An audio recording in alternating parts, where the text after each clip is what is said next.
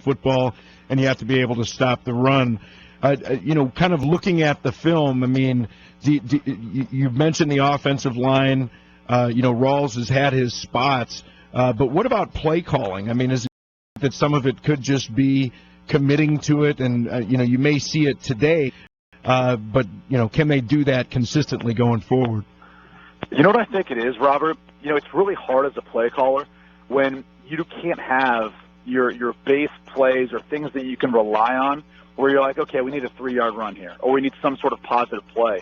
The offensive line has been so inconsistent, either in pass pro or run blocking, that I don't think they can hang their hat on anything. I mean, I literally think, as a play caller, you call a play, you have a good play and a bad play in mind for the next play. For Darrell Bevell, I think he's calling a play and probably sitting there saying, all right, what happened? Because you really can't anticipate what you're good at this point, given how inconsistent the offensive line has been. So I think that's kind of the issue right now with the play calling is they just can't find any sort of consistency up front. They don't know what they're going to get on a week-to-week basis or in the first half or second half when you look at last week's game.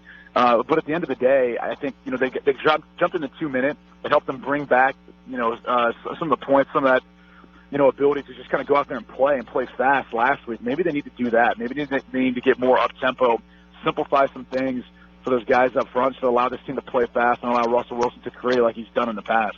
Brady Quinn, great stuff. Seahawks 49ers later this afternoon. We will be watching. Thanks, man, and Happy New Year again. Happy New Year, guys. Have a great day. Okay, there goes Brady Quinn, Fox Sports Radio, Mark Willard, Robert Smith. Okay, Robert, stand by because there are two developing situations, and I've got to get your opinion on them. One is with the Patriots. One is with the Cowboys. That is 60 seconds away, along with Robert Smith, Mark Willard, Fox Sports Radio. But first, here's what's trending. Miami Dolphins, they're getting gashed right now by Tom Brady. I formation set. First and goal to go from the 2. Langle motions right to left. Out of the eye. Play fake to bluff. Brady pulls up. Throws to an open Bennett. Back of the end zone. Touchdown, Patriots. 2 drives and 2 scores. Patriots lead the Dolphins 13-0. Meanwhile, Tennessee and Houston. Blitz. Savage. Sack. Fumble. It's been recovered in the end zone by Daquan Jones. Touchdown, Titans. The daily double, the sack, the touchdown, and the Titans get a defensive score for the first time this year. Double sounds good right now. Anyway, 7-0 Tennessee on top of Houston. Panthers 7-3 over the Tampa Bay Buccaneers. Bengals lead the Ravens 7-3. That's the Jaguars 10-0 over Indy early in the first quarter. I'm David Gascon. Okay. FS1. Don't laugh! This ain't reality TV!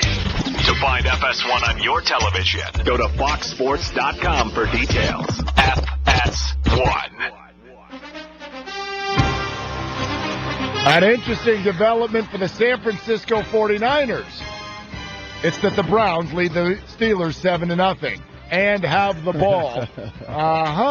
I bet some with the 49ers, particularly whoever the next GM and coach are going to be, would love for the Browns to win this football game. All kinds of storylines pouring out today on Week 17. Let's get to them all. Kenny Albert is on the Saints-Falcons game. He'll join us in a couple minutes. But, Robert, 2 things I want to get your opinion on.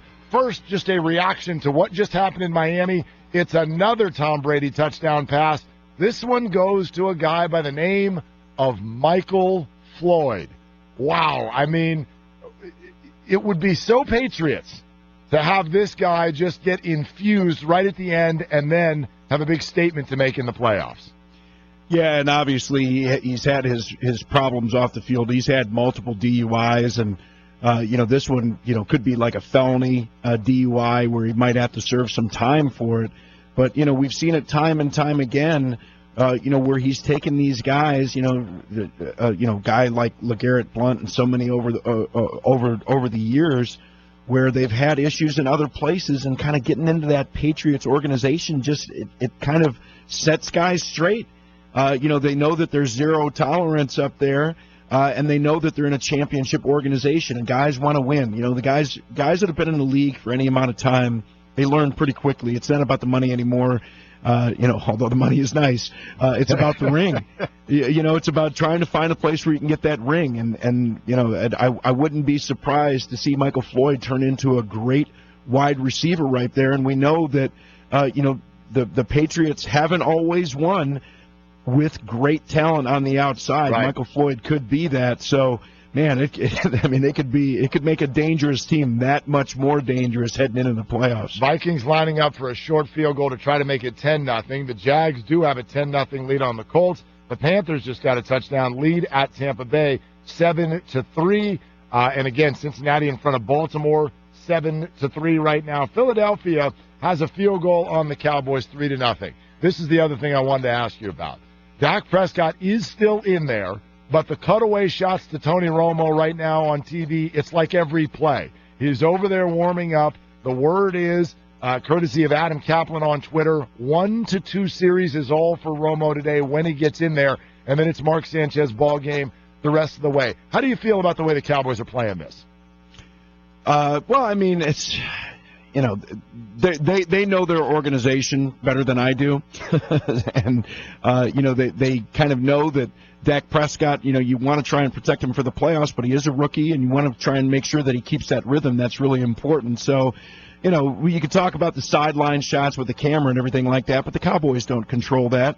I think they're doing it the right way. They want to get him in there. They want to make sure that he's ready going into the playoffs. And, you obviously hope for the best of the health of your starter, but you never know what could happen. And with Romo being out, pretty much all season, and not really getting the snaps, you want to have that next guy ready. So I think they're probably, they're doing it the right way. All right, more on that coming up. Prescott just went incomplete on third down. It'll be a field goal try, and he took a big hit. But he's up. He's fine. But you have to wonder if that's going to make Jason Garrett go, okay, Romo. More nervous. Yeah, Romo time. It's now time now for us to go visit with our buddy Kenny Albert. He's getting ready for Saints and Falcons later today on Fox. We'll be watching, of course. Kenny, Happy New Year to you. Welcome in on Fox Sports Radio. This one obviously very, very big for the Atlanta Falcons because they can secure the 2 seed if they get the victory. That said, they're also in that situation where they've got the playoffs secured. Are they going full bore, all starters in there as long as they need? Hey, guys, Happy New Year to you as well. And that's the plan. I mean, this is a huge game for Atlanta. Like you said, we were out of their facility Friday, and that number 2 seed and the bye is first and foremost in their minds. Obviously, a lot easier path to get to the Super Bowl if you have to play only 2 games instead of 3. So a win today does secure the 2 spots for the Falcons. They could also get it if a couple of other teams lose, Seattle and Detroit, even if they lose. But it should be fun today. It's a division game. It's the last regular season game ever at the Georgia Dome, and you have the 2 highest scoring teams in the NFL, the number 1 and 2 offenses, and the teams that have scored the most touchdowns. So I would think it's safe to say that we expect a high-scoring game here today in Atlanta. Drew Brees only 148 yards from 5 straight 5,000-yard seasons, 37 years old, having an absolute career year. What do you see from him? I mean, is the guy ever going to slow down?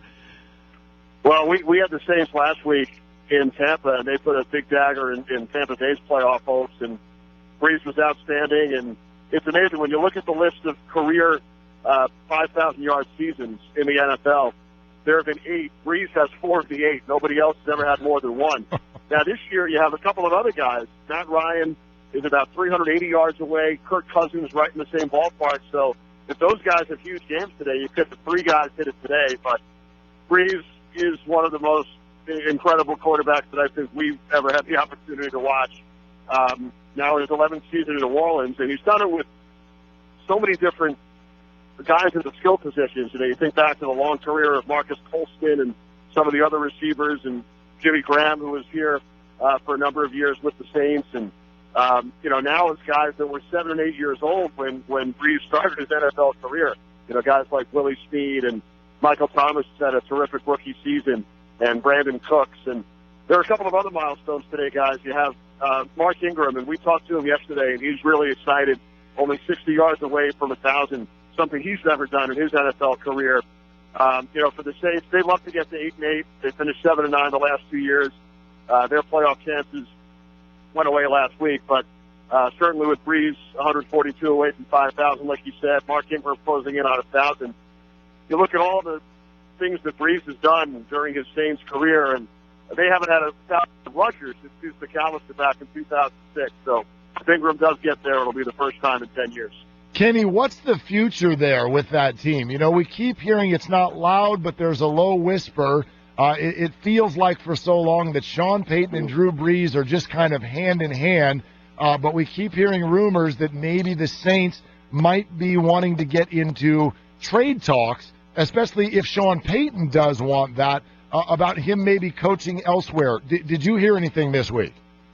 Well, there's certainly a lot of rumors, and read a number of articles, and even today there are a few that indicate that could be a possibility with some kind of a trade of Sean Payton to the LA Rams. You've seen it before with the Raiders trading John Gruden to the Buccaneers for a package of draft picks. So, it's not something we discuss with Payton. I don't think it's something that, he could even discuss if he wanted to, obviously. You can't talk about working for another team, but the rumors are out there. He signed a 5-year contract prior to the season, 5-year extension with the Saints. I know Breeze has 1 more year guaranteed on his, so it'll certainly be fascinating to see how it plays out if, in fact, this is Sean Payton's last game as head coach of the Saints.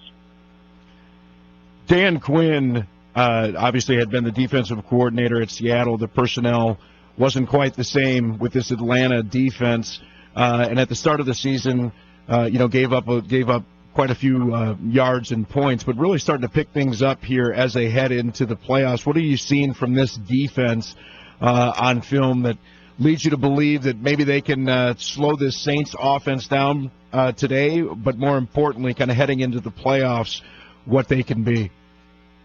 Well, I've been very impressed with Atlanta studying for this game, guys. I haven't seen them in person all season, only on TV and on film, and they have 3 rookies starting on the defense, so it took them some time. But they've really come on as of late. You have Vic Beasley, who we spoke to on Friday, leads the league in sacks with 14.5 in his second season. And he said that Dwight Freeney's been a big mentor.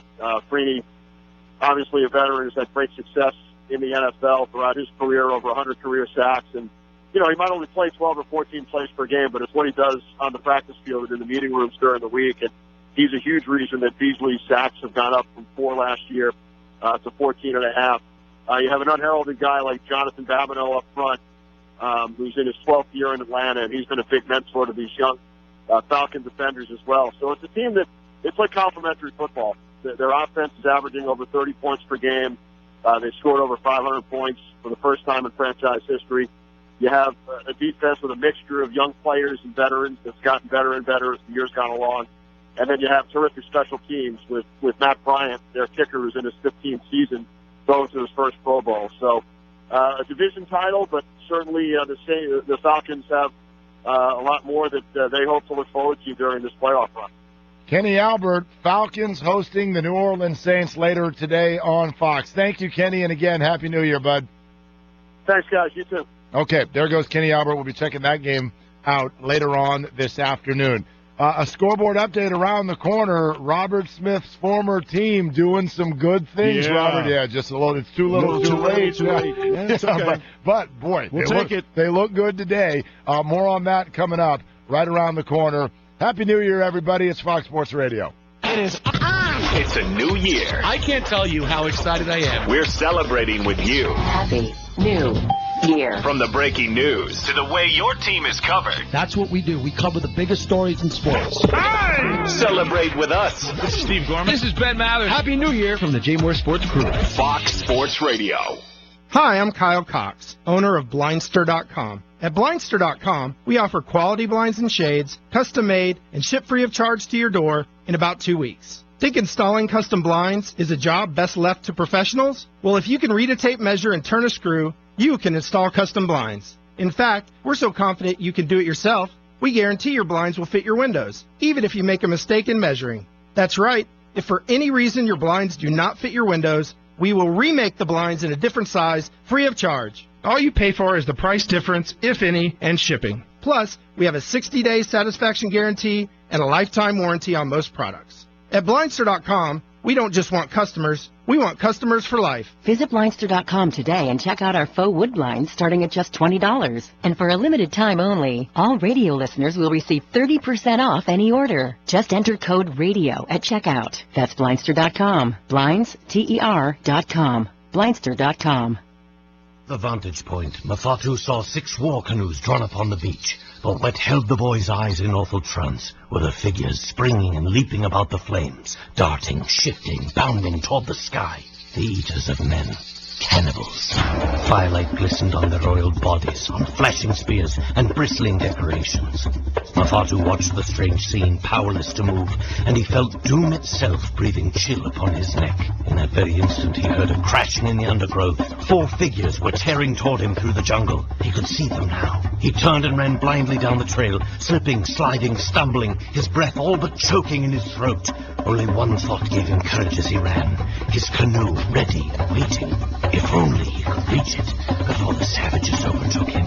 Explore new worlds. Find out what happens next by reading the book Call It Courage by Armstrong Sperry. For other great book ideas, visit literacy.gov. Literacy.gov. A message from the Library of Congress and the Ad Council. This is the Dan Patrick Show. Stay tuned. Stay tuned. Mike Krzyzewski, the Duke head coach. What does an indefinite suspension mean? Well, it means it gives me time as a teacher to teach. And it's not the NBA. These are kids. You know, it's a time thing. It's not like you give a suspension and it's all over. It's a learning experience. And I'm going to use it as that in a teaching moment. And the teaching moment does not stop by giving one game, or maybe that's what it is. I don't know that right now. Maybe it's 3. Maybe it's 2 weeks. I don't know. But he won't play until I feel good about the entire situation and where he is at. And that's my responsibility as his coach and as a teacher of young men. The Dan Patrick Show. Weekdays 9 a.m. Eastern, 6 Pacific on Fox Sports Radio. You put your keys between your knuckles. You walk in well-lit areas. Stay clear of parked vans. Someone approaches you and you cross to the other side of the street. Your cell phone is ready. The numbers for help saved on speed dial. You lock the door behind you. Once, twice, maybe 3 times. Now you feel safe, secure. You think you've made the right choices to protect yourself. Think again. Because if you're not making healthy choices, you could be one of the nearly 2 out of 3 women killed by cancer, diabetes, heart disease, or stroke. So eat right, get active, don't smoke, see your doctor, and live. Learn to protect yourself from yourself at 1-866-399-6789 or visit us at everydaychoices.org. It's time for Erie Otters Hockey on Fox Sports Radio, AM 1330, WFNN Erie. Now let's go to the ice with Aaron Cooney.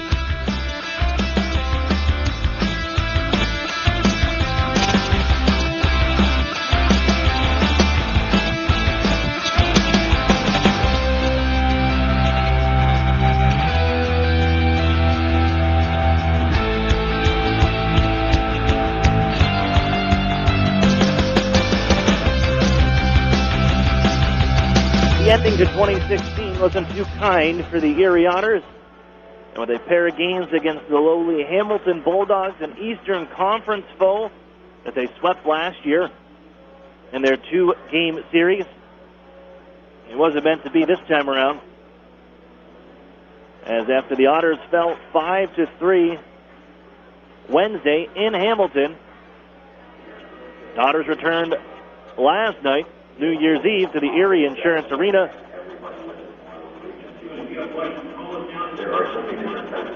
for a little revenge opportunity against the Bulldogs. Erie, after being held scoreless in the first period for just the 5th time all season long,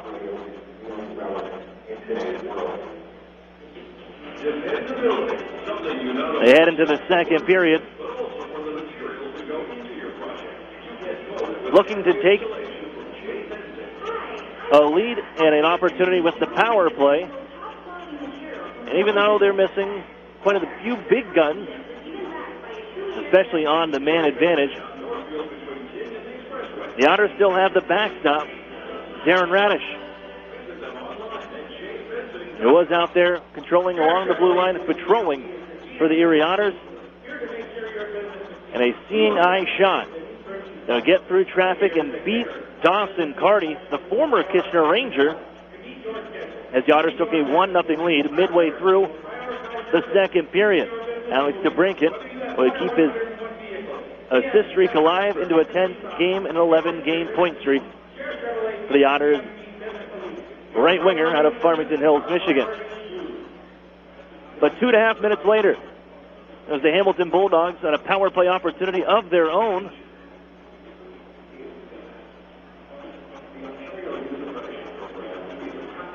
As the younger brother of the Otters, Dylan Strome, Matthew Strome, against his older brother's team, makes them pay. And as Matthew Strome with the puck along the right wing side, cuts towards the right circle, the shot towards the net is blocked. Gets his own rebound in the slot and sends it past goaltender Joseph Murdaka in his first play with the Erie Otters. As the Otters and the Bulldogs tied at 1 through 40 minutes. No scoring in the third period and no scoring in the overtime would send us into a shootout. Hamilton shooting first.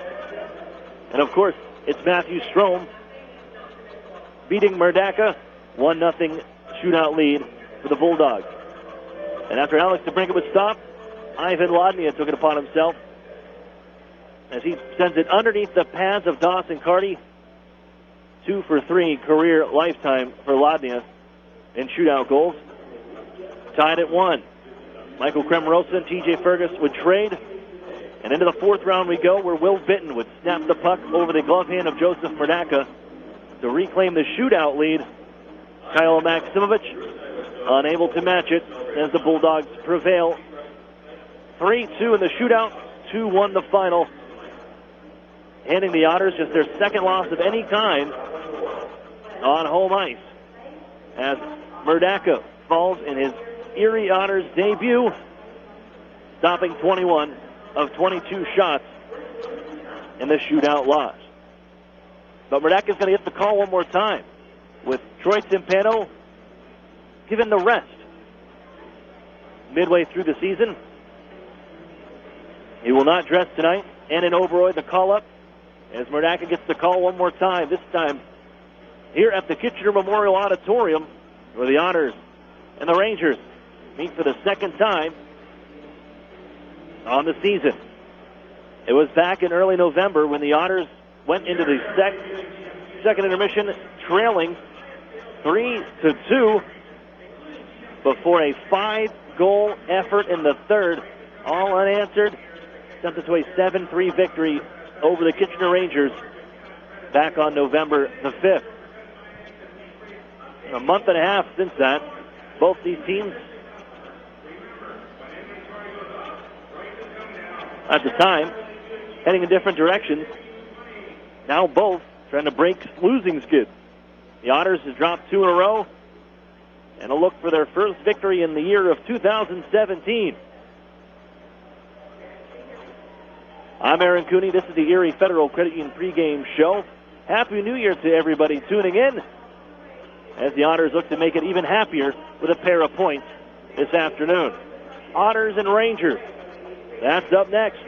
We'll preview it for you. We'll hear from Josh Wayman.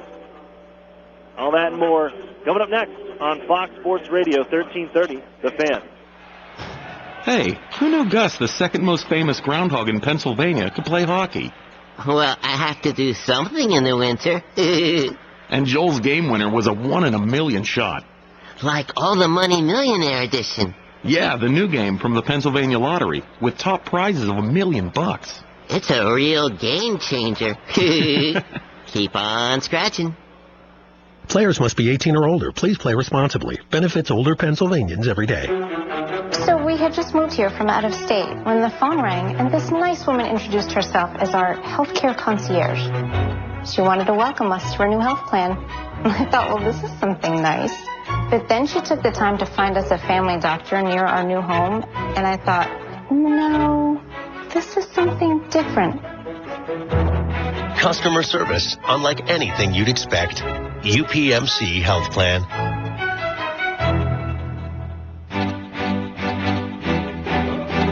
The Sheridan and Courtyard Erie Bayfront Hotels are proud sponsors of the Erie Otters. Join us for the pre- and post-game celebration at the award-winning Bayfront Grill or the brand-new Shoreline Grill. Let us help you fuel up for the high-energy game with our extensive menus and craft brew selections. You Otter be dining with the best.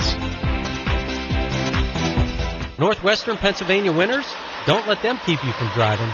Instead, drive more safely in an all-wheel control Mitsubishi. Among sedans, the Lancer is absolutely the lowest priced all-wheel control car in the market today. Only $17,700 right now at Interstate Mitsubishi. The all-wheel control Outlander Sport is the most affordable CUV in its class. It's priced right now at only $18,990. With the 2016 all-wheel control Outlander, you can drive up to 7 passengers more safely at the incredibly low price of only $21,990. All of our vehicles offer top safety features and are covered by a 10-year, 100,000-mile warranty. Buy an all-wheel control Lancer for only $17,700, an all-wheel control Outlander Sport for only $18,990, or a 7-passenger all-wheel control Outlander for only $21,990. Get outside this winter. Drive the Interstate Mitsubishi 1/2 mile south of the Mill Creek Mall on Route 99. Price are based on 2016 model years, MSRP, stock number 3540, 4066, 3634, plus tax, title, license, and dock fee. All the exciting action of OHL hockey. The Erie Otters On Fox Sports Radio,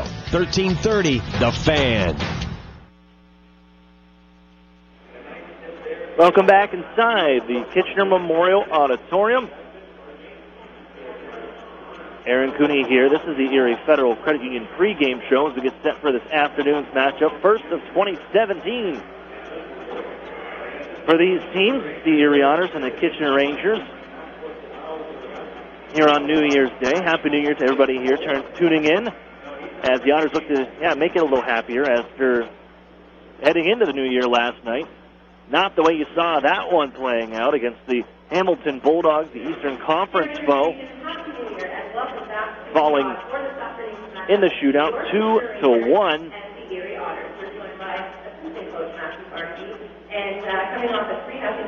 As for this afternoon, much of the same lineup for the Otters. The only one change, we'll get to that, is when you look at our Marsh & Marsh Real Estate Services lineup. As for today, Joseph Murdaka getting the start one more time. 1-0-0-1 this year, 1.60 goals against average and a 9.47 save percentage. Stopped 21 of 22 against the Hamilton Bulldogs.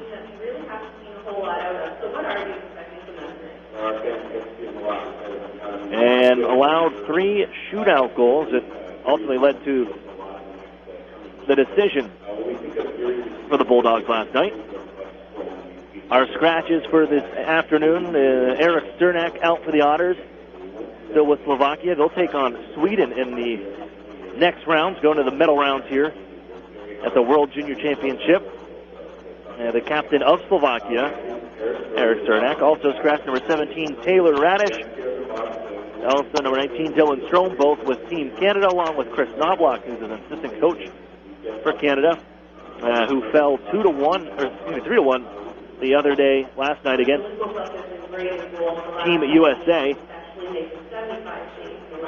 As Canada, not what they're looking for, especially playing on home ice, practically. It being the tournament being held in Toronto and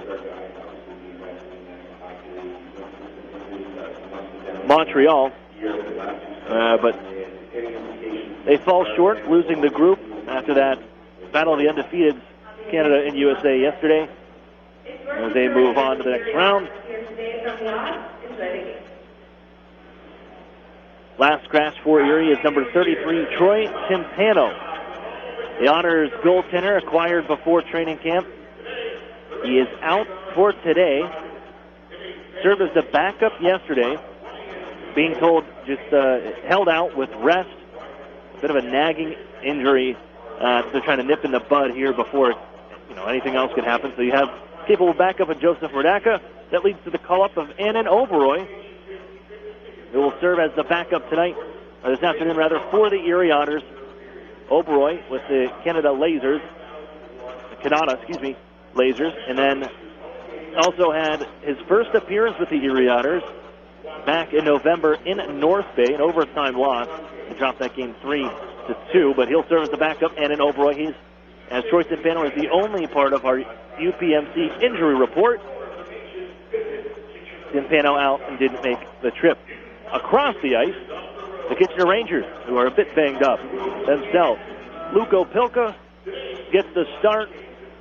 5-5 this year, a 3.50 goals against average and an 8.91 save percentage. Don't be fooled by those numbers. A fifth-round pick of the St. Louis Blues. He stopped 41 of 44 in a 3-0 loss Friday against Owen Sound.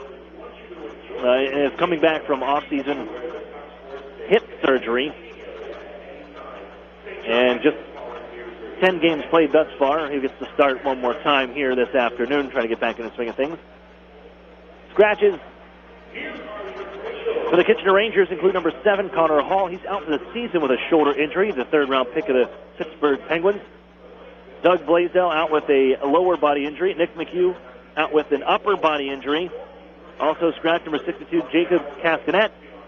He's out 2 games for serving a suspension for a charging call handed down Friday. Jeremy Bracco also scratched.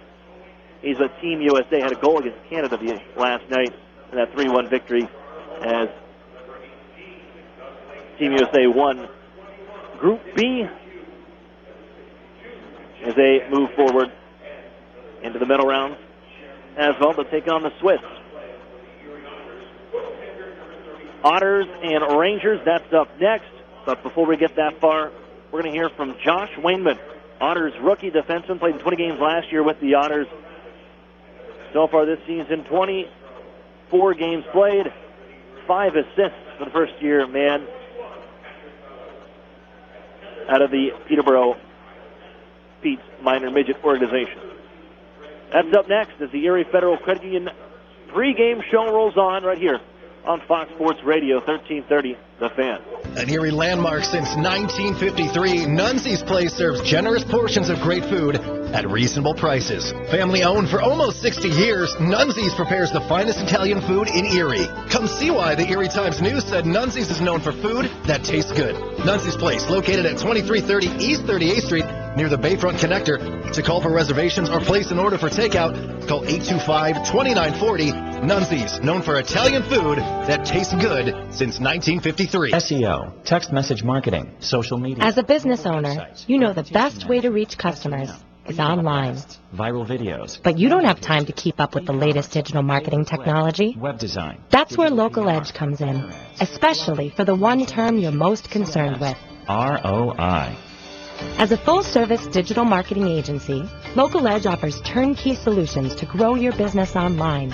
From search engine optimization and marketing, to social media, to mobile advertising, to video promotion. Our expert support team is ready to customize a program to your needs and track results throughout the campaign. Plus, as a division of the Hearst Corporation, Local Edge is backed by the largest, most diversified communications company in the nation. So when you're ready to generate leads, find new customers, and increase your revenue, talk to the digital marketing experts. Visit localedgemedia.com. Think digital. Think Local Edge. National Fuel says, smell gas? Leave fast. Then call 1-800-444-3130. If you detect something that smells like rotten eggs, it could be a natural gas leak. Leave the premises immediately and contact National Fuel from a different location. Do not use your phone or turn on a light inside the area. Immediately leave the premises and call National Fuel's emergency line. Play it safe and remember, smell gas? Leave fast. Then call 1-800-444-3130. Tim Hortons holiday treats? Oh, but there's so many. Okay, stay focused, Dave. Remember, it's for the office. Okay, definitely one peppermint hot chocolate, red velvet muffin. Ooh, I want a cinnamon bun iced coffee. And some mint chip Timbits, and a gingerbread ice cap, and chocolate mint filled cookie with peppermint bark. Come into Tim Hortons and let our holiday treats bring out the child in you at participating U.S. restaurants for a limited time. I'll just take one of each, thanks. It's for the office. Keep up on all things Erie Otters by following us on social media. Follow the Otters on Twitter and Instagram at Erie Otters, and like us on Facebook at facebook.com/Erie Otters Hockey. You'll get up-to-the-minute news on all things happening with your Erie Otters, so check us out on social media today. It's Erie Otters Hockey on Fox Sports Radio, AM 1330 The Fan, WFNN, Erie. Pre-game show. Aaron Cooney with you. My guest at this time, Josh Wayman of the Erie Otters. Josh, Happy New Year to you and everything, but the team gets a couple days off. You get the holiday break, and then 2 against the Hamilton Bulldogs, and it seems maybe there's a little bit of rust there, but how'd you guys shake it off, and how do you find yourselves coming into this afternoon's game? Happy New Year to you too, but we just gotta bounce back from that. We can't take it too lightly. So they're definitely lower in the standings than us, but we gotta get past that and focus on the game today. Now, for this particular time in the year, World Junior time, you're missing some of the best players in the league out right now, and for you guys, it's 3 of them, including on the back end, along with you, a fellow blue liner Eric Cernak, not available to the team. Is this a spot where you can take advantage of? I mean, you played in games last year, 22 games to the team last year, and now to this year, more of a veteran out of the couple, the trio of rookies that are back there on the blue line. Is this somewhere that you can take advantage of and really provide some of the minutes that need played without Eric Cernak around? Yeah, for sure. I'm trying to step up my game and do my part to help the team win, especially with the key guys we have gone, and hopefully we can get this win today. I had the odd turnaround because you play last night, and you get on the bus and you come to Kitchener to play this afternoon. It's under 24 hours between games. This is tough on a tough, quick turnaround, especially coming off of the layoff with the Christmas break as well.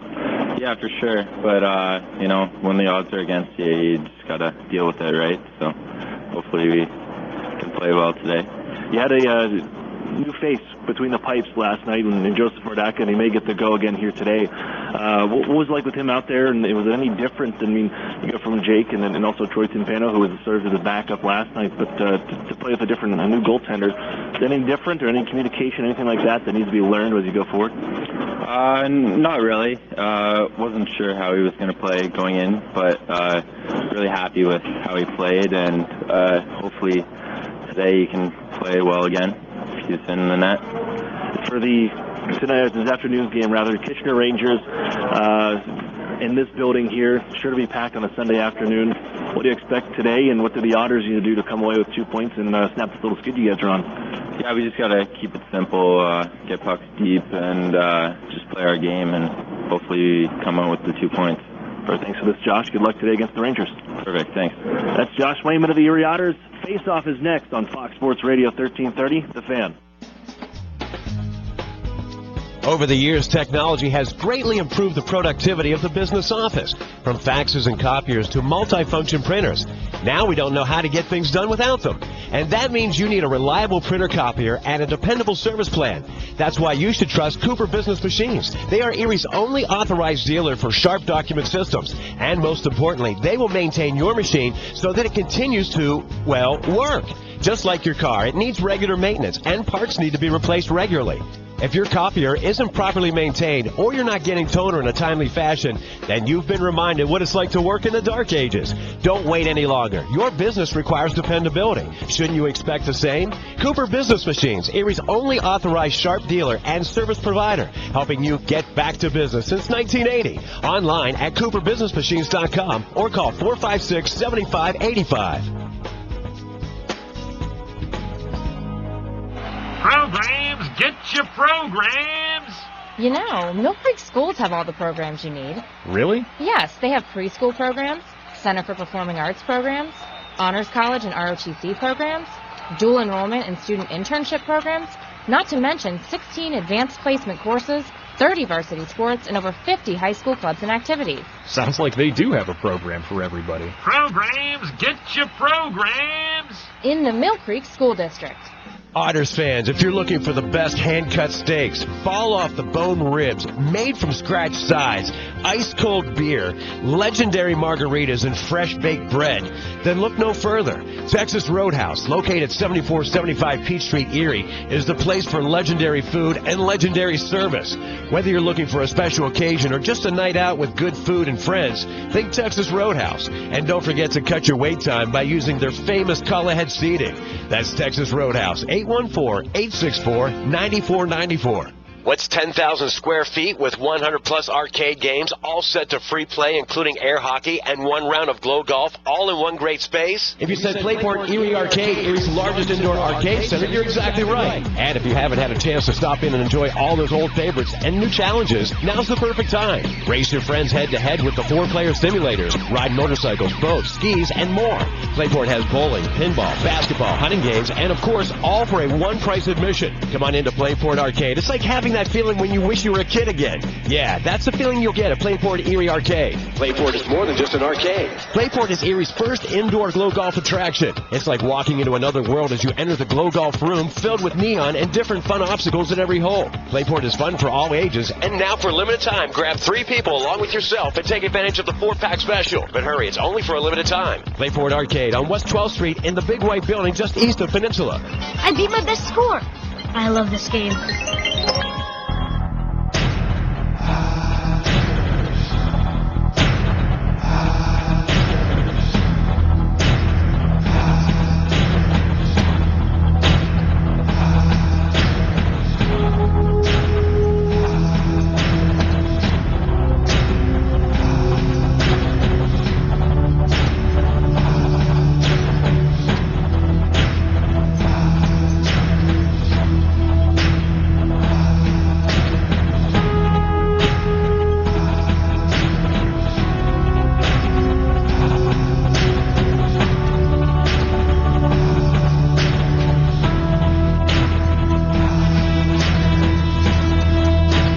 Good evening, ladies and gentlemen, and welcome inside the Kitchener Memorial Auditorium, where tonight, this afternoon,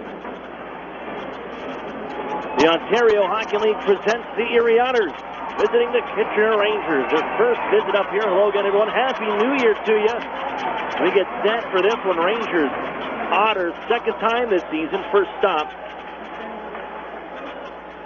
to the home of the Kitchener Rangers as we get underway. The Otters taking the opening face-off. And launching one in the near side corner was Jordan Stambrook. Way up the near side wall, Patrick Fellows directing it down to the circles. That's intercepted, moves up on ahead. Cross-ice pass, Damiani.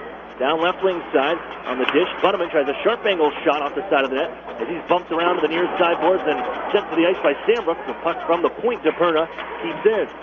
Bounce behind the Otters net. Pettit ducks a check. Split up the near side, crashing into Perna. Keeps it alive from the right wing half wall. Still battling away the defender in blue. So the Otters can skip it on for Brent Newman. Hustles near side, and he'll launch this one high into the air out to center ice. Going right back towards the Otters zone. Glodnian just changed places with Brent Newman. Moving the puck back for the Otters, and just a minute in here from the New Year's afternoon game. As Frank Hora, their captain of the Rangers, sends it on left wing side.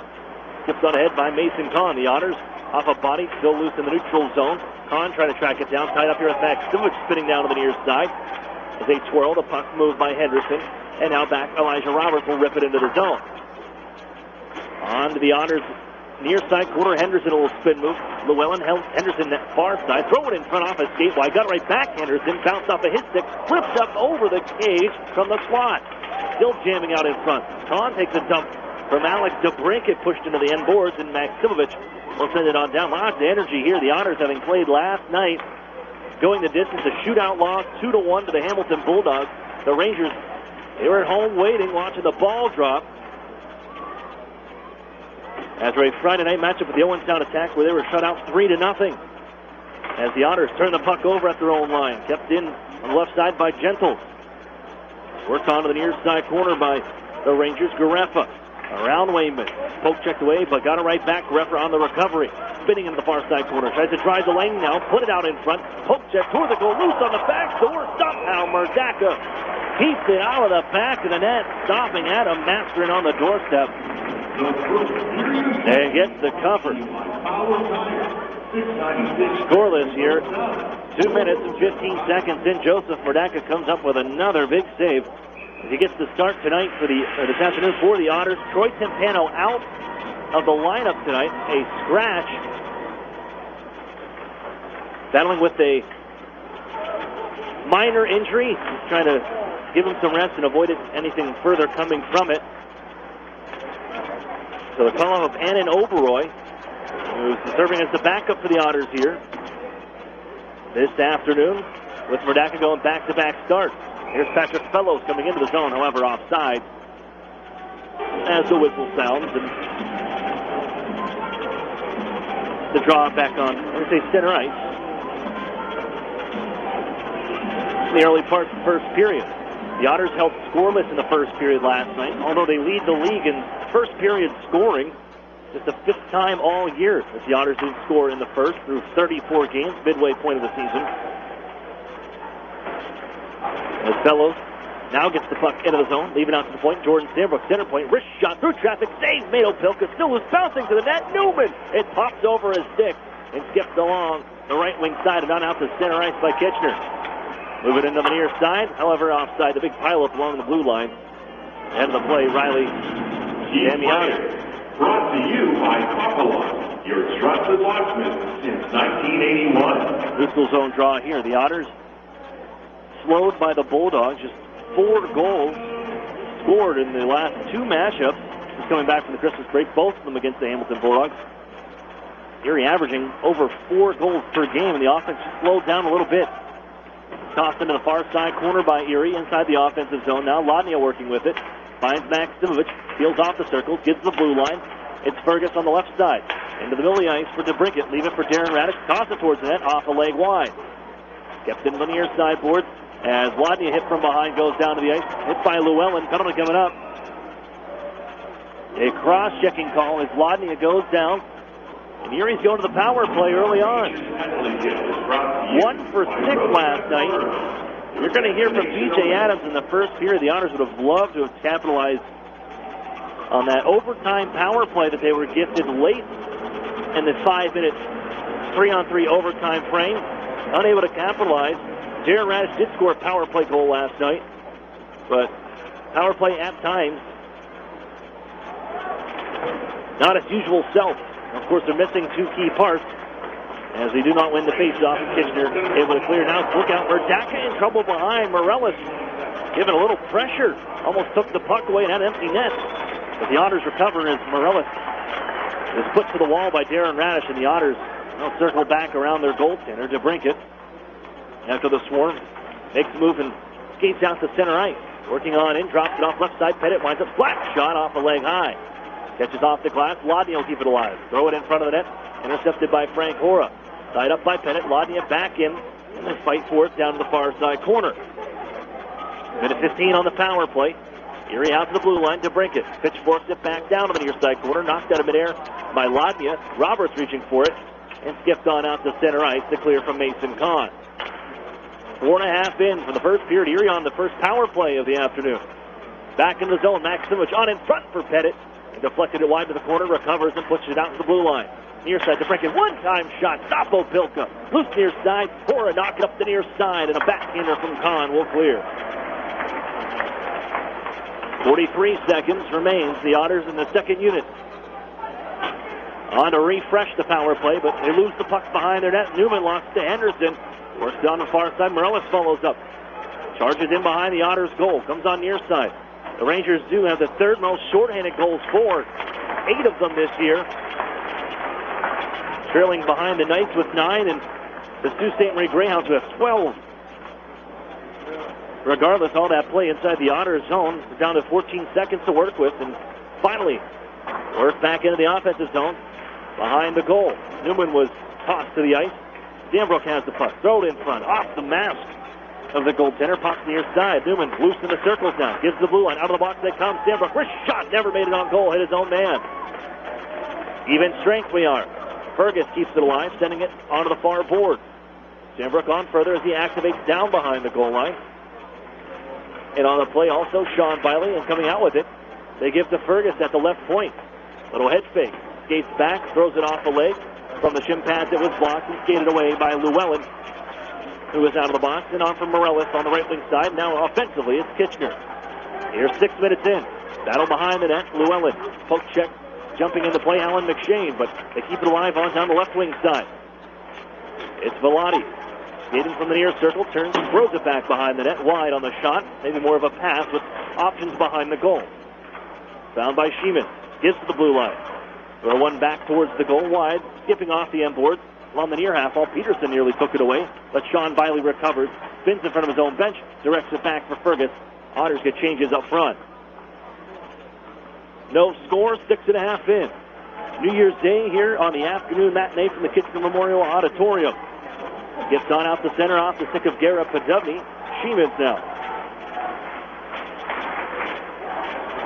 Lays it on left side. Looking ahead, Velati. And skipped off the stick into the Otters zone. Rimmed around by Ryan Martin of the Otters. Comes right back to him on the play off the stick of Damiani.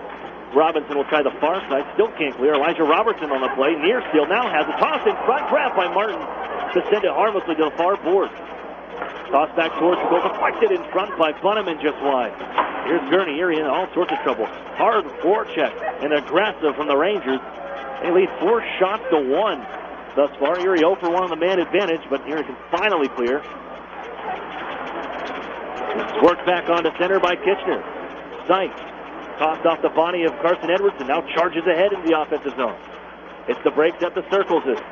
Inside Kitchener territory. Roughed up along the near side by DePerna. We got the puck in further. Pettit slide it out to the blue line. Darren Radish waits. Throw it towards the goal. That one off the leg wide. Tossed in front by Pettit. It'll come all the way towards the blue line over the stick of Fergus. And now a foot race to the Otters zone. Fergus wins that. Finds his partner Darren Radish, who crosses it right back for Fergus. And again Radish on the DDD pass. He'll skate across the Rangers logo at center ice.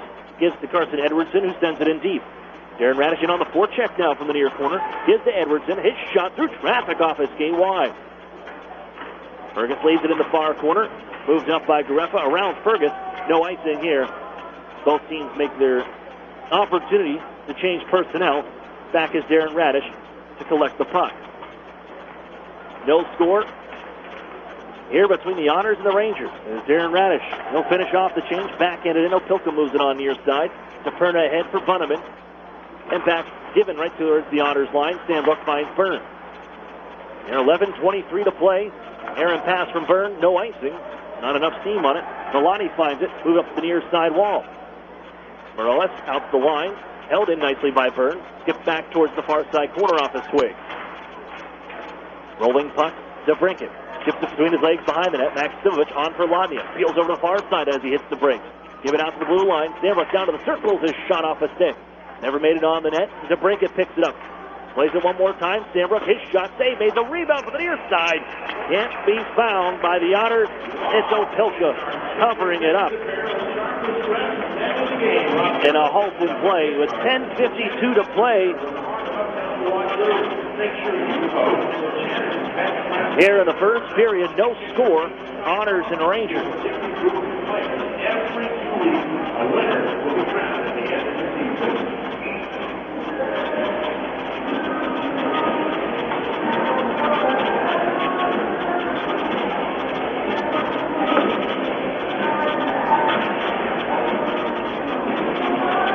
Draw to the left of Opilka.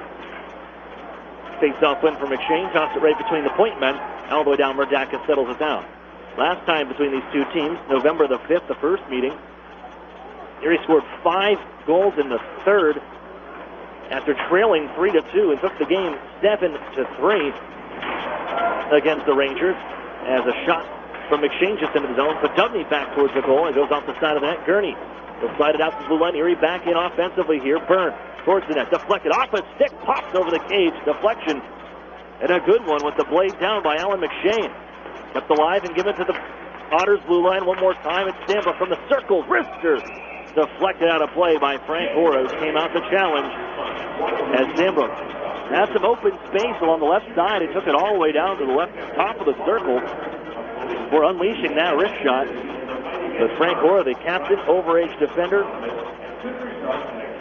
quickly pounces out in front to get the twig down and to elevate this one out of play behind Opelka. Opelka, a fifth-round pick of the St. Louis Blues, 2015. Joining the Rangers last year.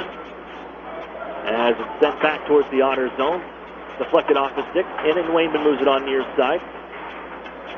Battling on to the near side corner. Damiani. Pettit, who moves the puck. Finds Ryan Martin on the far side. Hits the break. Goes to his defensive partner Wayman. Taking it off the wall and directing it right back for Ryan Martin. Looks on the far side. Chipped out the center by Brett Newman on the one touch. Loose here along the red line. Sent back towards the Otters line by Patrick Fellows. And now Wayman again control. No score midway through from the Kitchener Memorial Auditorium, and the Otters guilty of an icing call. 9:27 to play to be exact. Here in the first, scoreless thus far. Ice crew removal made easy. BMW Craig River presents the bobblehead cam. Let's see you knock your noggin.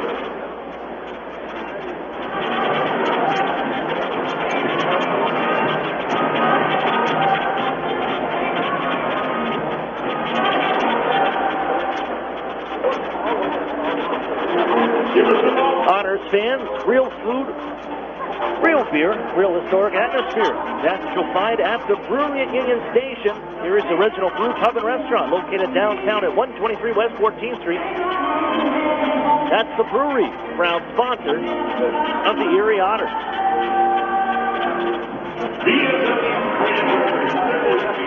Here's scoreless so far between the Rangers and the Otters. The Rangers 4-8 against Midwest Division teams. They've had some trouble here. Some of the bigger guns, the Otters and the Knights. Just a second matchup between the two teams. They also had one snowed out, if you will, right before the break on the 14th of December. The Rangers couldn't make it through Buffalo and get into Erie. And ended up stopping there for the night. That game rescheduled for January 24th, a Tuesday, which will be Kyle Pettit-Polster night. Everything's rescheduled, so that original date was Kyle Pettit-Polster night, and they'll keep it like that. And Pettit-Polsters will be given away on the evening as Darren Radish, a try from the blue line, sails high, skips off the near corner all the way down to the trickle to Erie ice. Back behind the Otters goal, a steal here by Mason Kahn, turns out.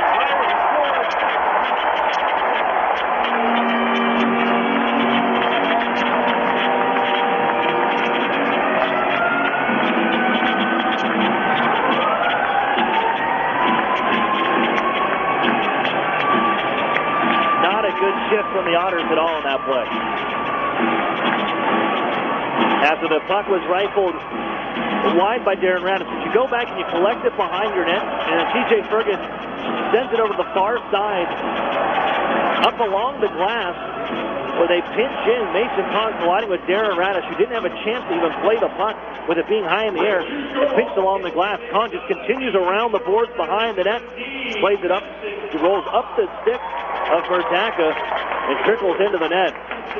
Just a lethargic effort from the Otters on that try in their defensive zone. And Mason Kahn opens the scoring. It's 1-0 Kitchener. As the Otters now trying to get it right back here. Hopefully that woke them up. And flying down the right wing side, it's Adam Masterin. Right, play one towards the net, kicked out, just loose, rebound, knocked behind the net by Gentle. Well, on the left wing side, Carson Edwardson able to pick that one up and head on down ice. Launches a shot across the line, and that one sails high over the glove hand side of Opelka. Pushed on ahead. Left wing side, Masterin again. Pulls the trigger, sails high off the stick of Mitch Byrne over the goaltender for the Otters. And Sean Biley now a chance. Pushes ahead for Cade Robinson. He's going to burst the speed down the side. Wrist shot wide, blocker side. That one off the glass and all the way back to Erie territory. Rangers take a 1-0 lead. 7:45 to play here in the first. Wayman to Pettit. On the right wing side, Erie offsides, but it's knocked out to center ice by the defense, and Erie gets to try one more time as Fellows ducks around a check, play it towards the goal, and elevated enough right to the midsection of Opelka, who makes the stop. An unassisted goal.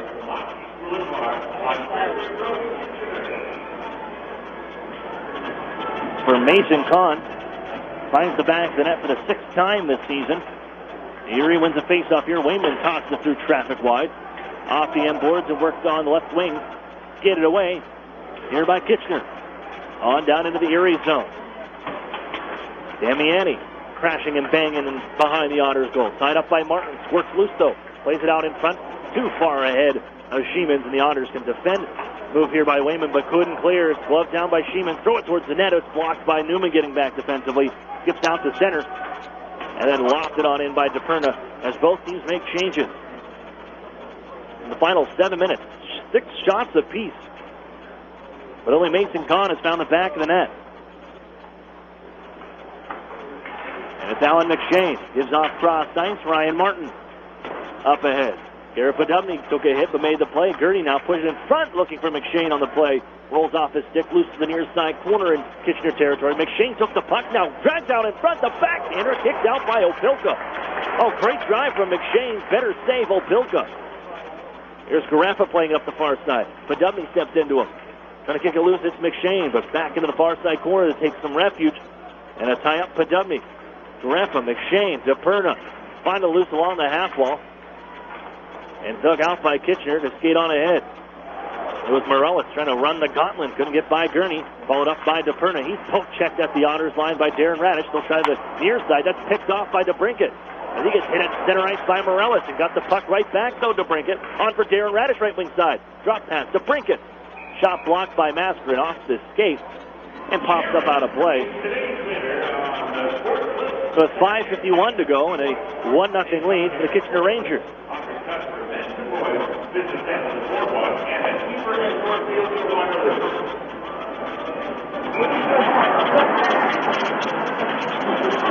The draw to the left of Opilka, great stop. There's just times Alan McShane, the ways it was buy time and space for himself. There's a slap shot off the face-off by Fergus, right to the mitt of Opilka. Not a lot of traffic in front, saw that one all the way in. But McShane, he had 5 guys in the near side corner. He comes in, grabs the puck, skates along the goal line, right out in front by himself. And sometimes he shows some elusiveness. It's impressive. I don't think teams are expecting it coming from the Otters' first-round pick. Then on down into Erie territory. The left wing side, Henderson loses an edge, and then Mason Kahn pulls over TJ Fergus and goes knee on knee. Fergus is not happy with that. And now Kahn, they go back after each other here after Fergus is able to pick himself back up. He is clearly upset after the hit. There's just too much traffic behind the goal. And as Kahn came flying on through, really got the knee on Fergus. And the Otters go into the power play again.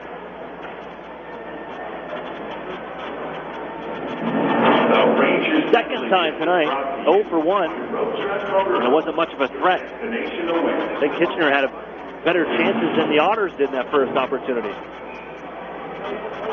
Well, that could have been actually really dangerous. When you see the replay, that was right on knee. Second unit will start for the Otters. Sambrook. Fergus left side, stays out here. He is healthy. That's all good. Give it on right wing for Biley at the circle as he dances around. Lets the shot go. That's still high. Fergus back behind the net. Sean Biley. Frank Laura chasing. Giving off the stick of McShane. Sambrook keeps it at the line. Throws it towards traffic. Deflected down by Newman. Never made it on goal. And then cleared by Kitchener. 90 seconds with the power play. Second unit stays on. They're more effective than the first. I don't blame B.J. Adams going with this combination. Fergus sends it on right wing side. Newman wrists her wide on the glove side. Newman finds it behind the goal now. Gates onto the near side wall. Looking from the circle. Trying to direct it out to the point. Does so. They find Fergus left side. Pushed in front. McShane bounces it out in front. Trickled away, and the Otters couldn't keep it in along the line. Fergus, as they rolled over the blue stripe, that's the double back to his own end. A minute with the power play. Fergus still in his own end here. Lots of trouble and drops it off as Henderson was providing chase. He relieves it for Darren Radish. Carries the mail out to center ice. Across the line, offensively, now they'll set up. Lodnia, right back for Radish. As here he sets up shop here, 43 seconds with the man advantage, trailing 1-0. Radish Maximovich, Radish near side. DeBrincat, one-timer high. Got underneath it as Maximovich poked there by Llewellyn, still loose, and Lodnia swoops across. Moves it to Radish, on for DeBrincat near side board. Back to Darren Radish, center point. Lets the shot go off a body wide. On the near side, a chance to clear, and on down ice. It's Morales sending it down. 17 seconds left. One last rush. The Otters move quickly here. DeBrincat across the line now. Moves it onto the right wing side. Lodnia couldn't take it. It's poked on to center. That'll do it. Erie 0 for 2 with the man advantage. As it trickles down 2-1. Even strength as Darren Radish leaves it onto open ice near side. Played onto the blue line, and Maximovich couldn't take the pass. Rolls all the way down. Murdaka will play. Swung it back to the near side. Jordan Sandbrook takes control. Sends it off the window to center ice. Sent right back into Erie territory. Here's Darren Radish. We're going to get the change here. Out there with Sandbrook. Erie bunched up still along the right side. And DeBrincat holding the puck behind the goal in the final 3 minutes. Trailing 1-0. The Rangers on top. Mason Kahn with the unassisted goal that has him ahead. Garrett Podubny can finally take. Sends it into the zone. Erie finishes up the change behind the play. Behind the net, Peterson watching. On left side. Dished up on ahead. Llewellyn. Control from his own circle. That's been the problem. The power play, I know you're missing key parts, but shot from a long range, sharp angle. Murdaka covers that one, but there's Kahn mixed up again with Mitch Byrne, and now Otters still pushing and shoving. Podubny grabs it. Mason Kahn. Cooler heads prevail as they pull the couple away. But now the power play 0 for 2 the first game back Wednesday against against Hamilton. And then last night, 1 for 6. We got the power play goal from Darren Radish. That was towards the end of the power play. And a shot just made its way through some traffic, but the puck movement, you're not seeing what you're used to. And yeah, you're missing big guns, but power play's just not been effective for the Otters here since coming back from the break. Not even a threat, really. A shot from the point. DePerna sends it wide. Goes to the far corner. Masquerade out in front. Morales' shot is bounced off a stick to the near corner wide. Recovers it to the near side. Battling with Mitch Byrne. Morales chips it out in front. Nobody at home, and the Otters, Brett Newman takes control and skates out ahead to center. On down the left wing side. Stops on a dime. Looks in the corner. It's Darren Radish at the point. Wheels in center area. Wrist shot off a stick wide. Needs to go track down his own puck. Ran into Dylan Seitz as the Otters bunched up in the right wing corner. Newman able to squirt loose. Gives off to Gurney. Rolls off of his stick. Played up the near side. Fergus keeps it from the blue line just on. Newman to Darren Radish right side. Winds up. Slap shot. Stopped by Opelka. And gains the whistle. With a minute 33 to play. And the Rangers holding a 1-0 lead in their first period.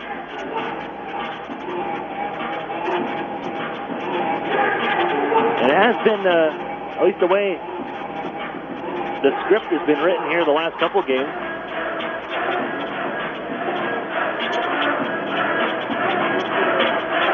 It's former Erie coaches that are coming back to fight for an old team. Vince Lace, a pair of wins against the Otters with the Hamilton Bulldogs, and Jay McKee, now the head coach here at the Kitchener Rangers, an assistant with Erie 2 seasons ago. His team has the lead 1-0 right now, and Elijah Roberts in control. From his own end, plays it off the stick, out to center right, sent right back in by the Otters. Dug out at the near side corner, Frank Hora. Kept in alive along the near boards by Cade Robinson. Still looking for his first OHL goal. As it slid out to center ice, skating Bunneman. Turned around by T.J. Ferguson, spun back on the blue line. Loose here in the neutral zone.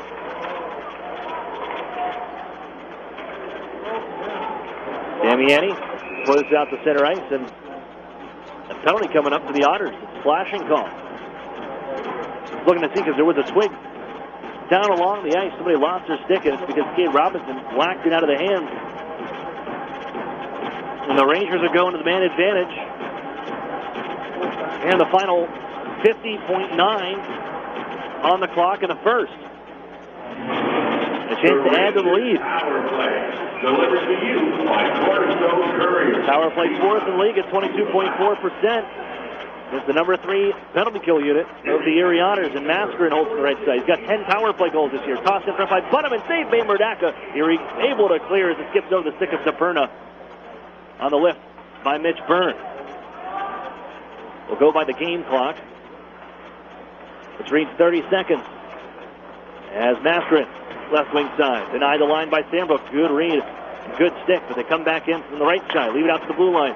Moving in, Gareffa. Mascarin in front for Bunneman. Off the stick of DeBrincat defensively. He just may have bailed out the Otters and saved the goal. Knocking that pass and directing it to the near corner. Byrne moves it up. Kept in by DePerna. Gareffa left side. Slide across. Mascarin. Wrist shot. Save made. Up in the air. Whacked on in. The Rangers take it 2-0.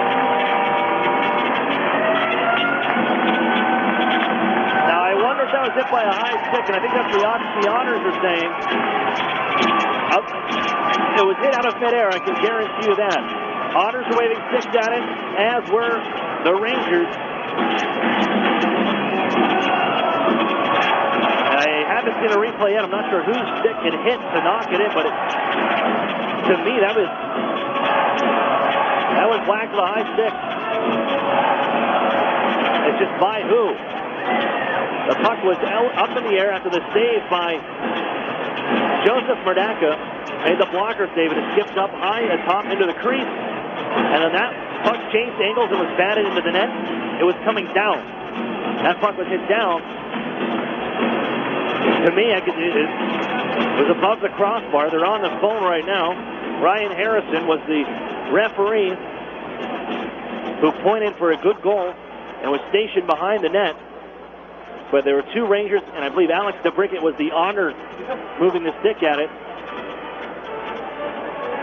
As this one's under review.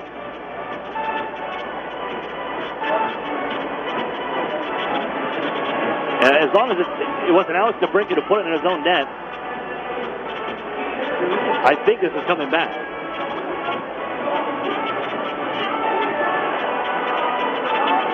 I got one replay. It happened so quick, and there's a zoomed down version of it, so my guess is now as good as yours. They get all the angles up there with Ryan Harrison on the phone right now. The replay being reviewed here. I gotta show. Oh, no, never mind. It came up. The replay graphic showed on the jumbotron here, and then they didn't play it. But there's 5 seconds left. Robinson's in the box for the Otters with a slashing call. And either the Rangers have made it 2-0 with the power play goal, or was knocked in by a high stick. This is a lengthy review here. Ryan Harrison's still there. And like I said, there were 3 sticks in the air looking to knock that puck away from the net. It's just a matter of who touched it. That's the point that's going to be hard to tell. And you only get one replay of in the building with these things. And unfortunately, this is when you wish you're at the back of my fine confines of the Erie Insurance Arena, where they have it set up with replay monitors. You get all the replays, too, to watch for the broadcast side. Not fortunate with that here in the setup at Kitchener. Nothing against it. It's one of my favorite buildings to come to. We're still just awaiting the deliberation from Ryan Harrison. But in my mind, I think this is coming back. I think this is coming off the board. Because when that puck deflected, you could see the angle that the way it projected from midair and then whacked in. It came down, back down to earth with a lot more force than it was falling, which means the motion was coming down on top of it. It's just a matter of which stick hit it. Otters had a defender, and Harrison's coming off. It's a good goal. So it must have been off of the Brinkett stick. I don't know if we're going to get another replay with this. Here, we're going to see replay now. There's the shot from Maskren.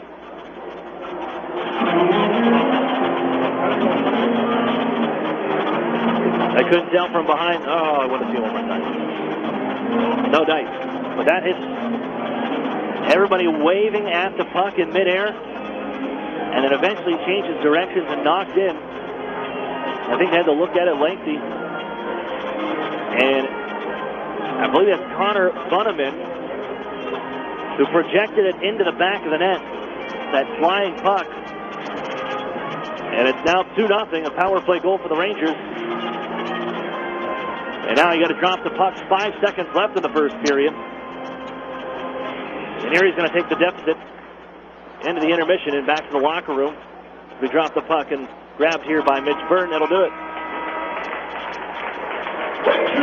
A late goal. Yep, Connor Bunneman. Last one to touch it.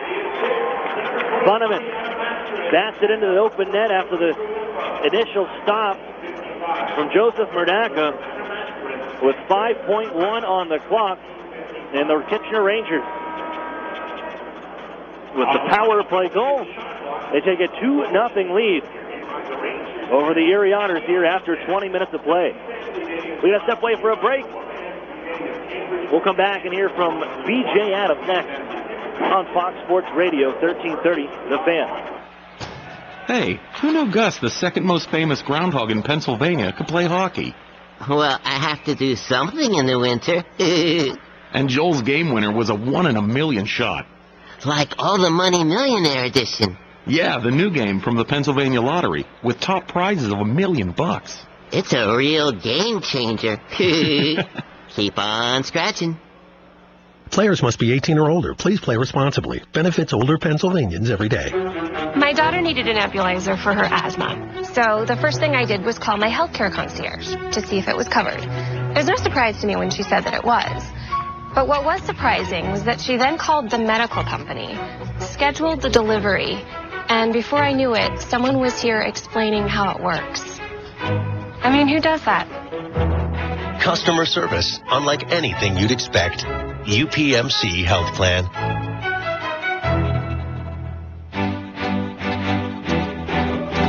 The Sheridan and Courtyard Erie Bayfront Hotels are proud sponsors of the Erie Otters. Join us for the pre- and post-game celebration at the award-winning Bayfront Grill or the brand-new Shoreline Grill. Let us help you fuel up for the high-energy game with our extensive menus and craft brew selections. You Otter be dining with the best.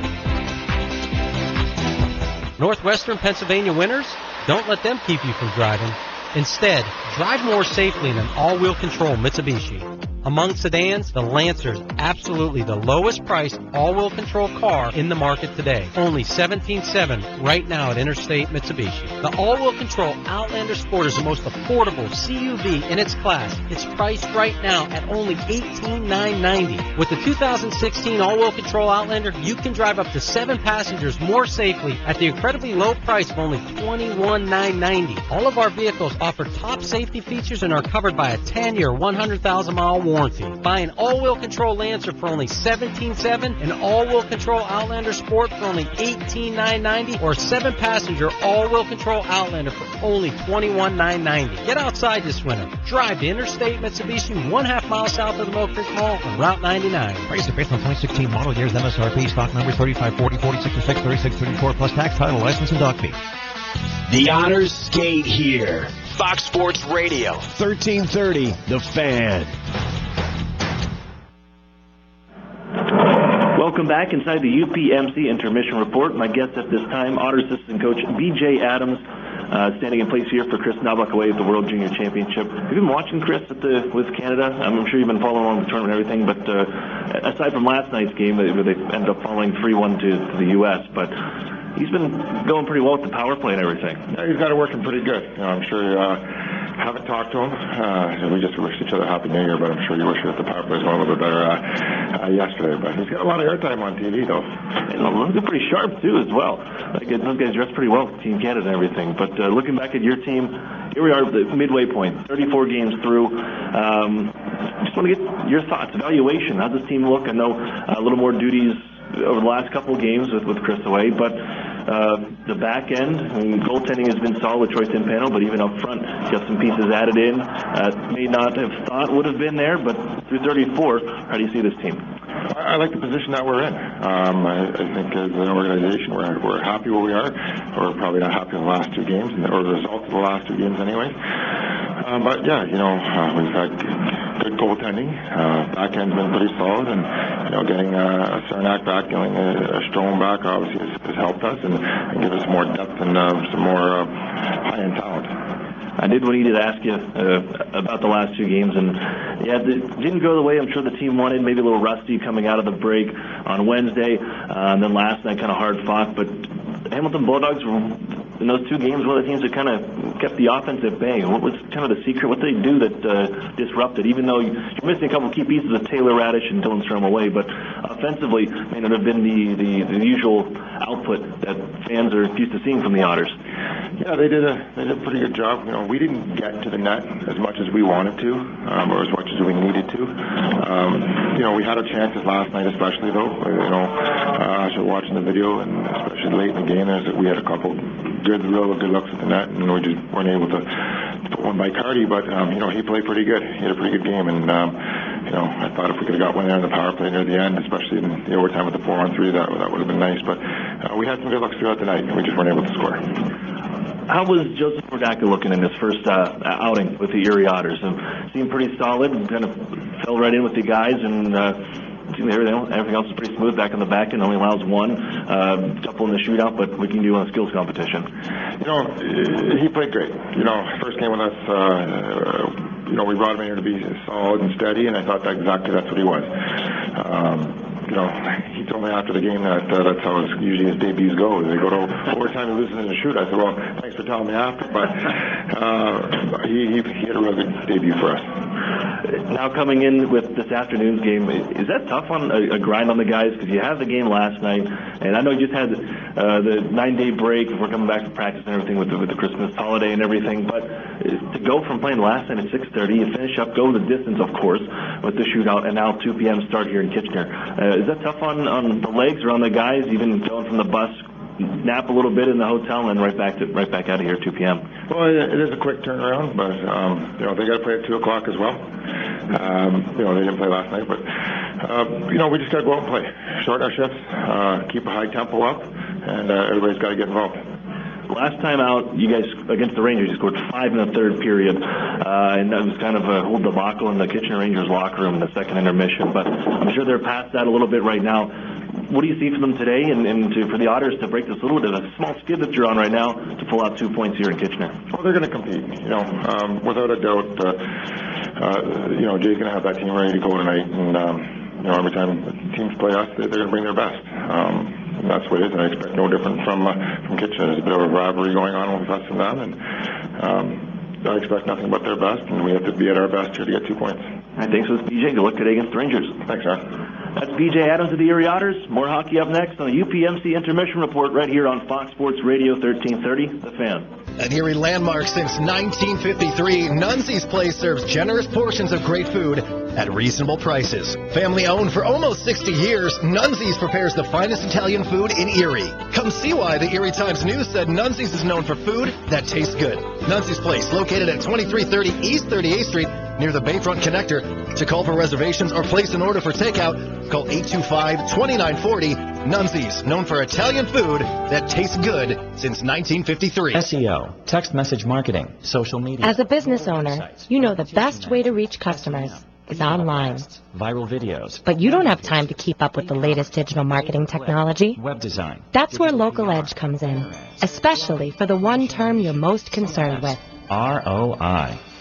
As a full-service digital marketing agency, Local Edge offers turnkey solutions to grow your business online.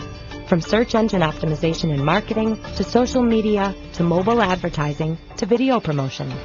Our expert support team is ready to customize a program to your needs and track results throughout the campaign. Plus, as a division of the Hearst Corporation, Local Edge is backed by the largest, most diversified communications company in the nation. So when you're ready to generate leads, find new customers, and increase your revenue, talk to the digital marketing experts. Visit localedgemedia.com. Think digital. Think Local Edge. National Fuel says, smell gas? Leave fast. Then call 1-800-444-3130. If you detect something that smells like rotten eggs, it could be a natural gas leak. Leave the premises immediately and contact National Fuel from a different location. Do not use your phone or turn on a light inside the area. Immediately leave the premises and call National Fuel's emergency line. Play it safe and remember, smell gas? Leave fast. Then call 1-800-444-3130. It's time to celebrate. Tim Hortons is introducing new smoked ham as part of the 2 for $4 breakfast sandwich deal. That's 2 breakfast sandwiches with egg, American cheese, and your choice of sausage, bacon, or new smoked ham for only $4. It's the kind of deal that you should save for a special day of the week, like every day. Tim Hortons 2 for $4 breakfast sandwich deal at participating U.S. restaurants. Offer available on standard breakfast sandwiches and wraps for a limited time plus applicable taxes. Single sandwiches and wraps at regular price. Keep up on all things Erie Otters by following us on social media. Follow the Otters on Twitter and Instagram at Erie Otters, and like us on Facebook at facebook.com/Erie Otters Hockey. You'll get up-to-the-minute news on all things happening with your Erie Otters, so check us out on social media today.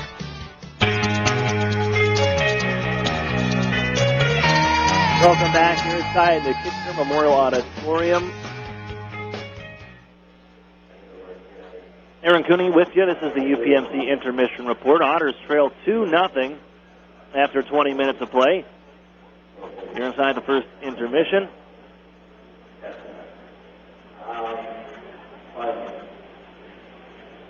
Jump right into the Arctic Spas recap, see how we got there. It's the Kitchener Rangers opening things up at 11:08. After the Otters, this is one you look back on and really makes coaches, you put the head down and you're shaking your head, not very great of an effort on that play. As the Otters had the shot from the point in the offensive zone, Darren Radish ends up going wide off the near corner. It kicks off with so much steam it comes all the way to the Otters zone. And after it's picked up behind the net by T.J. Fergus, I think he just kind of scrambled a little bit and then moved the puck up around the glass above the dasher to the far side. Darren Radish, it was pinned along the wall by Mason Kahn, who does the whole play from here on out. Kahn picks it up, skates around the Otters net, comes out in front on the wraparound and fires it home. He's got his 6th of the year, 1-0 Rangers. Then with 5 seconds left in the period on the power play, it's the Rangers.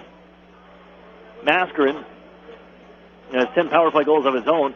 Lets a wrist shot go from the right circle, blockered up into the air by Joe Murdaka, and in midair, it's batted into the net. They looked at it and it was deemed illegal. Connor Bunneman is the one that put it home. His 15th of the year, 2-0 here. Kitchener after 20 minutes. You'll take a look at the out-of-town scoreboard brought to you by the Sheridan and Courtyard Erie Bayfront Hotels, proud sponsors of the Erie Otters. You ought to be staying with the best. Other games here, 4 on the slate. Owenstown 1-0 over Barrie in the second period. Oshawa 1-0 over Ottawa in the first. Sarnia 1-0 over London after 1. Hamilton and Peterborough later on tonight. We'll take a break. Second period up next on Fox Sports Radio, 1330, The Fan. Over the years, technology has greatly improved the productivity of the business office, from faxes and copiers to multifunction printers. Now we don't know how to get things done without them. And that means you need a reliable printer copier and a dependable service plan. That's why you should trust Cooper Business Machines. They are Erie's only authorized dealer for Sharp document systems. And most importantly, they will maintain your machine so that it continues to, well, work. Just like your car, it needs regular maintenance, and parts need to be replaced regularly. If your copier isn't properly maintained or you're not getting toner in a timely fashion, then you've been reminded what it's like to work in the dark ages. Don't wait any longer. Your business requires dependability. Shouldn't you expect the same? Cooper Business Machines, Erie's only authorized Sharp dealer and service provider, helping you get back to business since 1980. Online at cooperbusinessmachines.com or call 456-7585. Programs, get your programs!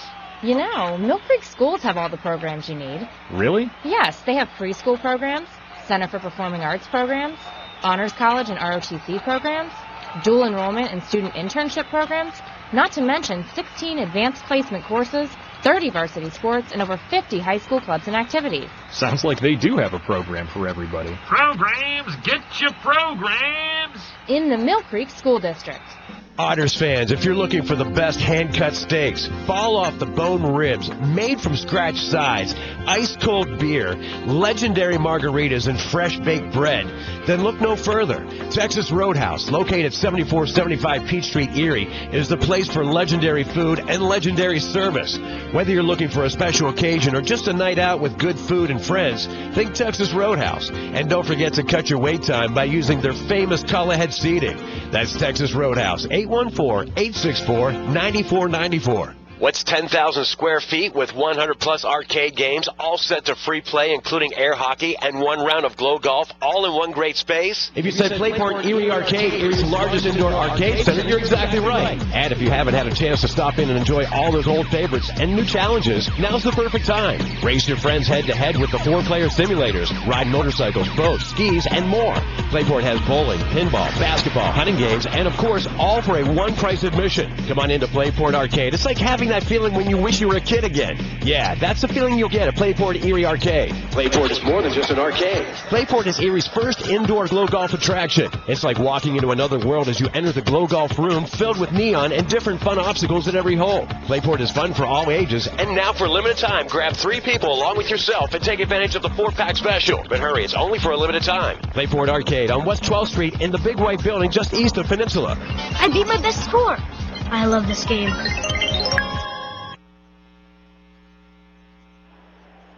Welcome back here into Kitchener, Ontario. The Otters trail 2-0 after 40 minutes. Power play goal late. 5 seconds left of the first period.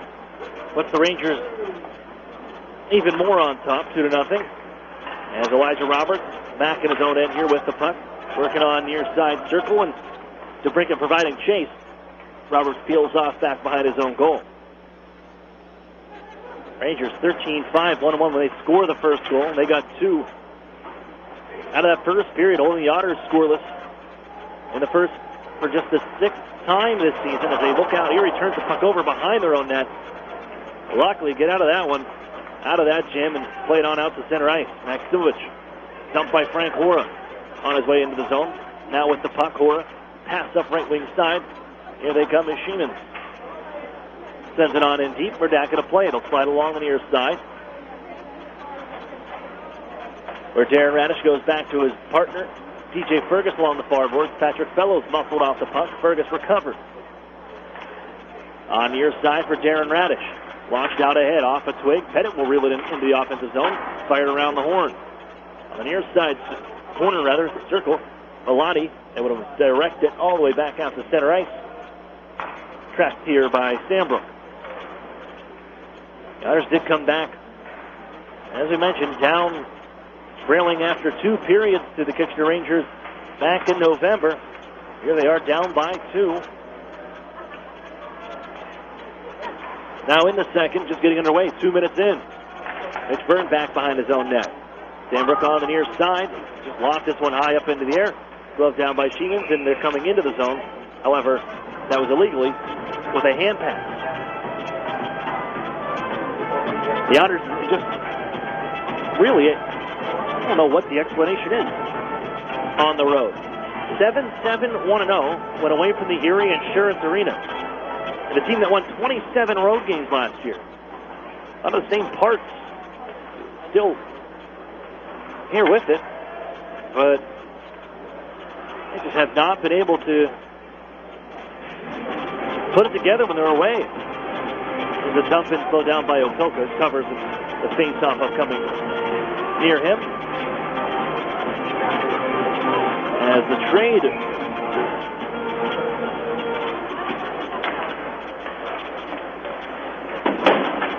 season begins. It's that in a minute. Here's Christian Gurney, lost the stick, heading back behind the net. Garrett Podubny shielding the puck. Roberts watching him. Podubny, nice little move along the half wall. Now gets thrown to the ice by Elijah Roberts. And they skate out to the near side. Stripped of the puck by Erie as they hand off. Alan McShane back in front of the pass. Oh, probably want to take that one. It missed the stick of Gurney. Probably should have taken the shot. He was open, McShane in the slot. Podubny mishandles the stick as the puck worked on out the center left wing side. Adam Masper, man in front. Drop pass. Can't connect. Scored. That's my apologies. The late man in was Morellis.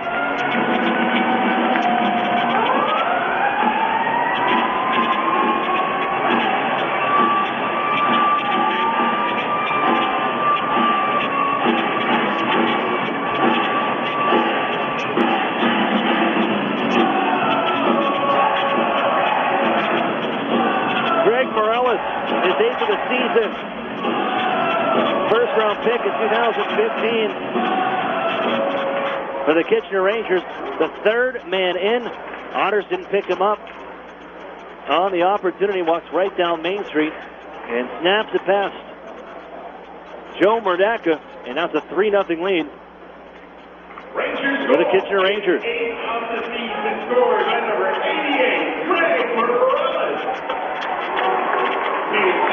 Directed back behind the Rangers net. Morellis second in rookie scoring in the OHL behind Ryan Merkley, the first overall pick of the Storm this past year. As the Otters just send it back on out to center ice, sliding down.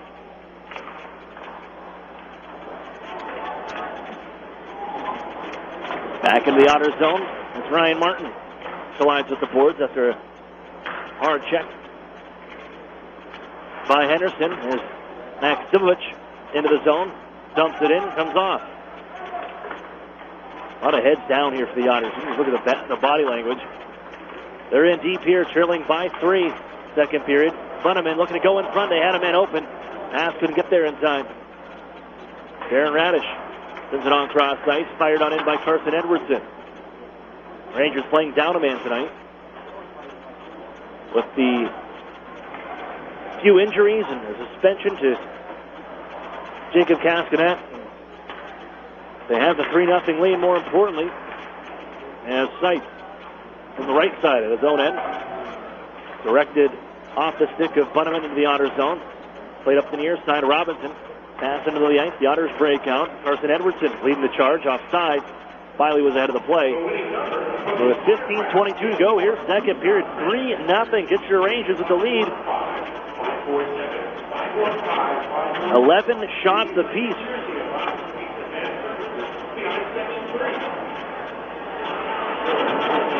The Otters really haven't threatened outside of Alan McShane's couple opportunities. The one that he passed up, and eventually the Rangers took advantage and the break of their own. They ended up scoring.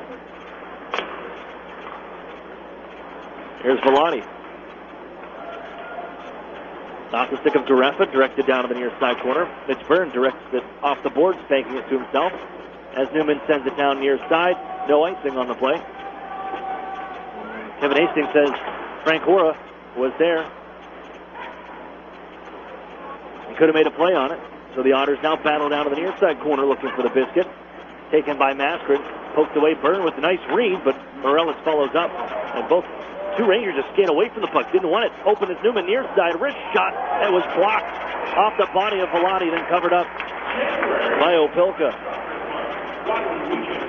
Hora and Morellis kind of looked at each other, looked at the puck, and thought either one of them was going to get it. They both peel it off, and it allowed Patrick Fellows to take the puck off the far wall and slide it in front to an open Brett Newman. Unable to beat Luke Opelka. And getting across the block it to Velani on the play.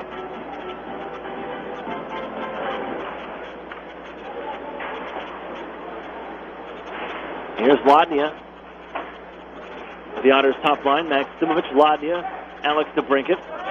Give him behind the net for Francoeur.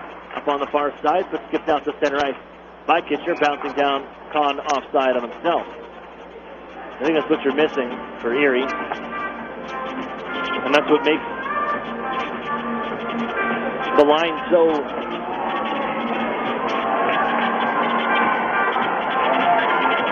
formidable for the Otters. If you have a guy like Taylor Radish that can bang bodies and a big body at 6'2", 209, that opens things up for a guy like Alex DeBrincat or whoever may be the centerman, McShane. But the Otters, is a shot coming across the line from DeBrincat, fought off by Opelka. One and done, and the Rangers skate out the center with it. On right wing side, Fergus puts a body into a man, but it's followed up by Elijah Roberts. Centers out in front for Llewellyn. That's cut off by Ladnia. On ahead for Max Stillman, trying to duck around to check. A hit by Mason Kahn. The puck stays alive. Back into the Otters zone and in deep. Fergus comes out from behind his goaltender. Skates it on out the center. Leaves it for Ladnia, right wing side. Across the line. Winds up slap shot. 6-save made. Rebound out in front. Fergus at the line. Gives to Darren Radish. Pass on to Alex DeBrincat in the far side corner. Fergus back up high. Moves in. Doesn't shoot. Defers to Darren Radish. He makes a move trying to go around a man. Runs into Roberts. Puck loose inside the zone. Chipped out the center by Henderson. This one high in the air and bounces landing right for Llewellyn. Back is Alex DeBrincat defensively. Puts Llewellyn into the boards on the near side. They keep it back down low. DeBrincat juggling the puck in the air with a stick, but they cannot clear. Give it on to Mason Kahn. Stick lift from Alex DeBrincat sends it on to the near side corner loose. Mascarin steps in front of Radish. Puts it out in front looking for Gareffa. Couldn't get the swig on it. Left at the half wall. It's Mascarin again.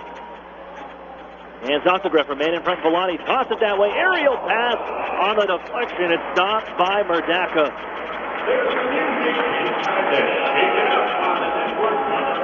And Merdaka comes up with the stop.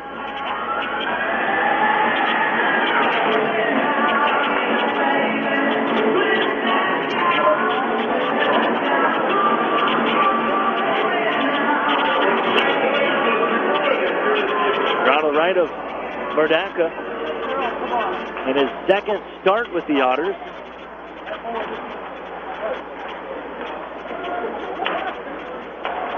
Starting last night against the Hamilton Bulldogs, stopping 21-22. But Kitchener is just getting good opportunities. As this one sent down ice, Merdaka fielding the grounder, gets the cover.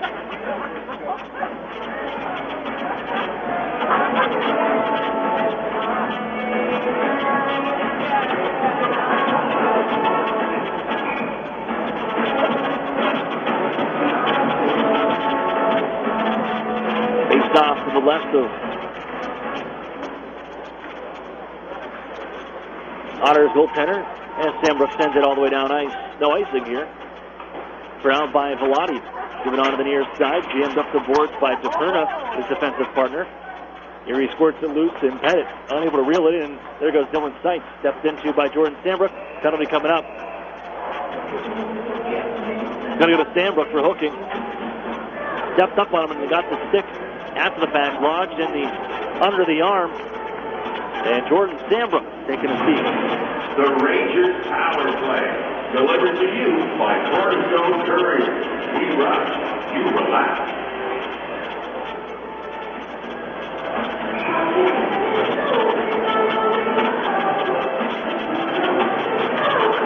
Erie peddling 76 Jordan Sambrook submitted for looking at 750. Back to the power play. 1-for-1, the Rangers. Erie's penalty kill on the road, just 76%. Shot from the point off the stick wide. Grabbed here by Gareffa. Pushed on in front. Power move here. Cut towards Nicole. As they crash, Merdaka covers up. Now the Otters power play 85%, 85.3. It's the third best mark in the league, but when you get on the road, it drops nearly 10 percentage points. That just goes with that's including today's power play goal allowed to Connor Bunneman.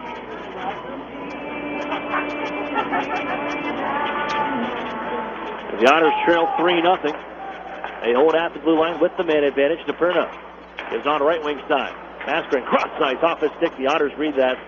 Knocked it away loose to the near wall as Ryan Martin out here on the PK. Greffa in front on the back door. It's open. Can't get to the goal. In front, chipped over the goaltender. The Rangers make it 4-0.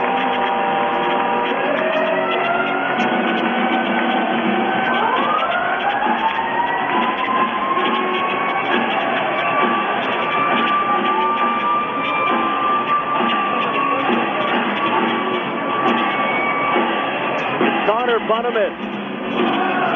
After they passed cross street by Gareffa, they had Mascarin wide open on the back door. And as you react to get over there, Mascarin couldn't take it clean as he was falling down to the ice. He was able to poke it back out in front. And as the Otters shifted to go that way, cover the far post with Mascarin, the puck is loose and it's found by Bunneman. Digs home his second of the night. And now Erie in a pretty deep hole, 4-0.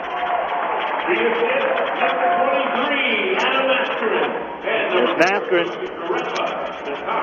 he's got a 3-point night, 3 assists. Adam Mascarin was third in scoring.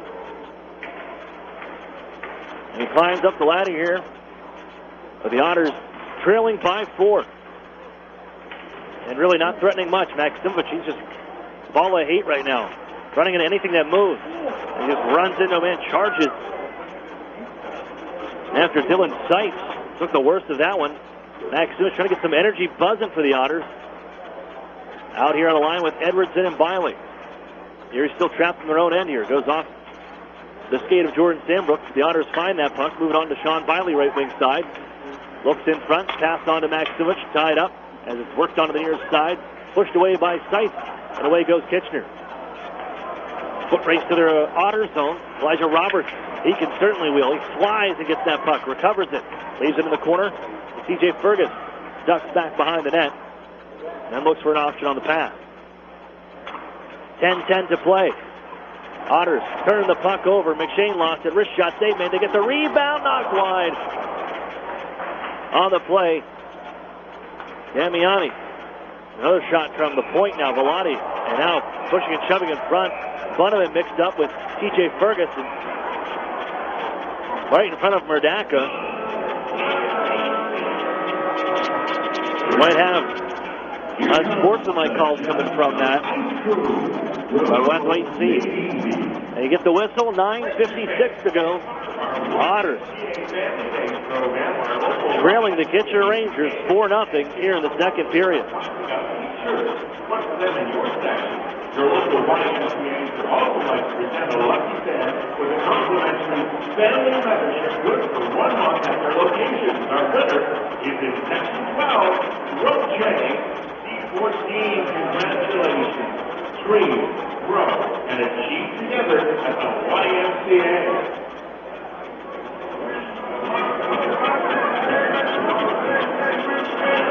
Otters fans, keep your clothes in top shape with Chido's Dry Cleaners. Complete with an easy, accessible drive-thru and free pickup and drop-off. Chido's Cleaners is second to none. It's Chido's Dry Cleaners, the official dry cleaning service provider of the Erie Otters.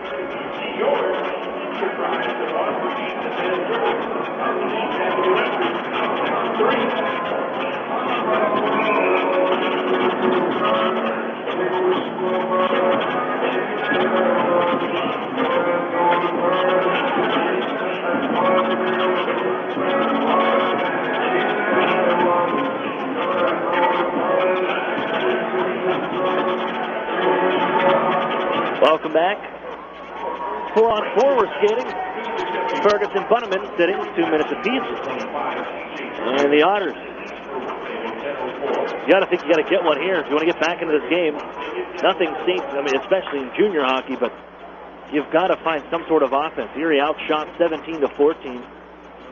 But much like against the Hamilton Bulldogs, not a whole lot in front or in high traffic areas or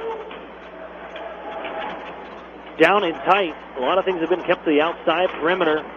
Erie this is the problem. You just don't have those kind of bodies. It's Kahn in front with a pass across. Wow, sliding save, Murdaka on Adam Mascarin. He was wide open on a 2-on-1 when Kahn got around the defender. made the pass across, and Mascarin couldn't beat Joseph Murdaka, moving from his right to his left. To get to my point, that's where you need just a little bit of size on the Otters team. And your top line, Ladia, Maximovich, and DeBrincat, nothing against those guys, but they're not really plowing the way to open things up for you. So you miss Taylor Radish that much. Even Dylan Strom at 6'3". Here's Maximovich. Slap shot from the blue line. Turned aside by Opilka and Morellis. Gains control along the right wing side. Chased by Alex DeBrincat. Almost had him wrapped up. Avoids the penalty as Morellis continues down the right wing side. Now behind the Otters net. Crunched there by Mitch Byrne. As they push and shove for the puck. Morellis lost his stick. Byrne guided up the near side. Gets it around Elijah Roberts. Down ice, but Frank Hora back from his own end to clean things up. 4-on-4 for another 40 seconds. Elijah Roberts up the neutral zone, picks it back up after the play, has a man to his left, 2-on-1. Roberts fires. Oh, stick save made, and a good one from Murdaka. The Otters counter the other way, 4-on-4. DeBrincat right wing side, drop it off to Stambo from the circle. Stop made. Opilka has that one, launches it at the top of his crease, and now DeBrincat mixed up with Roberts, and Llewellyn crashes it also. A lot of feistiness coming up. There's the frustrations. DeBrincat and Roberts still barking away at each other. And they're both going to go to the penalty box now.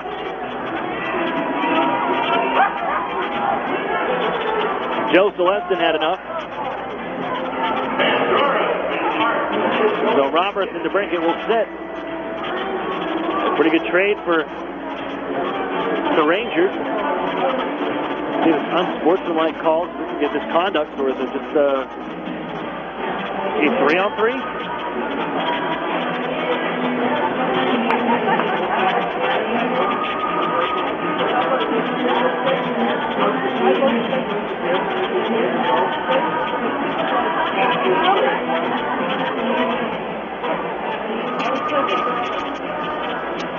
So I believe it is. We're going to skate 4-on-4 for another.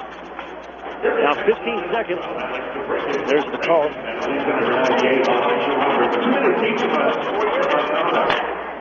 That's 2 minutes for unsportsmanlike conduct for both of them. And out of the box, we have a pair of players rejoin. Now we're 5-on-5. Ladnia dancing in the offensive zone as he skates down the right wing side. The Otters trailing 4-0 here. Under 8 minutes to play in the second. Wayman walked the right wing side. Wrist shot off a stick. Deflected out of play. Alan McShane in on it. Couldn't get it on net.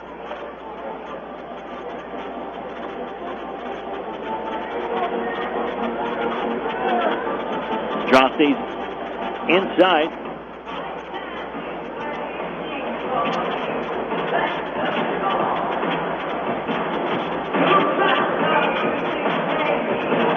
The Otters this season, most goals they've allowed in a game, 8 of them, and that was against the Saginaw Spear. They give up 5 in a period. And the largest margin of defeat was that game back in November at the Dow Event Center. Erie falling 8-3. As this one plays towards the front of it, Mascarin knocks it down wide. With the Rangers back in. Losing by 5, the Otters are worst margin of defeat on the year. There's Garrett Podubny. Getting around Frank Hora, couldn't back him down after playing the puck through skates. It's the Kitchener Rangers back in offensively. Garefa on the near side. Working up the half wall, leaves it for Morellis. Watching on the play, B-rated prospect. Morellis. Frank Hora now at the point. His shot, deflected just wide by Mascarin. Loose in front of the net. Bouncing puck to the far side corner to Perna. Crashes on through. The defenseman now has it slided on in front. Guided away by Morellis, who has control at the left wing circle. The blue line. It's Hora, wrister. That one out of play.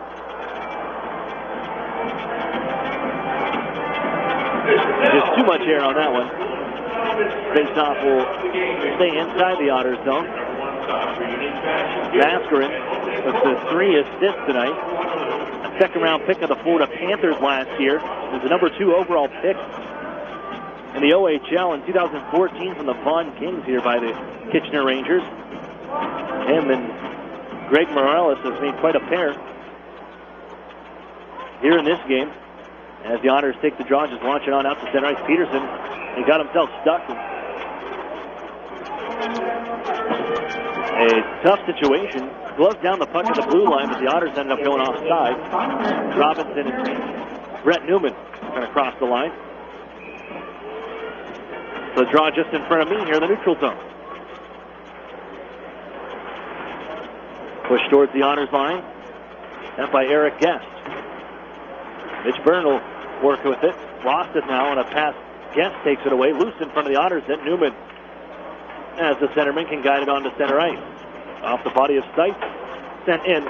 Opilka will leave it for Gentles on the far side. Kyle Gentles jams it up the wall. Picked up here by Kitchener on ahead. Guest turned around at the Otters line. Darren Radish volleys it back the other way. And wheeling behind his own goal is Gentles. Robinson providing chase. Duck the check from Edwardson. Otters take the puck. Now out to neutral ice. Radish will launch it in one more time behind the goal as it settles behind the cage. Robinson, Edwardson battling along. Loose on the far side. Damiani, he just sends it up into the air out of his own end. But forced offside is Dylan Stites. Ferguson, Darren Radish stand him up. And now Ferguson, Stites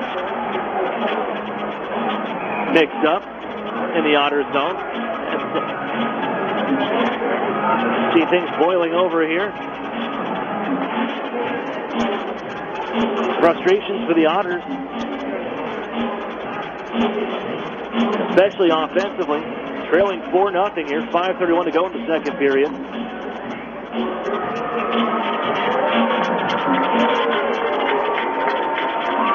They really have not had much work for them. They've kind of been run over. This pretty strong Kitchener team when you're looking at physical strength altogether.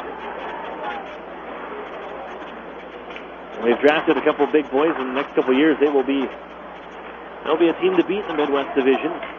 Nothing for no slouch this year, but at some point, you got to figure out if you're going to be a contender or pretender with the Rangers.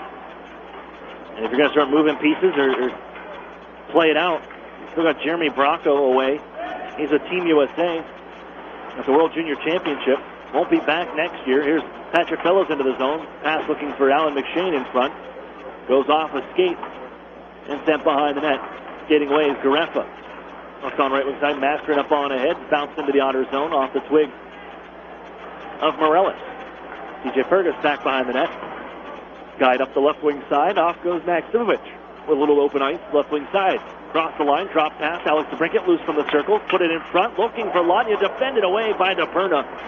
Before Lanya can get a twig on it, DePerna reels in the pass and skips it out to center. Now the Otters one more time. Here's Maximovich turned around and a hooking call upcoming to Llewellyn.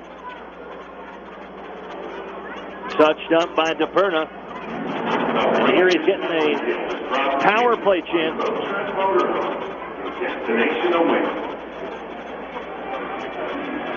Their third opportunity of the night. Evening, afternoon.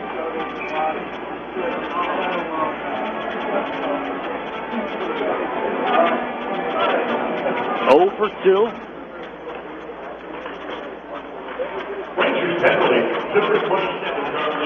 a shot from the point by Erie. Glassville coming back from the break. Erie's just 1 for 10 on the man advantage coming into this one now. As it's bounced down along the far side corner, Lanya picks it up. Heads onto the near side, gives the blue line, bouncing puck, skips over the stick of Darren Radish, and now a foot race to the Erie zone, and Radish will get there. Kahn hot on his trail. Maximovich looks left wing, missed on the pass for the dish intended for Pettit. Francora fires around the far side, knocked down by Maximovich, but it's picked up and skated ahead by Mason Kahn. Right wing side, wrist shot. Another stick save made by Murdaka. Got the shaft of the stick on it. And up goes Alex DeBrincat. Right wing side, cross the line, wrist shot wide on the Walker side. Nobody home at the left point. This puck rolls all the way to Erie territory. A minute left on the power play. Otters trail 4-0. A little over 3 minutes to play here in the second. Pettit hammers around the boards.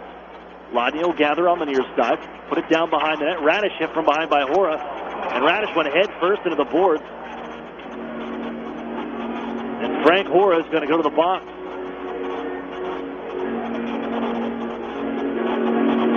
Like 5-on-3 upcoming for the Otters. 45 seconds left on the first penalty. And I think the Otters, you got to call a timeout here? Yes. It's critical time right now. You got a 5-on-3 power play for 45 seconds. Late in the second period, under 3 minutes ago, 2:57. You trail 4-0. You absolutely have to get a goal before you go into the break if you want to have any chance, in my mind, into the third. Critical point now in this hockey game for the Erie Otters. A power play that has been lackluster.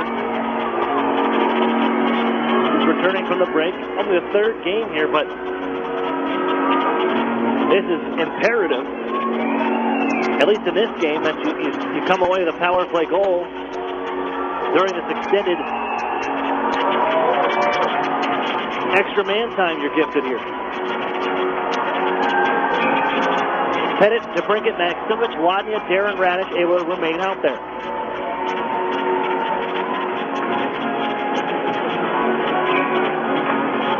Tie up at the circle. Loose in front. Wadnia coming towards the goal. Jam attempt. Loose as a backhander from Pettit. Up over the goal. Glove down by Opelka.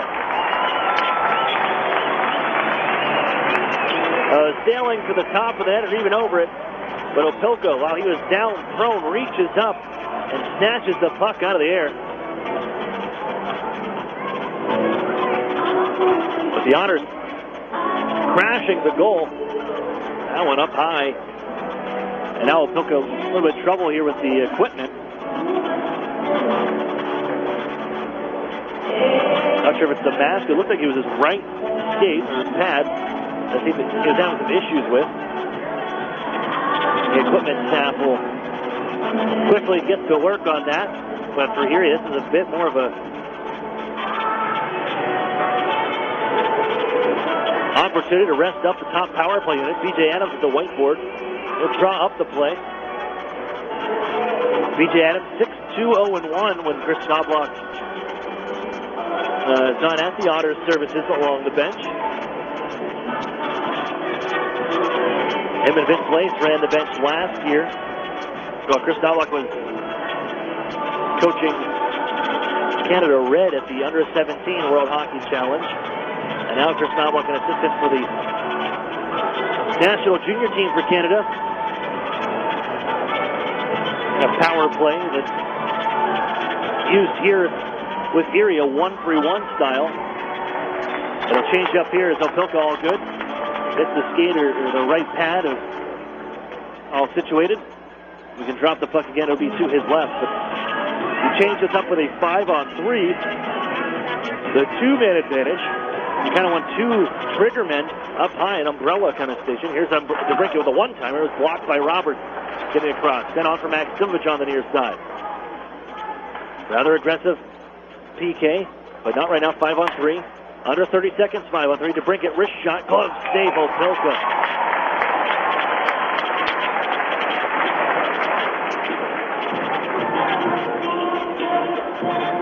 Saw that one through traffic, leaning to his left. Takes it right into the net. DeBrincat looking to go glove side. 21 seconds left, 5-on-3.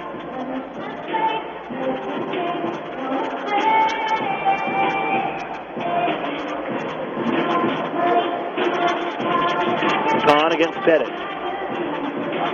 Pettit won the draw. Darren Radish holds in from the line. DeBrincat gives off to Radish. Left side, Wadnia. Back to Darren Radish and DeBrincat on the right. Gives off for a one-timer off the body of Pettit wide. Off the stick of Darren Radish. 5 seconds left, 5-on-3. DeBrincat holding. Gives to Darren Radish in the middle. Looking to give on to Wadnia. It's still loose. Turned down ice on the clear. Out of the box. Comes for Welland. As Verdaka forced to play it. He's the only man in, and Murdaka sends it away from Llewellyn. They'll set up their PK now. Erie with the man advantage for a minute. 5-on-4. Ladnia spins along the wall. Gives it to Darren Radish. Sends it down behind the net. Christian Gurney leans in, trying to kick it loose from DePerna. Maximovic centers. Nobody there. It's Llewellyn. The intercept. Skates left wing side. And we'll flip it into the Otters zone. 40 seconds with the power play. And a minute 35 to go in the second period, where the Otters trail 4-0. Ladnia spins and hands off to Radish behind the net. Alan McShane, Darren Radish battling down near side. Moved along by Bellotti. Now Gurney in front for Newman, directed towards the goal. Off the skate of Morella. Able to reel it in and send it out to center. Well, Fergus lucky he didn't get an interference call on that. I thought that was a little late on the shot he gave to Morellis, who flipped it out to center. 10 seconds on the power play. Erie sends it on front. Gurney on for McShane. One-timer scores! Here comes the money. It's Alan McShane. Ends the shutout streak. Power play goal. Otters on the board. It's 4-1.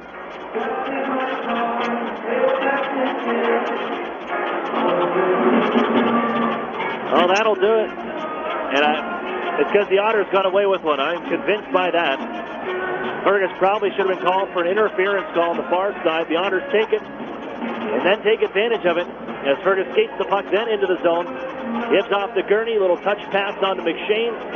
Spinning out. Gets the one-timer off, and Erie's on the board. It's 4-1. Here's Kyle Pettick to the goal. His shot stopped by Opelka. Just seconds after the face-off. So the Otters 1 for 4 with the man advantage. They score on the second part, the second penalty. And at least they get on the board here in the second. 4-1 burn from through traffic on wide, poked away. That's a little bit of energy here in the final minute from the Otters. Alan McShane on the board at 7th of the year. Gurney setting it up. Here's Patrick Fellows. Making his way to the offensive zone. Pushes the puck down to the near side corner. Mason Kahn takes there. Fellows takes it right off of him now. Fellows walks in. Wrist shot. Stopped by Opelka from the sharp angle.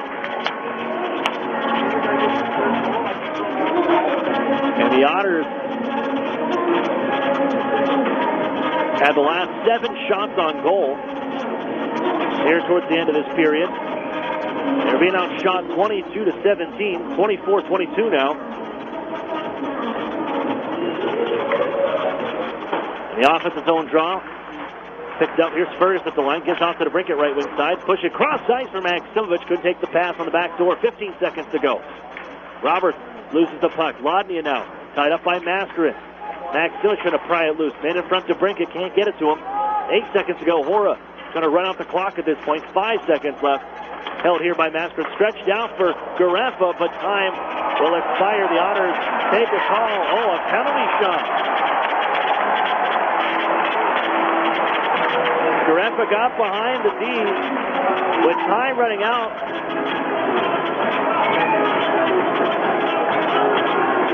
On the clock. I think this one's going to be it's got to come in 20 minutes. Darren Radish, the hooking call. They're going to give Garefa, I don't know, time it expired. They held him up and ends up going down and gets the penalty shot here. And it'll be Joseph Garefa, second-year man against Joe Murdaka on the penalty shot.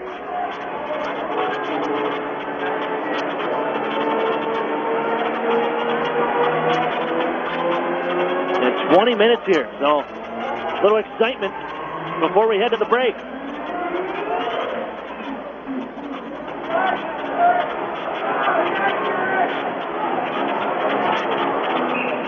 There we go. Garefa takes out wide right on Murdaka, moves in the middle of the ice, fires a shot, it's stopped by the blocker of Joseph Murdaka. Now, he had some practice last night with the shootout and stops the penalty shot. No dice for Joseph Garefa. And they're saying there's 0.7 on the clock.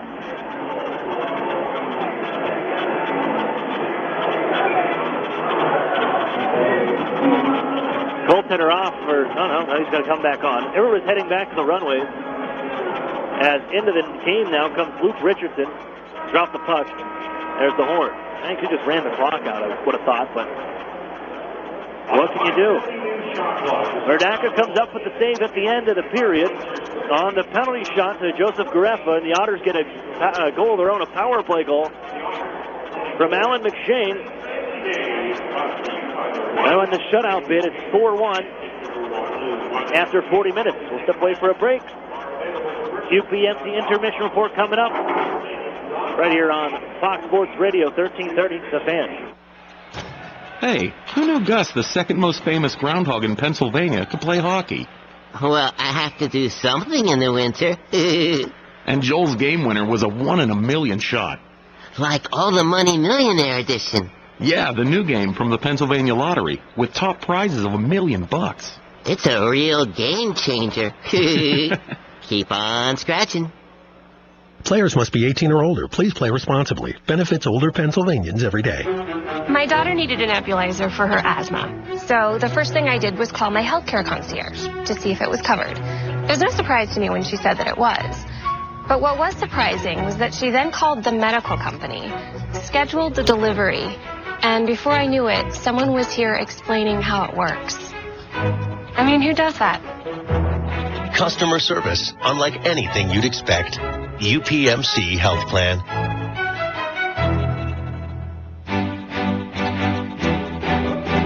The Sheridan and Courtyard Erie Bayfront Hotels are proud sponsors of the Erie Otters. Join us for the pre- and post-game celebration at the award-winning Bayfront Grill or the brand-new Shoreline Grill. Let us help you fuel up for the high-energy game with our extensive menus and craft brew selections. You Otter be dining with the best. Northwestern Pennsylvania winners? Don't let them keep you from driving. Instead, drive more safely in an all-wheel control Mitsubishi. Among sedans, the Lancer is absolutely the lowest priced all-wheel control car in the market today. Only $17,700 right now at Interstate Mitsubishi. The all-wheel control Outlander Sport is the most affordable CUV in its class. It's priced right now at only $18,990. With the 2016 all-wheel control Outlander, you can drive up to 7 passengers more safely at the incredibly low price of only $21,990. All of our vehicles offer top safety features and are covered by a 10-year, 100,000-mile warranty. Buy an all-wheel control Lancer for only $17,700, an all-wheel control Outlander Sport for only $18,990, or a 7-passenger all-wheel control Outlander for only $21,990. Get outside this winter. Drive to Interstate Mitsubishi 1/2 mile south of the Mill Creek Mall on Route 99. Price is based on 2016 model years MSRP. Stock number 3540, 4066, 3634 plus tax, title, license, and dock fee. All the exciting action of OHL hockey. The Erie Otters On Fox Sports Radio, 1330, The Fan. Hello, everyone. I'm Terry Doyle. Welcome to this week's edition of OHL News, presented by Warrior. Coming up on the show, we'll talk to a goaltender who, plain and simply, was perfect last weekend. That's coming up in a moment, but first, congratulations to the 6 OHL players who have been chosen to represent Canada at the 2017 World Junior Hockey Championship, beginning Boxing Day in Toronto and Montreal. The OHL players who will suit up for Team Canada are Anthony Cirelli of the Oshawa Generals, Michael McLeod from the Mississauga Steelheads, Erie teammates Taylor Radish and Dylan Strome, Sault Ste. Marie's Blake Spears, and Mitchell Stevens of the Saginaw Spirit. For updates on other OHL players who will represent their country at the World Juniors, check out OntarioHockeyLeague.com. This week's Pioneer Energy OHL Player of the Week is Michael DiPietro, the goaltender of the Windsor Spitfires. He posted a 3-0 record last week with 3 shutouts, meaning he had a 0.00 goals against average and perfect save percentage. He picked up shutouts on the road at Barrie, Sudbury, and North Bay. All of those games were those teams' teddy bear toss games. The 17-year-old from Amherstburg, Ontario, is eligible for the 2017 National Hockey League entry draft. And when we caught up earlier this week, you know what the first question was. After last week's road trip, I've got to ask, what do you have against teddy bear toss games? I don't know. Just one of those weekends, I guess, when the puck seems as big as a beach ball kind of thing. So I love teddy bears, but I certainly don't like them when they're being thrown against me for sure. I have a ton of them myself, but yeah, I don't know. I like the goose egg better than the teddy bears for sure. Is that one of those ones as a goalie you kind of think in the back of your mind, that would be fun to do against a team, no offense to the home team, but it'd be kind of fun to at least make them wait a long time, if at all, and then it plays out in 3 straight games. Could it have gone any better last weekend? No, I don't think it was almost like you could write it in a book kind of thing, but, it's not just me. I think the team played exceptionally well in front of me, limiting the other team's chances, but yeah, it was kind of surreal as the weekend went on, and the period goes by, and it keeps building at one after the other. So it was a great weekend for the guys and myself. It's been a strange teddy bear season for your team. Of course, in your home game, you guys thought you scored against Sarnia. A bunch of people threw the Bears, and then they said, no, hold on, it didn't go in, and then you score again later. It's between this and the road games, just feel like, okay, this is just a weird holiday season for us. Yeah, it's certainly been weird. Starting off with our game, kind of setting the tone. The way we did is kind of weird. Think we scored, teddy bears get thrown on the ice, turns out we didn't, and then we end up scoring shortly after that. So it's just, if the OHL, you never know what's going to happen kind of thing, and we're just enjoying the ride as a team. Those games are certainly fun to play in, and, I'm just happy the way this weekend turned out. This coming weekend is the last of 5 straight on the road for you guys with the big swimming event at your home rink last weekend. You're pretty proud of the way the guys have come through this stretch of having to play on the road? Yeah, certainly. Playing on the road is definitely not easy, but, we can, it just shows the character we have in our room and the depth for sure. We know that we're not done yet. This weekend's big, especially Friday night against Erie. It's a must-win game for us. Kind of sets the tone for going into the Christmas break, the momentum that we will have, and then when we get back, we're still one more road game before we can start off at home. So we're focusing on this weekend. We're not putting our ducks before the horse kind of thing, and just keep going. Give me your take on how your season's come along personally. I thought I started off pretty well. It's the beginning of the season. Everyone's working out their kinks, and then I don't know. I thought I went through not a rough patch, but I don't know, just a different kind of spell. Kind of thing, letting in 3 or 4 the odd game. But then these last couple weekends, I've been feeling it again, not overcomplicating my game, and just having fun again. And that's why I play is for fun. And just remember when I was little and trying to play the way I did when I was little, no stress, and just enjoying the season, especially my draft year. For you, being in your second year, I know last year, was it a case that you would have even liked to get in more games last year, but the team, as a 16-year-old, kind of bring you along a little bit and, being a little patient with you, and now you see why they're doing that as now you get to carry the ball this year? Yeah, obviously, last year I wanted to play as many games as possible, and Coach trusted me playing 29 last year, and, it's a testament to them for sure, having that faith in me, and such a young age for sure. Now going in my second year, they kind of give me the ball, and it's my job to keep it and keep going, and just keep it positive in the room. I have a great relationship with my goalie partner, and I think that's what is causing him and I so much success along with the team. So I think you can only control what you can control, and that's the games you play, and just keeping the pucks in front of you, and just having fun. That was Windsor Spitfires goaltender Michael DiPietro. The Spitfires come into this week 6th in the CHL Top 10 rankings. Leading the way, the Western Hockey League's Regina Pats, followed by the London Knights and the Erie Otters. As we mentioned, Windsor at 6th. The Sault Ste. Marie Greyhounds come in at number 7, and honorable mention this week to the Oshawa Generals. The 2017 Sherman-Williams CHL NHL Top Prospects game is coming up in January. It'll be played January 30th in Quebec City. 19 OHL players have been named to the rosters. Get the full list at OntarioHockeyLeague.com. Well, that's going to do it for our show this week. The final edition before the holiday break. On behalf of everyone at the Ontario Hockey League, all the best of the holiday season, and we will talk to you again in the new year. For OHL News presented by Warrior, I'm Terry Doyle. Thanks for joining us. We'll be back with the UPMC intermission report after this on Jet Radio 1400. Fox Sports Radio, 1330 The Fan. An Erie landmark since 1953, Nunzie's Place serves generous portions of great food at reasonable prices. Family owned for almost 60 years, Nunzie's prepares the finest Italian food in Erie. Come see why the Erie Times News said Nunzie's is known for food that tastes good. Nunzie's Place, located at 2330 East 38th Street, near the Bayfront Connector. To call for reservations or place an order for takeout, call 825-2940. Nunzie's, known for Italian food that tastes good since 1953. SEO, text message marketing, social media. As a business owner, you know the best way to reach customers is online. Viral videos. But you don't have time to keep up with the latest digital marketing technology. Web design. That's where Local Edge comes in, especially for the one term you're most concerned with. ROI. As a full-service digital marketing agency, Local Edge offers turnkey solutions to grow your business online. From search engine optimization and marketing, to social media, to mobile advertising, to video promotion. Our expert support team is ready to customize a program to your needs and track results throughout the campaign. Plus, as a division of the Hearst Corporation, Local Edge is backed by the largest, most diversified communications company in the nation. So when you're ready to generate leads, find new customers, and increase your revenue, talk to the digital marketing experts. Visit localedgemedia.com. Think digital. Think Local Edge.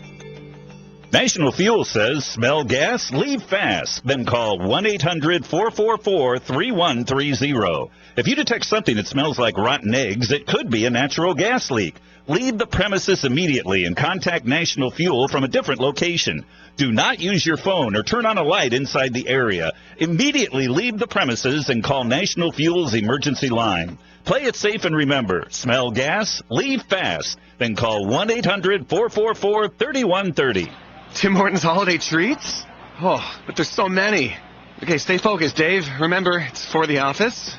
Okay, definitely one peppermint hot chocolate, red velvet muffin. Ooh, I want a cinnamon bun iced coffee. And some mint chip Timbits, and a gingerbread ice cap, and chocolate mint-filled cookie with peppermint bark. Come into Tim Hortons and let our holiday treats bring out the child in you at participating U.S. restaurants for a limited time. I'll just take one of each, thanks. It's for the office. Keep up on all things Erie Otters by following us on social media. Follow the Otters on Twitter and Instagram at Erie Otters, and like us on Facebook at facebook.com/Erie Otters Hockey. You'll get up-to-the-minute news on all things happening with your Erie Otters, so check us out on social media today.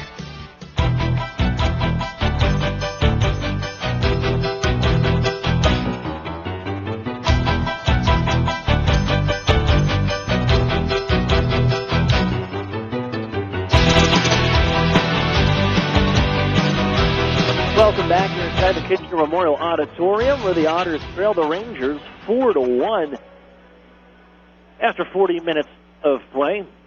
Aaron Cooney with you, the UPMC intermission report. We'll get right into the Arctic Spas recap. How'd we get here?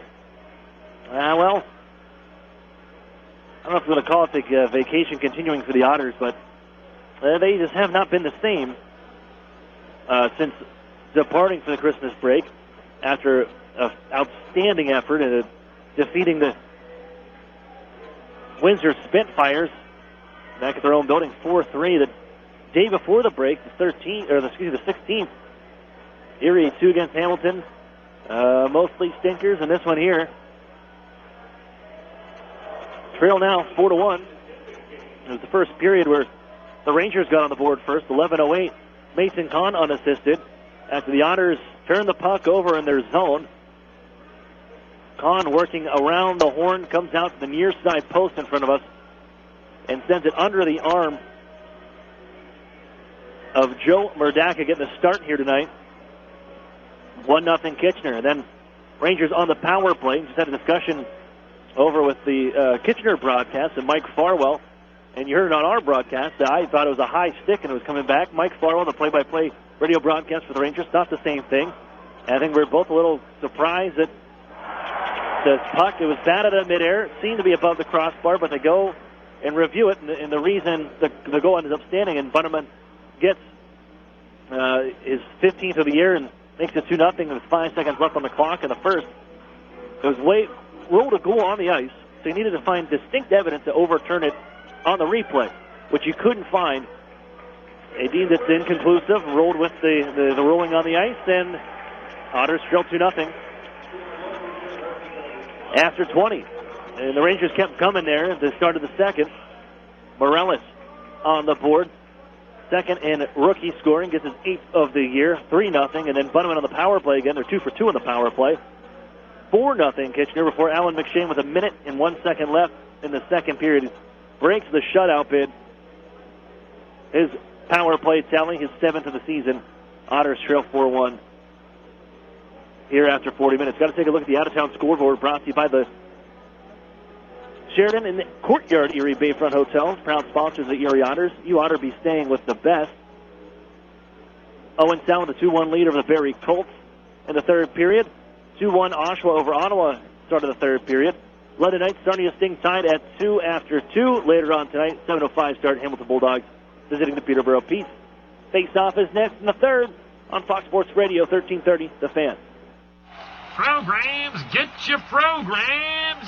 You know, Mill Creek schools have all the programs you need. Really? Yes, they have preschool programs, Center for Performing Arts programs, Honors College and ROTC programs, dual enrollment and student internship programs, not to mention 16 advanced placement courses, 30 varsity sports, and over 50 high school clubs and activities. Sounds like they do have a program for everybody. Programs, get your programs. In the Mill Creek School District. Over the years, technology has greatly improved the productivity of the business office, from faxes and copiers to multifunction printers. Now we don't know how to get things done without them. And that means you need a reliable printer copier and a dependable service plan. That's why you should trust Cooper Business Machines. They are Erie's only authorized dealer for Sharp document systems. And most importantly, they will maintain your machine so that it continues to, well, work. Just like your car, it needs regular maintenance and parts need to be replaced regularly. If your copier isn't properly maintained or you're not getting toner in a timely fashion, then you've been reminded what it's like to work in the dark ages. Don't wait any longer. Your business requires dependability. Shouldn't you expect the same? Cooper Business Machines, Erie's only authorized Sharp dealer and service provider, helping you get back to business since 1980. Online at cooperbusinessmachines.com or call 456-7585. Otters fans, if you're looking for the best hand-cut steaks, fall-off-the-bone ribs, made-from-scratch sides, ice-cold beer, legendary margaritas, and fresh-baked bread, then look no further. Texas Roadhouse, located at 7475 Peach Street, Erie, is the place for legendary food and legendary service. Whether you're looking for a special occasion or just a night out with good food and friends, think Texas Roadhouse. And don't forget to cut your wait time by using their famous call-ahead seating.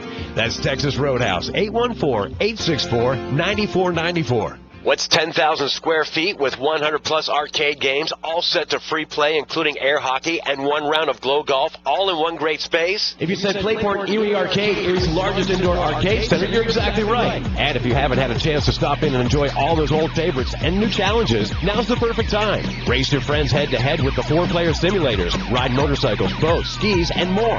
Playport has bowling, pinball, basketball, hunting games, and of course, all for a one-price admission. Come on into Playport Arcade. It's like having that feeling when you wish you were a kid again. Yeah, that's the feeling you'll get at Playport Erie Arcade. Playport is more than just an arcade. Playport is Erie's first indoor glow golf attraction. It's like walking into another world as you enter the glow golf room filled with neon and different fun obstacles at every hole. Playport is fun for all ages, and now for a limited time, grab 3 people along with yourself and take advantage of the 4-pack special. But hurry, it's only for a limited time. Playport Arcade on West 12th Street in the Big White Building just east of Peninsula. I beat my best score. I love this game.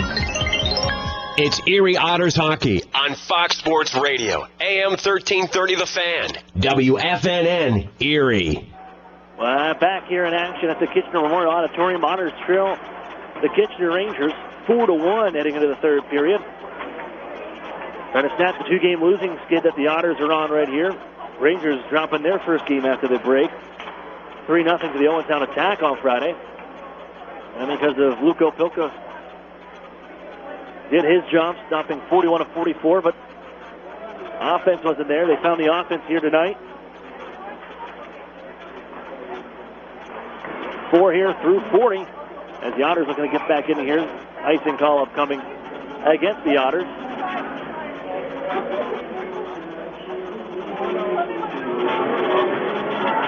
The Puck coming back down, face off down into the Otters zone. Otters, they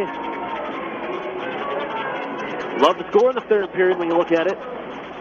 Second most goals in the OHL during the third frame, 52 of them. Only Peterborough Petes have scored more in the third period. And the Rangers, they give up goals. Give up the fifth most in the OHL. Here's Darren Radish. Otters back in the offensive zone. A wrist shot in front, deflected just wide. Lodnia got a piece of it. Alex DeBrincat now. Darren Radish, right side circle. Walks in, the slot, fires. Stopped by Opilka. Glove save made. A minute and 15 in.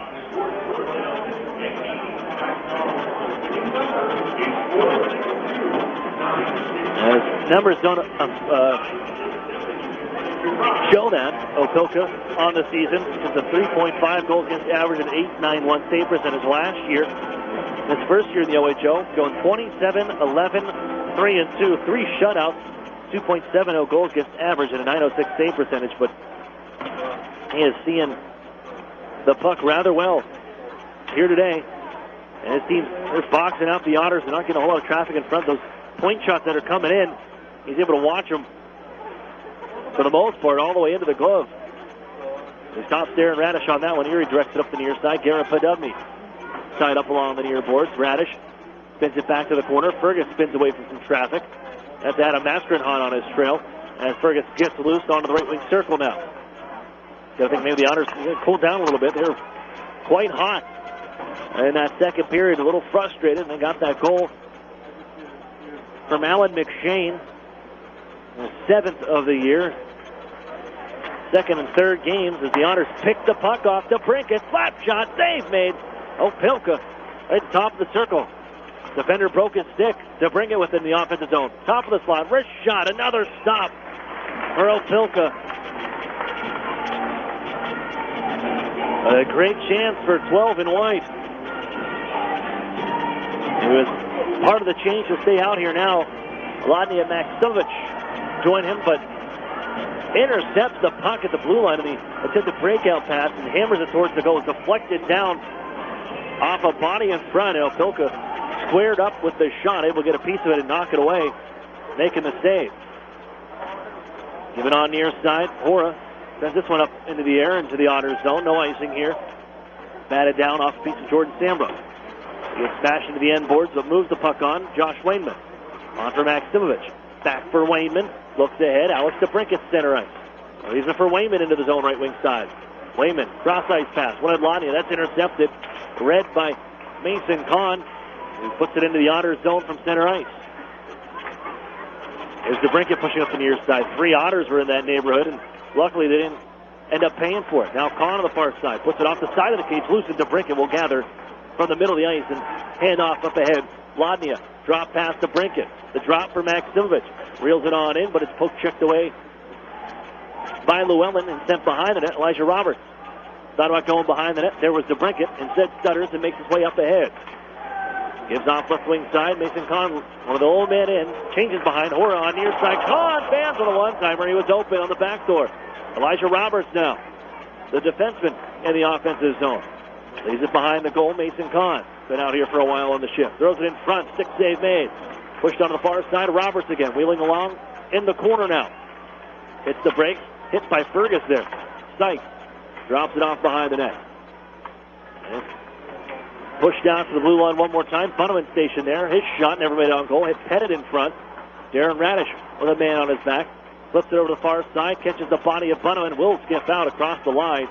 As here he can finish off the defensive shift change is Pettit. And Patrick Fellows in on the forecheck. Flipped over across ice by Kitchener. Sent towards the front of the goal. Kicked away by Sambrook, but it bounces here towards the Otters net. Right into the net of Smerdaka, who holds on.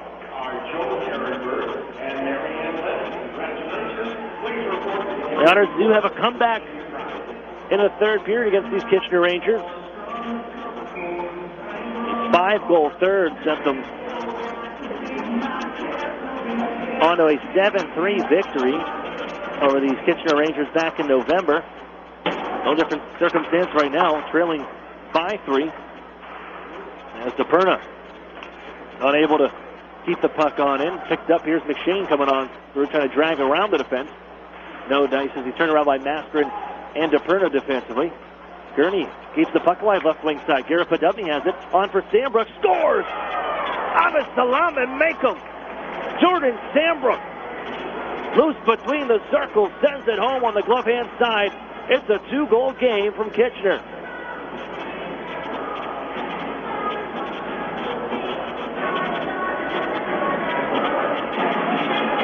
Give a lot of credit for the Otters keeping the puck in along the near side. Because Garrett Podubny brings it down left wing side, drops it off for Sambrook, and rifles it home between the circles. I don't know how close that was to being along the blue line because the puck was grabbed right in front of the Kitchener bench. No argument coming through, so everything is all good. And now we have a hockey game here from the Kitchener Memorial Auditorium. 4-2 now with Jordan Sambrook finding the back of the net for the 6th time on the year. Kane Robinson, he'll nudge it ahead.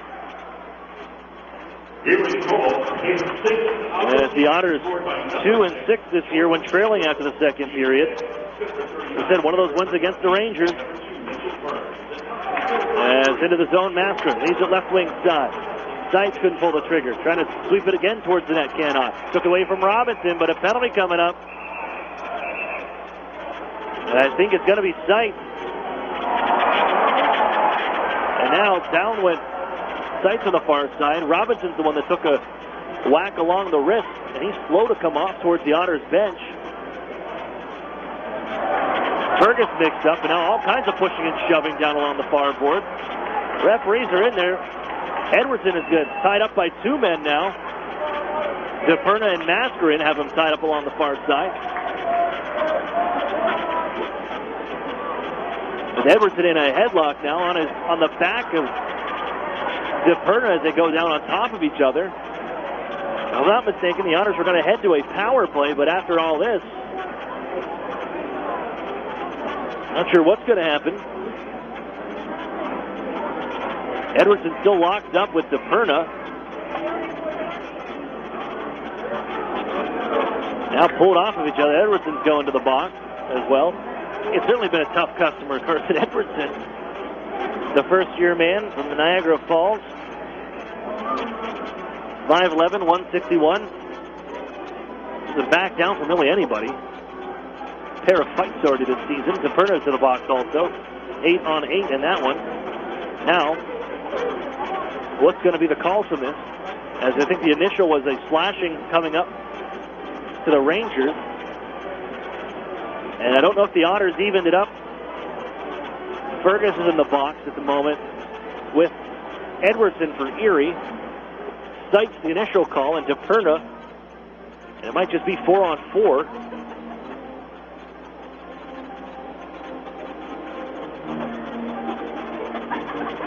As Kyle Pettit comes over from the penalty box and delivers the message to B.J. Adams.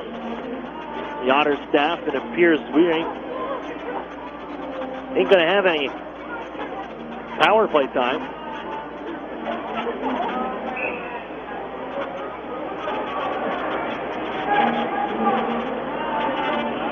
Five on 5, yes. After the whistle, the Otters just couldn't contain themselves here. That would have been a great opportunity for a power play.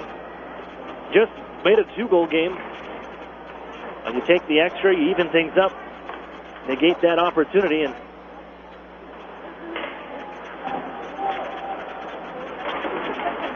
back to action, a 2-goal game, even strength. Mason Kahn trying to track the puck down on the far side. Takes Wadney out of the play. Bounced on in front. Puck goes off a body, and skating ahead is Henderson. Leaves it into the Otters zone. Radish directed up near side. Max Simovich out of his own end. Pass ahead off the stick of Mason Kahn and deflects down to the near side corner. Frank Hora to Brinket. Try to push it out in front. That's intercepted, and off goes Kahn on the push ahead by Darby Llewellyn.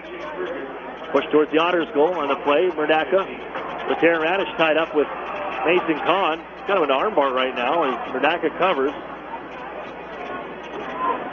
14:01 to play here, third period. As you're trying to settle the game down if you can, the referees. Tempers flaring still just a bit.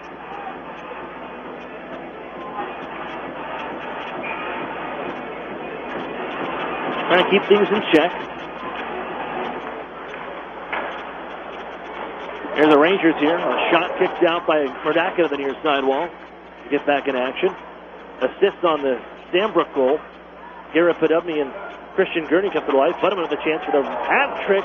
Stopped by Murdaka. Butterman loose at the Otters again, turned over and let it rip from the right wing circle. Had a man to his left as well. Damiani was there, but elected to shoot instead. Face-off pulled on the near side wall. Garefa directed away by Jordan Sambrook, but they take it off the stick of Podubny. Pass off the stick, bounces out to the blue line. Held there's Villani, throws one towards the goal line. Along the near side board, a chance for Jordan Sambrook. Slide it back for his partner Byrne behind the net. Mascarin will chase him out as Mitch Byrne skates on to center ice. It's center Ed, and down it goes. On the near side wall, Gentles lost it to Alan McShane. Plays it to himself off the end board. Alan McShane already with a power play goal here tonight. Hands off to Mitch Byrne. Now Podubny spinning in the far corner. Back to Byrne. Pokes out to the circle. The Rangers there. Velati. Out the center off the stick. McShane. Lost it to Morellis. Look out into the zone. Mascarin near side. Garefa. Close save made by Murdaka. Again sliding across the crease to make the stop. Sent out to center by McShane. Joseph Murdaka. Even last night, he's come up with some big-time stops to keep the Otters in the game. And another one right there on Garefa. That's the pass from Mascarin. Otters control from their zone. Wainman to Lodnia. DeBrincat middle of the ice. Comes around one man, walks in the circle. His shot off a stick of Horowai. On the near side, Lodnia keeps it in from the point, but it comes right to Elijah Roberts. Push ahead to Llewellyn. Poked away by Lodnia. Loose in the neutral zone. Worked up off the wall, where the Otters send it right off the back end of Mason Kahn. He'll find it on in the far side corner. Kahn out to the circle. Gives off to Roberts, holding from the line. Directed back down low for Henderson in the corner. Turned around by DeBrincat. Still controls. Cross ice pass. Kahn on a hard one. And a second to recover after that. And travels on down the near side corner. Hit by Darren Radish. Picks up Llewellyn. Pops out in front. That goes off the skate of Henderson. As the Otters find the loose biscuit up the circle. Out ahead for Lodnia. He'll skate, leave it right wing side. Cross ice now, left wing. Maximich Wine fires. Save made. Opilka on the slapper. Sambrook keeps it alive. Pitchfork it towards the goal. Rolls through the goal mouth. And Lodnia knocks the man down. They want to call. Lodnia lost the stick. There won't be a penalty upcoming as Roberts is the one that went down. And now the call's coming up. Initially, there was nobody with an arm up. And then late, the hand of Ryan Harrison goes up. And Erie's going to be shorthanded. Once we get a whistle, the goaltender's off, and Mason Kahn holding.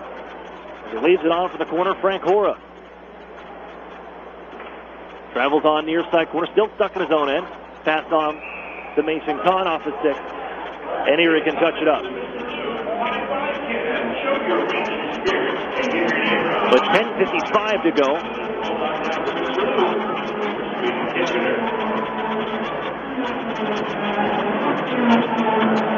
And the Otters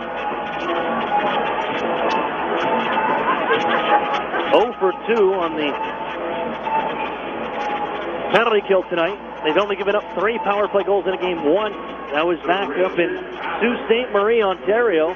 They gave up 3 power play goals in a span of under 4 minutes. A chance here. Garefa with it left wing side. Over, skates the puck and lost it. Here comes Fellows, charging right wing side. Fellows between the legs. Fellows to the goal. Stopped by Opilka.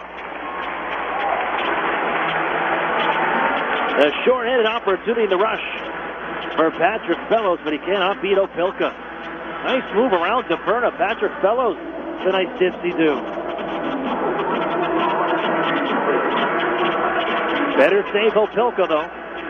Remains 4-2, 10:39 to play here in regulation. And And Erie's shorthanded for the third time tonight. It's Gareffa. He's going to turn it over that led on to that opportunity.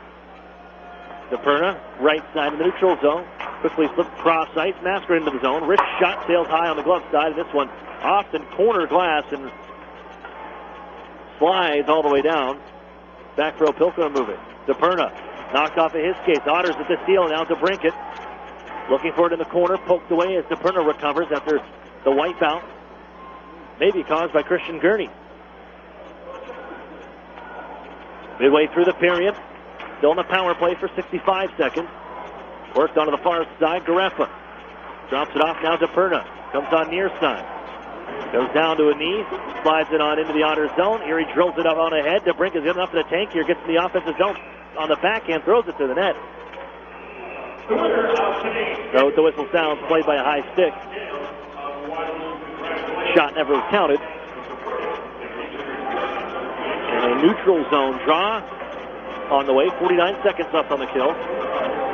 Much more spirited penalty kill for the Otters here this time around in the third.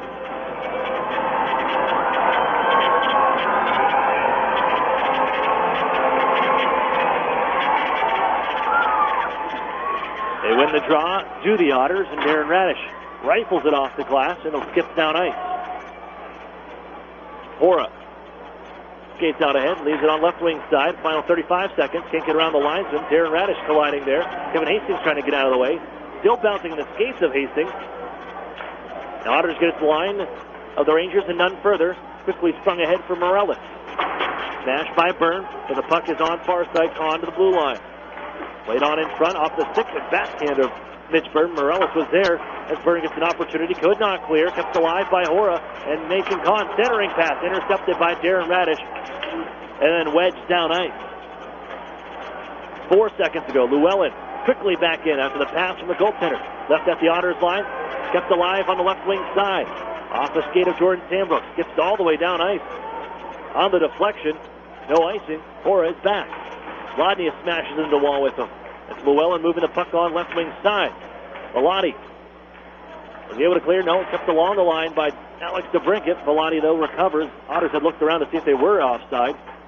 As now sent down ice for an icing call by the Rangers after the circle recovery and the errant pass.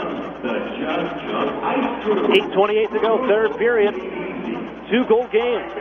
Rangers 4, Otters 2.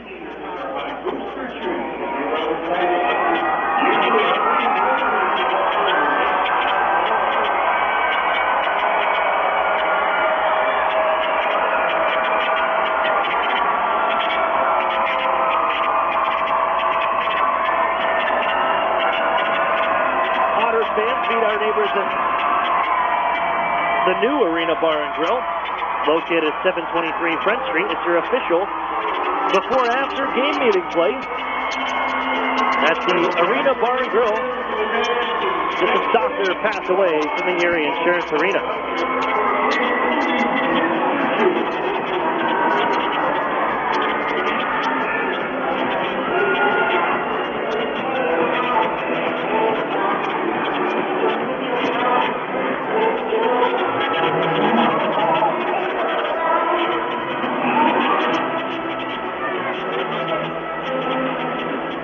Faced off inside the Kitchener zone.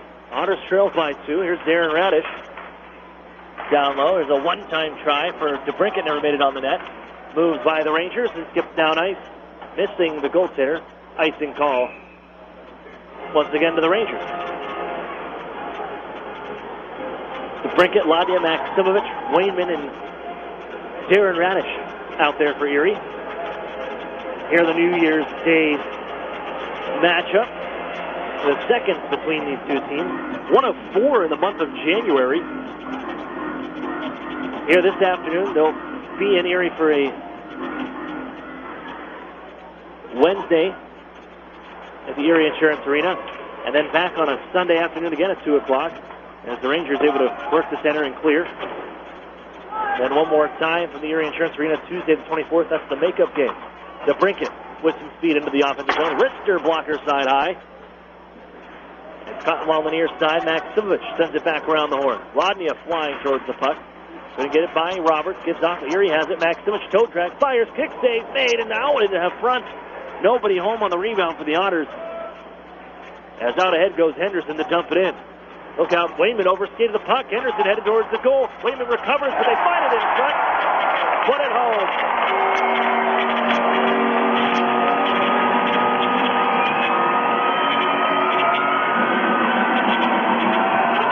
Darby Llewellyn. After the Otters leave the puck out in front of the net. Wayman overskated with Henderson on his back. It's found in front. Llewellyn skips it over the blocker of Joseph Hrdaka, and the Rangers are back up by 3. Just one of those rookie gaps. You'll have. And Wayman just overskated the puck with pressure coming from behind him, and Llewellyn finishes off the play in front, and it's 5-2. Here are the Otters. They'll skate out the center as Brett Newman. He had fellows ahead of him on the play. Newman was trying to take it himself. Sam Brook now leads the march out from his own end. Going with the rush, leaves it on for Edwards, left wing side. Off the skate, and the other way they go. Right wing. Puts in front, looking for Bunham in the hat trick. Pass no go, is a little in front of him, trying to stop him with the skate and go to stick. No dice. Out to the blue line. Horace try. Wide on the stick hand side. Back down the left wing. Velati down to the corner to the defender. Activates, he'll leave it for Sheeman. Roughed up by Sambrook. And Sheeman is put into the wall. Sambrook puts it off the side of the net. Gets it right back. Cade Robinson still in his own end here. Just chips it out ahead off the stick of Sean Biley. That was a high stick. Erie couldn't play it. They had a winger there that allows Kitchener to send it back towards the Otters line. 6:05 to play. 5-2 Rangers. And Morellis with the steal. Knock it into the Otters zone. Pushing and shoving between Edwardson, Martin, and Morellis. But the Otters have to get the puck out of their own end now. Finally, one hand on the stick. Pins it along the wall there with Robinson. Jumping in is Morellis to free it up back behind the net. Wayman for Erie. The station puts it off the stick. Look out of Guest. Got it right back though, Wayman, and heads behind his own goal. As the Otters look to break out, a couple changes upcoming as well. Wayman leaves it right side. Ryan Martin off the board. Podubny reaching for it. Reels it on in. Garrett Podubny fires it towards the goal wide. Off the boards is Gurney. Sandwiched along the boards with 2 Rangers. Podubny in to help out. Gurney gets a stick back here, but it's still in sight. Taking control, getting out the center. Stood up by Darren Radish. Gurney leaves it for TJ Fergus. Erie from their own end. Out for McShane. Right wing side. Toe drag. Fires. Stick save made. Quick little release from Alan McShane. Pulled the puck back and then snapped it quickly. And better stick save from Opelka as Fergus keeps the puck alive after the attempted clear by Roberts. Followed up here and skated out the center ice. Left wing side, it's Maskrin. As Morellis flies down to the corner, takes the pass from Maskrin. Backing up, gives to the boards. Deflected away by Gurney. That'll get out the center. With under 5 to play here in the third. Mason Kahn directs it into the Otters zone one more time here. As the Otters will head back to Erie here this evening after the game. And then the Niagara Ice Dogs, the next opponent, Wednesday evening from the Erie Insurance Arena. Kyle Maximovich poster night, if you're interested. Mason Kahn, TJ Fergus here. Look at battling back and forth to the Otters bench. Fergus just a little whack late to Mason Kahn, and a penalty coming up the other way. And I think it's going to be the Rangers guilty. You probably could have got Fergus with the extra slash in front of the bench to tie up with Mason Kahn.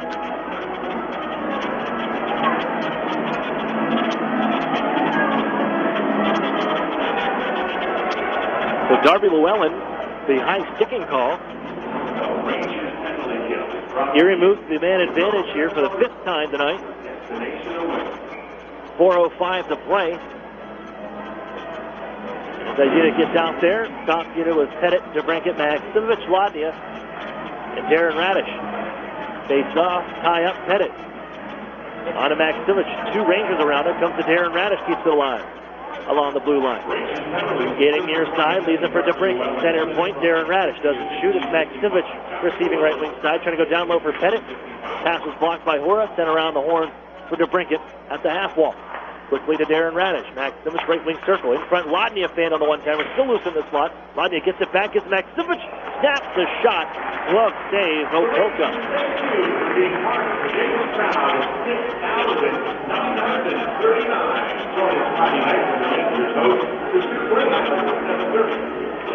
And the Otters, I'm sure they'll be watching the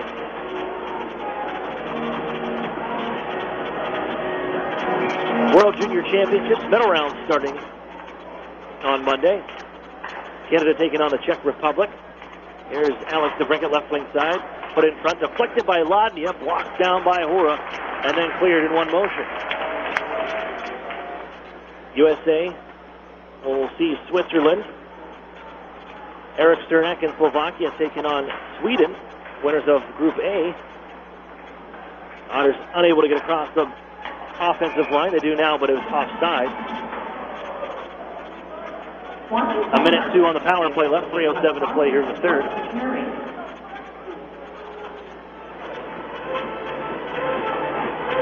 And those games moving on Monday. Tomorrow, all day pretty much. And moving on from there. And expected to join the Otters on their next road trip.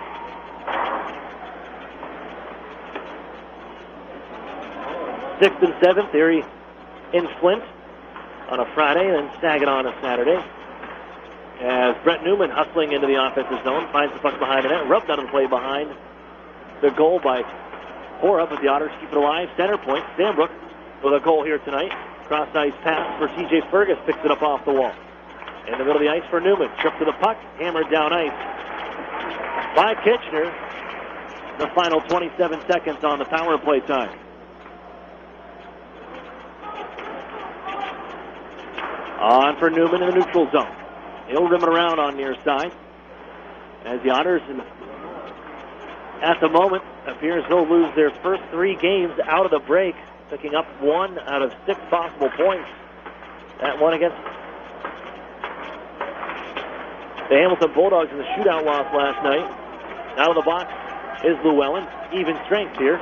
Centering pass looking for Newman. McShane couldn't get it there. Grabbed by Gurney, though. Fires it off the pads of Opelka. Rebound on the near side. Mason Kahn taking it behind the net. Chased by Jordan Sambro. Roughed up, taken out of the play. McShane has the biscuit. Gives out to the blue line. It's Ryan Martin. First shot through traffic. Deflected in front by Newman. Opelka hustles out of the cage and flips it away to the near board. Takes the heat out of a hot kitchen. As the Rangers toss it out to center. Melania on down to the far side corner. 6'1", 175. Leaves it behind the Otters goal. Now Sean Biley off the stick, gets out to center. Carson Edmondson, nice little move into the offensive zone. Left one loose towards the cage. Off the stick of Opelka, guided to the corner. Here's Velotti. The final 75 seconds. Airmail this one on down ice, but hustling to beat out the icing call. Great play from Damiani as Edwardson and the Otters take over in their own end, but the no icing call keeps the clock running in the final minute now from the Kitchener Memorial Auditorium. Erie trails 5-2. They'll drop their third in a row, the second time this year they've found themselves in the midst of a 3-game losing skid. There's a try blocked off by Wayman. Bunneman's still looking for it. He's got 2 on the evening. Looks at a hat trick. Pushed out to center ice by Cade Robinson, battling along the far boards. Taken over by Frank Hora. Bounce back into the Otters zone. And don't forget this one, see each other 6 times a year. The division opponents, Midwest Division rivals, but the Rangers take 2 points away from them. They only have sitting in the 4th spot in the Midwest Division. 10 seconds remain here. 6th in the Western Conference. As they'll run up the clock, as just sending one wide was Patrick Fellows. The time running out. Still loose on the near side corner. They back off as the horn sounds. Kitchener Rangers prevail. The Otters have dropped their first 3 games after the Christmas break, falling 5-2 to the Rangers here this afternoon. Justice Martin's Funeral Home Post Game Show is next right here on Fox Sports Radio 1330 The Fan. Hey, who knew Gus, the second most famous groundhog in Pennsylvania, could play hockey? Well, I have to do something in the winter. And Joel's game winner was a 1 in a million shot. Like All the Money Millionaire edition. Yeah, the new game from the Pennsylvania Lottery, with top prizes of $1 million. It's a real game changer. Keep on scratching. Players must be 18 or older. Please play responsibly. Benefits older Pennsylvanians every day. Programs, get your programs. You know, Mill Creek schools have all the programs you need. Really? Yes, they have preschool programs, Center for Performing Arts programs, Honors College and ROTC programs, dual enrollment and student internship programs, not to mention 16 advanced placement courses, 30 varsity sports, and over 50 high school clubs and activities. Sounds like they do have a program for everybody. Programs, get your programs. In the Mill Creek School District. National Fuel says, smell gas, leave fast. Then call 1-800-444-3130. If you detect something that smells like rotten eggs, it could be a natural gas leak. Leave the premises immediately and contact National Fuel from a different location. Do not use your phone or turn on a light inside the area. Immediately leave the premises and call National Fuel's emergency line. Play it safe and remember, smell gas, leave fast. Then call 1-800-444-3130. The Otters skate here. Fox Sports Radio. 1330, The Fan.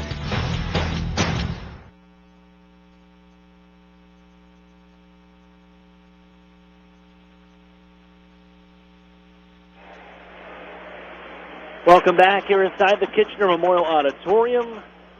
New Year's Day game. The Otters fall 5-2 the final.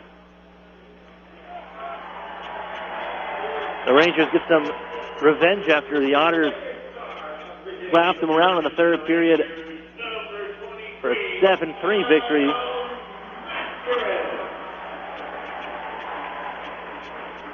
That at the Erie Insurance Arena on November the 5th. But here on home ice for the Rangers,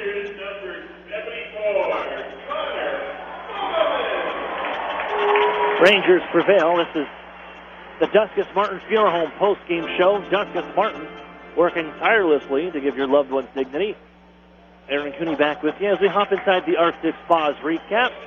How did we get here? There's a lot of Kitchener early and often. After the Otters turn the puck over in their defensive zone, Mason Kahn picking it up along the far boards. Wheels behind the Otters. Goal pops up along the near side.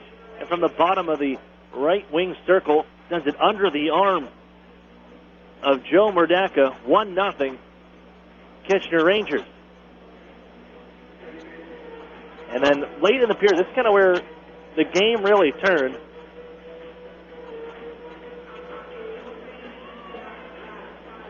At the end of the first, Erie's on the penalty kill. And Adam Maskrum with the puck on the right wing circle. He unleashes the wrist shot. Blocker save made by Joe Murdaka. But that puck goes up into the air. And in midair, it's whacked into the Otters' net. Now away the goal. Connor Bunneman is the one that deflected the puck and into the net. And live, it seemed like it was a high stick on the play. And that puck knocked out of midair above the crossbar. They go and review it. So here's your stances. The goal is called a good goal on the ice from Ryan Harrison. He was the official behind the net watching the play from the near side corner. Points, it's a good goal. Now you got to find the evidence to overturn it. But it was so close. Despite going frame by frame, and I was talking during the intermission with Mike Farwell, the radio play-by-play voice here for the Kitchener Rangers. He got an explanation from the video officials. But they're saying that they couldn't find conclusive evidence that the stick and where the contact was made, the stick on the puck was indeed above the crossbar. It didn't have the angle to proof. That's how close it was. So you go with the goal and the call on the ice. It stands. And the Otters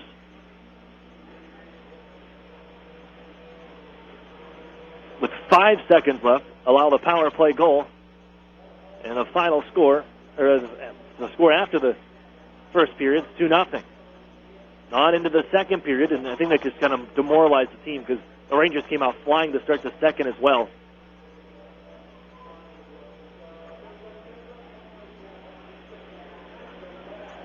As they get back on the board, a break down the left wing side, Maskrin as Garefa, it's a great play with a 3-on-2. So Garefa drives the cage, takes the defender with him. Other defender is watching Adam Maskrin, and the late man coming in is Greg Morellis, second leading scorer amongst rookies in the OHL. Takes the pass from Maskrin and just snaps it past the blocker side of Murdaka. I mean, what can you do? There's a really great play from the Rangers, but they beat Murdaka, and there's your third goal for the Rangers, 3-0, and then on the power play again, the Rangers passing in front. Maskrin couldn't put it home. It deflects onto the near side post where Murdaka had just arrived on the far post. And an open net for Bunneman, shuffles it home, 4-0. Erie would add a power play goal late. Alan McShane, his 6th or 7th of the year, with 1:01 on the clock in the second period. 4-1 game. And then I thought, the Otters had some life here. Going into the third period, then even more, to the 4:33. Great play from Christian Gurney along the near side board, keeps the puck alive onside, gives off to Garrett Padubny, who finds Jordan Sandbrook in the slot, snaps it home on the glove hand side. 4-2 game, but a gaff in the Otters' defensive zone. There are a few of them that kind of led to goals. And that one here, you got a rookie out there, pretty pivotal time in the game, and Wayman overskates the puck to the left of the Erie goaltender as Henderson able to move the puck out in front. They crash and bang. Llewellyn finds the puck and flips it over the right arm of Murdaka, reinstate the 3-goal lead, and the Rangers glide on to a 5-2 victory. Here from the Kitchener Memorial Auditorium on New Year's Day. Inside the Duskus Martin Funeral Home post-game show, Otters outshoot the Rangers 35-29. Fall here tonight by the final score 5-2. We'll look at tonight's Iron Workers Local Union number 3's Ironman of the game.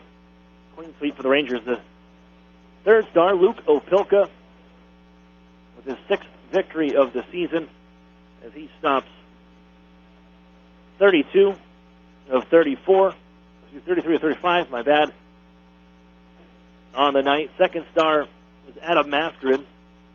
3 assists on the night for Maskrin. All 3 of them primary assists as well. And the number 1 star, Connor Bunneman, pair of goals here, both on the power play as they down the Otters 5-2. So Erie drops 3 in a row for just the second time all season.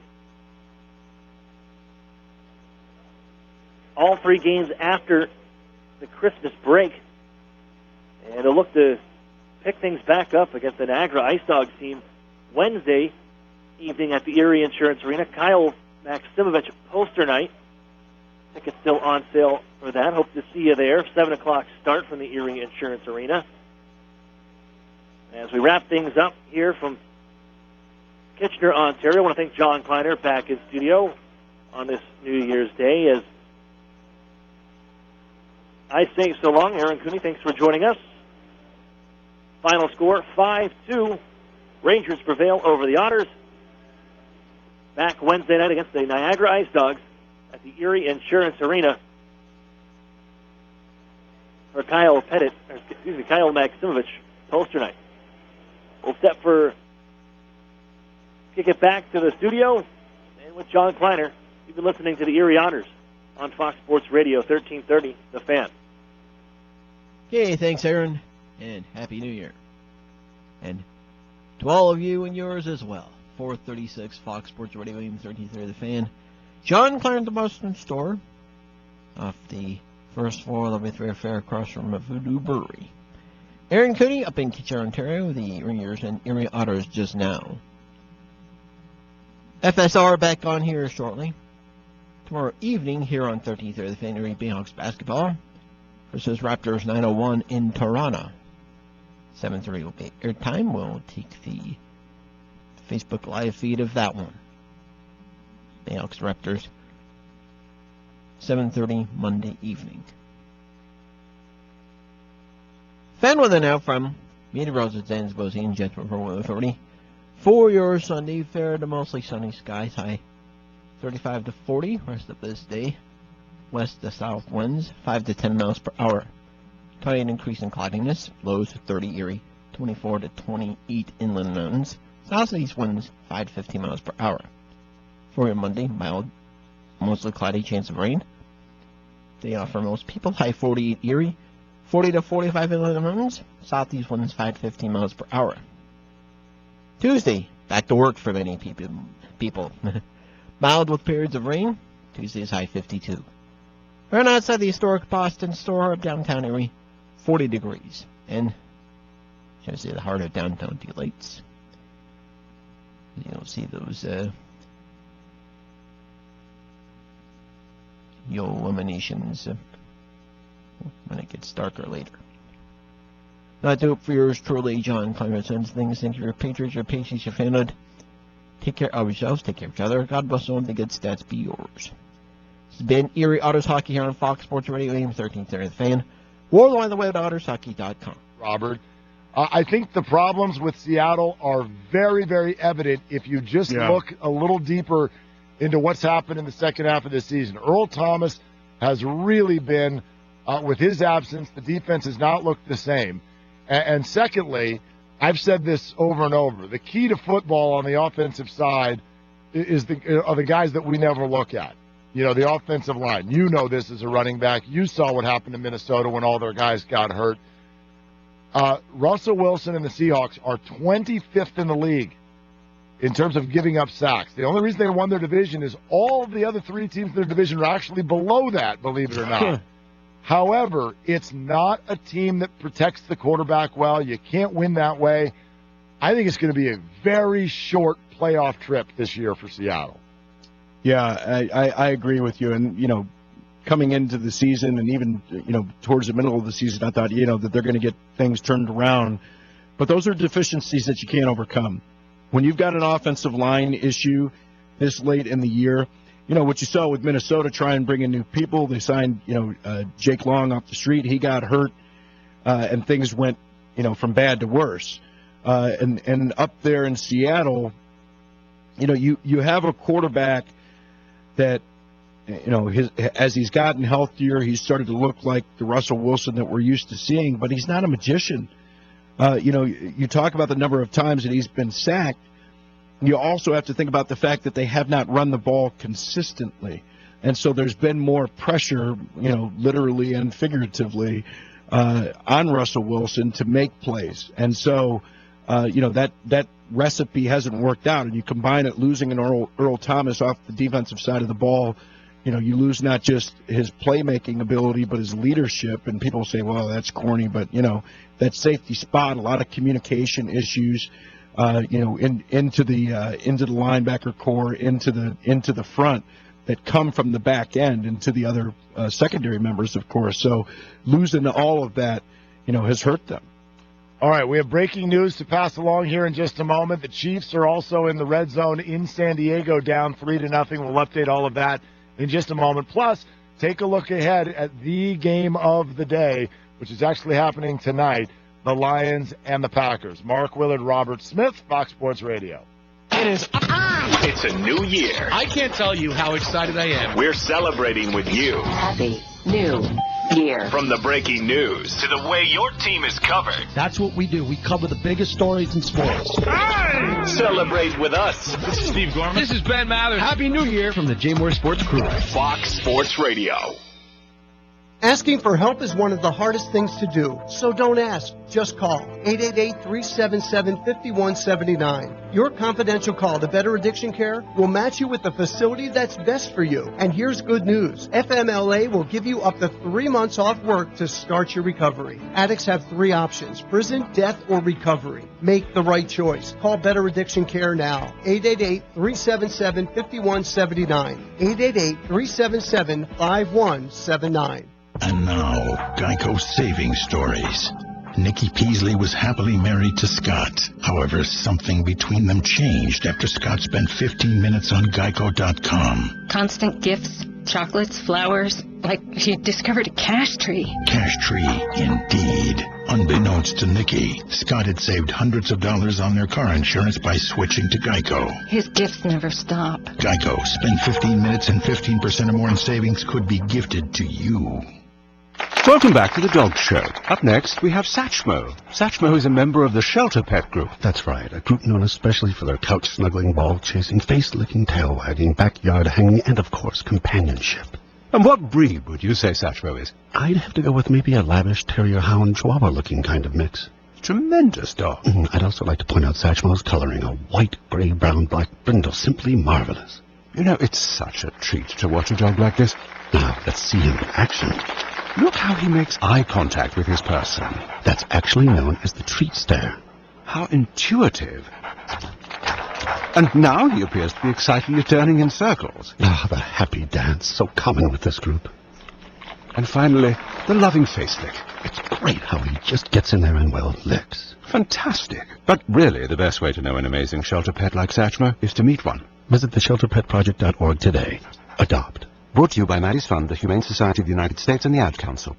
Ranger Station, Ranger speaking. Yeah, hi. I'd like to report a bear sighting. Location? In the forest, near the side of the road. No need for alarm, sir. The forest is where bears live. But this was no ordinary bear. No ordinary bear? Yeah, 1 second I'm having a smoke taken into view. Next thing I know, I am face to face with Smokey Bear. Let me guess, Smokey had a tip for you. He did. He must have seen me toss my cigarette on the ground. He told me never to do that because it only takes 1 spark to start a wildfire. He's a smart bear. Did you know that 9 out of 10 wildfires are caused by humans? That means 9 out of 10 wildfires can be prevented. That's what Smokey said. I had no idea. That's why Smokey's famous, and you're not. Good point. Get your Smokey on. If you see someone in danger of starting a wildfire, step in and make a difference, because 9 out of 10 wildfires are caused by humans. Brought to you by Smokey Bear, the U.S. Forest Service, your state forester, and the Ad Council. Learn more at SmokeyBear.com. Only you can prevent wildfires.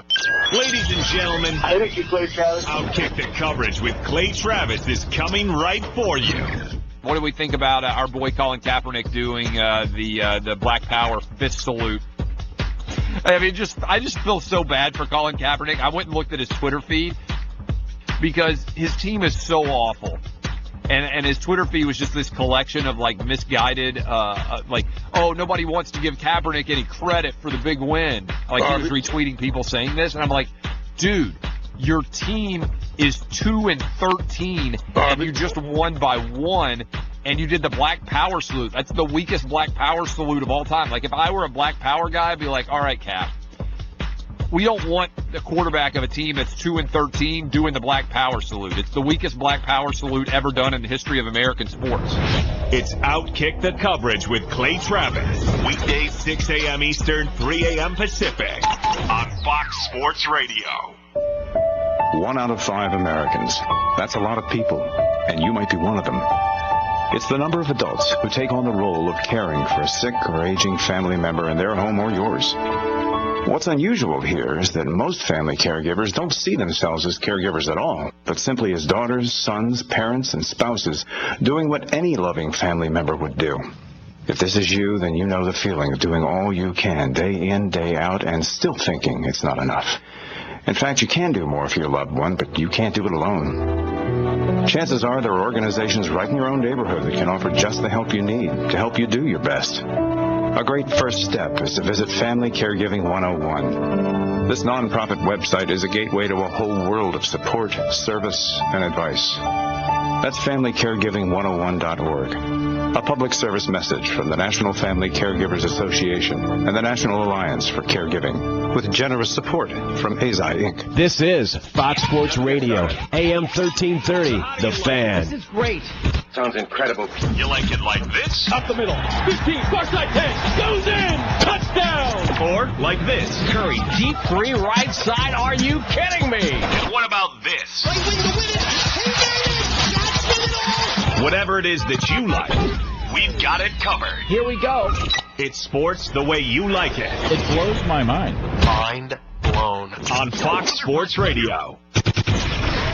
Join Emmy Award winner Katie Nolan for her show Garbage Time, where she gives her unique take on the biggest stories of the week and also welcomes celebrity guests. Don't miss Garbage Time. Ready, set, go. Wednesday at midnight on FS1. All right, it's no surprise, Robert Smith, but it has been confirmed. General Manager Trent Baalke in San Francisco is out, and it has been confirmed by Trent Baalke himself. That's a source that I trust. The 49ers are turning everything open. They are turning the piggy bank upside down and shaking that thing until everything falls out. 15 minutes could save you 15% or more on car insurance at Geico.com. Meantime, though, 49ers have come out with a good look so far today. They lead the Seahawks 7-3. The New Orleans Saints just got a touchdown. They are now within one. Extra point on the way of the Atlanta Falcons 7-6. And the New York Giants right now in the red zone. This would really shake things up if the Giants could play well today in Washington. Let's hear a little bit of that one. Joe Buck, Troy Aikman on the call. 3rd and goal from the 14.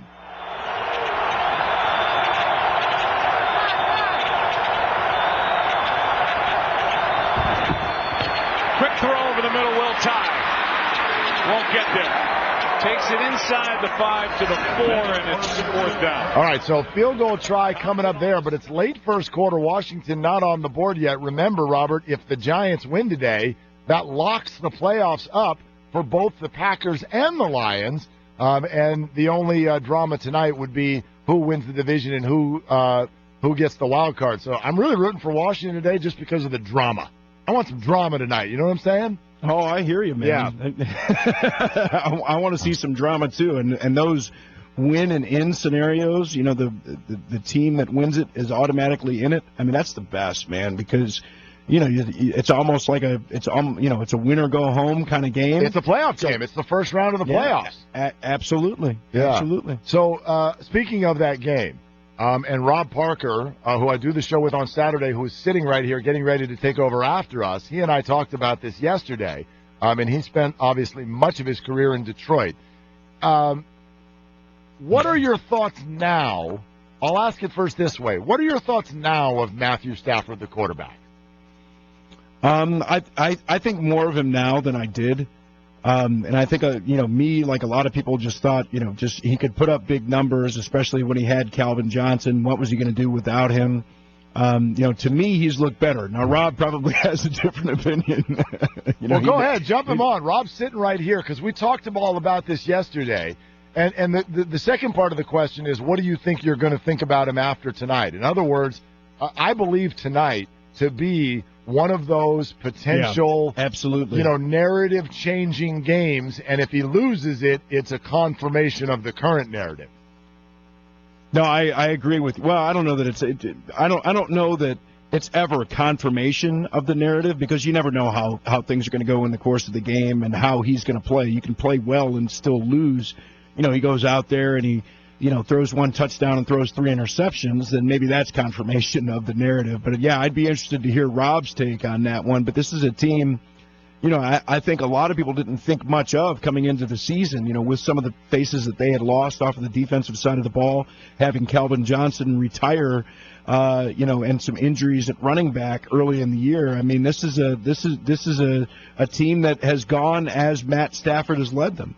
Happy New Year, Rob. Happy New Year, Rob. And also to Robert, my old partner. How you doing, Robert? Man? It has been a long time. It sure has. And now we're over here on the West Coast. But For me, just in cover, I've seen just about every Matthew Stafford game in his career covering from Detroit.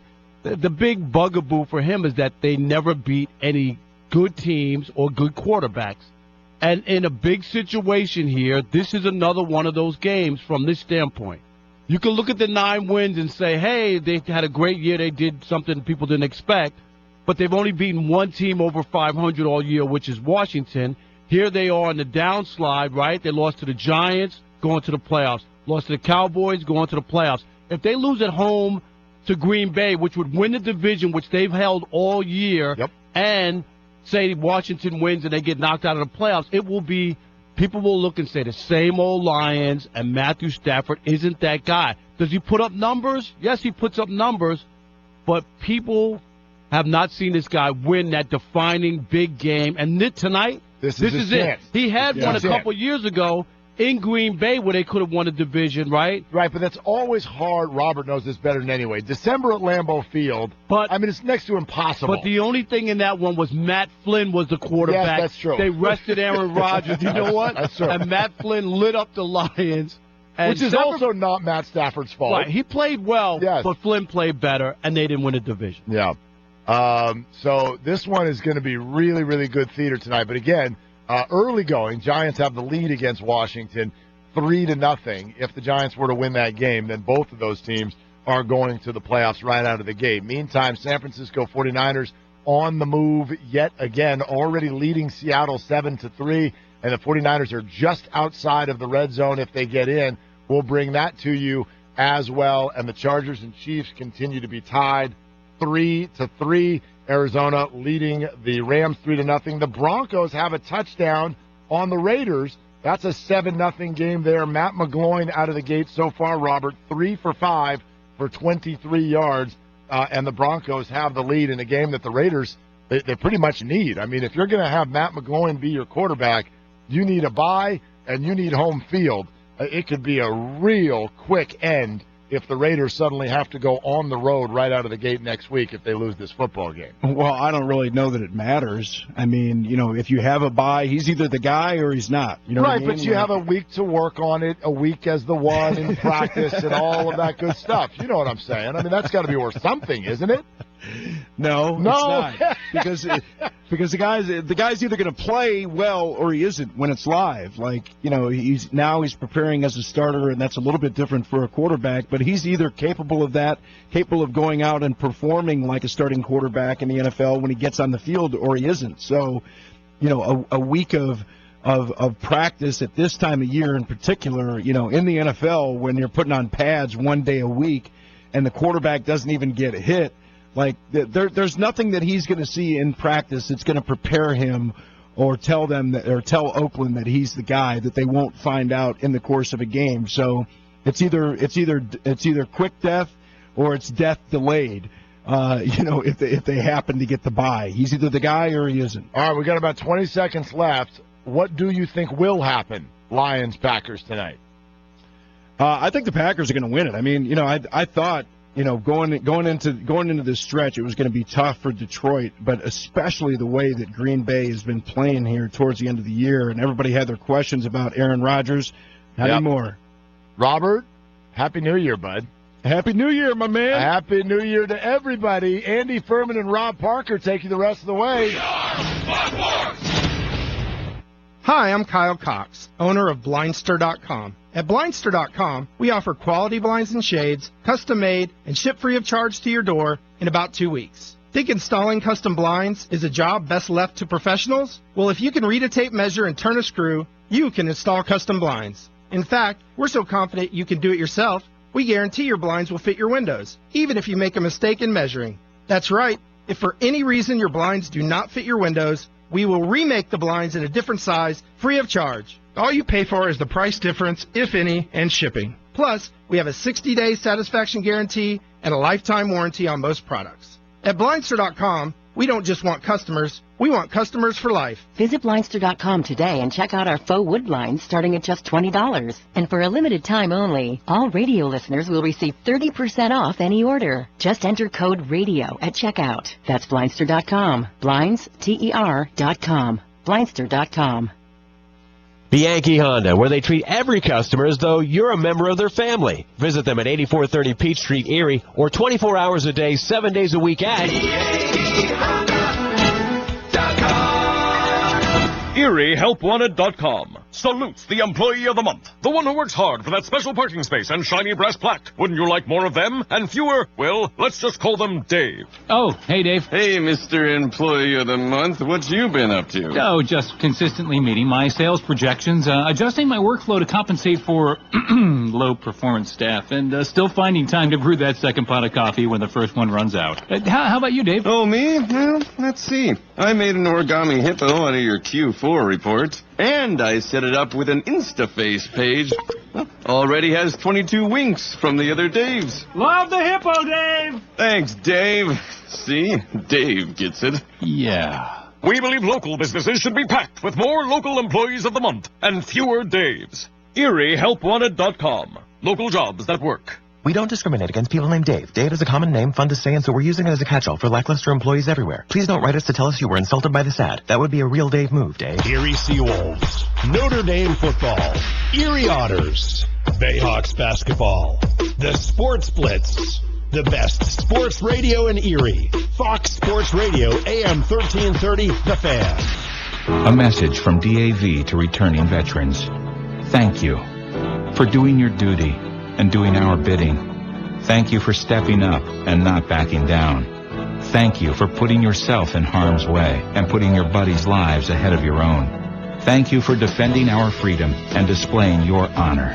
DAV thanks all veterans by fighting to get them the benefits and support they were promised. Visit DAV.org for free help. And again, thank you. Okay, so 5 tacos of cheese and a large soda, that's $10,012. Please drive around. 10,000 what? It's obvious you're buzzed and driving. I've only had a few. I'm fine. Yeah, the food's $12, but getting pulled over for buzz driving could cost you around $10,000 in fines, legal fees, and increased insurance rates. Please drive around. Actually, just park and come in. Nothing kills a buzz like getting pulled over for buzz driving, because buzz driving is drunk driving. Brought to you by the National Highway Traffic Safety Administration and the Ad Council. I never get the flu. My kids don't need more shots. I don't have time. We're all healthy. No matter how you build your excuses, the flu can blow your house down. I can't believe I used up all my sick time. I missed a week of school during finals. Now my baby has it because of me. The hospital? Keep your foundation strong. Vaccinate. Research Foundation International and the Ad Council. JT the Brick with Tom Looney. K-E. Jerry Jones is making a little bit of news here because, look, you don't have to play Dak Prescott in this last game. If you're going to sit him any game and they're getting a bye week, it would be the last game not to get him injured. But what about Tony Romo from Jerry's perspective? We don't feel like that any game we can get from him stepping out there and running a few plays or serious plays would not be worth the risk. All right, not be worth the risk. But, Tom, would it make sense that if Dak Prescott goes down, remember, he's never played in a playoff game. Right. Never played in a playoff game. If, God forbid, he went down, wouldn't you want Romo to have a game under his belt to get the rust off? No, don't worry about that. Tony Romo can wander in. Pretty amazing what Dak Prescott has built up. Right. You got to keep him oiled up and keep him out there. JT the Brick with Tom Looney. Why do you talk first? I wanted to talk first. Weekdays at 8 p.m. Eastern, 5 p.m. Pacific. Broadcasting from the Bud Light Studio in the historic Boston Store. AM 1330. Fox Sports Radio. WFNN Erie. The Fan.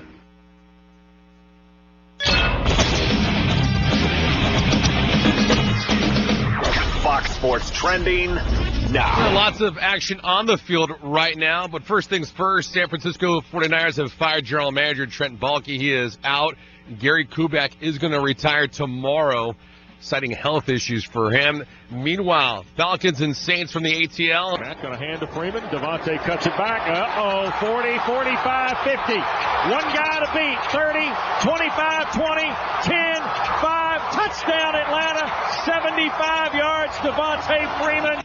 Falcons ripping it up so far in this one. It's 14-3 Atlanta. Giants lead the Redskins in the nation's capital 3-0. Cardinals 3, Rams 0. Broncos 7-0 over the Oakland Raiders.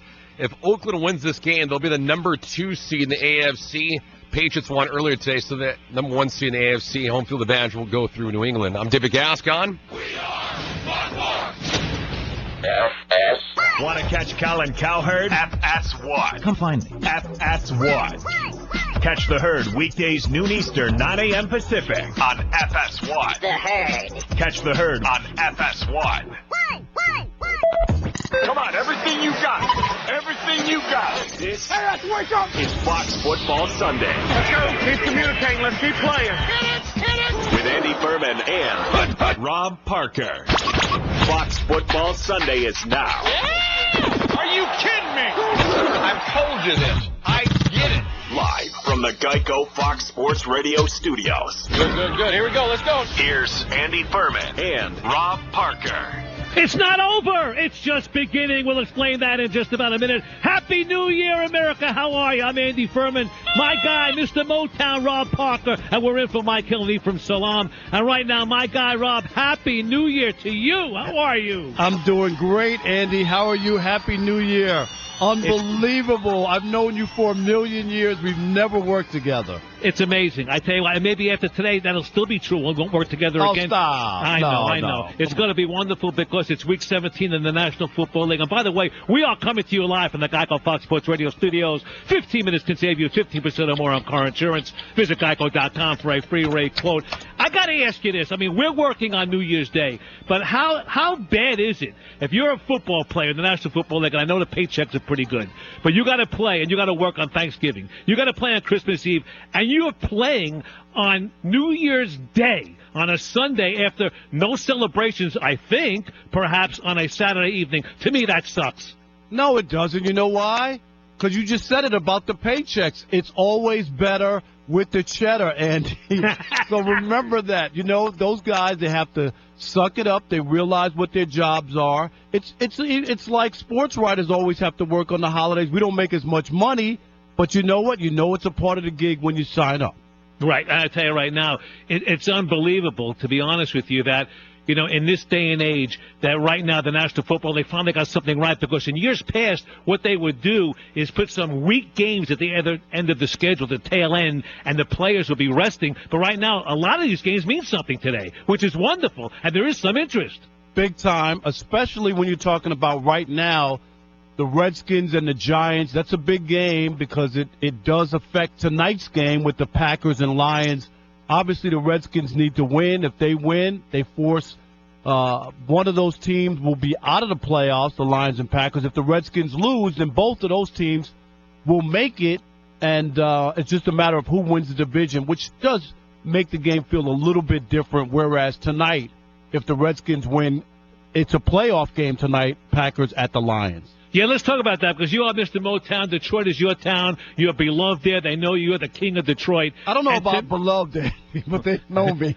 But you're the guy. You're the man. I'm going to tell you right now, and I hope it doesn't upset you, but I'll tell you right now, I think those Detroit Lions are a bunch of frauds. They haven't beaten anybody. They got 9 wins, but to me, I look up and down the schedule, they haven't beaten anybody worth mentioning. Really, they're a fraud. And you know what? It's hard for me to argue with you because of the schedule, and the only win against the team over 500 was Washington this year, and that's the problem with the Lions. Even when they have these every so often, they have a good year and win 9 or 10 games, you look at the schedule and they don't beat anybody, and here we are again. They're in the midst of a collapse. They lost to the Giants, they lost to the Cowboys, and now they're playing the Packers. If they lose the Packers in this game, they will have lost the division that they held basically all year, or since at least midseason.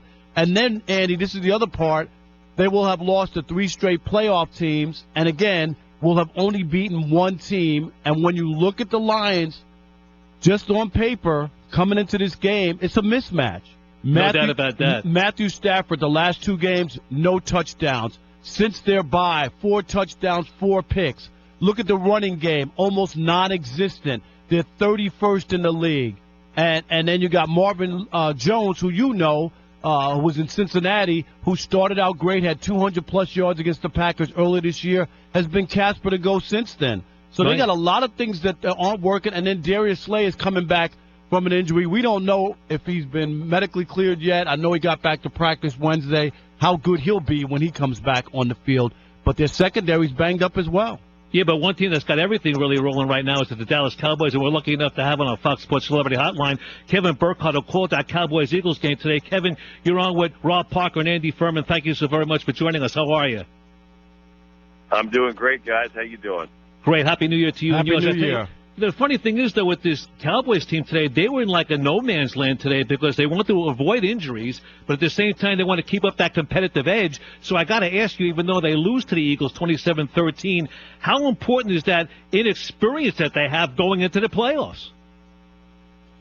I don't think it matters. I mean, I really don't. Now, look, you don't know what's going to happen to, Dak Prescott. He's never been in the playoffs, and obviously, you talk about rookie quarterbacks in the playoffs, and there's not a long history there of guys winning. No rookies ever won the Super Bowl. But, I think Dallas, they just keep going with the formula that's worked, and that is they've got the best offensive line in the game. They've got the best running back in the game. The quarterback, Prescott, has played great. He's had a lot of time to throw. And I think that maybe bigger than all that is the fact that, they led the league in time of possession coming into today. And what that means is, not only do they commit to running the ball and run it well, they also keep their defense off the field. So the defense is fresh. I think in the fourth quarter they're outplaying people because these guys are running fast. They've got legs. And they're also starting to pressure the quarterback. So, I think, the way to beat the Cowboys is you got to hope they turn it over because they haven't really done that. I mean, Prescott's only thrown 4 picks.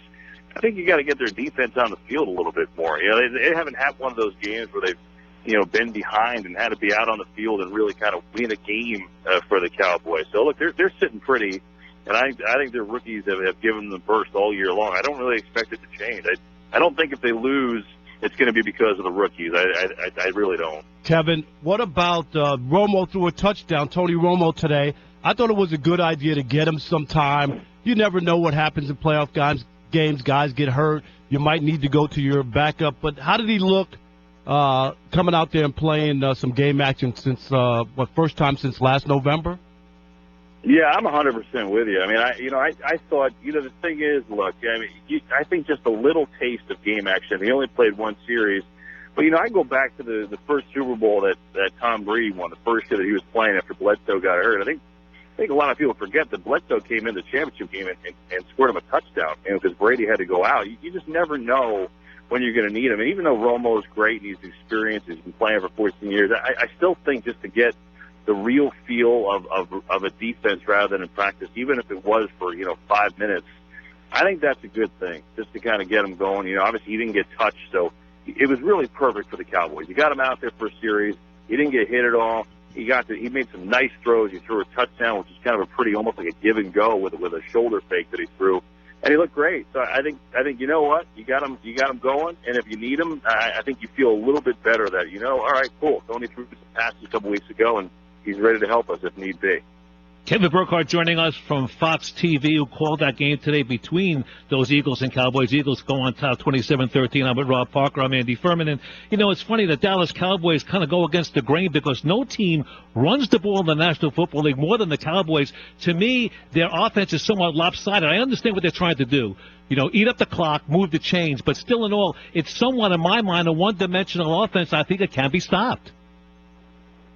I think you're crazy. Personally, I think you're nuts. I mean, I don't think you've watched them play. I mean, I think they are way more than a one-dimensional offense. They've got arguably one of the best slot receivers in the game in Cole Beasley. The guy caught 75 balls this year. They got Dez Bryant on the outside, and he and Dak have really started to develop a bond the last month. That has been a big thing. He's taken more shots down the field, which I think they needed to do. Clearly, their run game is the bread and butter of their team. I think in a way they're similar to what Seattle was in years past. Now, I'm not comparing their defense because it's not on the same level. But in terms of, riding Marshawn Lynch and then, you sleep on Russell Wilson and then boom, he makes a big play either with his arm or his legs. I think it's similar to that. I think if you do try and take away Elliott, the other thing is other teams have tried to do it. The Lions played 8 in the box last week. How'd they do? They got killed. So I think it's I think you're off on that one, but I guess we'll wait and find out. Hey, Kevin, last one from me. What team, when you look in the NFC, obviously Dallas has the number 1 seed, but which team do you think? Obviously the Giants beat them twice this year. Is it the Giants that they fear most? Is it somebody else? Who could take the Cowboys down? You know, Rob, I think the NFC is, I mean, clearly Dallas is the best team, but I think it's close, and I think there's a lot of competition. I mean, I think there's a lot of teams that go in there and win. I really do. Not that it would be easy, but I don't think that Dallas has this great home field advantage. It's nice that they're playing indoors, that they're home, they don't have to leave their own beds. I think, though, the team that, to me, no one wants to play is Green Bay. There's nobody hotter in the league than Aaron Rodgers right now the last 5 weeks. Their defense, which was getting gashed, got healthy. You know, they had all these cornerbacks hurt and all these guys hurt. They got healthy. They're making plays. I don't want to play Rodgers in a playoff game. If they can win tonight and they get in, that's the team I do not want to play. I think Green Bay can go on a run if they get in and they beat the Lions tonight. Kevin Burkhardt, let me come back to earth if I can. All right, here I go. I think the big question is the big question is really who's going to be the MVP, Ezekiel Elliott or Dak Prescott? Boy, that's a great question. I mean, I think if I had a vote, and there's a lot of ways it can go. I think it'd be Matt Ryan. I mean, I think you can make a case for all those guys. I really do, and I think there's a strong case for certainly Elliott. There's a strong case for Dak. And I think Aaron Rodgers and Brady are right up there, too. But I think if you look at Matt Ryan's numbers, they are outlandish. I mean, just ridiculously good. And I don't know that anything compares to the numbers he's put up this year. I don't have it in front of me, but what's his rating? 115, something like that? His numbers are great. They're the best of his career. And I think he deserves it. I think you can make a case for Elliott for sure. I think if you're asking me between Cowboys, though, and I think I would vote Elliott before Dak. That's me. Close, but that's what I would go with. Sounds wonderful. Again, thank you so much for your time. Happy New Year to you and yours, Kevin Burkhardt from Fox TV. Thank you so much.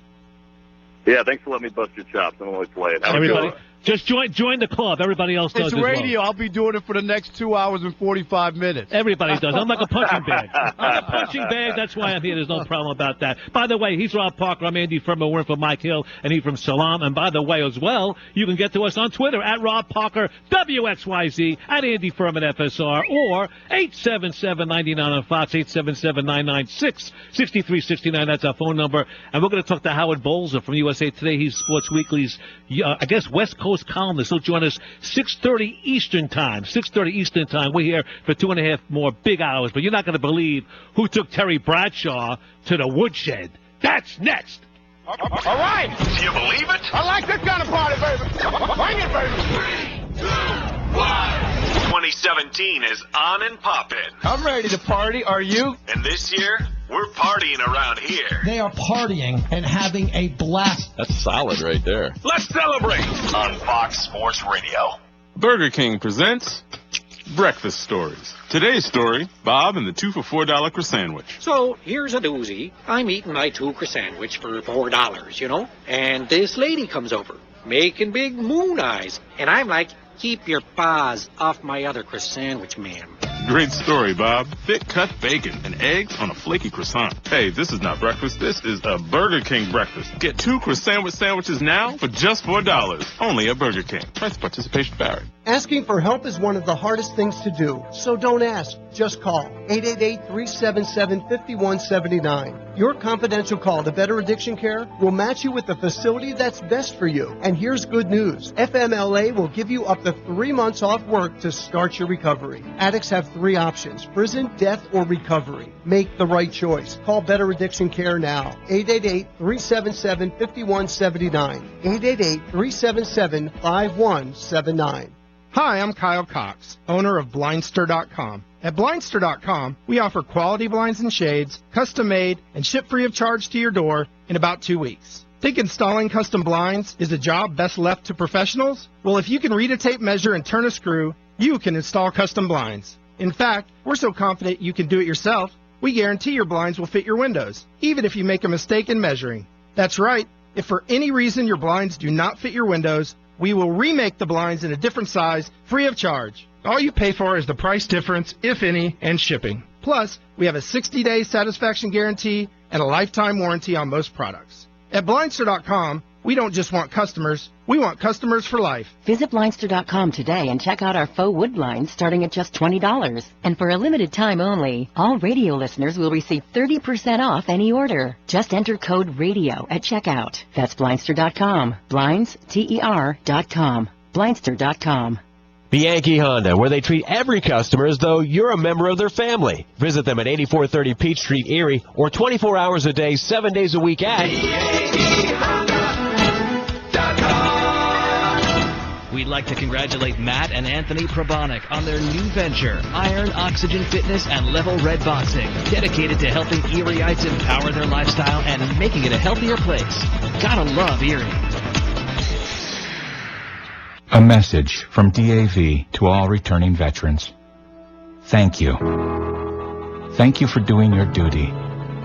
Thank you for doing our bidding. Thank you for laying it all on the line. Thank you for stepping up and not backing down. Thank you for putting your future on hold to put our enemies on notice. Thank you for putting your buddies' lives ahead of your own. Thank you for putting yourself in harm's way.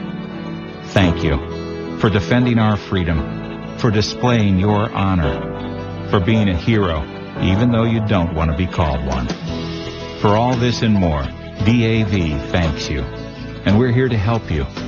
Expert DAV advisors will make sure you get the health, disability, and financial benefits you were promised and earned. If you're a veteran, visit DAV.org for free help.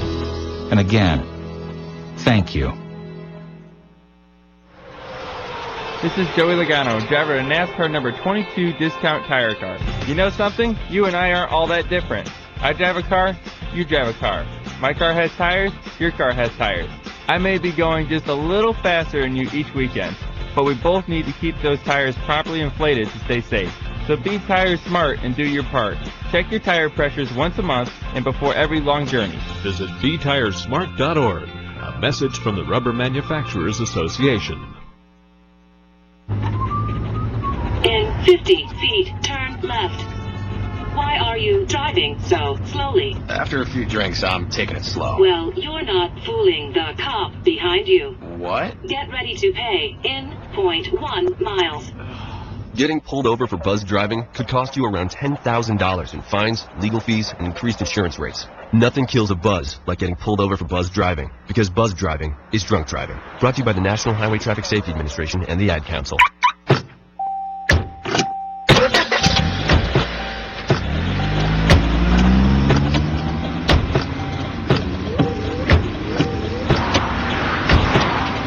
Driving has a rhythm all its own. Don't wreck it with a text. Before you get behind the wheel, silence your phone. Or better yet, designate a texter. For more text-free driving tips, visit StopTextStopWrecks.org. Brought to you by the Ad Council and the National Highway Traffic Safety Administration. Fox Sports Radio, AM 1330, The Fan. The iHeart Radio app on your smartphone or tablet. Find live station. Type in FSR. Let me bring this point up again. Yes, FSR. Fox Sports Radio. And I'm a sports radio host, okay? Download the app today. Good. You know what? I understand this. Come on! Listen everywhere. I got a news flash. See? Isn't that simple? It's as simple as that. Wednesday on FS1. Three up good. Third made three. Butler looks to upset top-ranked Villanova, followed by Creighton battling it out with St. John. Doing a 360, it goes down. Coverage begins at 6:30 p.m. Eastern. The stats say he's wrong, and we'll explain that in just about a minute. 19 past the hour. Happy New Year, everybody, especially to my guy, my friend, Mr. Motown, Rob Parker. I'm Andy Furman. How are you, Robbie? I love working with you. I do. Me too. Unbelievable that we first met back in 1991. Don't mention that. That was the last century. In the Queen City. Unbelievable. Did I shake up the town when I first got there, Andy, a little bit? They're still talking, believe me. They're still talking about it. Hey, by the way, we're in for Mike Hill and E from Salam, and we're coming to you live from the Geico Fox Sports Radio studios. And boy, are we lucky. We're going to the Fox Sports Celebrity Hotline. He called that Panthers-Bucks game today. The one and only CD, Charles Davis with Rob Parker and Andy Furman. CD, Happy New Year to you and yours. Hey, Happy New Year to both of you guys, and I love it. Rob, you just went ahead and blew the whole thing up for Andy, because he just told a whole lot of people a different age just last night. I know, unbelievable. You just went and called it out, 1991. So somebody right now they're doing math on their fingers. They're like I used to do it in class. 10, 20. Oh, wow. Hey, and you're going to love Andy Furman. He's collecting that Social Security and a paycheck at the same time. Double dipping. I've been doing it for years. There you go. Hey, CD, it's the same I old... like the way you roll. Yeah. CD, same old story for the Panthers. I can't believe it. They lose to the Bucs today, 17-16. They fall 6-10. I got to talk about the former MVP, Cam Newton. I look at last week. Yeah. His passer rating against the Falcons was like 3.7 in the first half. Today he throws 3 INTs. What has happened to Cam Newton? It's one of the great questions and mysteries, and it's going to be one of the most intriguing off-season storylines we have in the NFL about what kind of a rebuild doing the off-season. You have your head coach, Ron Rivera, talking about how he needs to evolve as a quarterback, and they're using Big Ben as kind of their blueprint about how he evolved in Pittsburgh. And it's funny because we talked with Ron Rivera prior to the game, and I said, so, Coach, I'm seeing all this stuff in the paper. You're talking about evolving, what you want Cam to do, how you want it to be different. How's he handling that? How's that conversation going? And he just laughed and said, well, we'll find out in the off season. So I was like, wow, you're talking about it already? You haven't talked about it with the big guy yet. But I think that Ron is right in so many ways. They've got to take a lot of the hits off of him. He can't be a full integrated part of the run game. He can be a part of it, but not 8 to 10 carries a game anymore. It's just too much for him. I don't care the fact that he's 260 pounds and seems indestructible. It takes away from what you're doing, but he's got to work on mechanics. He's got to get better at footwork and better at playing from the pocket. And, maybe we can lessen some of those hits on him. And the other thing is Carolina's got to do a better job protecting him. They got to get a better offensive line for him.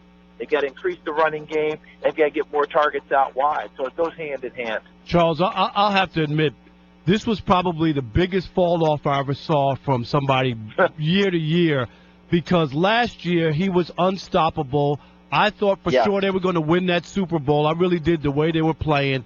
And to come back, I get the disappointment and all the other stuff that goes with it, and things that weren't going to be 15-1. I get all that. But did I expect this? I never expected this. No. It's like starting all over again, and I can't believe it. I think if you and I were together and talking about Andy Furman and talking about, when you guys first met and, really age and all, after we did that, we'd say, what the heck's going on? Because what we were seeing and what we saw, it's hard to process, isn't it?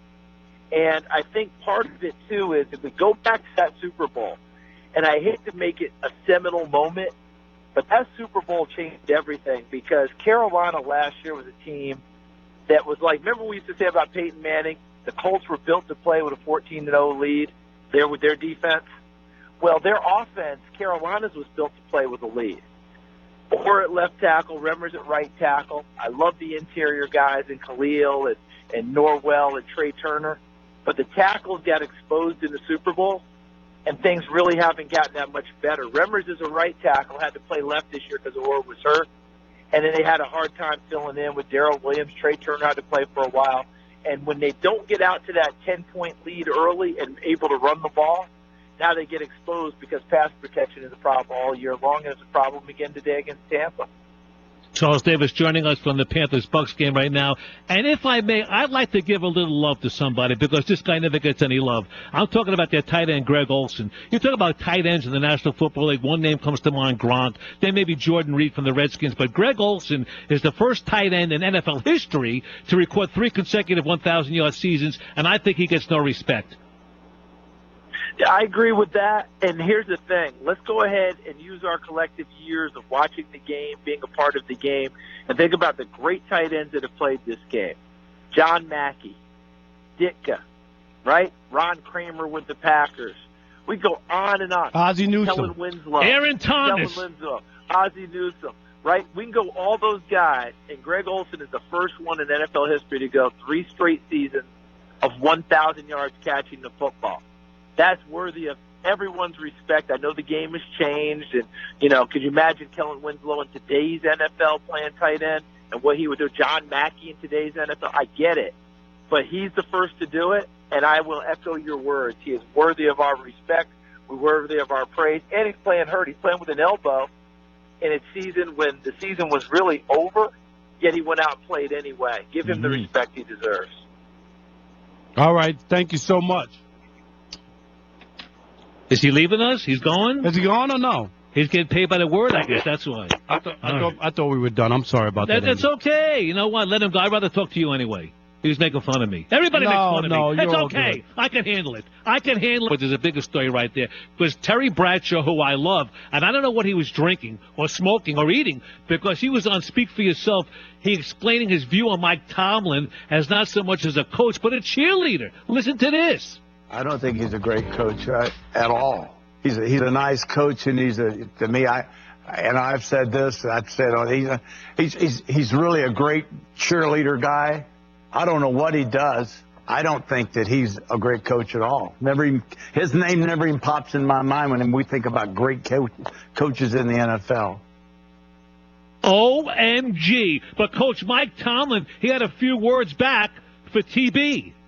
Terms like cheerleader guy, to me, maybe fall outside the bounds of critique or criticism.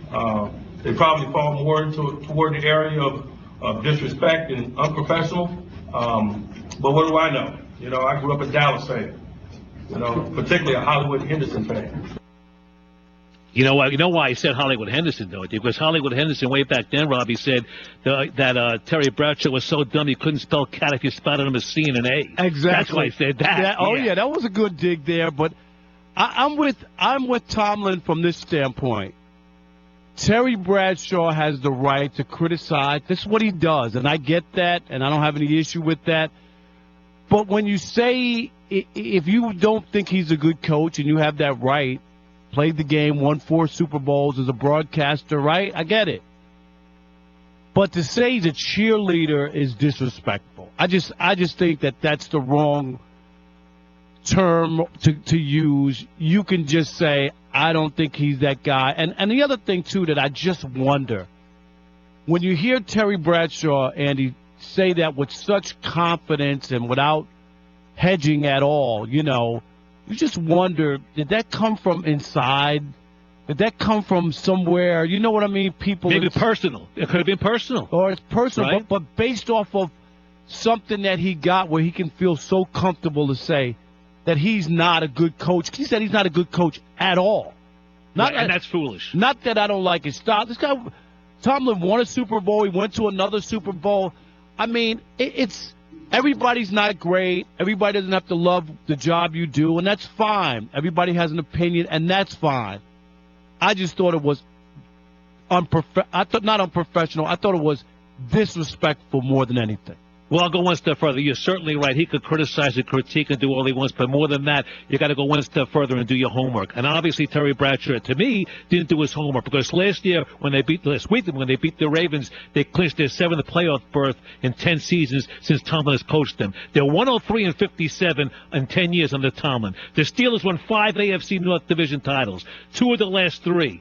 2 AFC championships. They won 1 Super Bowl. So for you to come out and say, Terry Bradshaw, that he's not a coach and he's just a cheerleader, I'll go one step further and say this. Being a cheerleader is not such a bad thing as a motivational technique as a coach. And the other thing, too, and I'm not critiquing people's interview style, if I was doing that interview and he said that, my next question would have been, based on what? What do you have? What knowledge or information that you have to be able to say that he's not a good coach, not a great coach at all? Tell me why he's not. Do you know what I mean? And then you have to explain yourself and talk about it. If you could tell me why, maybe I could validate your opinion a little bit more, but it was just left out there without him having to back it up with anything. You're exactly right. Back it up with facts. The Steelers backed it up in overtime today. They almost gave the Browns the second win of the year, and basically they did it in overtime with a 26-yard touchdown catch to Kobe Hamilton from Landry Jones, of all people. Now, here's the thing that I don't get. You want to keep your guys fresh. I understand that, but also you don't want them to get hurt. And the backups were playing big time for Pittsburgh today. That's why they went into overtime. Check out, and we will do this later on, the Miami Dolphins-Patriots game. Patriots basically paying for nothing. Guess what? Tom Brady and the starters played. That's the difference. Nope, they're trying to win, and you don't want to take the mojo and push people to the sidelines. I'm always leery of that, and I get it. People don't want to get hurt. I don't know if you can prevent people from getting hurt, to be honest. And sometimes it doesn't help you when you rest people and they're not in their normal routine or what they're used to doing, Andy. So all of a sudden, Dak will have a couple of weeks off. You know what I mean? When you think about Dak Prescott. Because they'll have a bye, right? And then he won't play for like a couple of weeks. So you wonder, is that good for him or is that bad for him? Yeah, well, time will tell. Right now, he's Rob Parker. I'm Andy Furman. Time's going to tell us that it's time to move on because the game that has no meaning certainly has plenty of questions. That's next. But first, let's find out what's trending. Falcons continue to light up the skies. Second and goal. In motion, Sanu. Freeman already with one touchdown. Ryan going to throw. Jones caught it. Did he get both feet down?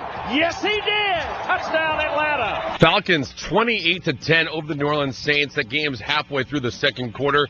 Giants are on top of the Redskins 10-0. Cardinals lost David Johnson. He was carted off the field with an apparent left leg injury. They lead here in Los Angeles 13-0. Broncos 10, Raiders nothing.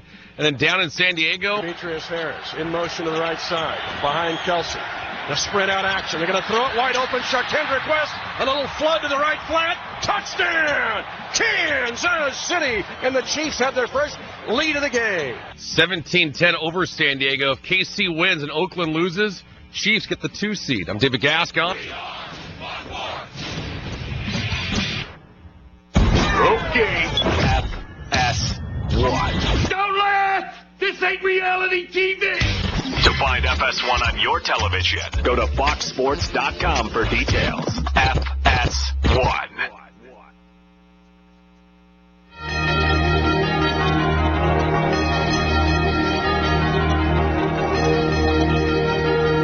The season may be over. The questions are just beginning. That in just about a minute. 32 past the hour. It's Sunday. Happy New Year to everybody. He's Rob Parker. I'm Andy Furman. We're in for Mike Hill and Efren Salam right here on Fox Sports Radio. And we're coming to you live from the Geico Fox Sports Radio studios. Go to Geico.com or call 800-947-AUTO. The only hard part figuring out which way is easier. And, of course, I got to talk a little bit about my homies. Is that okay with you? You're Mr. Detroit. You love the Lions. You love Detroit. You love everything about Motown. I'm in Cincinnati right now. I'm not as happy as you are because the Bengals played their last game of the season today. But I tell you what, they look pretty damn good in the 27-10 win. Too late. Over the Baltimore. Yeah, a little too late. Yeah. Yeah. I know there could be changes going there. What's the story, Andy, on Marvin Lewis? Is he sticking around? Is there going to be a discussion? Is there something going on? You know as well as anybody because when you were here, you were like, the detective supreme. You knew everything was going on. And you know Mike Brown and the Cincinnati Bengals, he's not paying somebody not to work. And Marvin Lewis has a contract for next season. Marvin basically did say earlier in the week that he will be back. The team did not confirm that. The Brown family did not confirm it. But look, we know Mike Brown. He's not going to pay a guy not to work. And a radio guy in Washington, D.C. leaked out early in the week that Marvin Lewis is going to resign. I don't know why a guy would resign if you're under contract to coach a team in the NFL. Yeah, that doesn't make sense. Not when there's money on the table left, right? No. I'm not going to resign. I'd rather you fire me and I could collect the money, right? I've been down that road, too. Right. But, who knows? Doesn't make sense to resign. No. I don't get that. No, I would never resign. Push me out the door. Hey, Rex Burkhead made a name for himself today. 27 carries, 119 yards, 2 touchdowns. Take a listen to one of his scores. Second down and goal. The Bengals at the Baltimore 5. They'll hand it off to Rex Burkhead, and he flies into the end zone. Touchdown! Rex Burkhead and the Bengals to put a little frosting on the cake with 2:20 to go. How do you like that? That's courtesy of 700 WLW and the Bengals Radio Network. You mean the big one? The big one, yes. We both are familiar with that station. You know, it's funny because you have a team that you root for, you live for. You start back in June, July, the preseason games, and now all of a sudden the season's over. It just comes to a halt. But there are a lot of questions there as far as the Bengals are concerned. I know people don't really care because they're not going to the playoffs, but there's some concern in and around the community. What do you do? And you know what? One step further, what do you do with the Ravens? I mean, is there a coaching change down the road there in the Ravens situation? There might be, just from the standpoint that Harbaugh's been there. They've had a lot of success. Probably not just because they had a bad year, an off year, didn't make the playoffs. But I think in Cincinnati, and I hear you with Mike Brown, but I think Marvin Lewis has been there a long time, and I picked the Bengals, if you can believe this, to go to the Super Bowl. You're not alone. I did pick them. I really believed, Andy, that the way that they've played in the past and things, I thought maybe they just was all going to finally click this year and make a run, and it really never happened. And every game I always thought that maybe this will be the game that they'll win. They'll go and they'll beat New England, and that'll be the starting point, and they couldn't get that done. They didn't get anything done. And with the 0-7 record for Marvin Lewis in the playoffs, I just don't get it. And I don't know if you're a fan in Cincinnati, do you just throw your hands up and understand ownership, or are you frustrated to the point where you just don't know where this team is headed? Well, I'm with you. Look, you and I both know the Mike Brown situation, that he's not going to pay someone not to work. But that doesn't dissolve the situation in my mind that Marvin Lewis, basically, I think his words mean nothing to the team right now. They need a change, a new voice. Been in Cincinnati 14 years. Let me run this by you. He's the third longest tenured coach in the league. The other two coaches, Bill Belichick and Sean Payton. Those guys won Super Bowls. Marvin Lewis is 0-7 in the playoffs. I think you need a change. I'm not saying there's no football. I'm not saying he has forgotten football. But as you know, if you're in class with a teacher and the teacher says the same thing over and over again, it goes in one ear and out the other. You need a new voice, new motivator. Absolutely, because right now, Marvin Lewis probably sounds like that teacher on Charlie Brown, where it's just, whoa, whoa, whoa, whoa, whoa, where you just can't understand it anymore. Because that's what it is after all these years. It's amazing he's been there that long. And at some point you have to win, and that's really what it's all about. Andy, I say it all the time. Pro sports has a short menu. Wins and losses. There's nothing else. Right. Very easy to find out how good you are because it's right there in your face. Win and loss. That's it. And no one really cares right now about the records of the Ravens or the Bengals. What they care about is that they're not going to play next week. That's what they care about. And I'll go one step further with the Ravens. This Joe Flacco thing, when he backed up the truck after the Super Bowl and made that bet to his own self that he's going to go for the big bucks, and he did, he ruined that franchise. Seriously. He took all the money. There was no money left for anybody else. Today he goes 32 for 49 with an interception. Throws for 287, I think it was, or 267. He's averaging 5 yards a pass. He can't throw the ball deep. You know what? He's digressed maybe more than Cam Newton. But the only thing I'll say, and because the salary cap is a phony number that the NFL comes up with, I'm not blaming him. If you know what you're worth in this league, you're worth whatever someone's willing to pay you. And I will never take a hometown discount to help out the organization because it makes no sense. If I'm worth that in the open market and they're willing to pay me, I will take every nickel. Let them figure out a way of doing it. And the only reason he got that money, Andy, is he won a Super Bowl. And there are many franchises who have never won a Super Bowl, never even been there. Speaking of the Detroit Lions and the Cleveland Browns and some other teams that have never even gotten there. So I'm not mad at him for taking the money and putting the organization in a tough spot, but I think it's the system that's messed up, not players getting paid. But he or the franchise could have been a little more creative with the money situation. I look at Tom Brady. He knew he was going to be suspended for 4 games. What did he do? He chopped down his salary, making only $250,000. Tom Brady has a wife who makes $30 million a year. I understand that. I understand. So they're not losing any money in that household. And, and his endorsements for Uggs, maybe that helps out too. Yeah, right. I'd like to see you do an endorsement for Uggs. That would be very nice, really. I'd like to see you do an endorsement for anything. You should be doing endorsements for the Chamber of Commerce in Detroit.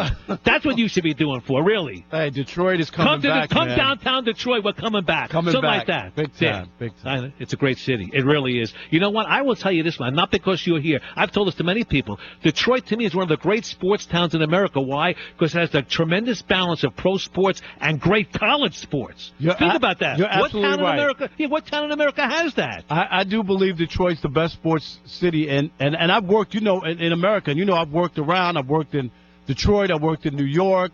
I worked in Cincinnati. I've been around, and Detroit is, to me, because they really love the sports teams, and you're right with the college and the pros. And the other thing is, there's not a lot of other things there. You know what I mean? Like if you go to New York at the theater, and you got movie stars and all this other stuff.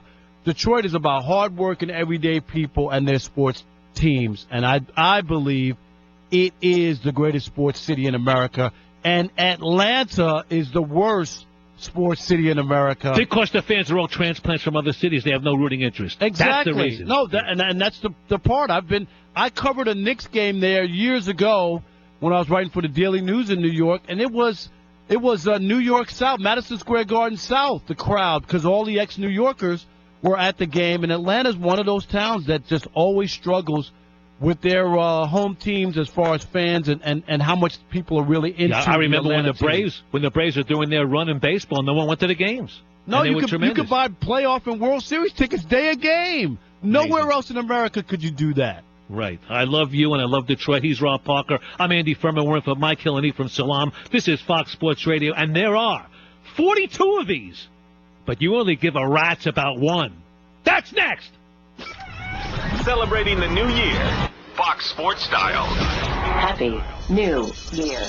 The games. Touchdown! The stories. This is outrageous. The interaction. We like when people keep it real. It's what we do. Get plugged in. Let's party. On Fox Sports Radio. Message and data rates may apply. If you're considering going back to school, ask yourself the following questions.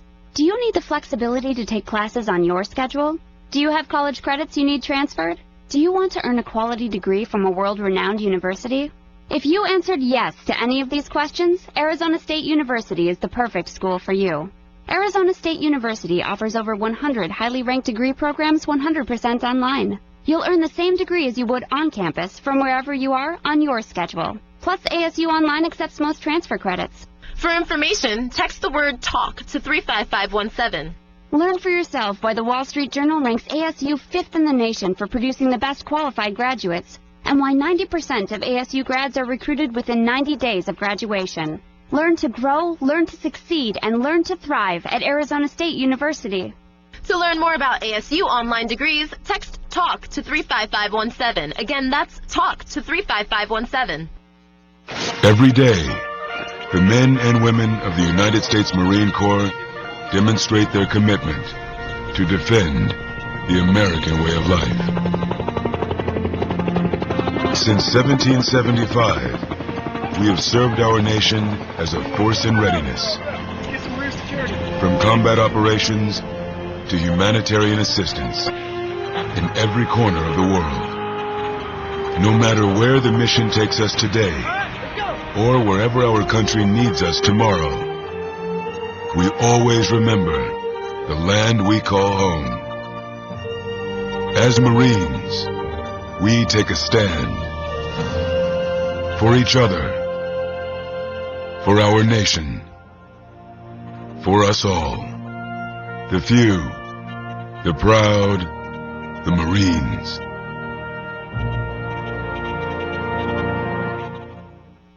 This heavyweight bout is about to begin. The challenger wears white trunks with a blue stripe, and the champ is wearing, looks like an examination gown from the doctor's office. And from the back, we can... Ooh, that's not pretty. Champ, what's with the crazy getup? I've got to take care of my family. Yeah, so? Well, when you love your family, you got to go in and get those important medical screenings. A lot of potentially deadly diseases can be treated if you catch them in time. So you wear the examination gown because... Because I'm a real man. Real men take care of their families and get those tests. Real men wear gowns. Okay, champ. Good luck. Here we go. The champ's not wasting any time. It's over. This fight is over. Champ, you barely broke a sweat. Any words for your fans out there? Remember, go to ahrq.gov for a list of the tests they need to get and when to get them. What was that web address again? ahrq.gov. And remember, real men wear gowns. Go to ahrq.gov. This message brought to you by the U.S. Department of Health and Human Services, AHRQ, and the Ad Council. Ladies and gentlemen, I think you Clay Travis. Outkick the coverage with Clay Travis is coming right for you. What do we think about our boy Colin Kaepernick doing the Black Power fist salute? I mean, I just feel so bad for Colin Kaepernick. I went and looked at his Twitter feed because his team is so awful.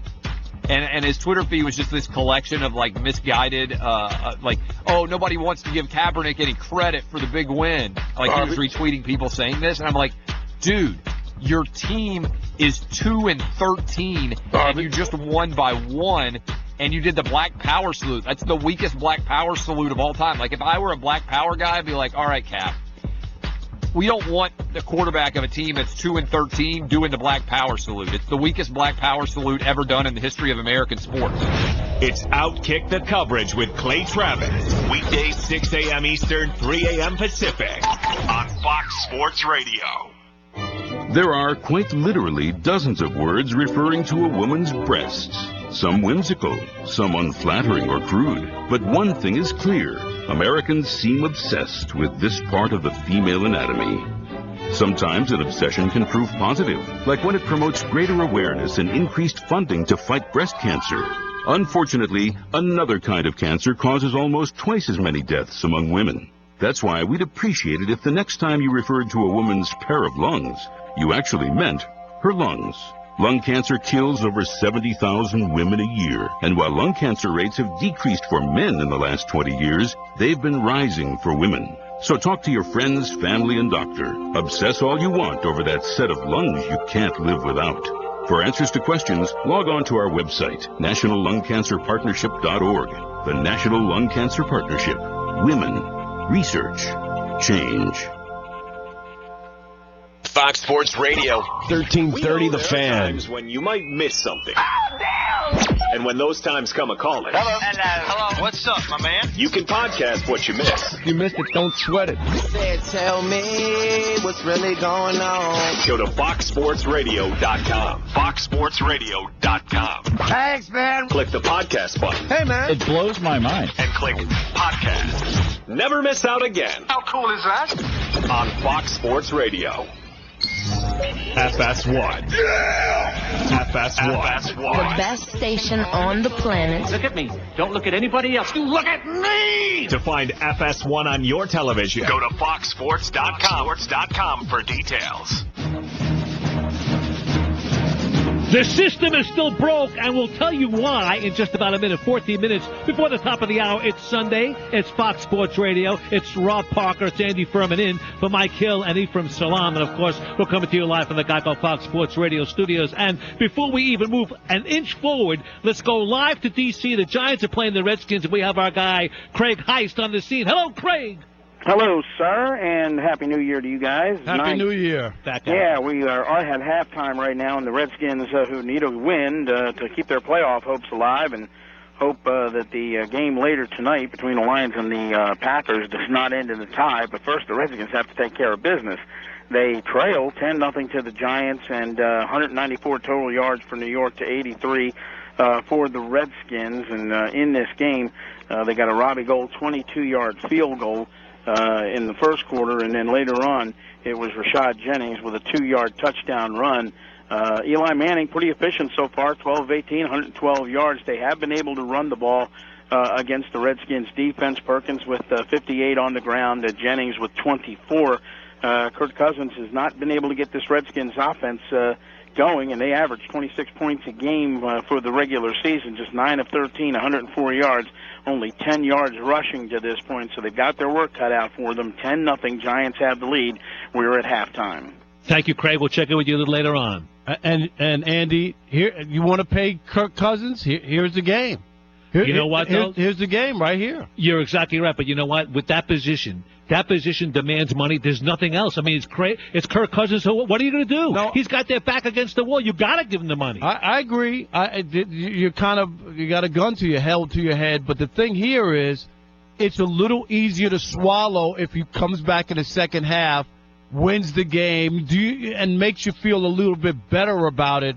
Whereas if they have a total meltdown and don't do anything offensively and lose this game, and the Packers and Lions are automatically get into the playoffs, it's just a little harder to give up that kind of money. No doubt about that. By the way, speaking of playoffs, if you don't mind, Mr. Rob Parker, I'd like to turn to college football just for a minute. It was a big day yesterday. They had the National Football semifinals. Is that okay? Is that okay with you? Absolutely. It was a shocking day for me. I couldn't believe what happened to Ohio State. Wow. I bet. In the Peach Bowl, Alabama rolled Washington 24-7. In the Fiesta Bowl, Clemson dominated Ohio State 31-zip.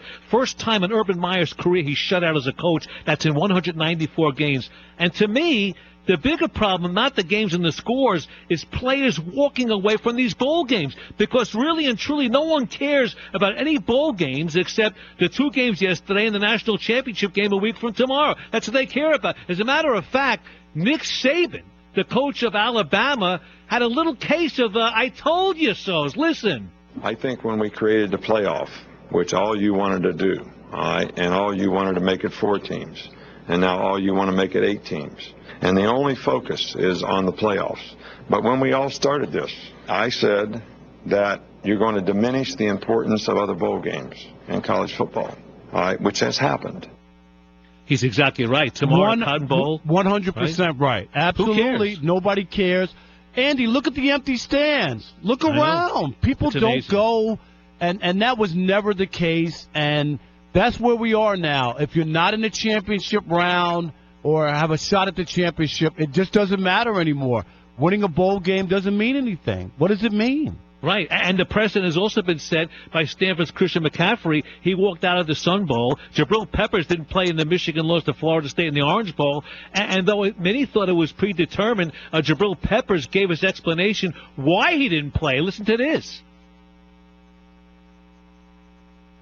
I couldn't even run. Like I told myself I was at least 80% I was gonna go. Couldn't even run at that point. It's just you're just gonna hurt the team. You being out there, you can't even run. They count on you to play a certain way. When was the decision made? Officially, was it literally right at game time decision? Well, they told me to see how I felt after warm-ups. When I get the adrenaline pumping and when your body really warms and gets loose. But it didn't, man. It loosened up a little bit, but it wasn't enough to play. Jabril Peppers, Rob Parker, he's full of it. He's full of it. He didn't want to get hurt because the NFL's right around the corner. Leonard Fournette's the same thing. Andy, be careful now when you say that people aren't hurt when you're not a doctor. All I'm going to say I understand. And I get it. He probably didn't want to play, and it was a nice, convenient excuse. But let's be fair. We don't know his health. We don't know if he tweaked anything. And I don't know his Am pain I right? limits. And you don't know his threshold of pain. No doubt about that. But here's my point. How do you let down a teammate? How do you, like this guy McCaffrey, the guys that blocked for him all year long up front, and now he's saying, screw you? I don't blame him. He's got a pot of money in front of him to playing in a meaningful game. Now, if you told me McCaffrey was sitting out and he had a chance to play in the championship game, now I would look different at him because you play to win. But if you're telling me that these bowl games don't matter, right, unless you're in the semifinals for the championship, unless you're in those games, if they don't matter, why should I play? Because when I you have a chance? to have a little pride. Okay, so I'll go one step further. Is it going to be happening now in March Madness? If a kid doesn't want to play in the first round of the NCAAs because it doesn't really matter, he's not going to play? He's going to sit out for the NBA draft? It's a little different, and I'm not saying that guys can't get hurt. But in football, you know this, you can get hurt on every single snap. Where in the NBA, it would take something, or in college basketball, could you get hurt? Sure. But the chances of getting hurt are nearly as high as playing in a football game. And so I do understand it. I'm not going to hurt these guys or bash these guys because this is what's set up. When you set up a system, and the perfect example is yesterday for winning Nick Saban got, $100,000, right, for winning yesterday? It's a joke. And the kids got a 4-piece chicken McNuggets. That's what the kids get. And a T-shirt. And you know what I'm saying? So when you do that and you put those kind of parameters and you give all the money to the coaches and the kids can't get anything, I can't blame them to say, I'm going to protect my money, Andy, and I'm going to protect my future. I don't want to have my leg broken in a meaningless game where I'm just going to get cashed out come April. The system sucks, and it's broken. I'll give you another example. The Cotton Bowl tomorrow, Western Michigan, Wisconsin. Western Michigan's undefeated. I know they can't play with the big boys, but you know what? Give them a chance. Give them a chance to go to the big bowl. I understand that. They're a different animal, but the point is this. They deserved it. They went undefeated. I hear you, but it's not going to happen. You know that. It's always about the big boys, who travels better, who's going to bring in TV ratings. It's a big juggernaut, and it doesn't always have to do with who wins and who loses. It's about who's doing the winning and who's doing the losing. No doubt about that. Rob Parker, Andy Furman, and Black Monday came too early for this coach, and Rob Parker and Andy Furman tell you why on Fox Sports Radio next. We are Fox Sports. Did you know that identity theft goes beyond what you can see on a credit report and what your bank can alert you to? Identity thieves can open new accounts in your name, rent or buy properties in your name, drain your 401k, and even file fake tax returns in your name. In fact, there are all kinds of identity theft beyond what you might expect. That's why LifeLock goes beyond credit monitoring to help protect your identity. We use proprietary technology to alert you to a whole range of threats to your identity. And if there's a problem, one of our U.S.-based specialists will work to fix it. Of course, no one can prevent all identity theft or monitor all transactions at all businesses. But with LifeLock, you can feel beyond good knowing someone is looking out for you in all kinds of ways. Join now for 10% off. Go to LifeLock.com or call 1-800-LifeLock and use promo code NEWS. LifeLock. Bianchi Honda, where they treat every customer as though you're a member of their family. Visit them at 8430 Peach Street, Erie, or 24 hours a day, 7 days a week at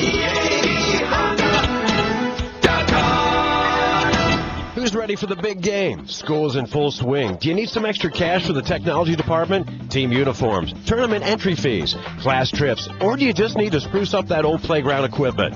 Staganelli's is all geared up to help you with your fundraiser. Staganelli's can set you up as soon as tomorrow. They offer a great variety of hometown foods, the best kind of fundraising. Kids and adults love their pepperoni balls, pastas, and quick after-school snacks like pretzel sandwiches and pizza kits. Moms love the pre-portioned cookie dough and pies. Staganelli's prides themselves on hometown service and customer-friendly products. Call Terry at 814-456-0965 to schedule your Stanganelli sale today. Stanganelli's retail shop, located 1621 West 26th Street in the Oakwood Plaza, is open Tuesday through Saturday with daily specials. Check out the tantalizing pasta bar. Grab a quick homemade meal for those on the go. Stanganelli's has a nice selection of pasta, sauce, pepperoni balls, and individual family-prepared meals.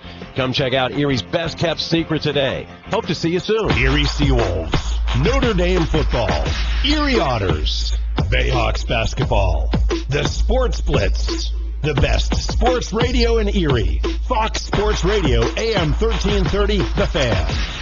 The flu is unpredictable and can be serious, even for healthy people. A flu vaccine is your best protection. Who needs to be vaccinated against the flu? You. Protect yourself, your friends, and your family. Get a flu vaccine. For more information, www.flu.gov.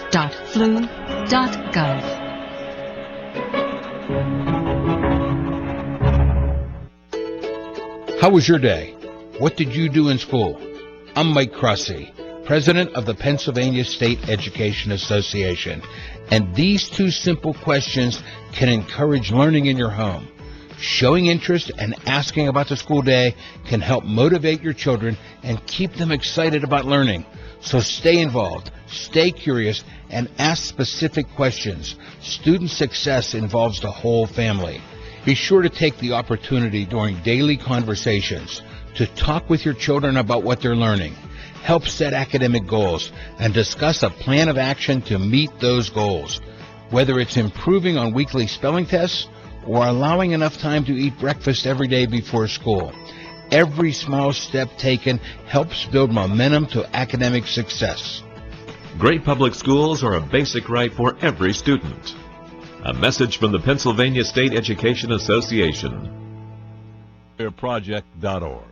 This is the Dan Patrick Show. Stay tuned. Stay tuned. Mike Krzyzewski, the Duke head coach. What does an indefinite suspension mean? Well, it means it gives me time as a teacher to teach. And it's not the NBA. These are kids. You know, it's a time thing. It's not like you give a suspension and it's all over. It's a learning experience. And I'm going to use it as that in a teaching moment. And the teaching moment does not stop by giving one game, or maybe that's what it is. I don't know that right now. Maybe it's 3. Maybe it's 2 weeks. I don't know. But he won't play until I feel good about the entire situation and where he is at. And that's my responsibility as his coach and as a teacher of young men. The Dan Patrick Show. Weekdays 9 a.m. Eastern, 6 Pacific on Fox. Broadcasting from the Bud Light Studios in the historic Boston Store. AM 1330. Fox Sports Radio. WFNN Erie. The Fan.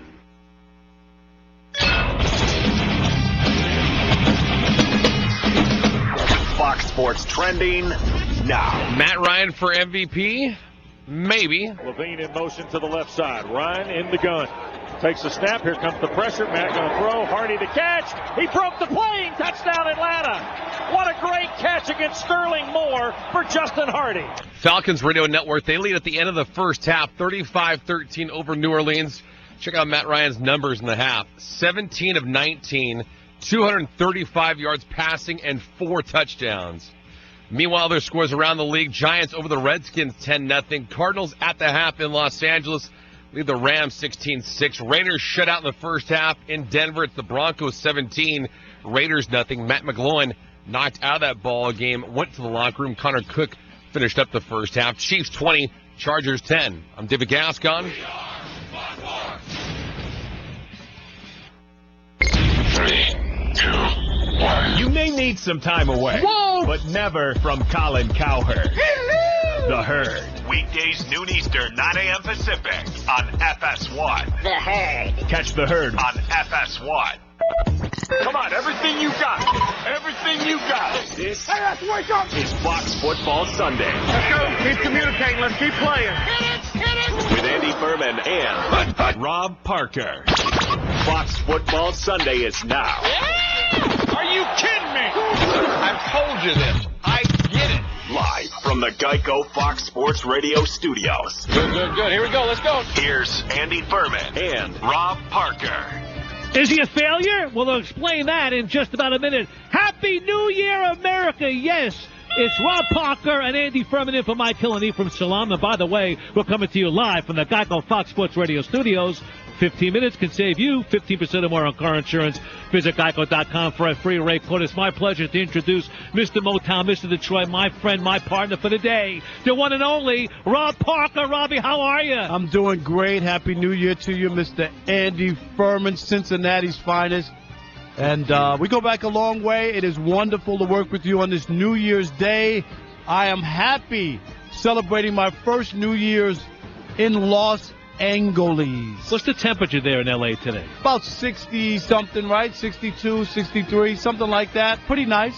Not bad. You deserve it. I tell you what, you've been through living hell sometimes, and you deserve everything you get because you're a talented young man. Man, and I love, you know I love appreciate being with you. I really do. I appreciate it, and you know I've been around the block, and good things, you paid bad your things. dues. I did everything I needed to do, and I'm Yes, happy to be with Fox Sports 1 and the undisputed Skip and Shannon every weekday morning, 9:30 to noon Eastern. You're doing a hell of a job. You got to do one more thing, though. You got to fill us in on the scores for today, the early games, and what's going on right now. I know you got all the scores in front of you. People are driving around in their car. They want to know what the hell's going on in the NFL. Let's do that. Patriots beat the Dolphins 35-14. Julian Edelman has his longest touchdown of his career. Let's take a listen. Hogan, the lone split, short side right, from the 23. Brady with a quick throw left. Edelman makes the grab, and he sprints across the 35-40. Julian to the 45, gets a great ball by Floyd. They clear him to the 30 of Miami.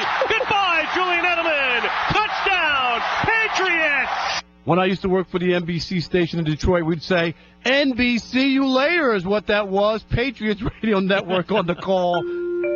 There you go. Vikings beat up on the Bears 38-10 in that game. Your Cincinnati Bengals, Andy, 27-10 over Baltimore. Also, Titans beat the Texans 24-17. In that contest, the Buccaneers, they beat up on the Panthers. It was 17-16. Unbelievable how the mighty have fallen as far as the Panthers and Cam Newton.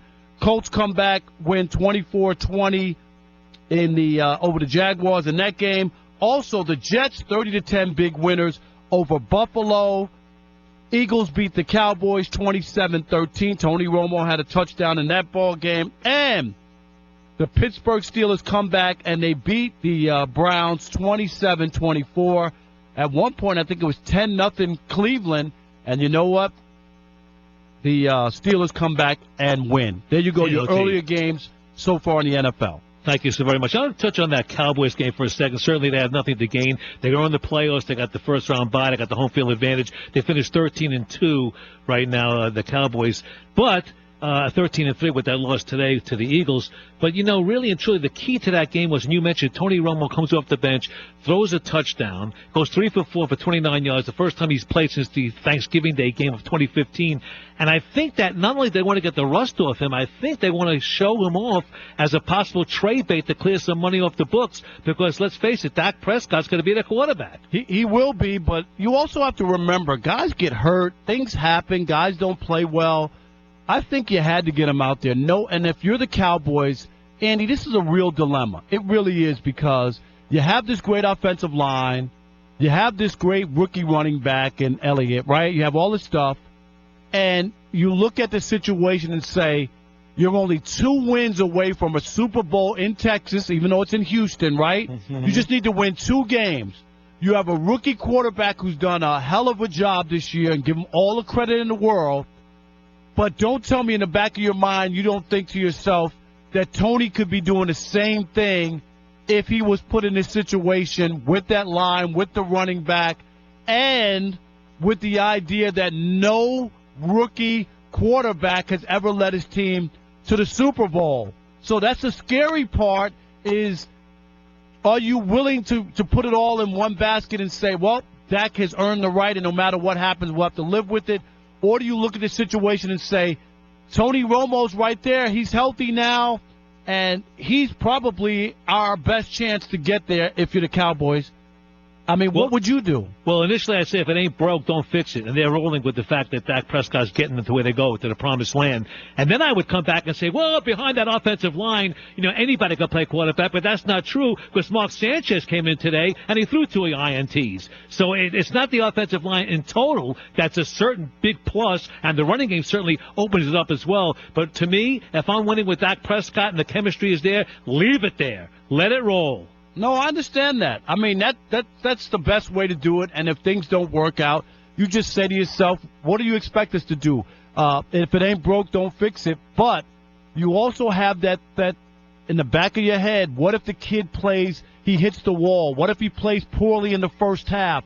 Right. What if you still think you got a chance to come back with the right quarterback or making a switch? What do you do if Dak throws 2 or 3 picks or a fumble or he's gimpy or he gets hurt? Do you make that change with the chance of saying to yourself, we can get to the Super Bowl, we're 2 wins away. The Cowboys haven't been in the Super Bowl in forever and a day, and Jerry Jones, more than anything, wants to get to the Super Bowl. You know that, Andy. That's the most important thing, not whether or not you make a kid feel bad after he played well all year for you, and now you're making a change. Well, you're talking about quarterbacking a Super Bowl. I'll talk about quarterbacking in playoffs, because this team hasn't made the playoffs in 17 years. I'm talking about the Buffalo Bills. They fired Rex Ryan. Why you'd fire a coach the week before the season ends is beyond me. And their offensive coordinator takes over. And E.J. Manuel and Cardell Jones are quarterbacking now for the Bills. They have no idea what the hell's going on that team. They really don't. The problem with Rex, to me, is he's a defensive-minded coach. And to be honest, the defense in that team sucked. Absolutely. And that's the issue. And I think this is probably it. I'm not sure if he's going to get another opportunity as a head coach. I think this is probably it for him, and he probably has a big career as a television broadcaster, because I think he has the personality to do that. And, of course, he could be a coordinator if he just wants to stay in coaching. But I can't see a general manager introducing him at a podium talking about winning a Super Bowl and turning things around. I just don't see it. I think that you could say he may have been a failure as a coach. In 8 years, his record 61-66. But the bigger problem with him is, and I love him to death, I really do, but he sometimes acts like a buffoon. He's a blowhard and a buffoon, and no ownership wants that. Now, look, when he got hired in Buffalo, the people went crazy. They had ticket sales out the wazoo. He went nuts. He had that little van or that bus he bought with the Buffalo Bills logo on it. But he's all talk, and I think that a lot of the players have come forth and said that he's not the disciplinarian that these guys need or want. And you know what? The players know best. They're in there all the time. And I think that's probably why management decided that this wasn't going to work.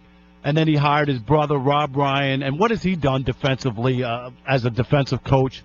He ruined the Cowboys. He ruined right. I mean, a couple of teams where things just didn't work out. So I just think that it comes a time when you make a decision on somebody, and is that guy, Rex Ryan, going to win you a Super Bowl? I just don't see it, and I don't see him getting another opportunity. I think he got enough. I'm with you right there, and I'll tell you something else. You talk about quarterbacking. I think quarterbacking is such a low ebb right now in the National Football League. You look at the Bills, E.J. Manuel, Cardell Jones, and the Jets. I mean, the Ryan Fitzpatrick, that thing was a joke. He held out. They wanted him back. He was leading the league in interceptions this year. He played today. Bryce Petty's hurt. He's always hurt. They're in trouble quarterbacking as well. I mean, right now, if you're a quarterback in college that has a decent record, you're in pretty good stand. You really are. Oh, absolutely. And, you know, the big question is Tony Romo, where will he wind up next year if they decide to make a decision, right? Save about, $4 or $5 million if they move him. So the Cowboys have something to do. Where do you see him winding up? Do you know, if I'm the New York Jets, and I know maybe Tony Romo might not want to, if you could sell him, I would try to make a move and say, hey, you know, if you can win here and do something here, you know how big it is if you can win in New York and turn it around. So if you're Tony Romo, do you really want to go to like a smaller market from Dallas, you know what I mean, where they might have a little better chance of winning, but not the splash that he could make? Well, you don't want to go to Jacksonville. You know, you don't want to go to a small market that can't win. I think New York can win. They got a pretty decent run game. They won 10 games last year, and the quarterback play was just terrible this year. There's no doubt about that. But to me, if I'm Tony Romo at the age of 37 and what I've been through, and I know that one hit I could be paralyzed perhaps the rest of my life, why would I know what it's like to have that momentum in your system, that adrenaline push, the want to play. I understand that, although I've never played the game in the NFL, but I understand what these guys have going for them. And it's not just the money. There's a lot of pride there. But to me, to endanger your potential health forever, I don't know. I think I'd walk away. You think you would walk away? I can't see it happening. And I know it makes sense logically when you talk about it in the health, but these guys, this is what they live for. They're players. This is what they do, and I can't see Tony Romo just saying. You know why? I'll tell you why, and I figured it out. The light just went on. They're afraid of having nothing to do if they do walk away. You see, they're protected in that locker room with their players, with their guys, all right? And when you cry, look, I watched the game today with Steve Smith Sr. on the Ravens. He was crying. Why? He doesn't know what he's going to do without football. No. That's why. And the camaraderie you have, and when you're a part of a team and whatnot, that's a part of your identity for a lot of those guys. And you've seen it, Andy, after they, you know, the bravado and how they have this chest stuck out and all that stuff when they're players. But, Andy, what happens when they're not players anymore? They become some different cats, am I You're right? a regular schmuck like me. They're regular guys looking for a gig and something to do, and it's amazing to see the come down from where they were when they were young, had muscles and had everything going for them, and everybody knew who they were. And as soon as you take that uniform off, you become Joe Regular. You're exactly right. You and I are not Joe Regular. He's Rob Parker. I'm Andy Furman. We're in for Mike Hill and Ephraim Salam right here on Fox Sports Radio. Get to us on Twitter at Rob Parker, WXYZ, at Andy Furman, FSR, 877-99 on Fox. We welcome your calls. That translates to 877-996-6369. Bottom of the hour, 6:30 Eastern. The one and only Howard Balzer. Howard Balzer, all22.com and ballsoffootball.com. This guy's like a walking freaking encyclopedia of football. He's unbelievable. Used to be with the Sporting News as well. But it was a week this team would like to forget, and we'll tell you why next. Happy New Year! New Year! It's a new year. Happy New Year! Celebrate with us. Hi, this is JT the Brick. Colin Coward here. It's your boy Clay Travis. A new year, a clean slate. Hey, it's Rich Eisen, and this year my resolution is to spend more time with you. Have a safe and happy New Year's. We're celebrating with you on Fox Sports Radio. Did you know that every Chinese food takeout box is designed to flatten into a plate? Or that by turning the tab on a soda sideways, it doubles as a straw holder? Or that hole in a pot handle is actually designed so you can rest your spatula in it? It's amazing how some of the things people use most can be easily overlooked. It's just like TrueCar also helps people get used cars. That's right. TrueCar isn't just for new cars. Their certified dealer network also has an inventory of over 500,000 pre-owned cars nationwide. So whether you buy new or used, you get pricing information that empowers and give you a better buying experience through our TrueCar certified dealer network. Here's another fun fact. TrueCar customers receive discounts off the list price for used vehicles and are more likely to enjoy a faster buying process when they connect with TrueCar certified dealers. So when you're ready to buy a new or used car, visit TrueCar.com or download the TrueCar app to enjoy a better car buying experience. Some features not available in all states. Did you know that identity theft goes beyond what you can see on a credit report and what your bank can alert you to? Identity thieves can open new accounts in your name, rent or buy properties in your name, drain your 401k, and even file fake tax returns in your name. In fact, there are all kinds of identity theft beyond what you might expect. That's why LifeLock goes beyond credit monitoring to help protect your identity. We use proprietary technology to alert you to a whole range of threats to your identity. And if there's a problem, one of our U.S.-based specialists will work to fix it. Of course, no one can prevent all identity theft or monitor all transactions at all businesses. But with LifeLock, you can feel beyond good knowing someone is looking out for you in all kinds of ways. Join now for 10% off. Go to LifeLock.com or call 1-800-LifeLock and use promo code NEWS. LifeLock. Yankee Honda, where they treat every customer as though you're a member of their family. Visit them at 8430 Peachtree, Erie, or 24 hours a day, 7 days a week at Congratulations to the Cathedral Prep football team on their win at the state championship game in Hershey. Roll Ramblers, on to more victories to make Erie proud. Cathedral Prep, just another reason why you gotta love Erie. Every day, the men and women of the United States Marine Corps demonstrate their commitment to defend the American way of life. Since 1775, wherever the mission takes us, we always remember the land we call home. As Marines, we take a stand for our nation, for us all. The few, the proud, the Marines. Okay, folks, it's quiz time. Why on earth would you refill a propane tank at Rent-A-Wreck when you could just exchange your tank for another one? Well, there are a few reasons why. 1, it's faster. 2, it's cheaper. 3, it's easier. 4, you get more gas. And it proves that you're a lot smarter than the other guy. Now, here's how easy it is. You just pull into Rent-A-Wreck at 4340 West 26th, right next to that big smiling green propane tank, and push the green button on the wall. Before you can say, damn, that was fast, somebody's going to grab your tank, fill it up, and put it back in your vehicle. Now, you just go and try and find that kind of service anywhere else. I'll bet you can't. Propane from Rent-A-Wreck at 4340 West 26th Street. Welcome back to the Cat Show. Up next we have Nico.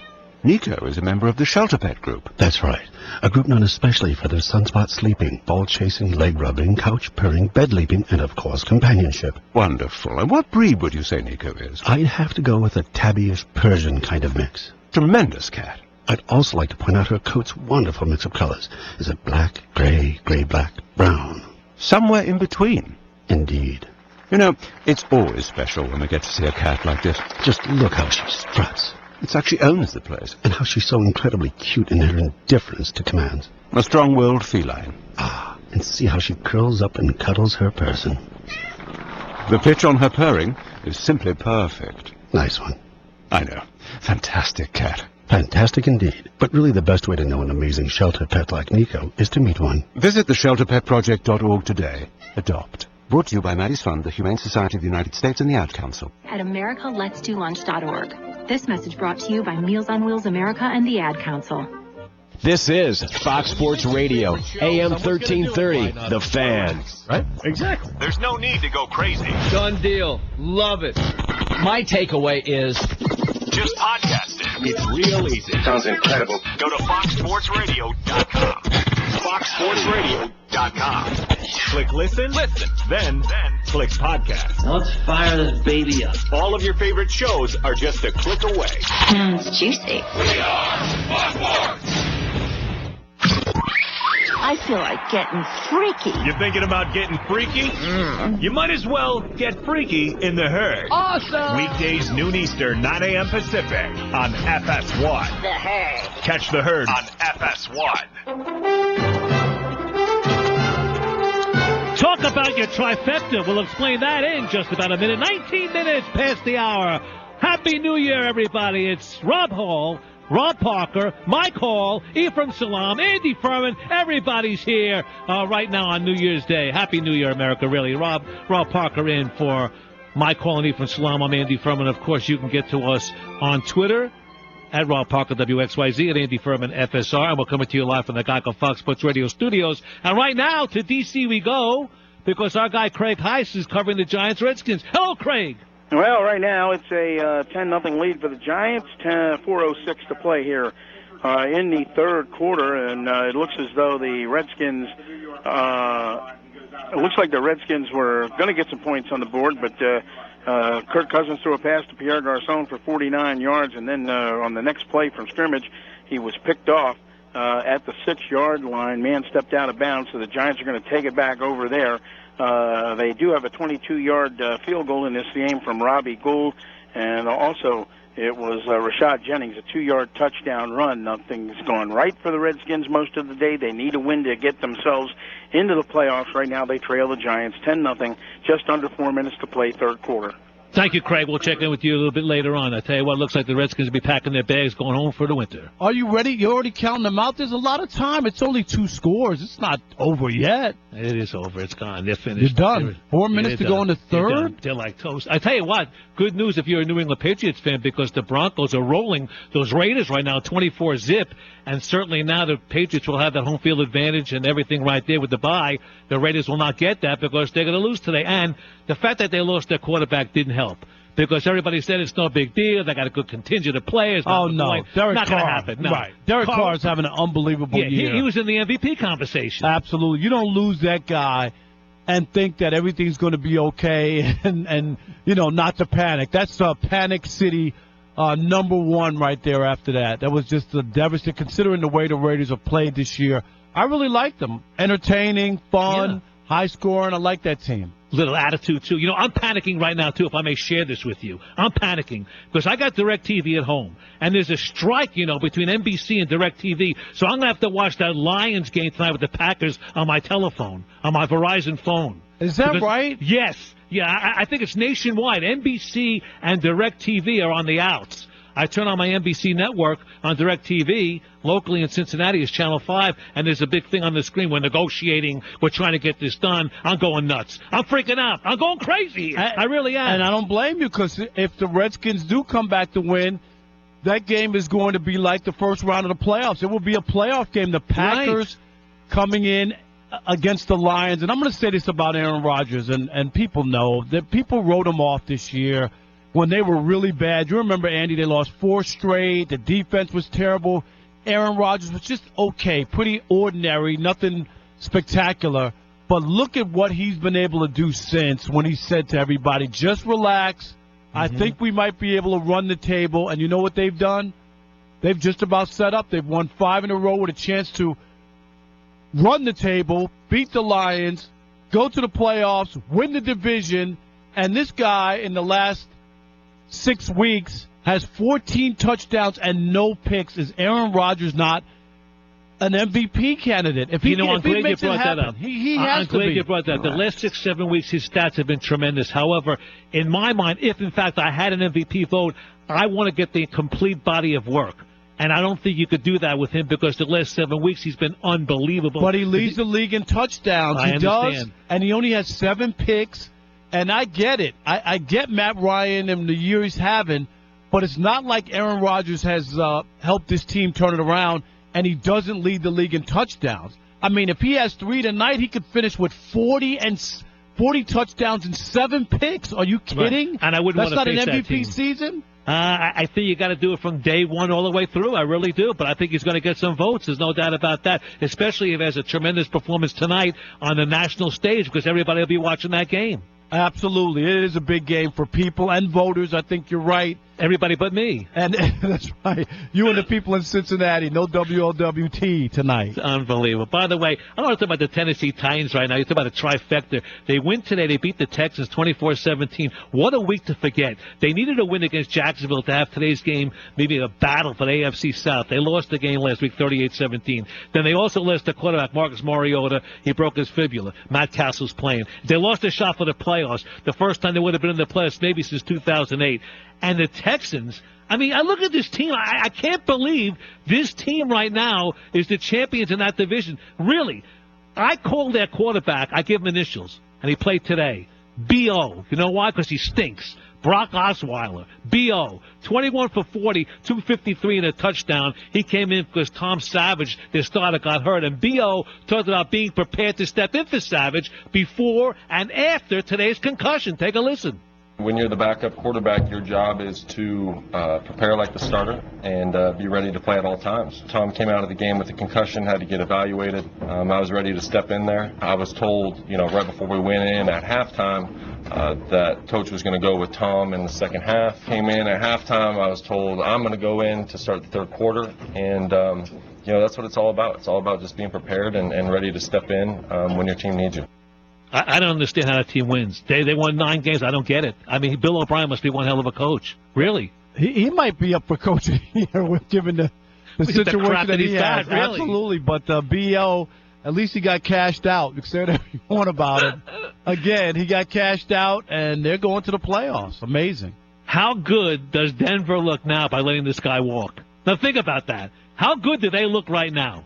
They look good because you know what? They wanted him, but not at the money that they were talking about. And I think that they decided that he was okay. But, again, when you pit him with an unbelievable defense, which is what they had a year ago when they won the Super Bowl, right? So he was kind of like pumped up a little bit better than he really was because that defense was what that team was about. False hope, that's what it was. You talked about Tony Romo maybe looking around, packing his bags. Hey, go right down the block. Go to Houston. Go to Houston. Maybe they'll make a run for you. That's another place. There's no doubt about it. He'll have a couple of choices because, as we know in the National Football League, getting a quarterback and getting a guy who can help you, it's hard. There's a lot of teams that are desperate for a quarterback. Look at the situation we talked about earlier. The Jets are they just can't get a quarterback. There is no position in any sport in America on the face of God's green earth that is more important than a quarterback. What about goalie? That's another one, too. In soccer, they make 4 saves a game. No. In hockey, I'm talking about. I think that you could win maybe with an adequate goalie. You don't have to have an outstanding goalkeeper. You can, really, because right now the equipment is so big and so huge. Those gloves are as big as my legs. I mean, really. I mean, they don't want you to score. They don't. No, I know what you mean. You got to have a quarterback. It really helps you. And the same thing. There's a couple things in sports. You need pitching in baseball, right? We saw that pitching in defense.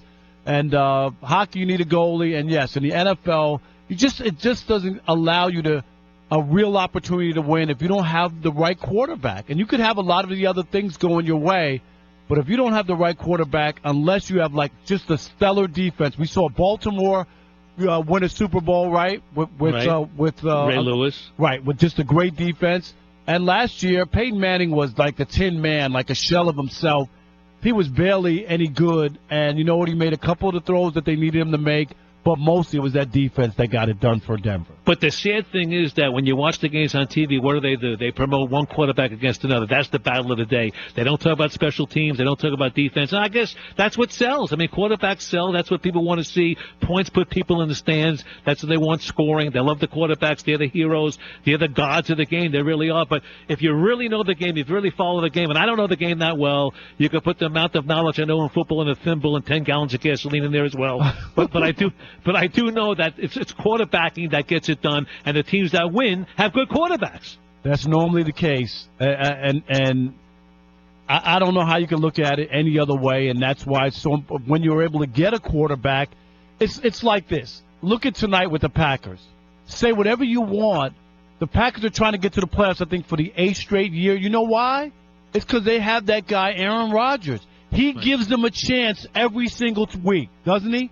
No matter what happens, no matter if they don't have a running game, no matter if the defense. I've seen this guy, and when you get a player like that, he does make a huge difference. Right, and you look at a team like Jacksonville, Blake Bortles can't get out of his own way. Hey, Really? the Redskins just got a field goal, so they cut that Giants lead to 10-3, and it's not over. The game's not over yet. It's still in the third quarter, so there's still a chance. I may bet you a cigar in this game. We'll see about that. Rob Parker's my guy. He's with me today. I'm Andy Furman. We're in for Mike Hill, and he from Salon. This is Fox Sports Radio, and of course, we're going to let you know that no one, I say no one, knows the game better than our guest. That's next. But first, let's find out what's trending. Falcons taking it to the Saints. Third quarter action. Levine in motion to the left side. Ryan in the gun. Takes the snap. Here comes the pressure. Matt going to throw. Hardy to catch. He broke the plane. Touchdown Atlanta. What a great catch against Sterling Moore for Justin Hardy. 4 TD passes all in the first half for Matt Ryan. Falcons lead 38-13. Giants 10-3 over the Washington Redskins. Cardinals, they're up big over the LA Rams 23-6. Broncos and Raiders for the Mile High City. Play fake. Pass into the end zone is caught, and Virgil Green has a Denver touchdown. Virgil Green's first touchdown catch of the season. Broncos Radio Network, they're taking it to the Raiders 24-0. Matt McGloin knocked out of the ball game. Connor Cook now in third quarter action. Chiefs hanging on in San Diego 20-17. They are moving the football at the San Diego 2-yard line. I'm Dippy Gascon.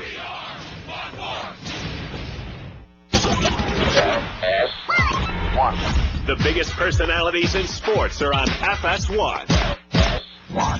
Undisputed with Skip Bayless and Shannon Sharp airs weekdays at 9:30 a.m. Eastern only on FS1.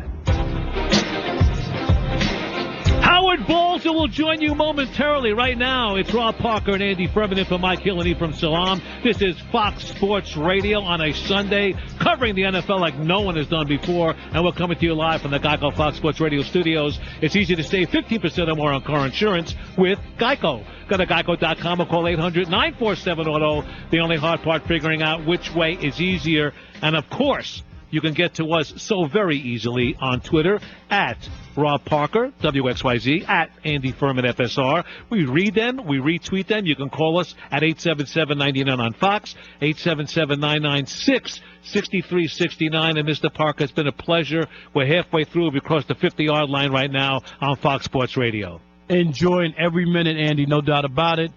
Talking NFL football, waiting on the big game of the day. Obviously, we got to watch this final quarter with the Washington and the Giants, and then, of course, tonight at 8:30 Eastern, the Lions and Packers. That'll be a good way to wind down the NFL season. Looking forward to watching that. And the only thing that would make that game better tonight if it was being played in Green Bay with snow, where the snow covers the lines on the field, which is good old-school football.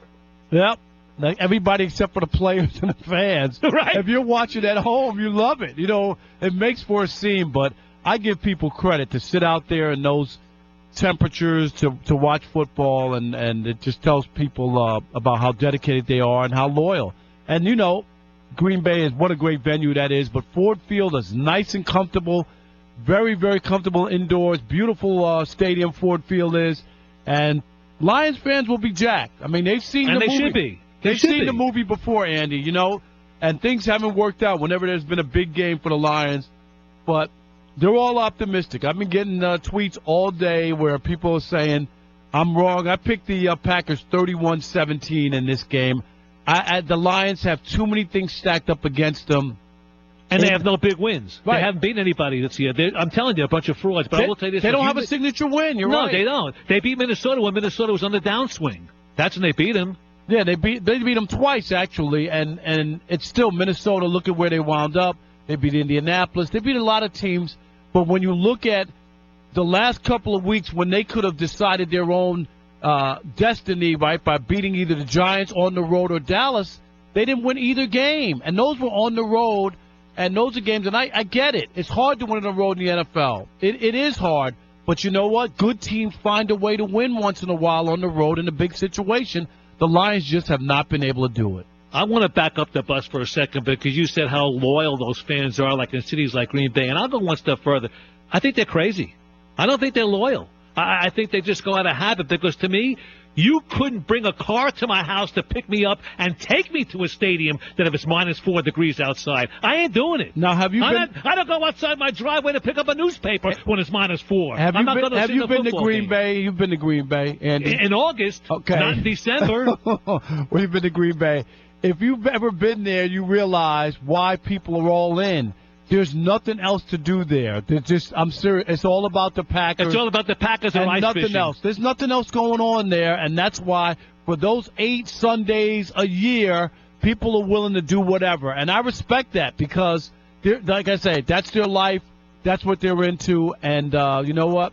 Look, for me to sit out there in minus 4 degrees on a bleacher seat and get my ass frozen, you got to pay me. I'm not paying for that ticket. You got to pay me and pick me up at my house. Come on, Rob, you going to do that? No. You're going to sit out there. Hey, as a kid, I went to Shea Stadium and sat out in the cold to watch the Jets in the old days, but that was about it. I remember that. You know when? You know, you're going to go nuts when I mention this name. I was a tyke. My mom and dad drove me to the game and picked me up when Dick Wood was the quarterback. Wow. When Dick Wood when they played at Shea before Joe Namath. I didn't think I could read it then at that point in time, but I wanted to go to the games. I remember Pat Leahy was their field goal kicker, and was it Richard Todd, and who's the other guy? Matt Robinson? Remember Matt Robinson was the quarterback? And Don Maynard. Back in those days. So those were my days, and now you know what? I sat out and froze my butt off because I love football, and I went to the games when I was a kid. I love the press box a lot better. This guy goes to a lot of games. He's the man. He's the maestro. He's the guy. His name is Howard Balzer. He's with us on a Fox Sports Celebrity Hotline. He is involved with all22.com, ballsoffootball.com. He's in every single Hall of Fame you want to know. He welcomes us, and we welcome him. Happy New Year, Howard. Rob Parker, Andy Furman, how are you?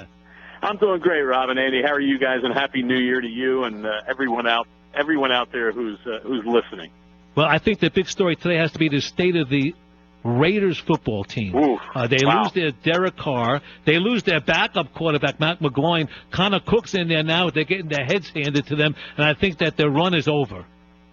I just tweeted out that I've heard that they're actually checking out the physical status of Jamarcus Russell and Todd Marinovich. Oh, man. But they haven't been able to find them anywhere. But, yeah, it's really unfortunate, you know. I mean, when you have a team, you're playing as well as they are, and you're sailing along, and you're in great position to have a first-round bye and to do hopefully well in the playoffs, and then just have it all get torn apart like that. It's too bad. But you're right. I mean, they likely are going to be a 5 seed, and maybe they could win. You know, maybe they could beat Houston with a backup quarterback, but that would be very tough too because Houston. One thing about Houston is they have a good defense, so. That's tough for Raiders and Raiders fans when something like that happens, especially at that point in the season when they had things going so well. Howard, what'd you make of Tony Romo got in a little bit, threw a touchdown? Was that good for the Cowboys to get a little rust off for him? Yeah, I think it was. I think it was important to get that, and they got him out there. He looked good, looked sharp, which is, I don't know, maybe somewhat surprising since he hadn't played in a regular season game in over a year. So it gives a little confidence that if they do need him in the postseason. What it also does, though, it shows that, hey, this guy can still throw it around. This guy can still play. And while we have a lot of great football to watch over the next month, what's really going to be fascinating is what happens with him after it all ends and to see where is Tony Romo playing his football in 2017. That's going to be very interesting to see.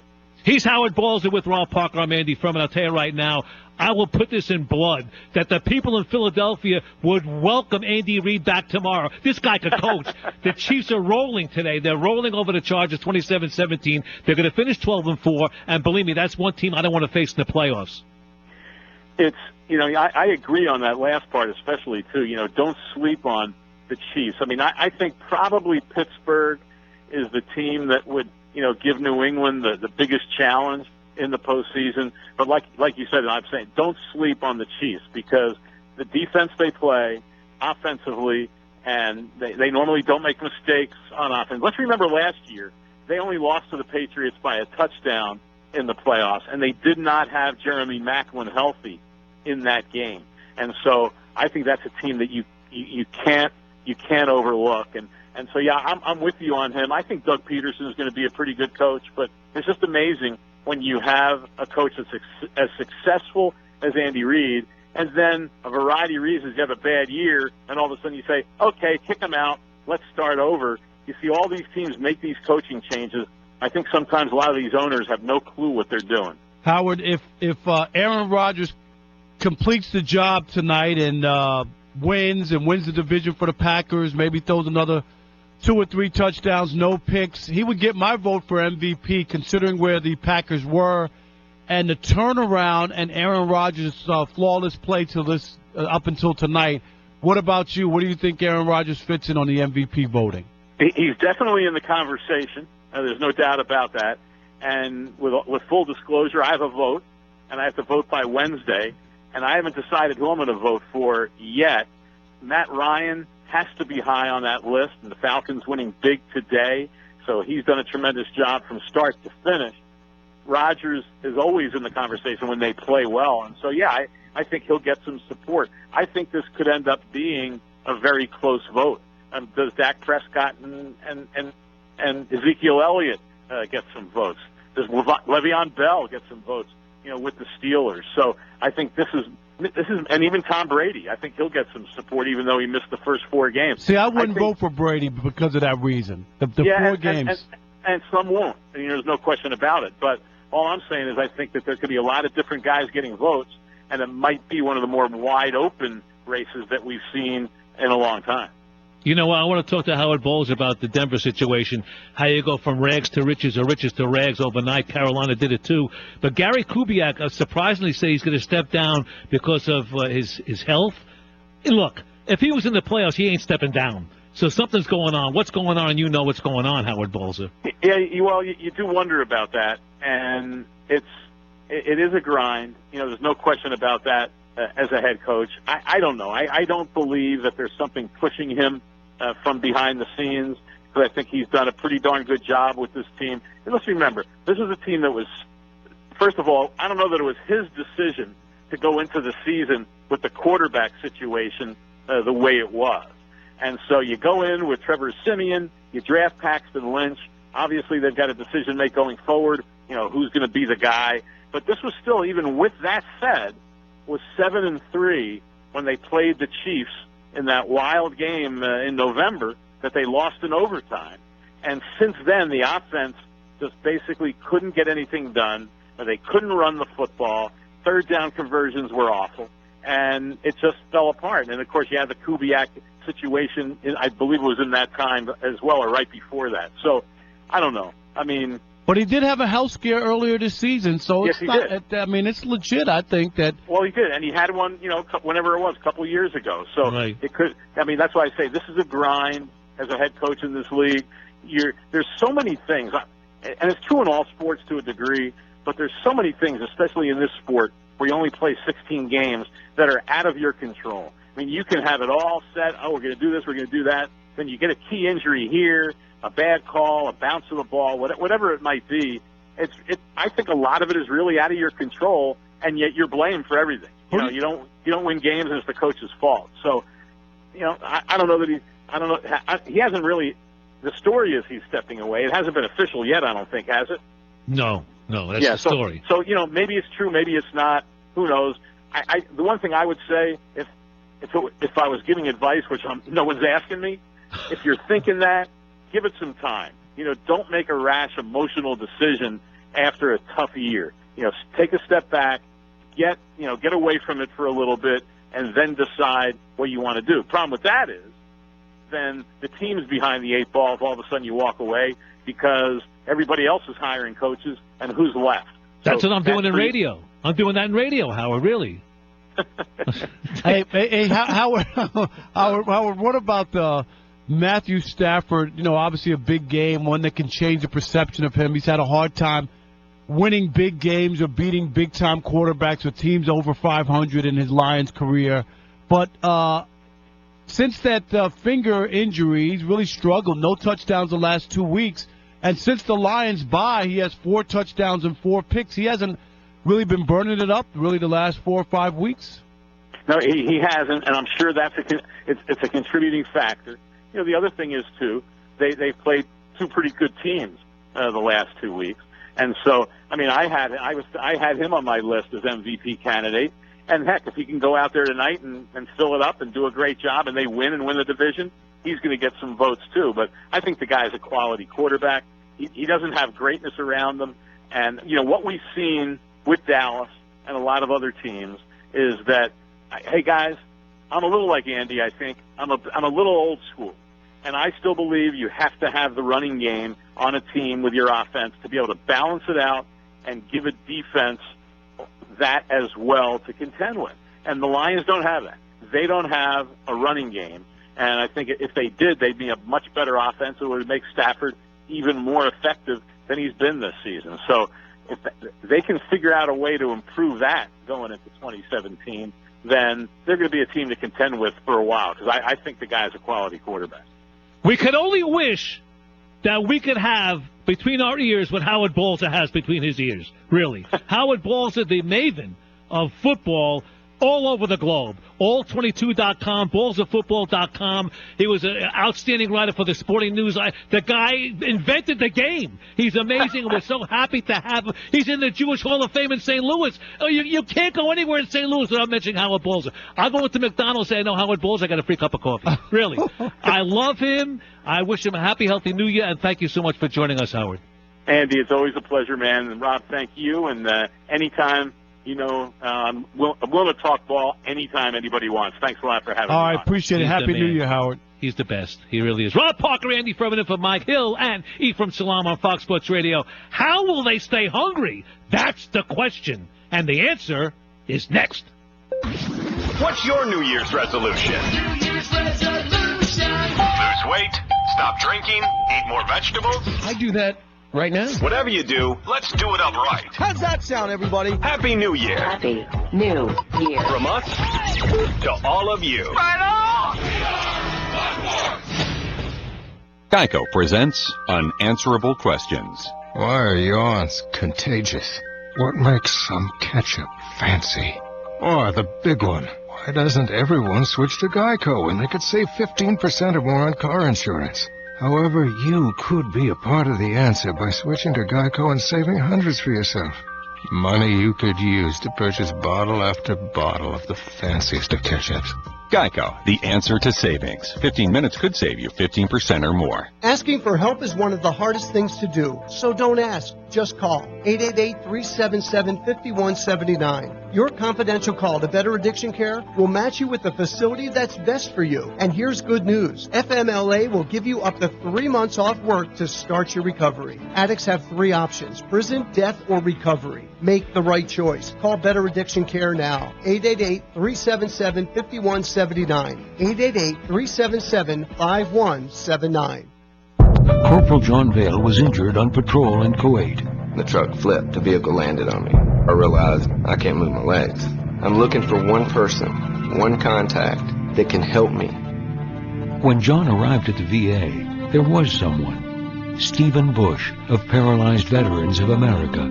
He helped John with his claim and became his advocate to get him back into life. When I approach someone that's newly injured, I want them to feel comfortable that they're not alone. For over 65 years, Paralyzed Veterans of America, through their national service officers, has helped hundreds of thousands of veterans get the care and benefits they've earned. And their service is free to America's veterans and their families. If you need help with a claim or just navigating the system, contact us at pva.org. Paralyzed Veterans of America, changing lives, building futures. There are quite literally dozens of words referring to a woman's breasts. Some whimsical, some unflattering or crude. But one thing is clear. Americans seem obsessed with this part of the female anatomy. Sometimes an obsession can prove positive, like when it promotes greater awareness and increased funding to fight breast cancer. Unfortunately, another kind of cancer causes almost twice as many deaths among women. That's why we'd appreciate it if the next time you referred to a woman's pair of lungs, you actually meant her lungs.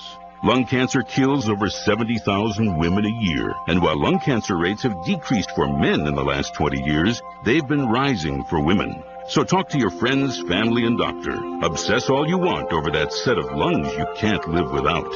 For answers to questions, log on to our website, nationallungcancerpartnership.org. The National Lung Cancer Partnership. Women. Research. Change. Listen to this. This is Steve Gorman Sports. Steve Gorman Sports. Kirk Cousins. This is a guy that made a big stink last year when he got franchised. You can franchise me anytime for $19.9 million. I mean, literally tomorrow. That's fine. I'll take it. But he wanted a long-term deal. He wanted to get some guaranteed big bucks, long-term, locked in. Washington said, we're going to take another look at you. We'll see. He's been playing with that chip on his shoulder all season long. He's had a great year. He's made a loud case for the fact that, hey, I need to be paid like one of the top quarterbacks in the league. So what was last night if it wasn't a perfect opportunity for him on a Monday night? This was tailor-made for Kirk Cousins to step in and say, I got the uppercut. Let me do two things. Let me knock out Carolina once and for all, and let me show not only my front office, but every team in this league that I am elite. And what does he do? He came out and he just peed right down his leg. Steve Gorman Sports. That's a good way to cap it. Weekdays at 6 p.m. Eastern, 3 p.m. Pacific on Fox Sports Radio. When I was little, we could talk about anything. I still want you to talk to me. When I was little, you taught me to follow rules. I still want you to guide my life. When I was little, we laughed and played. I still want us to have fun together. When I was little, you gave me hugs. I still could use a hug once in a while. When I was little, you told me you loved me every day. I still want to hear those words. When I was little, you were my hero. I still want to look up to you.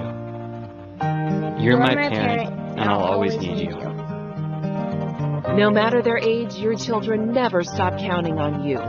Stay close to your kids. Stay connected.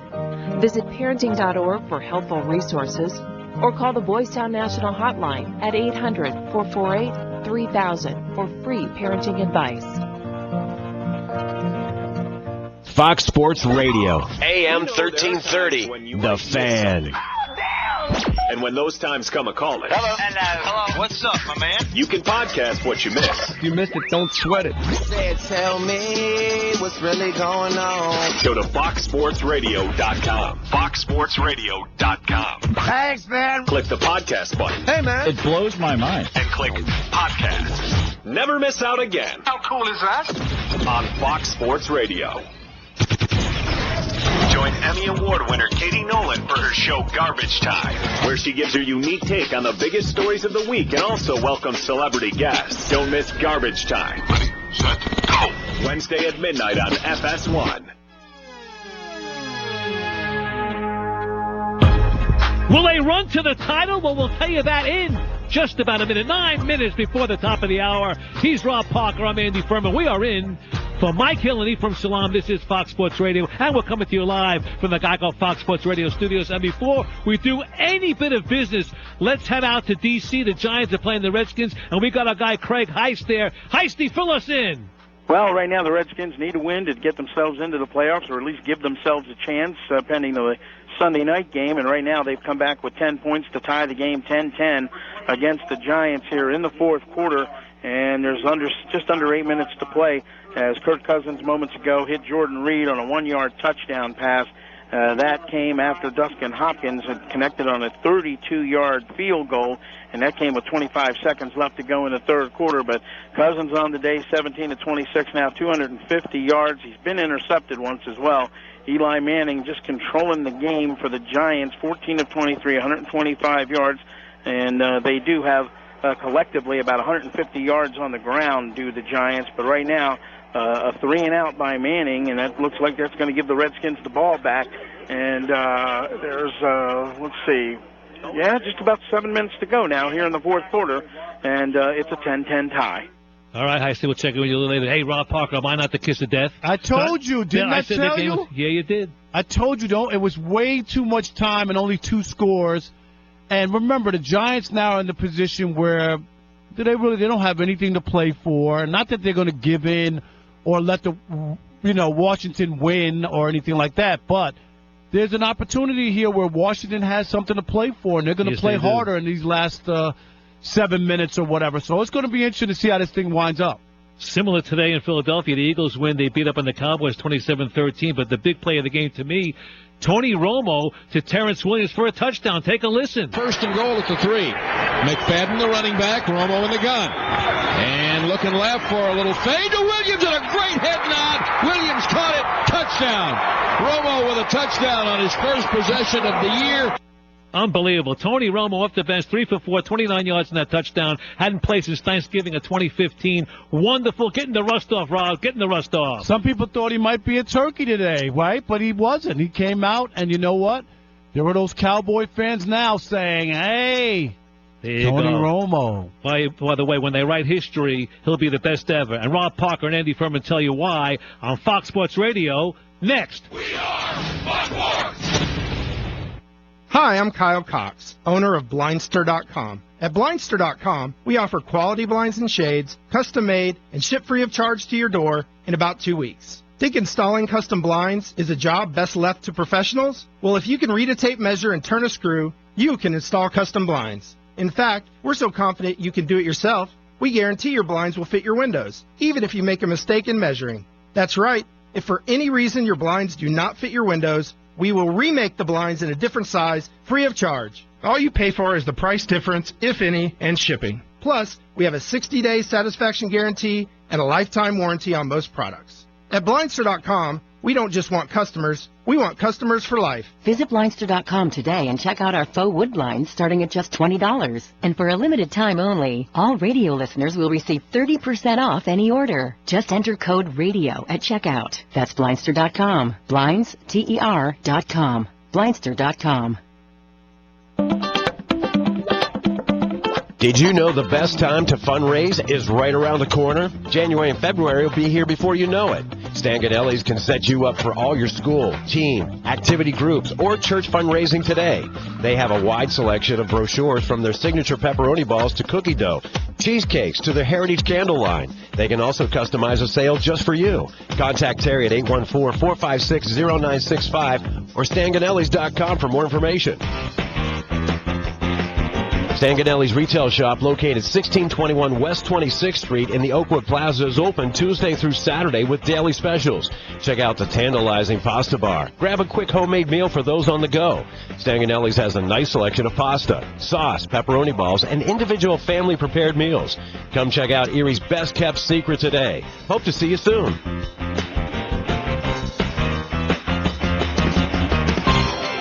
Families come in all sizes and shapes. Sometimes your friends are your family by choice, or sometimes you're just stuck with Uncle Charles. But what we know is that you want to protect the people that are close to you, but the flu can unravel everything. Your flu vaccine protects you and your family. No matter what draws your family together, protect yourself, protect your family. Everyone needs a flu vaccine. I heard on the news about that 5-year-old who found his uncle's gun. The kid didn't know it was loaded. I heard on the news about that 14-year-old girl who was bullied online for like a year. She couldn't take it anymore, so she got her dad's gun from his nightstand. I heard on the news about that guy who broke into someone's house, stole a gun from the hall closet. He accidentally shot his cousin in the head. She killed herself. And later, killed the owner of the store he was trying to rob. If you own a gun, you have a full-time responsibility. When you aren't using it, be sure it can't get into the hands of curious children, troubled teenagers, a thief, or anyone else who might misuse it. Your family, friends, and neighbors are all counting on you. Remember, always, lock it up. For more information on firearm storage safety, visit ncpc.org. This message brought to you by the National Crime Prevention Council, the Bureau of Justice Assistance, and the Ad Council. Blue is my favorite color. What's yours? What's yours? Red is my favorite color. What's yours? What's yours? Well, yeller's sweller for this little feller. And me, I'm keen on green. So what's your favorite color? Tell us, please. Kids will spend 20 minutes listening to songs like this. What's your favorite color? Tell us, please. What's your favorite color? What's your favorite color? What's your favorite color?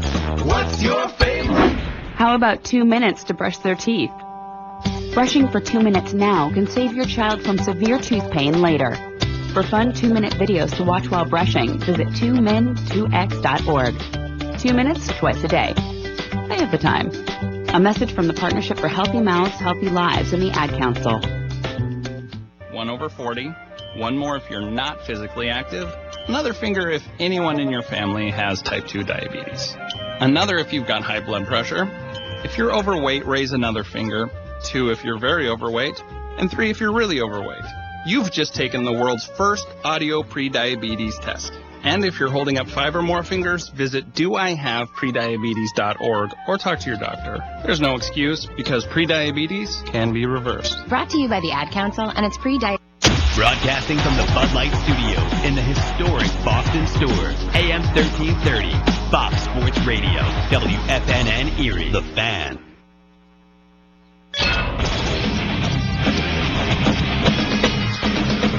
Fox Sports trending now. We're still 90 minutes away from kickoff of Green Bay at Detroit. That winner will take the NFC North title. With a tie tonight, each team would make the playoffs. Also, a Redskins loss would mean Green Bay and Detroit clinch at least a wild card berth. Redskins are tied at home right now. They've come back to make it 10-10 against the Giants. About 6 minutes to go. Early fourth quarter at Atlanta, Falcons lead 38-19 against the Saints now. Atlanta looking to clinch the number 2 seed in the NFC. And 4 touchdown passes for Matt Ryan so far. By the way, the Niners are playing at home, and Niners GM Trent Baalke confirmed he has been fired. Coach Chip Kelly is expected to be out as well. Currently, it is the Niners down 25-16 to Seattle early fourth. Chiefs are winning at San Diego 34-20 in the fourth. Raiders are losing early fourth quarter at Denver 24-6. I'm Steve DeSager. FS. Want to catch Colin Cowherd? FS what? Come find me. FS what? Catch the Herd weekdays noon Eastern, 9 a.m. Pacific on FS what? The Herd. Catch the Herd on FS what? Come on, everything you got. Everything you got. This wake up. Is Fox Football Sunday. Let's go. Keep communicating. Let's keep playing. Hit it. With Andy Furman and Rob Parker. Fox Football Sunday is now. Yeah! Are you kidding me? I've told you this. I get it. Live from the Geico Fox Sports Radio studios. Good. Here we go. Let's go. Here's Andy Furman and Rob Parker. Place him on the NFL Mount Rushmore. We'll get to that in just about a minute. Happy New Year, America. Yes, it is. It's Rob Parker. It's Andy Furman on Fox Sports Radio. We're in for Mike Hill and Ephraim Salam. And, of course, we're coming to you live from the Geico Fox Sports Radio studios. It's easy to save 15% or more on car insurance with Geico. Go to geico.com or call 800-947-AUTO. The only hard part, figuring out which way is easier. My guy, Mr. Detroit, Motown himself, Rob Parker. Yes, sir. We got 2 in the books. We're rolling. We are, Andy. And I'm loving every minute of it. Andy Furman, Rob Parker, of course. We also got some NFL scores, right? Do we want to catch you up on what happened earlier? Can you do that, please? No one does it better than you. Let's do it. Let's start with the Patriots all over the Dolphins, 35-14. And it was Julian Edelman from Tom Brady's longest touchdown of his career. Hogan, the lone split, short side right, from the 23. Brady with a quick throw left. Edelman makes the grab, and he sprints across the 35-40. Julian to the 45, gets a great block by Floyd to clear him to the 30 of Miami. Goodbye, Julian Edelman. Touchdown, Patriots! Courtesy of the Patriots Radio Network there. Vikings all over the Bears, 38-10 in that one. Cincinnati, your home team there, Andy, 27-10 winners over Baltimore. The Titans beat the Texans 24-17 in that contest. Also, let's go to the Buccaneers against the Panthers. 17-16 was the final, but the Panthers went with the riverboat run, going for the 2-point conversion. Take a listen. Benjamin wide to the right. Newton, 2-point try. Here's the snap. Looking, fire. It is incomplete. At the goal line, knocked down by Keith Tandy, but Tandy man-tail again. And that was courtesy of WBT and the Panthers Radio Network. Also, Colts come back, and they win 24-20 over the Jaguars. Jets all over Buffalo 30-10. And the Eagles, they beat the Cowboys 27-13. Tony Romo had a touchdown in that, played a little bit. And in an exciting game, Steelers come back and beat the Browns in overtime, 27-24. Take a listen. Eli Rogers called in to help block. Now he floats back out as a double slot to the left, wide side. There's the snap, the blitz, throwing it long down the field. Touchdown, Pittsburgh! Kobe Hamilton wins the game in overtime as Landry hits him from 26 yards out, and this place is crazy. And that was courtesy of Fox Sports Radio affiliate Fox Sports 970, the Steelers Radio Network. There you go, Andy. Caught up from the games earlier in the National Football League. Hell of a job. I got some late games for you. The Saints are rolling downhill. That's what they're doing. The Falcons are rolling over them, 38-19, and Matty Ice making a run for that MVP. Here he is to Julio Jones. Second and goal. In motion, Sanu. Freeman already with one touchdown. Ryan going to throw. Jones caught it. Did he get both feet down? Yes, he did. Touchdown, Atlanta. That made the score 21-10, as I mentioned. It's 38-19 right now. That's courtesy of the Falcons Radio Network. Now, Chiefs of the Chargers. Chiefs leading 34-20. Watch out for those Chiefs. Kansas City tight end Tyreek Hill, a 95-yard punt return. Take a listen. First punt of the game is at 1:17 to go in the third quarter. Now Tyreek Hill takes it at the 5. San Diego didn't think he was going to take it. Here he goes. He's at the 25-30. They blocked the punter. The cheetah's gone. The cheetah, they can't get to him. Tyreek Hill stays on the right boundary. 10, 5, touchdown! Kansas City, a 98-yard punt return for a touchdown. And now Tyreek Hill, his 12th rookie touchdown. He's something else. I made the score 34-17. As mentioned, the score right now 34-20. Chiefs leading over the Chargers, courtesy of the Chiefs Radio Network. Watch out. Watch out, as we said. Howard Balzer told us in the last hour, don't sleep on the Chiefs. Now the Giants-Redskins, a big one. That game is tied at 10. Kirk Cousins to Jordan Reed to get the tie. Let's hear it. Cousins to the shotgun from the 1-yard line. Kelly the running back. Jordan Reed is to the right. Giants making a blitz. Cousins over the middle. Caught. Jordan Reed, Redskins touchdown. Little slant to Jordan Reed, and with the PAT, the Redskins would tie it. Courtesy of the Redskins Radio Network. Now, this really and truly could mess things up big time tonight for the Green Bay-Detroit game, which I won't be able to watch anyway because DirecTV is having a strike with NBC. So what I'm going to do, Rob Parker, I'm going to turn to Sci-Fi and watch the Twilight Zone reruns. That's not bad. You can't go wrong with that. You can always keep up on your phone. Right. Well, I can. I guess I could. I'll watch the game on the phone and watch the Twilight Zone on TV. Very nice. That's what I'll do. Yes.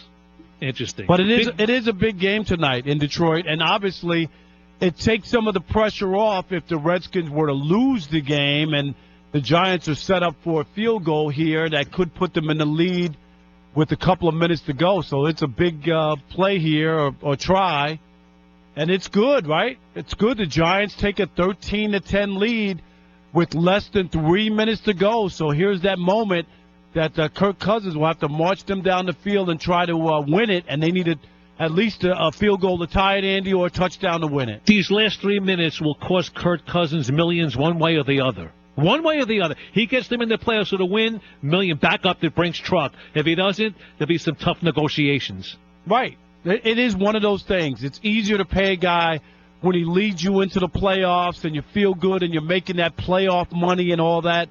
But when it doesn't happen, and, to this point, remember, they were shut out in the first half.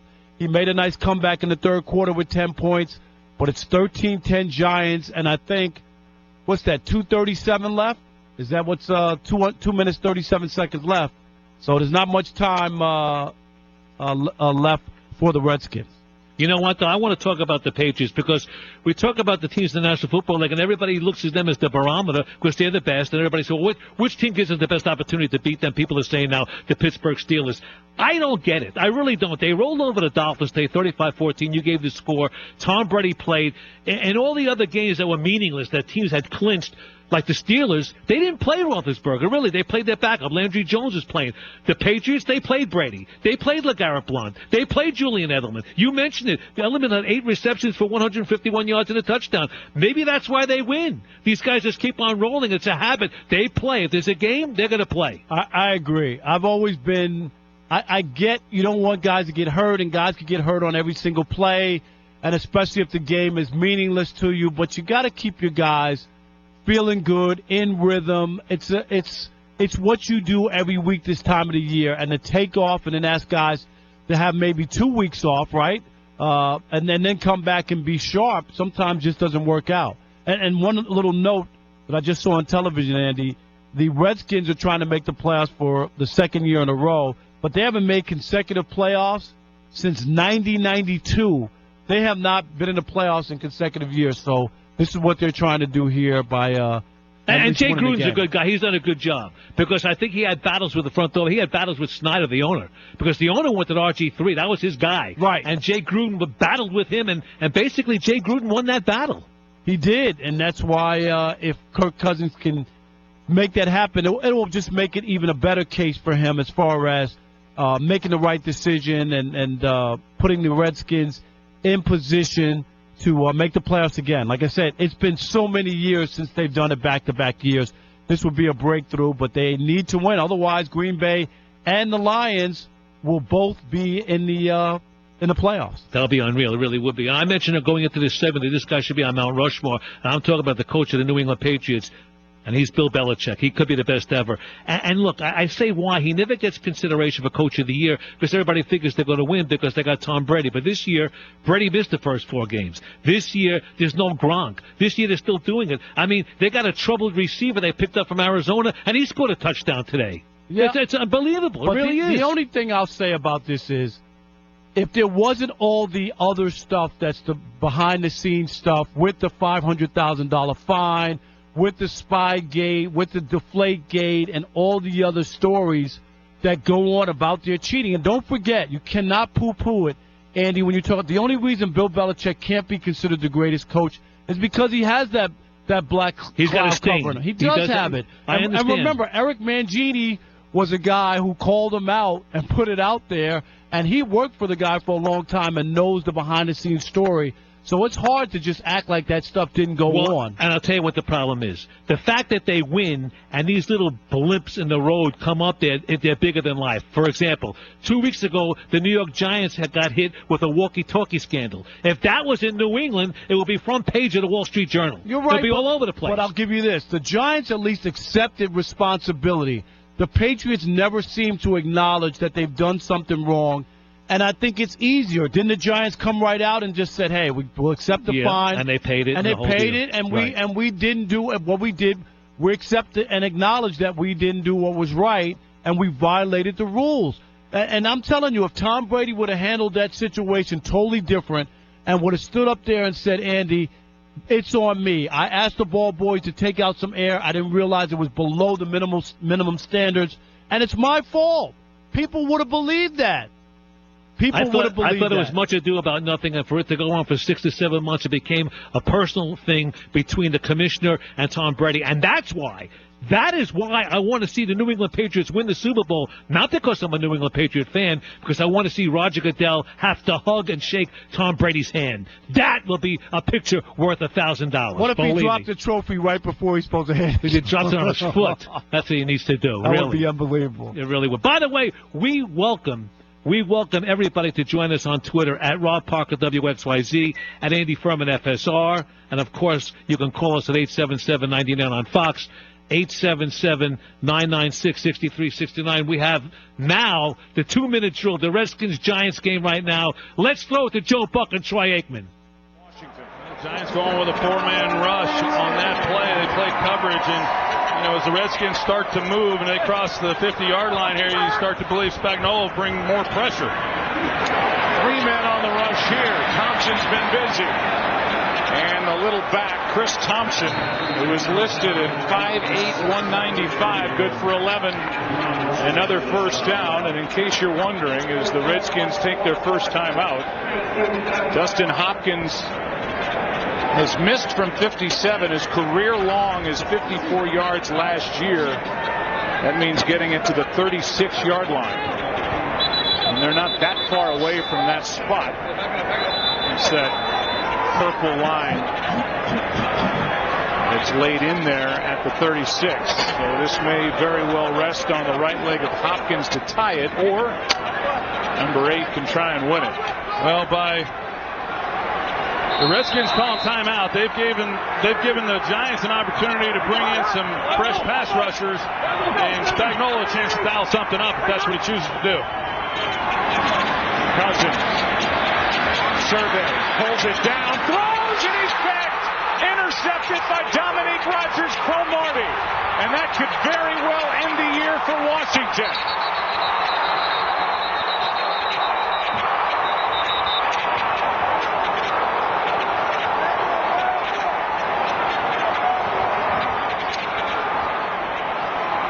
Second interception, second turnover of the game as well, and it's a backbreaker for the Redskins. Well, Devin Kennard, he's going to be the one. So that should basically do it. Joe Buck and Troy Aikman on Fox TV. Giants, Redskins, 13-10 Giants. A turnover right there, Rob Parker. And basically, the Giants basically could run out the clock, so we'll see what's going on right there. Did you hear that loud cheer, Andy? That was the people in Detroit. Yes. Because the Lions are going to, despite the collapse of the second half, are going to make the playoffs because it all was it was all tied to the Redskins having to win and then that game. Now, the division is still on the line tonight, but it doesn't have the same pressure that it would have faced. And obviously they're playing for a bye, right, if you win the division. Right. So there's a bye game there. There's something to play for. Don't get me wrong. But the Lions are in no matter what. And the Redskins are going bye-bye. Hey, you want to know the toughest job in the NFL? We have it for you next. Celebrating the new year, Fox Sports style. Happy New Year. The games. Touchdown! The stories. This is outrageous. The interaction. We like when people keep it real. It's what we do. Get plugged in. Let's party. On Fox Sports Radio. With TrueCar, you can see what others in your area have paid for the car that you want. And that's something that should give you a whole lot of confidence when you're ready to buy. But you know what? There's more to buying a car than just getting a fair price. There's the actual buying part. And if you want to enjoy a process that's fast and easy, you have to go to TrueCar Certified Dealer. There are over 11,000 certified dealers across the country, and they're there to help you find the car that you want. In fact, you can connect with a TrueCar Certified dealer and get on the same page before you ever get to the dealership. That makes things really easy when you show up. And it's a big reason why TrueCar customers are more likely to enjoy a faster buying process when they connect with TrueCar Certified dealers. When you're ready to buy a new or used car, visit TrueCar.com or download the TrueCar app to enjoy a better car buying experience. Some features not available in all states.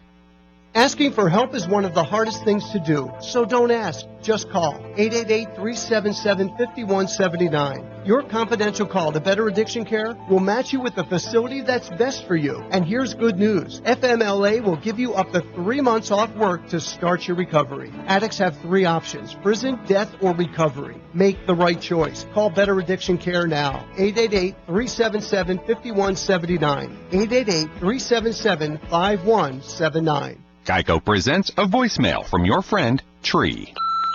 Tree here, just calling to say thanks for letting me crash at your place the other night. Well, on your place. It was a rough night. I had a bit too much wind, and I think I might have broke your chimney, actually. So, yeah. Any chance you'd want to drop off my tire swing? Yeah, I mean, if not, that's cool. Okay, later. Trees won't pay for tree damage. Luckily, one call to the Geico Insurance Agency makes it easy to switch and save on homeowners insurance. The Yankee Honda, where they treat every customer as though you're a member of their family. Visit them at 8430 Peach Street, Erie, or 24 hours a day, 7 days a week at Erie Seawolves, Notre Dame football, Erie Otters, Bayhawks basketball, the Sports Blitz. The best sports radio in Erie. Fox Sports Radio, AM 1330, The Fan. It's pouring rain. It's real dark outside. Your heart starts beating really, really fast. You've never done anything so hard in your life. This is boot camp. This is the real thing now. It's such extreme pain, you don't understand how you can finish. I began to feel that there was no way I was ever going to have my title, U.S. Marine. It takes special inner strength, courage, and desire to do this. I was just thinking, I'm so close. I'm so close. And when I finished, I was like, I'm done. I did it. The moment I will never forget is when this drill instructor that I admire so much comes up to me straight in front of me, put her arm on my shoulder and said, "Good morning, Marine." PFC Summer Volkman became a Marine. Can you? Visit Marines.com or call 1-800-MARINES. The few, the proud, the Marines. I never get the flu. My kids don't need more shots. I don't have time. We're all healthy. My asthma's under control. But I'm pregnant. I've had the flu before. It's not a big deal. My kids are too old for flu. The media is exaggerating. I can fight it naturally. My diabetes, it's under control. No matter how you build your excuses, the flu can blow your house down. I can't believe I used up all my sick time. I missed a week of school during finals. Now my baby has it because of me. The hospital? Death? Keep your foundation strong. Vaccinate. Learn more at flu.gov. A message from the U.S. Department of Health and Human Services. Welcome back to the Cat Show. Up next, we have Nico. Nico is a member of the Shelter Pet Group. That's right. A group known especially for their sunspot sleeping, ball chasing, leg rubbing, and of course, companionship. Just look how she struts. It's like she owns the place. And see how she curls up and cuddles her person. The pitch on her purring is simply perfect. Nice one. Fantastic cat. But really the best way to know an amazing shelter pet like Nico is to meet one. Visit theshelterpetproject.org today. Adopt. Brought to you by Maddie's Fund, the Humane Society of the United States, and the Ad Council. A message from the Ad Council. Fox Sports Radio. 1330 The Fan. Why not us? Relax. Right? Exactly. There's no need to go crazy. Done deal. Love it. My takeaway is just podcast it. It's real easy. Sounds incredible. Go to FoxSportsRadio.com. FoxSportsRadio.com. Click listen, then click podcast. Now let's fire this baby up. All of your favorite shows are just a click away. Sounds juicy. We are Fox Sports. Wednesday on FS1. 3 up good. Third, A3. Butler looks to upset top-ranked Villanova, followed by Creighton battling it out with St. John. Doing a 360, it goes down. Coverage begins at 6:30 p.m. Eastern. Who does this? And how? We'll get to that in just about a minute. 21 past the hour on a Sunday. Happy New Year, America. Rob Parker, Andy Furman, and for Mike Hill, and Ephraim Salam. And, of course, we're coming to you live from the Geico Fox Sports Radio studios. It's official, Rob. It's official. The Giants, 19-10 over the Redskins. Giants finish up 11-5. Redskins go home 8-7-1. They are going to be like you and me. They're going to watch the playoffs on TV. Unbelievable in that the Redskins had so much to play for.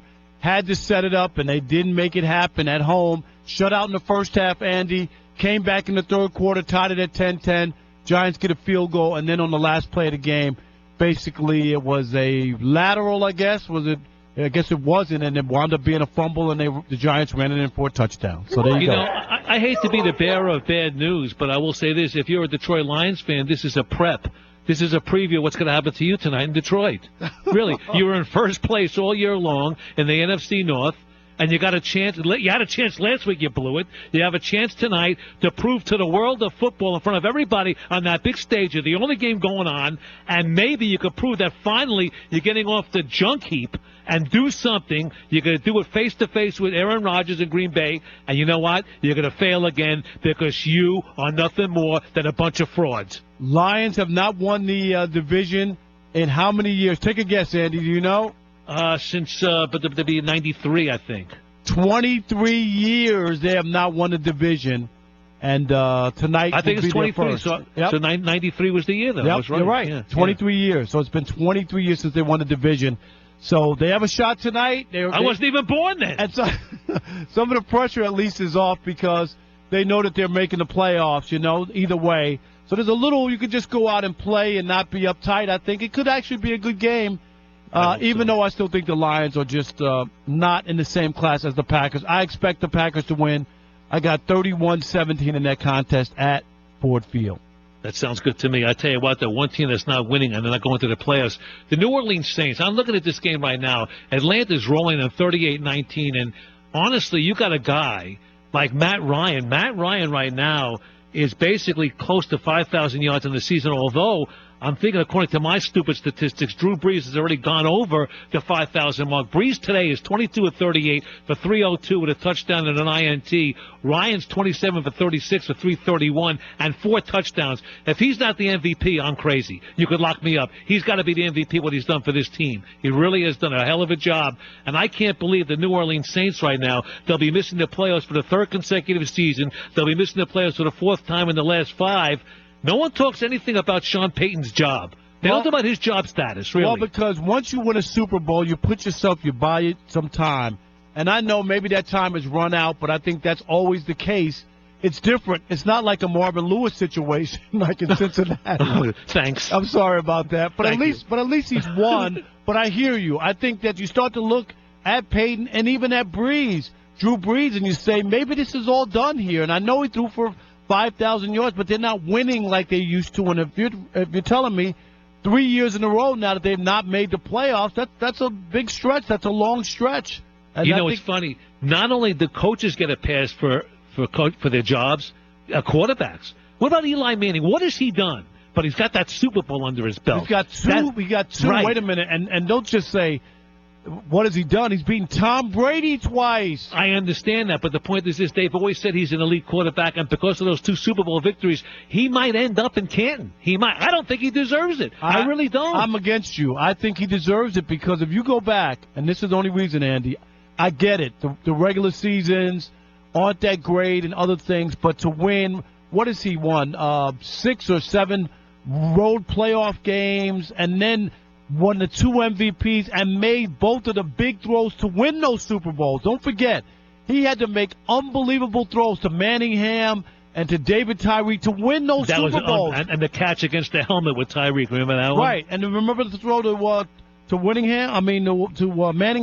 It was an unbelievable throw. It really was, but you know what? 2 throws don't get you into Canton. And to me, you can't put him in the same breath as what he means to his team as to what Ben Roethlisberger means to the Steelers. If you don't have Eli Manning, the Giants wouldn't have those 2 Super Bowls. You can talk about... Well, the same thing with Pittsburgh with Big Ben. No, I agree, but I think 2 Super Bowls... See, to me, I always say anybody can win 1. The stars can align for you. Everything can play out right. When you win that second one, that puts you on a different plateau. I've always been about that. You got to win more than once, and because Eli won twice, and if everybody's saying Tom Brady's the GOAT or the best quarterback ever... and Eli Manning has beaten him twice, he's got to get some points. Remember, he beat that 18-0 team, Patriots team, that was going for 19-0, and he came back and threw a touchdown to win that game after Tom Brady had put the Patriots ahead. You got to give him some credit on that. And it's all about this. You got to take in consideration what's more important, rings or stats? Rings or stats? Because Sean Payton's got the stats, he ain't got the rings. Matt Ryan's got the stats, he doesn't have the rings. That's the thing. Matt Ryan, if he gets over the hump, he could possibly win a Super Bowl, then maybe his name will start getting into some conversation for Canton. Maybe. I don't know. But you got to get the ring. You got to get the ring. And when you get the ring, and you're not just along for the ride, you know what I mean? Where if you were a quarterback that really didn't do anything and they just had great defenses and that's how they won, then it would be different with Eli. But that guy made throws, and that's what puts him on an elite. Well, that's what Peyton Manning did last year. You know, he went along for the ride. He did. He was all along for the ride. He's the first quarterback to win 2 Super Bowls with 2 different teams. But you know, he was a shell of himself. He was not the reason that Denver won. It was about that defense.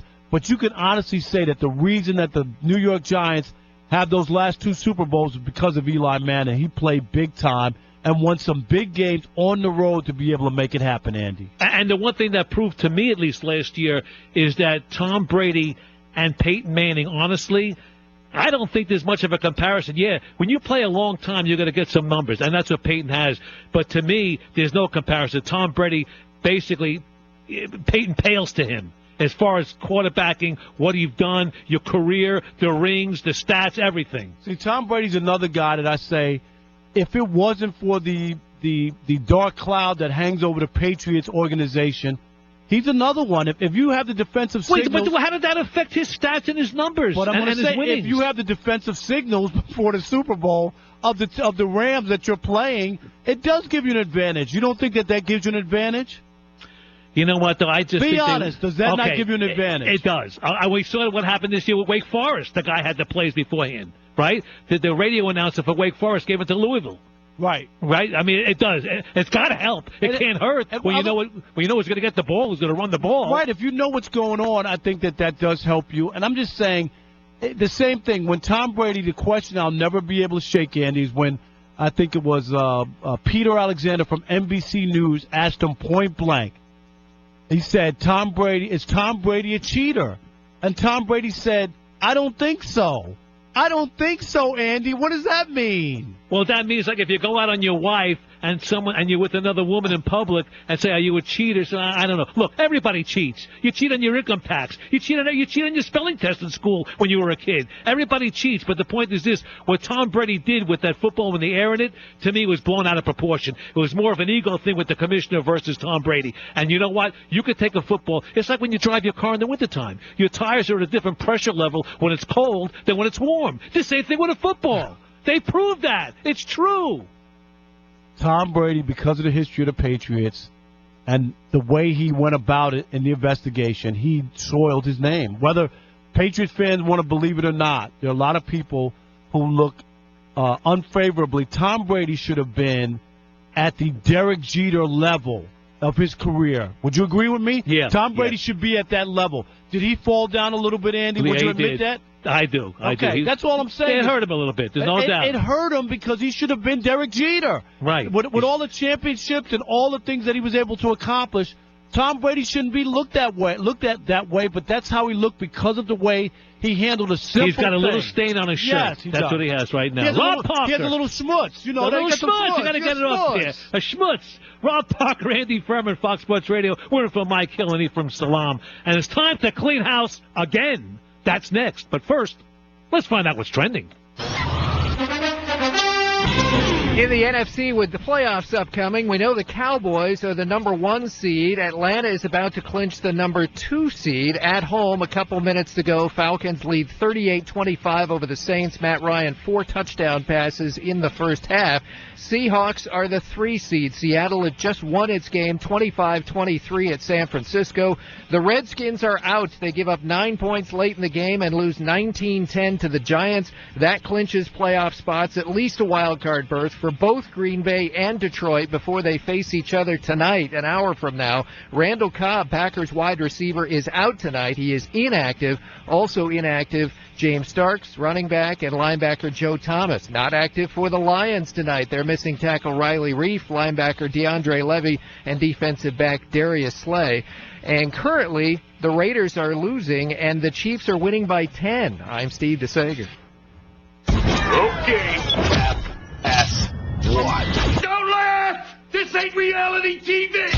To find FS1 on your television, go to foxsports.com for details. FS1. They're the new Cleveland Browns. We'll explain that in just about a minute. Rob Parker, Andy Furman in for Mike Hill, and Ephraim Salam on Fox Sports Radio. And, of course, we're coming to you live from the Geico Fox Sports Radio studios. It's easy to save 15% or more on car insurance with Geico. Go to geico.com or call 800-947-AUTO. The only hard part figuring out which way is easier, Rob. I tell you what, we are rolling. And I said to myself, I wanted to run this by you. I said the toughest job in the NFL, and I didn't get to it in the last segment, and I said, who does it? How do they do it? You know what the toughest job in the NFL is? The guy who works today who has to figure out which team gets in, which team gets out, how do they get in, how do they get out, who needs a tie, who needs a win. How the hell do they do that, and who does it?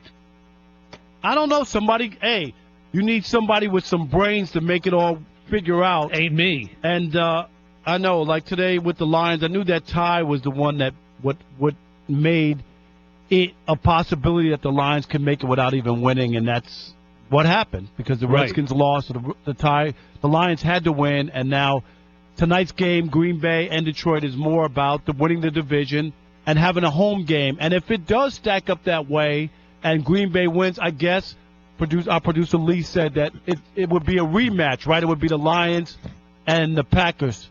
Wow. So no, because the Seahawks. Okay, Seahawks did win that game. Okay. Right. It's so confusing. I stay away from it. I shiver. I schwitz. I schwitz when I see this day. I really do. I just wait to see the matchups. Tomorrow morning I'll see all the matchups because I do know Seattle. I look up at the Seattle game today. They just get by San Francisco 25-23, and I think Seattle, they could have gotten a bye. They could get a bye with this. The Seahawks still have to win, which they did, and they want the Falcons lost, but the Falcons will not lose.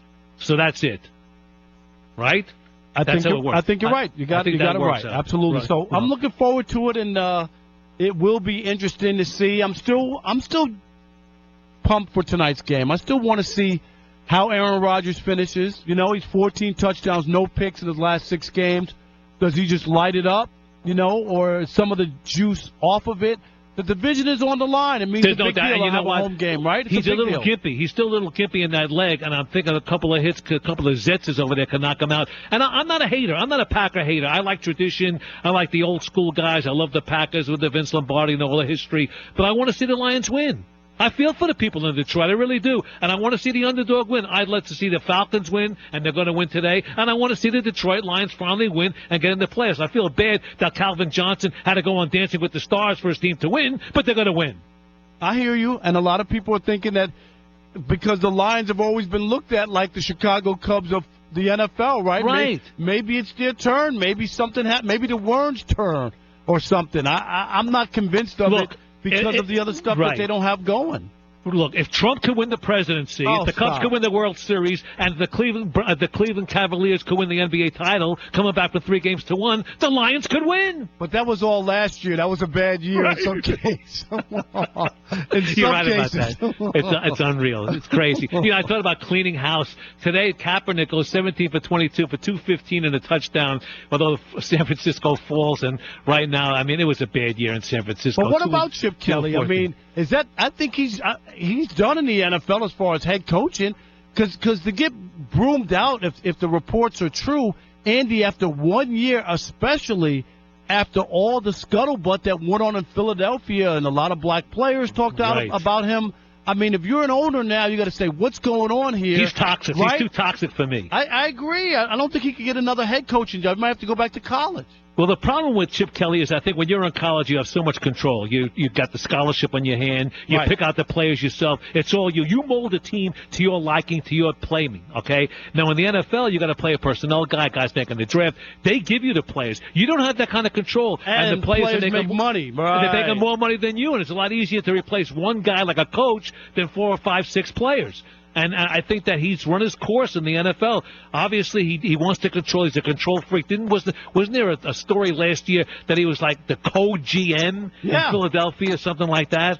I mean, come on. He was one of those guys, but you have to earn that right. And I remember the big Bill Parcells. If I'm going to cook the meal, right, I want to buy the groceries. And I got that, but Bill Parcells had earned his way to that point. And I don't think Chip Kelly, no matter what he did in college, had earned that right in the NFL, and I think it wind up going to be a bad scene. The GM has already acknowledged that he indeed has been fired. He announced it himself on Twitter. Exactly. Trent Baalke, he's gone. I mean, really. And you know what? When you have a record like that, you can't. I mean, this team is gone. They are the Cleveland Browns of the West.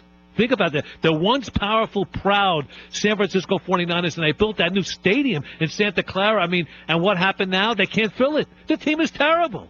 Even if they give away free pairs of Levi's, they can't get people in there. You're exactly right, really. You know, there was a story in the Wall Street Journal a couple of weeks ago saying that there's no way on God's green earth that the Alabama Crimson Tide could beat the Cleveland Browns. I think they can. I think if they play 10 times, I think Alabama would win twice. And you know what? You could throw that San Francisco 49ers team in there as well, because at least they didn't quit today, but they're just bad. You know, they're just bad. Speaking of Alabama, the one stat that I love is their defense has scored 11 touchdowns and only allowed 15 all year.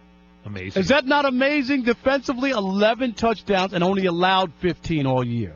Amazing. It really is. Hey, the Chiefs win 37-27. What do they do now? They clinched the number 2 seed. But Andy Reid's had problems in the playoffs. That's why people never give the Chiefs their due, don't you think?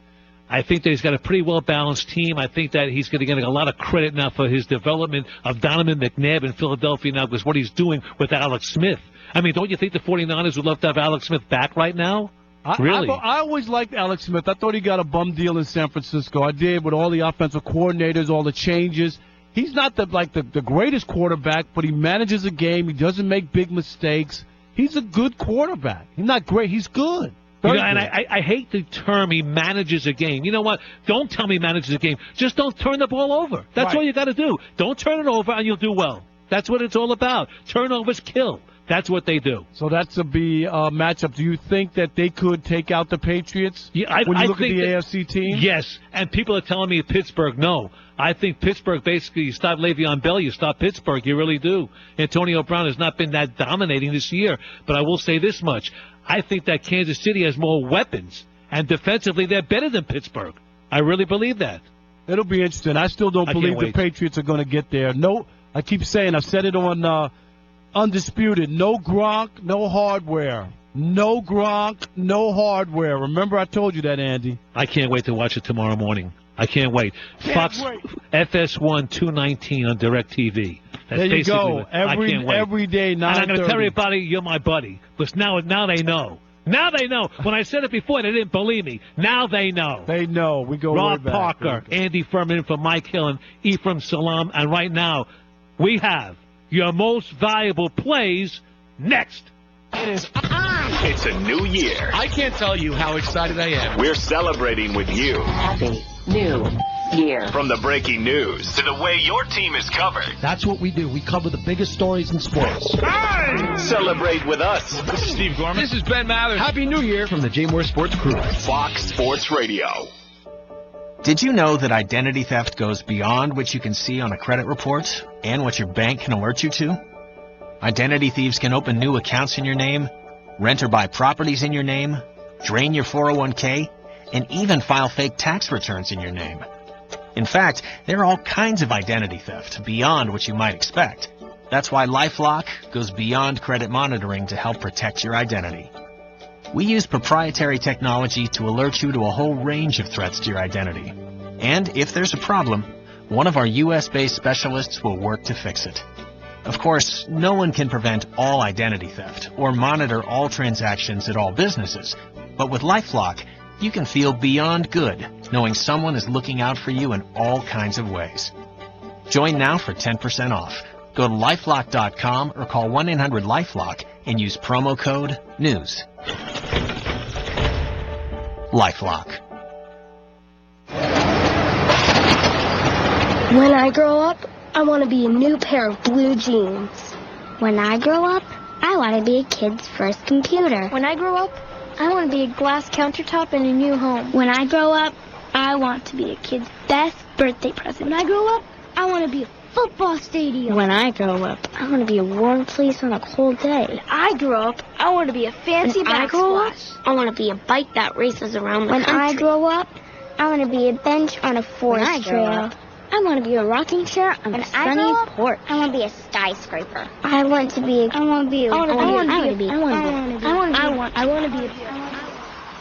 When I grow up, I don't want to be a piece of garbage. And if you recycle me, I won't be. Give your garbage another life. Recycle. Learn how at iwanttoberecycled.org. A public service advertisement brought to you by Keep America Beautiful and the Ad Council.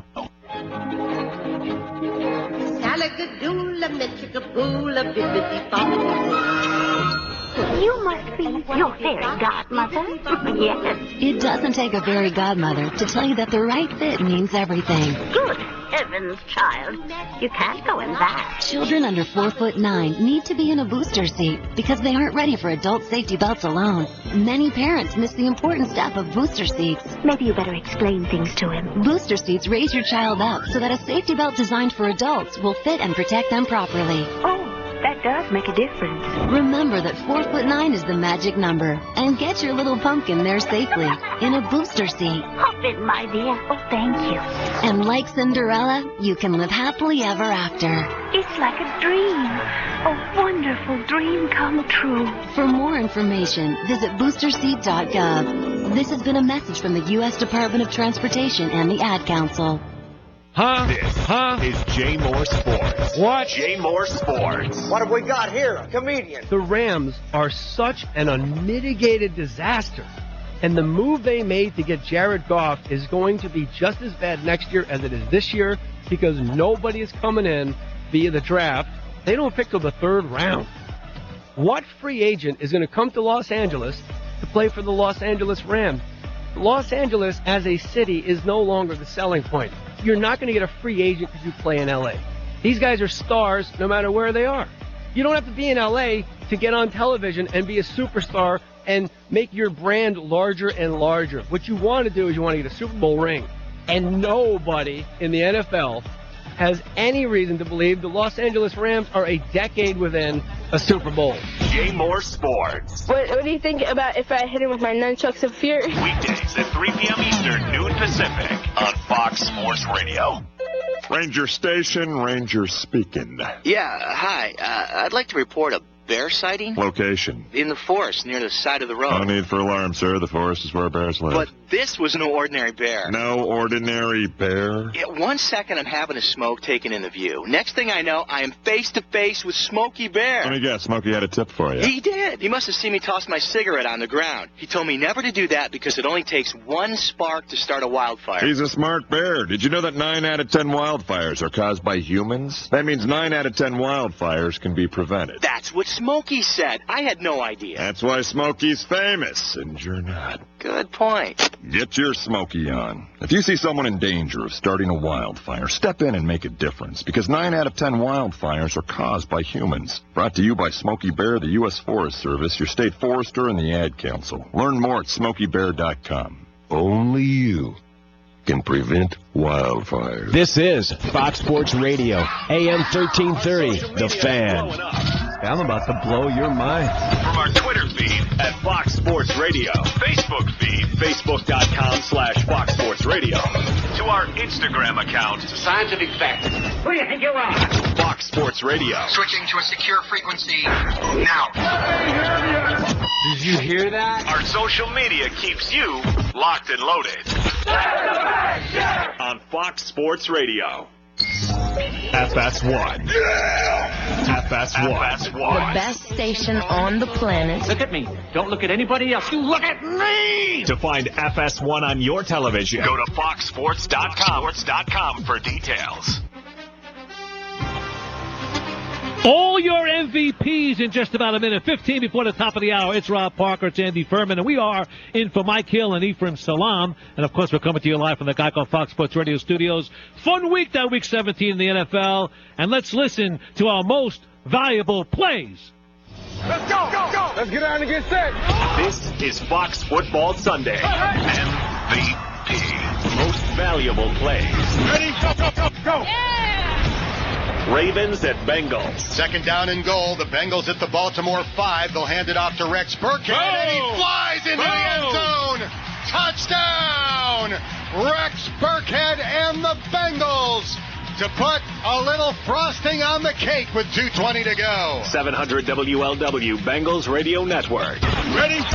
Go! Yeah! Texans at Titans. Blitz. Savage. Fumble. It's been recovered in the end zone by Daquan Jones. Touchdown! Titans! Oh, it's the daily double. The sack. The touchdown. And the Titans get a defensive score for the first time this year. WGFX 104.5 Titans Radio Network. Ready? Go! Yeah! Panthers at Buccaneers. Second down goal from the 10-yard line. Here's the snap dropping. Winston looking. Look out. James is going to run to the left of the 10. He throws to the inside. Touchdown, Tampa Bay. Mike Evans with a dart throw by Winston. Bucs take the lead late in the fourth. WDAE Buccaneers Radio Network. Ready? Go! Yeah! Jaguars at Colts. Andrew takes the snap. Sets up. Look. He throws. Touchdown, Doyle! Jack Doyle! He did it with 9 seconds left in the game. Jack Doyle comes up with a great catch. And the Colts lead in the football game 23-20. Colts Radio Network. Ready? Go! Yeah! Cowboys at Eagles. Watson stays in. Terrell Watson. Single setback. Wentz under center. Does he give it to Watson one more time? He does, and he did. Touchdown. That nails it. Sports Radio 94 WIP and the Eagles Radio Network. Ready, go. Bills at Jets. Empty backfield, shotgun. Fitzpatrick takes the snap. Here comes the blitz. Looks left, throws left, making the catch at the 1 yard line, reaching it across. Jalen Marshall. That's a Jet touchdown. Jets Radio Network. Ready, go. Giants at Redskins. Manning gives it off on the inside. Handoff Jennings. Touchdown Giants. Quick count. Got him off guard. And there's a lot of Giants fans here rejoicing. WFAN and the Giants Radio Network. Ready, go. Cardinals at Rams. Play action here for Palmer on 1st and 10. Throws deep left side, and a beautiful catch by Fells at the 15. He's at the 10, the 5 to the pylon, and in for the touchdown. A 37-yard pass play. Carson Palmer to Darren Fells. KTAR Cardinals Radio Network. Ready, go. Browns at Steelers. Snap, the blitz, throwing it long down the field. Touchdown Pittsburgh. Toby Hamilton wins the game in overtime as Landry hits it from 26 yards out, and this place is crazy. FSR affiliate Fox Sports 970 and the Steelers Radio Network.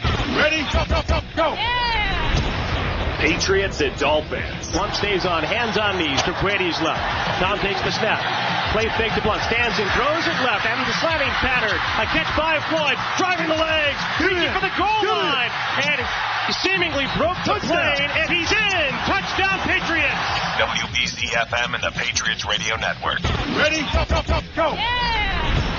Bears at Vikings. Barkley out of the shotgun. Vikings rush 4. Matt steps up in the pocket and is sacked. Matt Barkley was sacked. He dropped it. Ball's bouncing around at the 20, and it's scooped up by Everson Griffin to the 5. Touchdown!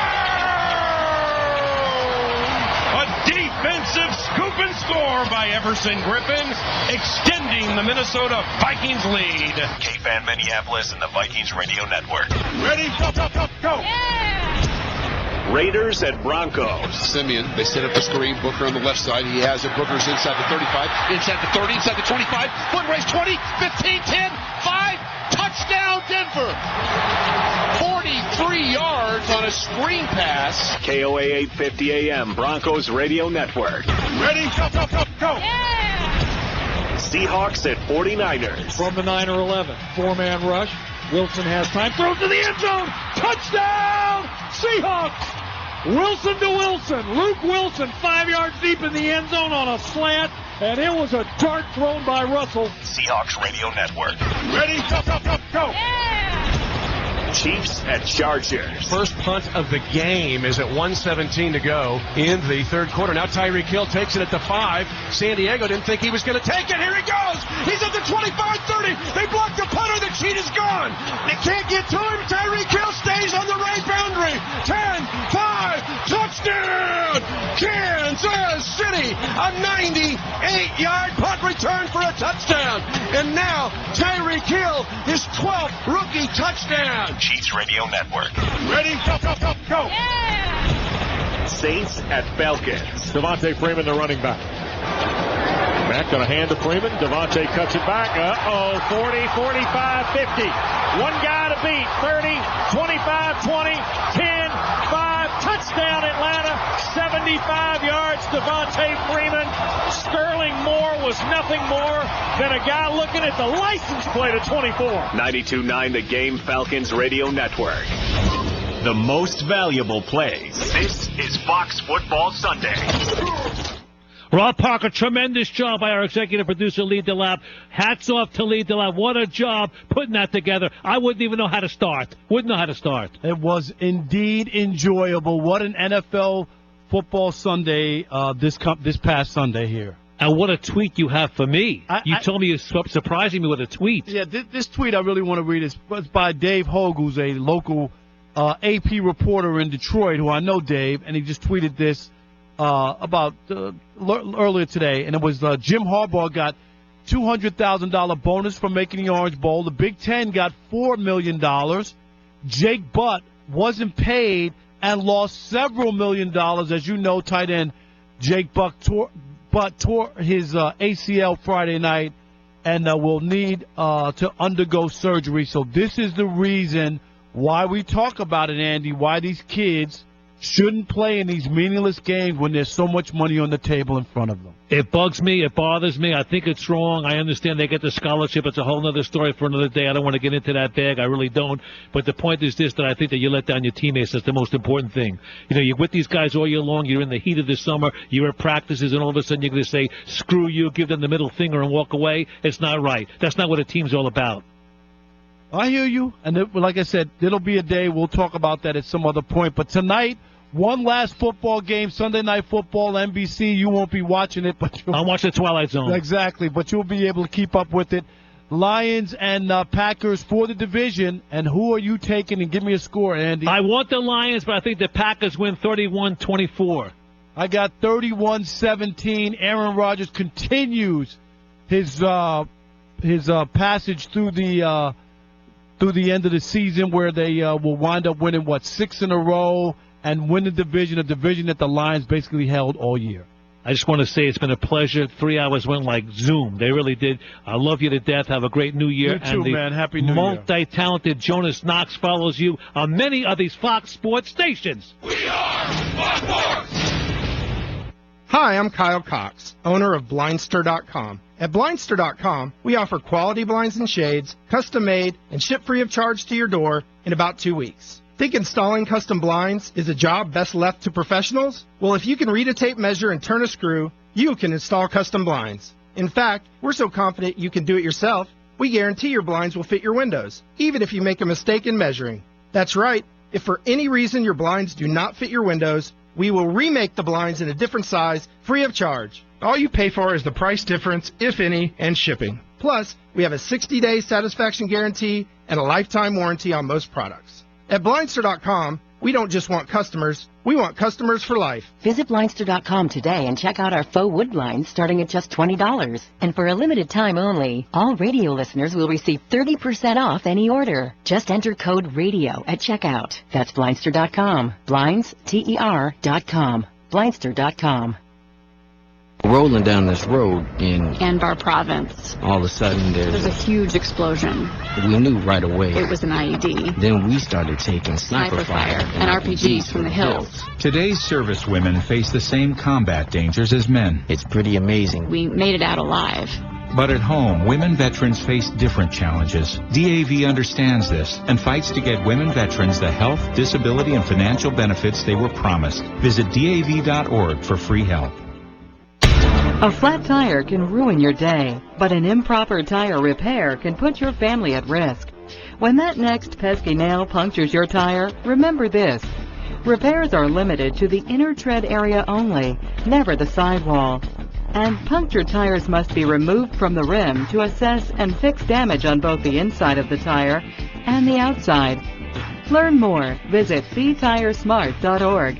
A message from the Rubber Manufacturers Association. How was your day? What did you do in school? I'm Mike Crusty, president of the Pennsylvania State Education Association. And these 2 simple questions can encourage learning in your home. Showing interest and asking about the school day can help motivate your children and keep them excited about learning. So stay involved, stay curious, and ask specific questions. Student success involves the whole family. A message from the Pennsylvania State Education Association. Come on, smile. Oh, honey, he's still not smiling. Maybe he's not a smiler. Yeah, maybe he's just not a happy baby. Maybe he's just being a boy. Or maybe he's teething. Maybe it's just a phase. Maybe he has autism, and we can definitely do something to help. Maybe is all you need to find out more about autism. No big, joyful smiles by 6 months is one early sign. Learn the others at autismspeaks.org/signs. Brought to you by Autism Speaks and the Ad Council. Families come in all sizes and shapes. Sometimes your friends are your family by choice. Or sometimes you're just stuck with Uncle Charles. Sometimes you've got an office family. And sometimes Team Family has got your back. But what we know is that you want to protect the people that are close to you. The flu can unravel everything.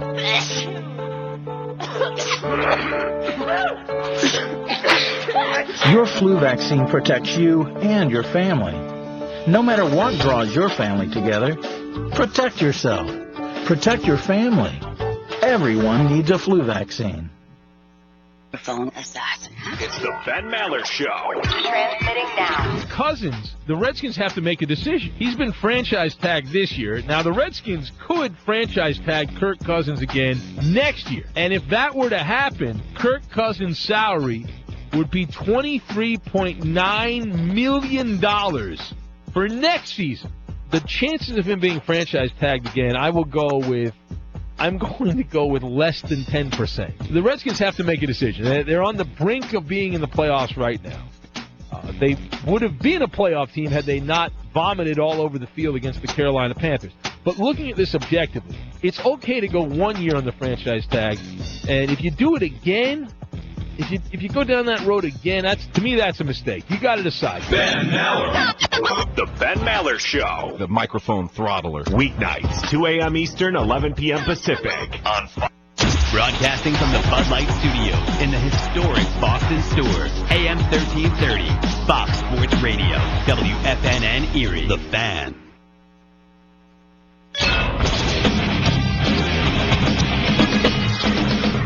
Fox Sports Trending now. Half hour away from the final game of the NFL regular season. Green Bay at Detroit. They are each in the playoffs because the Redskins have lost. Tonight's winner takes the NFC North title and will host the Giants in the playoffs next weekend.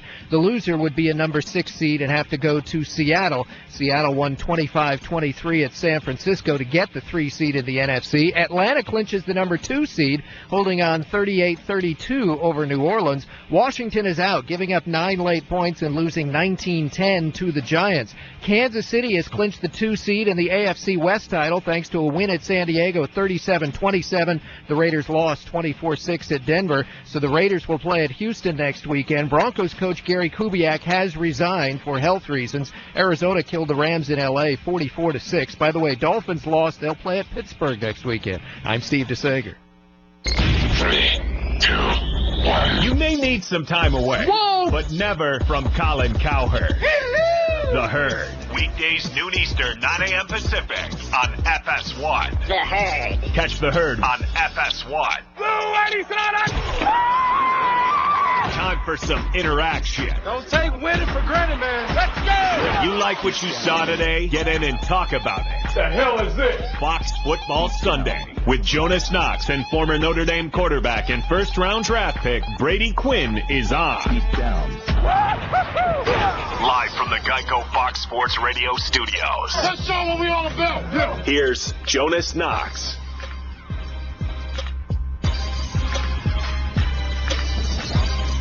We've got a major surprise in the NFL just coming out a few minutes ago. We will get to that here in just a couple of minutes. Jonas Knox flying solo. Brady Quinn on other assignments here to start out the new year. But Brady will be joining us at the bottom of this hour, which is a radio term for 5:30 Pacific time, 8:30 Eastern time here on Fox Sports Radio. As we come to you live from the Geico Fox Sports Radio studios, where 15 minutes could save you 15% or more on car insurance. Visit geico.com for a free rate quote. You can also listen to us on the iHeartRadio app. And we will get to the AFC playoff picture, which has been finished. We know who's playing. Time still to be announced, but the AFC playoff picture is finished. We start with some surprising news that just came out of the NFL, and it comes out of Denver. And the news is that Gary Kubiak, the head coach of the Denver Broncos, has said that he stated that he had not made a decision, and you started to hear rumors of this circling throughout the weekend, but Gary Kubiak apparently has told the team that he will be retiring, which outside of Denver, I don't think a lot of people looked at and thought was a legitimate possibility. Gary Kubiak coming off a Super Bowl win. Obviously, Denver started out strong this year, but faltered down the stretch. And so a lot of people speculate that this is a health concern, that Gary Kubiak has had an issue. He had to miss a game in October because of health issues. You obviously remember what happened in Houston when Gary Kubiak fainted or passed out on the field during halftime of a Texans game. So curious to see it come down this way. If it's strictly health, you hope the guy figures it out. I'm wondering if Gary Kubiak, if maybe the future wasn't a little brighter in Denver, if he wouldn't have stuck around. And I know that there's going to be a lot of people that go, well, how could the future be bleak? I mean, they just won a Super Bowl. What's so bleak about being the head coach of a Super Bowl winning team and knowing that you've got that sort of defense moving forward? And I think what this does is that it showcases something that I always say. You've got to capitalize on your opportunities when you get them. You heard this a lot from Oakland Raider fans. After Derek Carr was injured, you heard a lot of Oakland Raider fans say, you know what, that's all right. Look, they're a young team. If they don't win it this year, don't worry, they're going to be back next year. Doesn't work that way, especially not in the NFL. You either get an opportunity and you cash in on that opportunity, or you roll the dice that you're never getting that chance again. So the fact that the Denver Broncos got that Super Bowl last season and got it with that atrocious performance at quarterback that they got all year long, but with one of the historical, if you look at the numbers and crunch numbers and compare that defense and what they did last season in Denver, it's arguably a top 3 to 5 defensive performance all time. They were dreadful on offense. The fact that they won big games, that they beat guys like Tom Brady, that they got to the Super Bowl and stonewalled Cam Newton, the MVP of the league, showcases how gifted and how talented and how incredible that performance was on defense. But you couldn't expect that 2 years in a row. And if I'm Gary Kubiak, and again, this is all speculation because we don't know exactly what the reasoning is. People are assuming that it's health reasons. But is it really health reasons? Or is Gary Kubiak in a situation where he's standing back looking at a roster and looking at this organization and he's saying, you know what? That was pretty special what we did in 2015. And we probably thought we could get away with that again. Because Denver Bronco fans and that fan base and maybe members of that organization got arrogant and said, you know, yeah, we don't have the greatest quarterback of all time. We offered Brock Osweiler a little bit of money. He passed, thank God, so he could go embarrass and wet himself in Houston. But we drafted up. We took a quarterback in Paxton Lynch. Brady Quinn and myself have talked about it on this show. Paxton Lynch had multiple opportunities to try and take a stranglehold on that quarterback job, and he couldn't get it done. So you're Gary Kubiak. You're looking at the landscape. You're looking down the road. You're trying to get a sneak peek into what your future is going to be like in Denver. And he's weighing health issues, and he's weighing more time with his family, and he's saying, you know, we got a quarterback we moved up in the draft for. He got outplayed by a 7th rounder. Neither one of them is a franchise quarterback. We're getting older. We lost a couple of guys on defense. We can't stop the run. We're a good defense, but not the same as we were last year. And, oh, by the way, our division just became incredibly tough to play in. Maybe that's also a deciding factor for Gary Kubiak. So, again, the latest, and look, this, like I said, all speculation. You can't say for sure whether or not Gary Kubiak is just walking away because of health concerns, or he looks at it and says, I've maxed out my potential here in Denver. It's only been 2 years, but I got my Super Bowl and I'm ready to move on.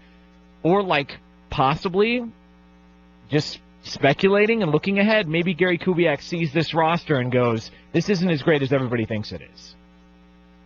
Jonas Knox, Fox Sports Radio, also on the iHeartRadio app. You can get me on Twitter at @TheJonasKnox. So, again, Gary Kubiak reportedly, and several reports that he's already talked with the team there in Denver following their big win over the Oakland Raiders on Sunday, and has told them that he is going to be stepping down. So Gary Kubiak is going to step down as head coach of the Denver Broncos. And moving forward, the rumors are already flying that the guy that they're thinking may be a potential fit in Denver, an offensive-minded guy, similar to Gary Kubiak, someone to come in, someone to try and rebuild that offense, somebody to try and change the culture offensively there, is a familiar name, but a different first name, and that's Kyle Shanahan, who obviously his father won a couple of Super Bowls. That's already been the report out of Atlanta and also Denver that Kyle Shanahan, the Falcons offensive coordinator, makes a lot of sense taking over for Gary Kubiak in Denver. Speaking of the AFC, and there was a lot of different scenarios that were going to take place, and a lot of things that had to happen for a few teams to try and maneuver around and get better matchups and whatnot. And so we have our AFC playoff picture already set, okay, following the action on Sunday. And there's one game remaining. It's Green Bay and it's Detroit coming up in about 20 minutes from now. The AFC playoff field is as this. The New England Patriots, following their big win over Miami on Sunday, are the 1 seed. The Kansas City Chiefs are the 2 seed. So Kansas City went in, slapped the San Diego Chargers around. No reports yet as to whether or not more Chargers players were crying on the field like they were last year, assuming it was their final game. What a waste of time that was. By the way, if you were at the Chargers season finale last year in Qualcomm, my condolences. Secondly, if you shed a tear over the Chargers potentially leaving San Diego last year, you wasted your tears, okay? A complete waste of time. That's like getting a trick lotto ticket. So the Kansas City Chiefs are the 2 seed. So New England's got home field advantage. Kansas City's got a bye. And the seeding goes as this. The Miami Dolphins will get the 6th seed in the AFC.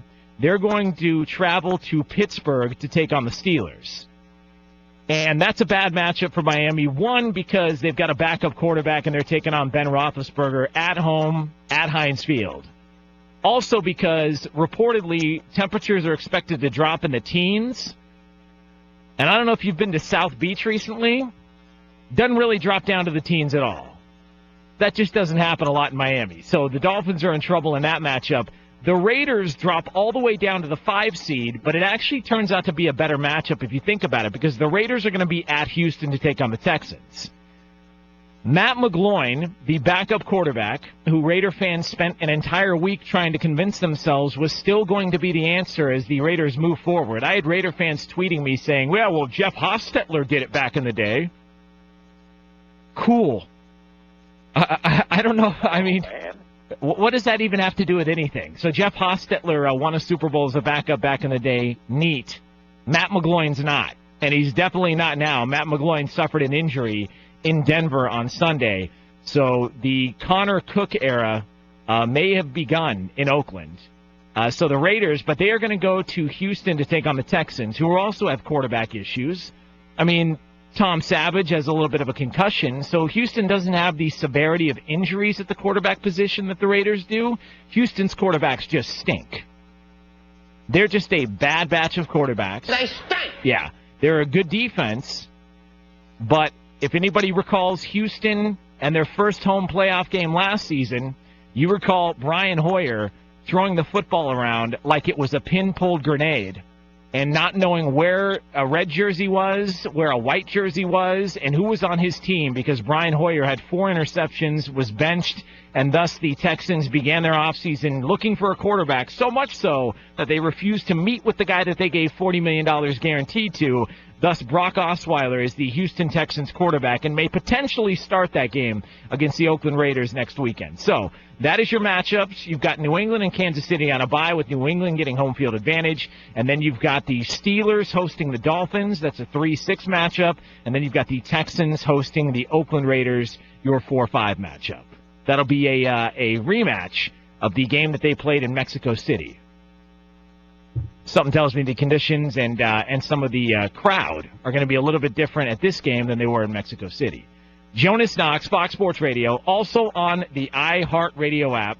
You can get me on Twitter at @TheJonasKnox. Brady Quinn, who does this show with me every single week, he's actually on assignment. Brady Quinn was calling the 49ers and Seahawks game for Fox. So Brady is traveling en route, couldn't be with us, but he will be stopping by in about 20 minutes from now. There's all sorts of stuff going on up in the Bay Area with the 49ers, and just that whole organization is a mess. So we'll have plenty on that. But up next, there was a guy in the NFL who made $20 million this season, and he completely ruined your holidays. I'll explain next. All right. Do you believe it? I like this kind of party, baby. Bring it, baby. 3, 2, 1. 2017 is on and poppin'. I'm ready to party. Are you? And this year, we're partying around here. They are partying and having a blast. That's solid right there. Let's celebrate on Fox Sports Radio. Burger King presents Breakfast Stories. Today's story, Marty and the 2 for $4 croissant sandwich. Yeah, I go to Burger King. They got that croissant sandwich deal, 2 for $4. It's wicked good with the sausage, dude. And 2 for $4, that is a huge bargain. Huge. Well said, Marty. Tasty, savory, sausage on a flaky croissant. Hey, this is not breakfast. This is a Burger King breakfast. Get 2 croissant sandwiches now for just $4. Only at Burger King. Price participation vary. Asking for help is one of the hardest things to do, so don't ask. Just call 888-377-5179. Your confidential call to Better Addiction Care will match you with the facility that's best for you. And here's good news. FMLA will give you up to 3 months off work to start your recovery. Addicts have 3 options: prison, death, or recovery. Make the right choice. Call Better Addiction Care now. 888-377-5179. 888-377-5179. Hi, I'm Kyle Cox, owner of Blindster.com. At Blindster.com, we offer quality blinds and shades, custom made, and ship free of charge to your door in about 2 weeks. Think installing custom blinds is a job best left to professionals? Well, if you can read a tape measure and turn a screw, you can install custom blinds. In fact, we're so confident you can do it yourself, we guarantee your blinds will fit your windows, even if you make a mistake in measuring. That's right. If for any reason your blinds do not fit your windows, we will remake the blinds in a different size, free of charge. All you pay for is the price difference, if any, and shipping. Plus, we have a 60-day satisfaction guarantee and a lifetime warranty on most products. At Blindster.com, we don't just want customers, we want customers for life. Visit Blindster.com today and check out our faux wood blinds starting at just $20. And for a limited time only, all radio listeners will receive 30% off any order. Just enter code RADIO at checkout. That's Blindster.com. Blinds, TER.com. Blindster.com. Bianchi Honda, where they treat every customer as though you're a member of their family. Visit them at 8430 Peach Street, Erie, or 24 hours a day, 7 days a week at Erie Seawolves, Notre Dame football, Erie Otters, Bayhawks basketball, the Sports Blitz, the best sports radio in Erie, Fox Sports Radio, AM 1330, The Fan. There are those who dedicate themselves to a sense of honor, to a life of courage, and a commitment to something greater than themselves. They have always defended this nation and each other. They still do. The few, the proud, the Marines.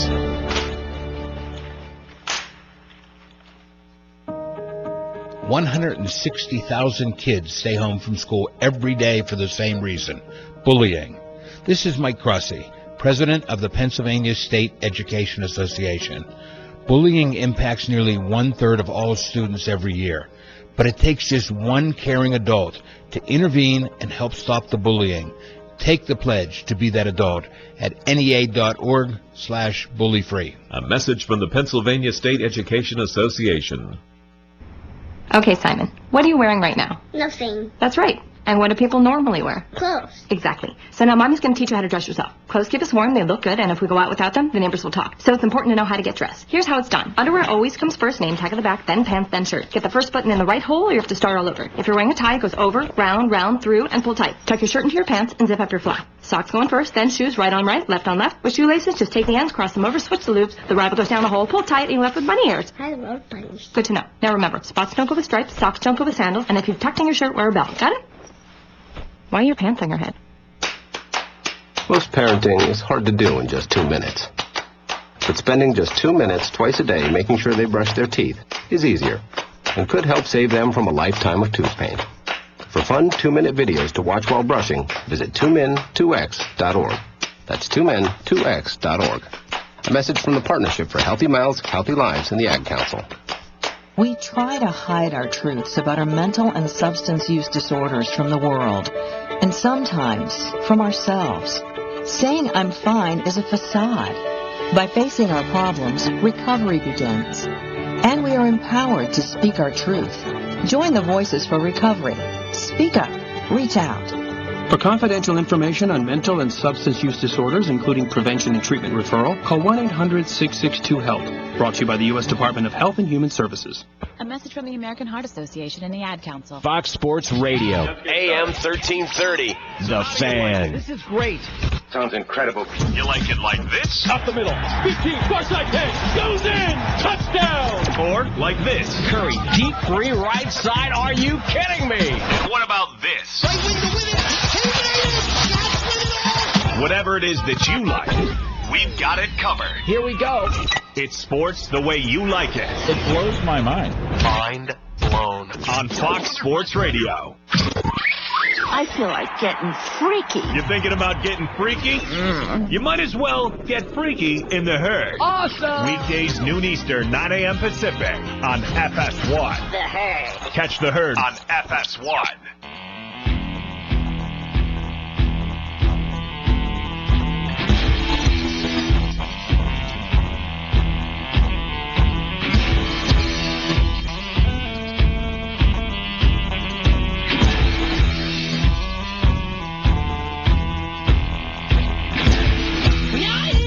Jonas Knox, Fox Sports Radio, also on the iHeartRadio app, flying solo as Brady Quinn, my radio wife, my partner on this show, is he's pulling a little double duty because he was calling the game for Fox up in the Bay Area, the 49ers and the Seahawks. So Brady could not join the show due to travel reasons, but he will be popping on. Coming up in about 10 minutes from now. There's a lot to get to, especially at the game he was calling with firings there, reports of team meetings and things like that coming out of San Francisco. So plenty to get to with Brady Quinn coming up 10 minutes from now on Fox Sports Radio. And just to follow up on the Gary Kubiak news out of Denver, before we get to a $20 million player in the NFL who ruined your holidays, before we get to that here coming up in just a minute. So the speculation on the Gary Kubiak stuff, and again, he's expected to announce Monday that he is stepping down as head coach of the Denver Broncos. And so one of the reports that came out when the rumors started this week, and one of the other possible theories to it, was that Gary Kubiak was going to be making staff changes. And that part of the reason why he was wanting to step down is he's a really loyal guy and he didn't want to have to fire anybody, so he just decided he was going to step away. That, again, is just a theory. And that's just a theory based on some stuff that was floated out there by Pro Football Talk. No confirmations. We don't know 100% if it's for health reasons. We don't know if this is something that's a personal family matter. We don't know exactly what it is, but I will say this. It seems like there's something more there. It seems like there's something more than Gary Kubiak's got some health concerns, and he's got to step away to look after his own health. It just seems like there's more there than meets the eye. And it's one of those things that unless you do some digging or you're in the Mile High City or you know somebody who's got a source inside that team locker room or inside the organization, you're probably not going to find out specifically what it is. But John Fox was head coach in Denver. He had a heart attack a couple of years ago when he was coach there, and he returned that season. So I'm not trying to compare one guy's health to another. I'm just trying to say that something tells me there's more than just a health concern with Gary Kubiak, that there's more than just I need to look after my well-being. And maybe he was looking after the well-being of the guys on his staff, but like I think might have been the case, he was also looking at the well-being of his success there long-term, seeing that was a roster that maybe was further away from competing for another Super Bowl than a lot of people realized. Jonas Knox, Fox Sports Radio, also on the iHeartRadio app. You can get me on Twitter, by the way, at @TheJonasKnox. So the only thing worse, something that you and I are never going to have in common with NFL players, we're never going to make a lot of money like they do. Like, we're never going to make $20 million. All right? It's never going to happen, for the most part. Unless you play the lotto, you get lucky, and or you're a degenerate gambler and you finally hit on a horse racing bet that you made that over and over and over, and it's an exacta or a trifecta or whatever the case may be. We're never going to have that $20 million that some NFL players get. What's worse than that is when somebody who's already rich, somebody who's already got $20 million in their back pocket, ruins your holidays. Just completely ruins your holidays.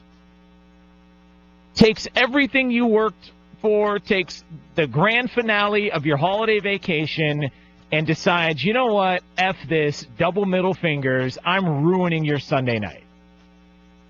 If you're struggling trying to figure out who it is that ruined your holidays and ruined the final bit of peace, quiet, and entertainment for your holiday weekend, it's none other than this $20 million man.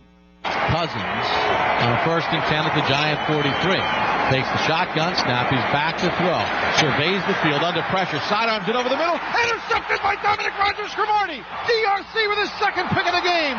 Bellies back to the right and then takes a knee at midfield. And the New York Giants are going to beat the Washington Redskins and knock them out of the playoffs. How do you like me now? Yeah. How do you like me now? I don't at all, actually. And a lot of people don't like you, Kirk. A lot of people cannot stand you at this point in time. Kirk Cousins, the guy who made $20 million on a franchise tag this season. The guy who is already a wealthy man, much more wealthy than we'll ever be. A guy who could probably afford any single gift that he could ever possibly want during the holidays.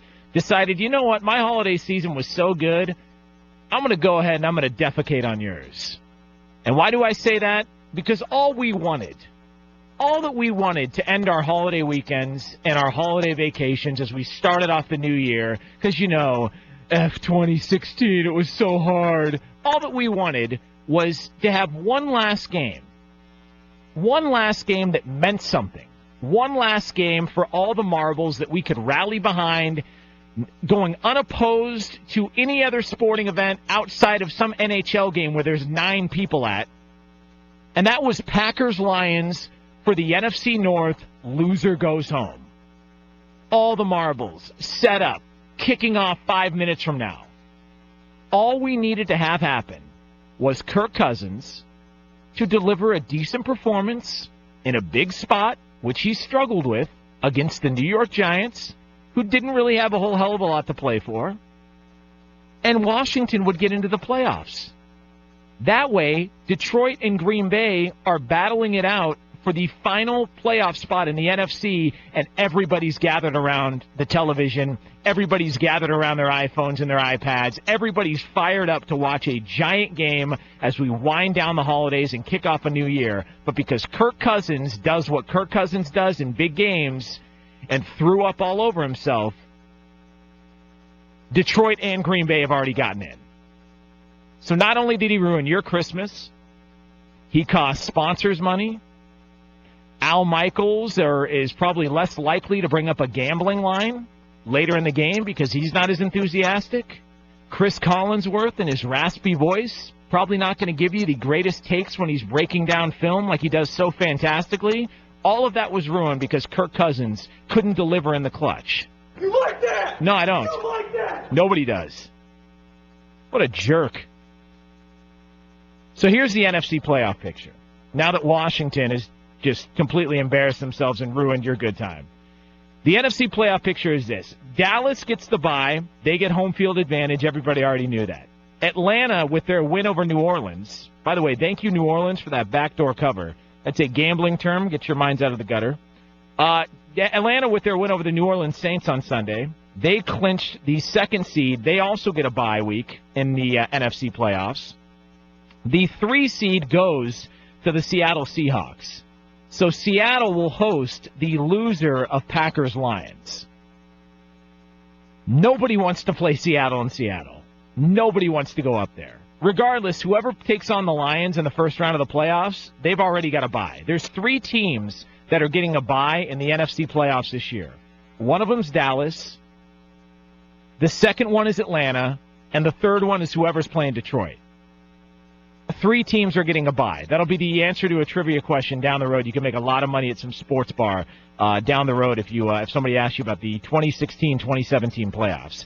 And then the the Giants, who we just mentioned, because of their win against the Washington Redskins, the Giants are going to be on the road, and they'll take on the winner of Green Bay and Detroit.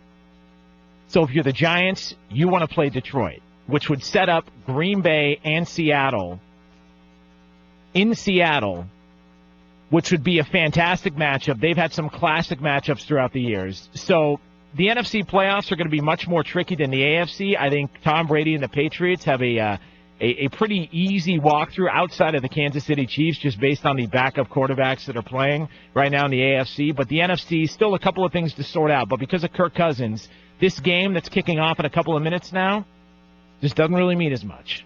Thanks, Kirk.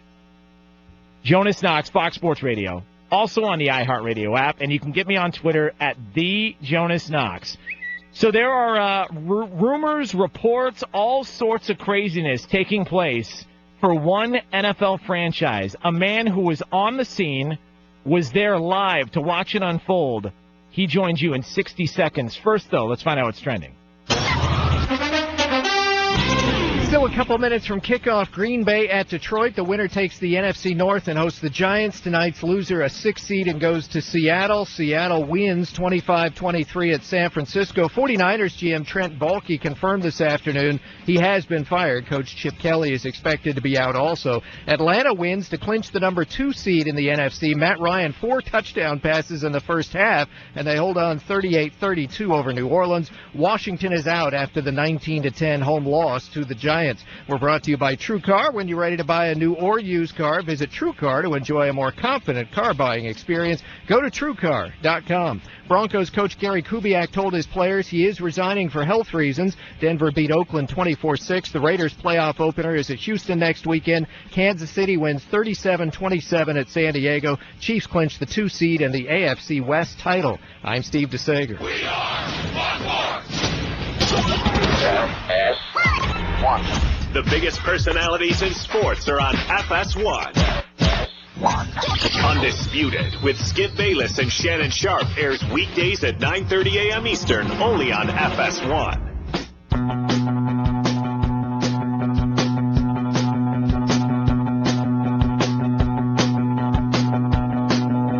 Jonas Knox, Fox Sports Radio, also on the iHeartRadio app, coming to you live from the Geico Fox Sports Radio studios, where it's easy to save 15% or more on car insurance with Geico. Go to geico.com or call 800-947-AUTO. The only hard part, figuring out which way is easier. They are kicking off in Detroit coming up in just a couple of minutes in a game that doesn't mean a whole hell of a lot now because Kirk Cousins stinks in big-time games. So because of that, we now go to the man, Brady Quinn, Fox Sports Radio host, the co-host, my radio wife, during this show when he's not doing a bunch of other things and getting famous and traveling the globe covering football. He also covers the NFL and college football for Fox. He joins us now here on Fox Sports Radio. Brady, what's up, my man? Not much, Jonas, but hold on. Explain this. Why am I your radio wife? Aren't you my radio wife? I mean, I think you have the roles reversed there. Hey, look, man, I'm good either way. You know, I was actually about to say something else, and I realized we were on the air. So there, I'll go ahead and I'll leave that at that. I'll go ahead and leave that at that. We'll talk about that over a beer at some point. All right, so Brady, Okay, I got to ask you this because when you get to Levi's Stadium, where everybody is dressed as an empty seat because nobody wants to watch that team, and you're hearing reports that Trent Baalke is gone as GM of the 49ers, that they had to escort him out of the building. There's reports that Chip Kelly is also gone. Was there a strange vibe at that game covering it for Fox to where people within the 49ers brass sort of didn't know what the hell was happening? It was tough for us because we're hearing the reports. We're seeing things that are on Twitter as well throughout the course of the game. But, you know, unless something is factual, we really can't talk about it. And that was the tough part was even our production crew, for example, saw Trent Baalke. They had a shot of him earlier in the game, and then they couldn't get him after that. So I would assume if you put 2 and 2 together that he probably was escorted out. I think what Jay Glazer reported on the Fox Countdown show before the game started earlier today that, you know, he was out, but that Chip Kelly was, and he might still have an opportunity to retain his job. I think that's legitimate, and that was the sense that you kind of got from practice this week and talking with Chip Kelly. It seemed like he didn't think that he was necessarily going to be fired. Now, that was a couple of days ago. Since the report came out, it was bizarre talking to coaches because they were talking about how they all found out when they looked at their phone when they came out of meetings. I mean, it was a bizarre situation where you've got a head coach who thinks at this point he's being fired, and Jed York and no one else has reached out to him. Supposedly, Chip Kelly reached out to Jed York, and they had words, and he was pretty frustrated and upset with the situation. So we'll see how things pan out. I mean, nothing's official yet, but it was a bit bizarre, the timing of all of this. I think the other thing that's unfortunate for Chip Kelly is the fact that, now there's not these coaching jobs open where, I know from a factual person involved who's in intimate detail with the situation that he would have been the head coach at Oregon had they fired him earlier in the season. It would not be Willie Taggart. So I am very much surprised how Jed York or whoever's pulling the strings in San Francisco behind the scenes, I'm very surprised they've decided to handle things the way they have. Being around the team all week, when you're talking to players and you're covering them and you're getting ready to do their final game of the season, a bad season in which they've been out of it for weeks and weeks and weeks, and they've got really nothing to play for except pride, does that strike you as a team that gave up and quit on Chip Kelly? No, I mean, look. They won last week. They beat the LA Rams. 2 weeks ago, they're playing the New York Jets, and the game goes into overtime. I think if the team would have just given up, they probably would have rolled over, and you would have seen them getting beat by double digits. I mean, even today, they led that game at one point, and then they kind of allowed Seattle to get back into the door. But the first half of that game, San Francisco was the team that was really kind of controlling the momentum. It wasn't Seattle, so. I don't feel like they kind of gave up on them. I think they were more impacted by all the injuries they had, combined with the fact that this roster didn't have talent from day one. And that points right back to Trent Baalke, the job that he did or the lack thereof of him putting together a roster that could make this team competitive. I mean, you have to look at their wide receiver group. I mean, what guy got you really excited or thought they were going to have an opportunity to go to win games?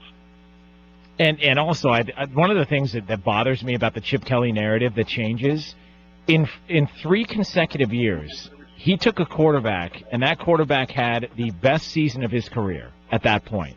Nick Foles, Mark Sanchez, and Sam Bradford, obviously before Bradford finished off strong this year with Minnesota. And also, the numbers on Kaepernick, they're not bad, man. And that's because of Chip Kelly. I mean, Kaepernick had 16 touchdowns and 4 picks all year. I mean, that's It's actually the best touchdown-interception ratio for a San Francisco quarterback, I believe, in the history of their organization. And we had some stat there before today. It was like 3.8 or something like that, and that was the best. And he was leading it based on where he was at. So, I mean, you're right. And I think what happens if he had an entire season with Colin Kaepernick? What happens if Colin Kaepernick didn't have to deal with all these injuries and recovering from 3 separate surgeries and was able to, have an entire offseason to get down the system, with the lack of talent, with all the moving pieces on the offensive line? I mean, there's a lot of what-ifs to that, but at the end of the day, I just think it's unfair that you get rid of any head coach after 1 year. They should get at least 3 years, in my opinion, other than why are you making the case of hiring the guy in the first place? I mean, you either should have stuck with the last guy longer, or you're not doing your due diligence in the first place if you're the one who's choosing who the next head coach is going to be. He is Brady Quinn, former NFL quarterback, co-host of this show here on Fox Sports Radio, joining us here on Fox Sports Radio. He was covering and calling the 49ers-Seahawks game earlier for Fox.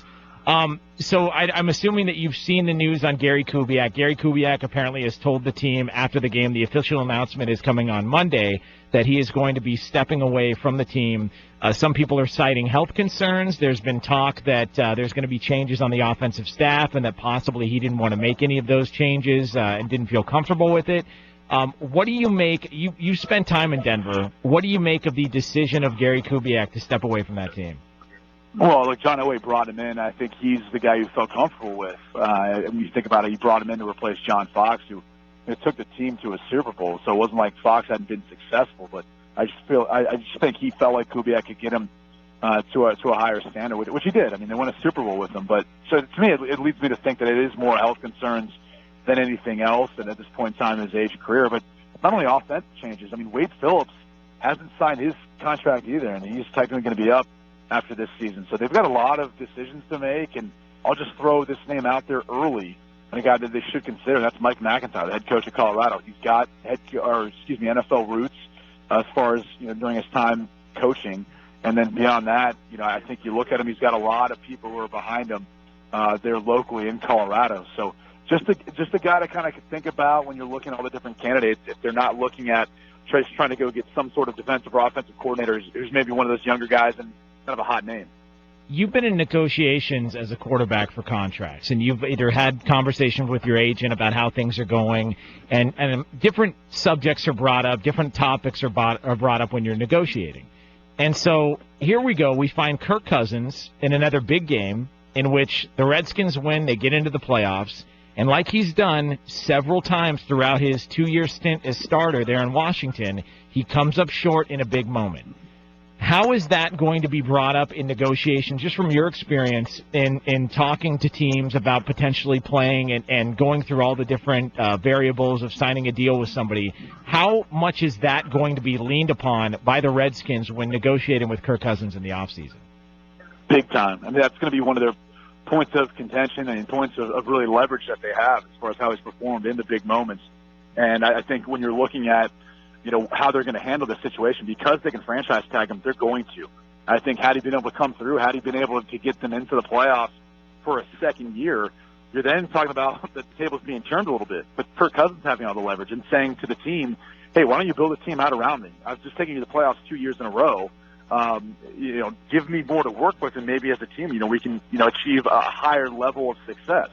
But that's not the case anymore. He doesn't really have that kind of talent. So, to me, I think they'll offer him something that'll be more in the likes of what I think the Redskins feel comfortable with as a long-term contract. And, if he doesn't like it, they can always just throw the tag on him and still keep continuing to try to negotiate. But otherwise, that's probably what's going to happen the next year. And I'd be shocked if they let him go, only because he's played well enough. But at this point, I think that's the direction that they're going to go and how they're handling it.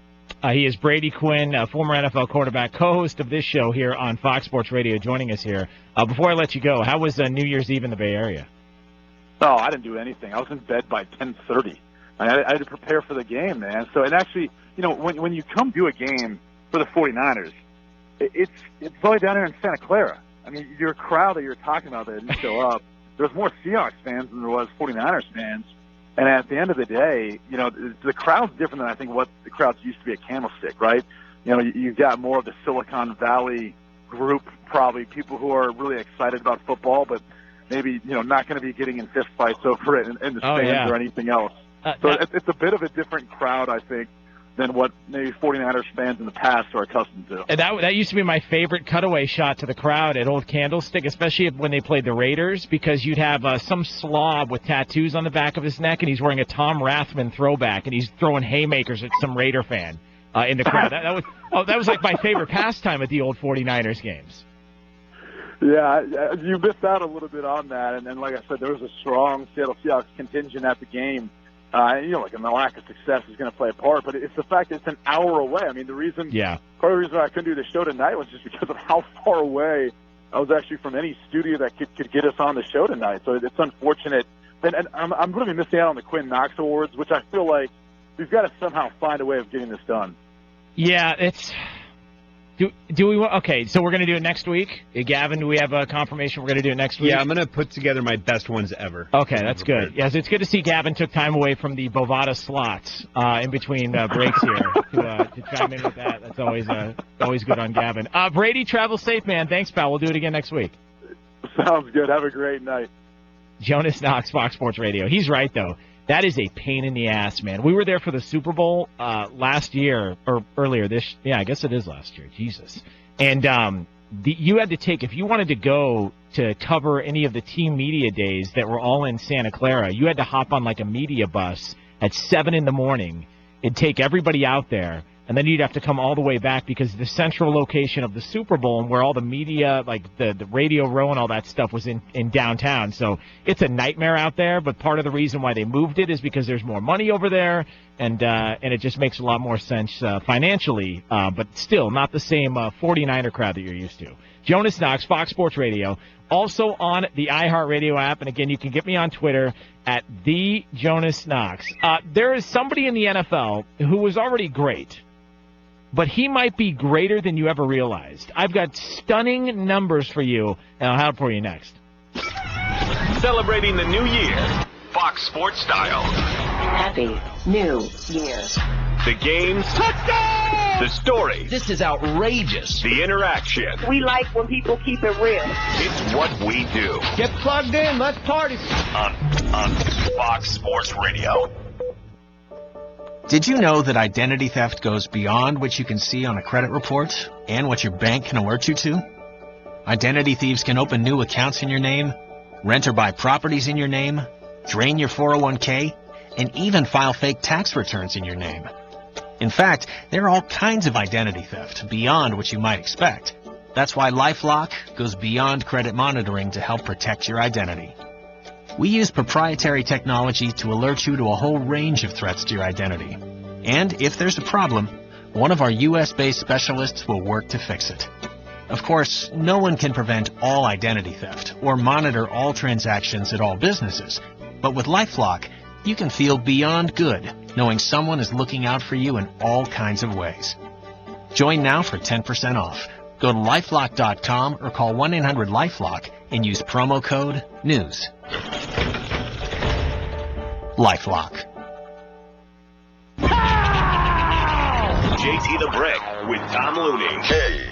Jerry Jones is making a little bit of news here because, look, you don't have to play Dak Prescott in this last game. If you're going to sit him any game and they're getting a bye week, it would be the last game not to get him injured. But what about Tony Romo from Jerry's perspective? We don't feel like that any game we can get from him stepping out there and running a few plays or a series of plays would not be worth the risk. All right, not be worth the risk. But, Tom, would it make sense that if Dak Prescott goes down, remember, he's never played in a playoff game. Right. Never played in a playoff game. If, God forbid, he went down, wouldn't you want Romo to have a game under his belt to get the rust off? No, don't worry about that. Tony Romo can wander in. Pretty amazing what Dak Prescott has built up. You got to keep him oiled up and keep him out there. JT the Brick with Tom Looney. Why do you talk first? I wanted to talk first. Weekdays at 8 p.m. Eastern, 5 p.m. Pacific on Fox Sports Radio. Oh, hi, Jessica. Hi, Mrs. Johnson. Is Megan there? Sure. Follow me. The kids are in the kitchen making sandwiches. Hey, Julie. Hi, Megan. Hey, Megan. Yeah? You're a total freak. God, you're ugly. And dumb. Oh, and your makeup makes you look like a tramp. Oh, my God. Tommy Morris told me you guys made out. Everybody knows. The whole school knows. He said your breath smelled like garbage, and he almost puked. He says you're the most desperate girl he knows. And that dress is totally hideous. You look like a big fat clown. Disgusting. Oh, and by the way, nice zit. If you wouldn't say it in person, why say it online? Delete cyberbullying. Don't write it, don't forward it. For more information, visit ncpc.org. A message from the U.S. Department of Justice, Crime Prevention Coalition of America, National Crime Prevention Council, and the Ad Council. 1, 2, 3, 4. This is the Jason Smith Show. I love the personality. You can't believe John Gruden when he says things like, I can't be the next head coach of anywhere. I like where I am. He would be a horrendous idea for a head coach. While it would seem great because the Rams want to make a big splash, he's a bad hire. He's been out of the game now for 8 seasons. That is a lifetime.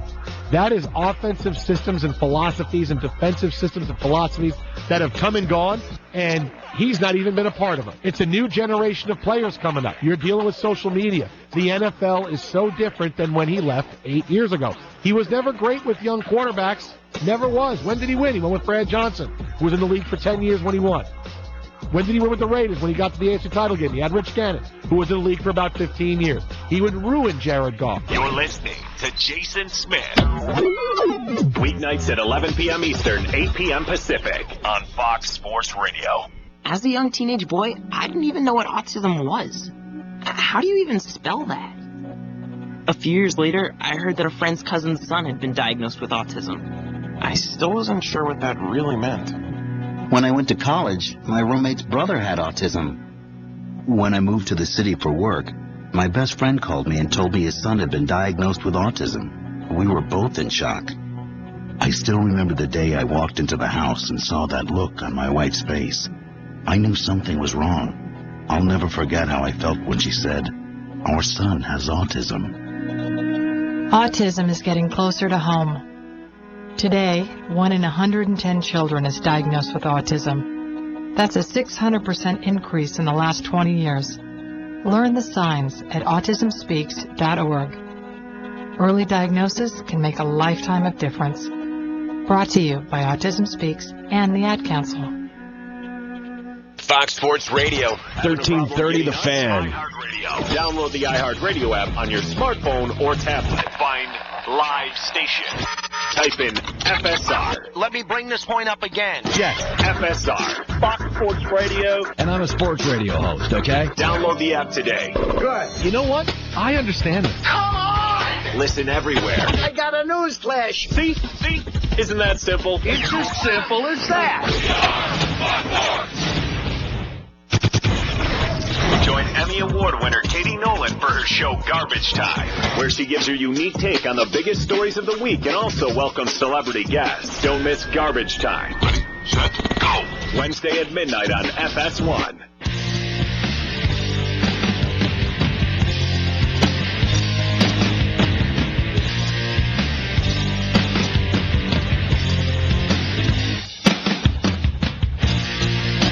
Jonas Knox, Fox Sports Radio, also on the iHeartRadio app and coming to you live from the Geico Fox Sports Radio studios. This is going to be poor radio formatics, but it's necessary. I had teased that we're going to get to and talked about getting to a guy who was already great, but he's even greater than you realized. But during the break, we've got a huge story that just developed in the NFL, and for that, we go over to our national update anchor, Steve DeSager.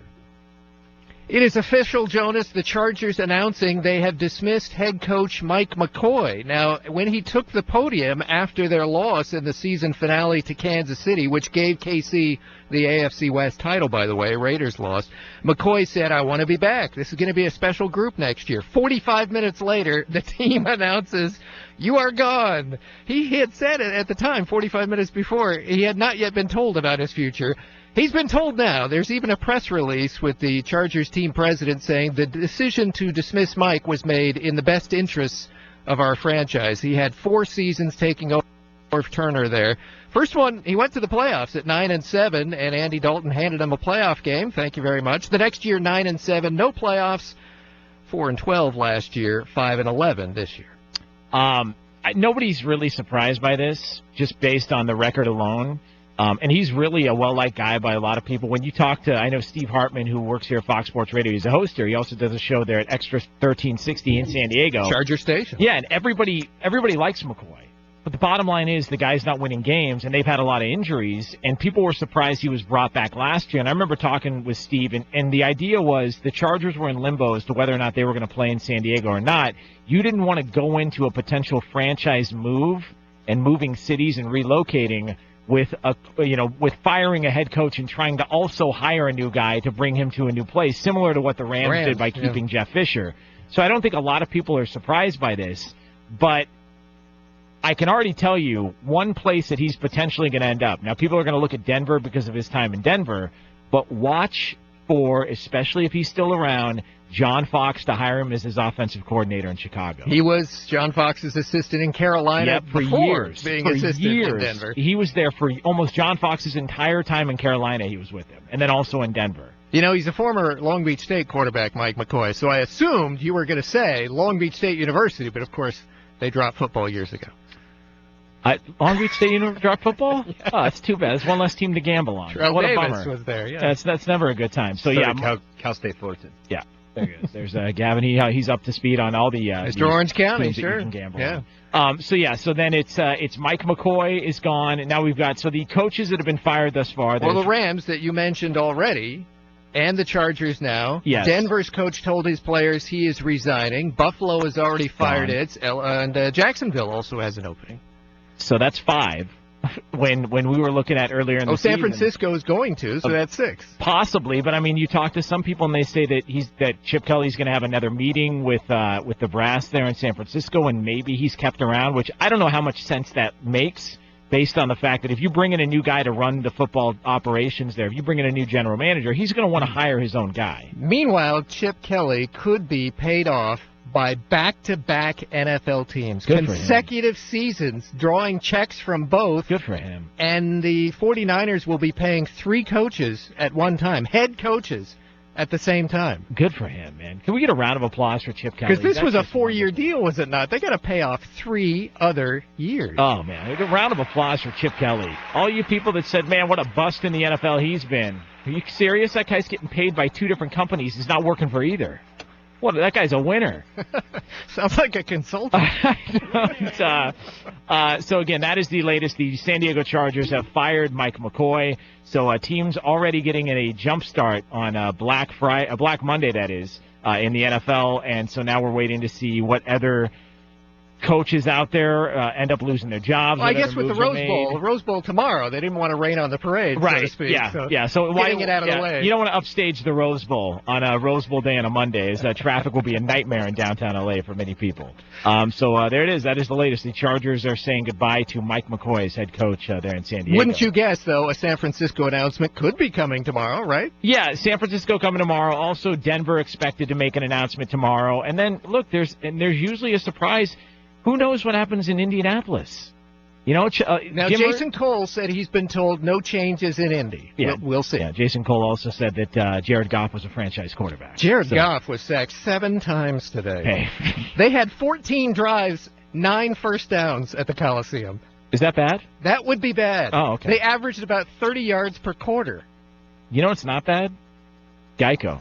And what does it mean when Geico says just 15 minutes could save you 15% or more on car insurance? Wow, it means you probably should have gone to Geico maybe 15 minutes ago. There it is. That's how it's done. That's like a synchronized swimming. That's an athletic event here on Fox Sports Radio. That's like, we're the Martin Short of... Yeah. Synchronized sponsors here on Fox Sports Radio.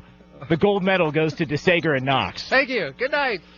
Jonas Knox, Fox Sports Radio, also on the iHeartRadio app. So there is news out of the NFL regarding a guy maybe on his way out. I'll tell you why it's the wrong move next. We are Fox Sports!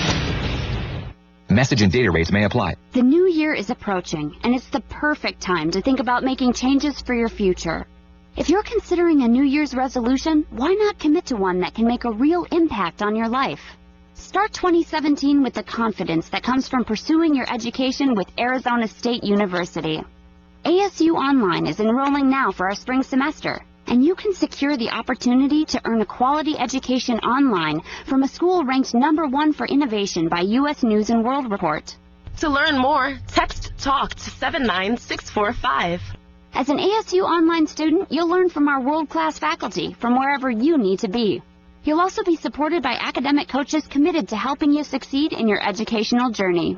Make 2017 the year you enroll with a university that transforms support and innovation into student success. To learn more about ASU degrees online, text TALK to 79645. That's TALK to 79645. Paralyzed Veterans of America, National Service Officers. We've got an entire generation of men and women who have seen war. They're going to need voices. Paralyzed Veterans of America represents them. We're going to make sure that the Veterans Affairs gives them everything that they're entitled to. Get all the health care they need. Making a person's house adaptable. And we also focus on getting them a job. We help our veterans for free. Changing lives, building futures. That's Paralyzed Veterans of America. To learn more, visit PVA.org. A public service message from Paralyzed Veterans of America. Peekaboo. Peekaboo. Smile. Smile, buddy. Come on. Smile. Oh, honey, he's still not smiling. Maybe he's not a smiler. Yeah. Maybe he's just not a happy baby. Maybe he's just being a boy. You know how boys are. Or maybe he's teething. Oh, poor baby. I think his gums hurt. Maybe he's just tired. Or maybe his tummy hurts. He didn't eat that much. Maybe he's not ticklish. You think maybe he's scared of the dog? Maybe he'll outgrow it. Maybe it's a phase. Maybe he just doesn't like smiling. Maybe he has autism, and we can definitely do something to help. Maybe is all you need to find out more about autism. No big, joyful smiles by 6 months is one early sign. Learn the others at autismspeaks.org/signs or see a doctor today for an autism screening. The sooner it's diagnosed, the better. And it can make a lifetime of difference. Brought to you by Autism Speaks and the Ad Council. If you own a gun, you have a full-time responsibility. When you aren't using it, be sure it can't get into the hands of curious children, troubled teenagers, a thief, or anyone else who might misuse it. Your family, friends, and neighbors are all counting on you. Remember, always, lock it up. For more information on firearm storage safety, visit ncpc.org. This message brought to you by the National Crime Prevention Council, the Bureau of Justice Assistance, and the Ad Council. Welcome back to the Dog Show. Up next, we have Satchmo. Satchmo is a member of the Shelter Pet Group. That's right, a group known especially for their couch-snuggling, ball-chasing, face-licking, and, of course, companionship. Now, let's see him in action. Look how he makes eye contact with his person. That's actually known as the treat stare. How intuitive, and now he appears to be excitedly turning in circles. Ah, the happy dance so common with this group. But really, the best way to know an amazing shelter pet like Satchmo is to meet one. Visit theshelterpetproject.org today. Adopt. Brought to you by Maddie's Fund, the Humane Society of the United States, and the Ad Council. Okay, what are you wearing right now? Nothing. That's right. So Mommy's going to teach you how to dress yourself. Underwear always comes first, name tag at the back, then pants, then shirt. Get the first button in the right hole or you have to start all over. Socks going first, then shoes, right on right, left on left. With shoelaces, just take the ends, cross them over, switch the loops, the rabbit goes down the hole, pull tight, and you're left with bunny ears. Got it? Why are your pants on your head? Most parenting is hard to do in just 2 minutes. But 2 minutes twice a day making sure they brush their teeth is easier, and it could help save them from a lifetime of tooth pain. Visit 2min2x.org to find out more. A message from the Partnership for Healthy Mouths, Healthy Lives, and the Ad Council. When I grow up, I want to be a new pair of blue jeans. When I grow up, I want to be a kid's first computer. Warm fleece on a cold day. I want to be a bike that races around the country. I want to be a bench on a forest trail. When I grow up, I don't want to be a piece of garbage. And if you recycle me, I won't be. Give your garbage another life. Recycle. Learn how at iwanttoberecycled.org. Brought to you by Keep America Beautiful and the Ad Council. Dude, your team is 2-13, and you just won by 1, and you did the Black Power salute. That's the weakest Black Power salute of all time. Like, if I were a Black Power guy, I'd be like, all right, Cap. We don't want the quarterback of a team that's 2-13 doing the Black Power salute. It's the weakest Black Power salute ever done in the history of American sports. It's Outkick the Coverage with Clay Travis. Weekdays 6 a.m. Eastern, 3 a.m. Pacific. Broadcasting from the Bud Light Studios in the historic Boston Store. AM 1330. Fox Sports Radio. WFNN Erie. The Fan.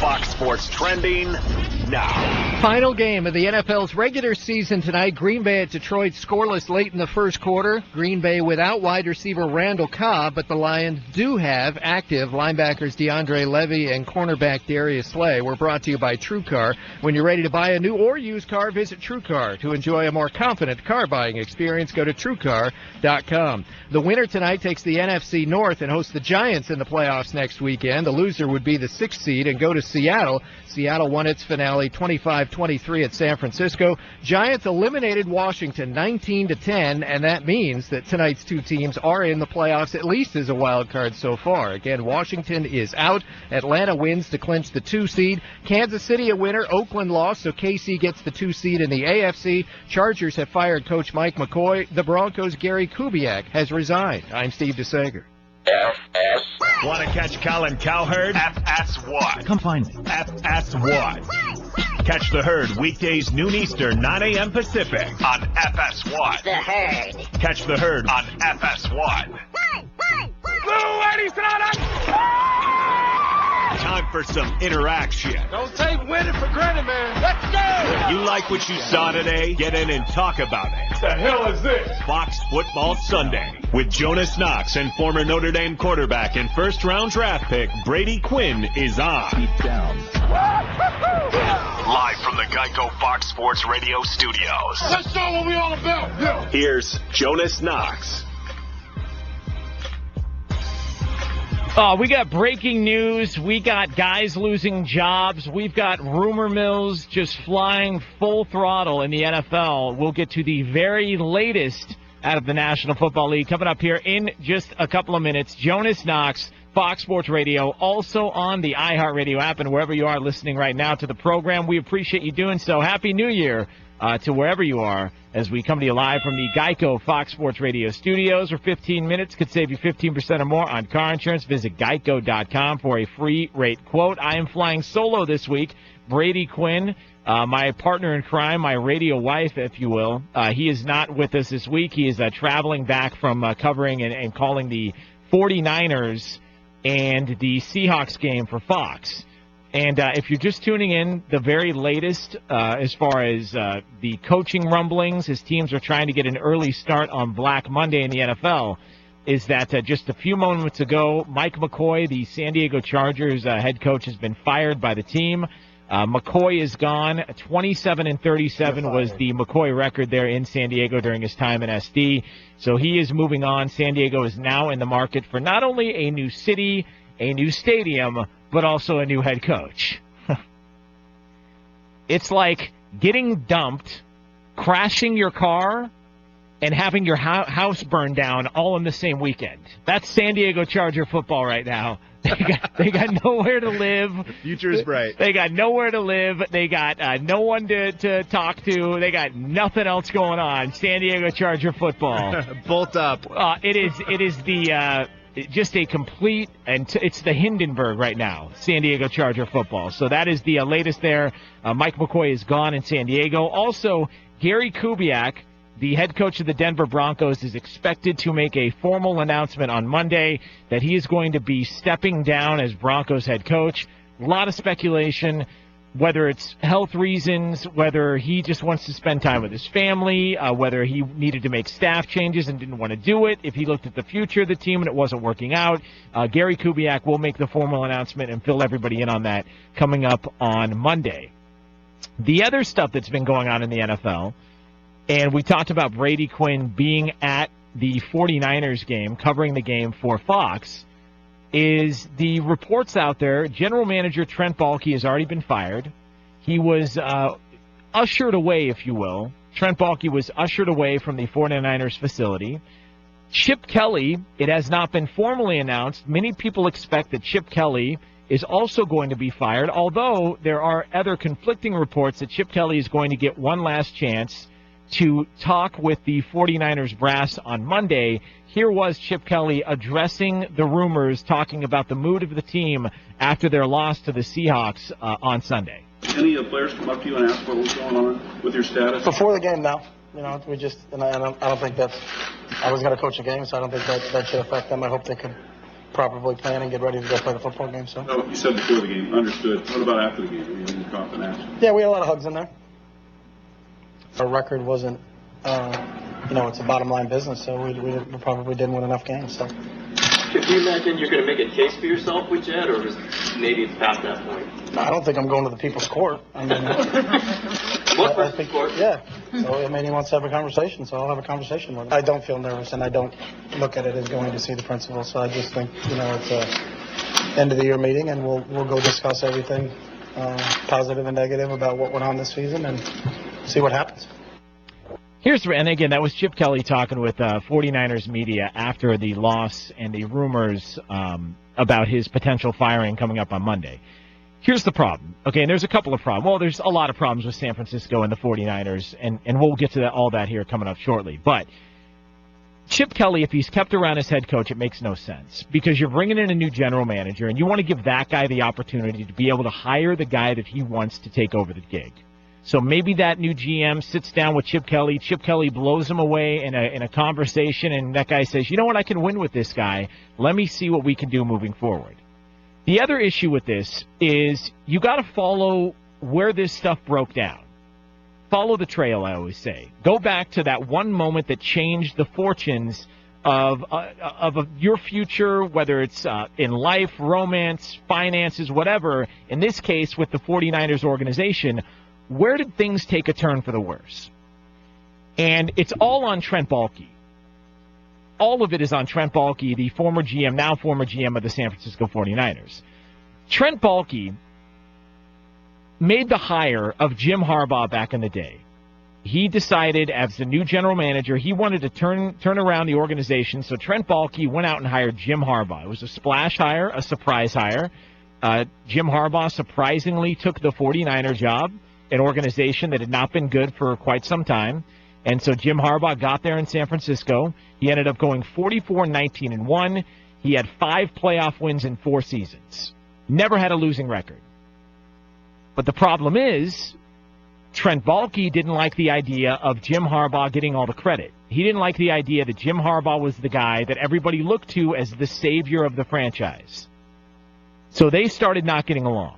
Even though Trent Baalke was named Exec of the Year back in 2012, even though he got credit for the turnaround, he wasn't getting enough credit for it, and Jim Harbaugh was the face of everything. Couldn't stand it. And Trent Baalke figured, I'm the linchpin to the success of the 49ers. I'm the guy that turned around the organization. I should be the guy getting the credit for this. And it wasn't happening. So they decided to part ways. So Trent Baalke afterwards, and here's where you know that the problem lied within Trent Baalke, you got to follow the timeline. What happened to key members of the departure here with the San Francisco 49ers?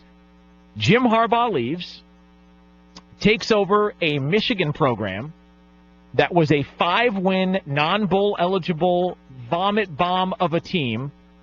It was so bad there in Ann Arbor that grocery stores were giving away tickets if you bought a 2-liter bottle of soda. That's no joke, because they couldn't get anybody to go to the games. You had to buy a 2-liter bottle of soda, and they'd give you 2 free tickets to Michigan football. Jim Harbaugh took that over. They've got back-to-back 10-win seasons. They've gone to bowl games. The recruiting is through the roof. The popularity is through the roof, and they're in the national title hunt virtually every single season, moving forward as long as Jim Harbaugh is there. Trent Baalke, after he got rid of Jim Harbaugh, they were looking at an up-and-coming rock star head coach, a guy in the NFL that everybody thought was going to be similar to a Brad Stevens type in the NBA, really smart, cerebral guy, could build a team, could take an offense and a subpar quarterback and really bring them to the next level in their game. That guy was Adam Gase, a guy who Peyton Manning went to bat for, a guy who people in Denver loved, but had been around the NFL for a long time. Brings in Adam Gase for an interview. And according to a lot of people that were close to the coaching search and to the interview process, that was Adam Gase's job. The problem is Trent Baalke still thinking that he ruled the roost there in San Francisco and was the guy atop of everything there. He was standing on the podium and everyone needed to give him credit. Trent Baalke told Adam Gase, here's the deal. We're going to give you the job, but you've got to keep Jim Tomsula as your defensive coordinator. Adam Gase is like, no, I'm not going to. You're not going to dictate to me who my coordinators are going to be. I would like to keep Vic Fangio as my coordinator. He's already been here. He's had success. That's the guy that I want.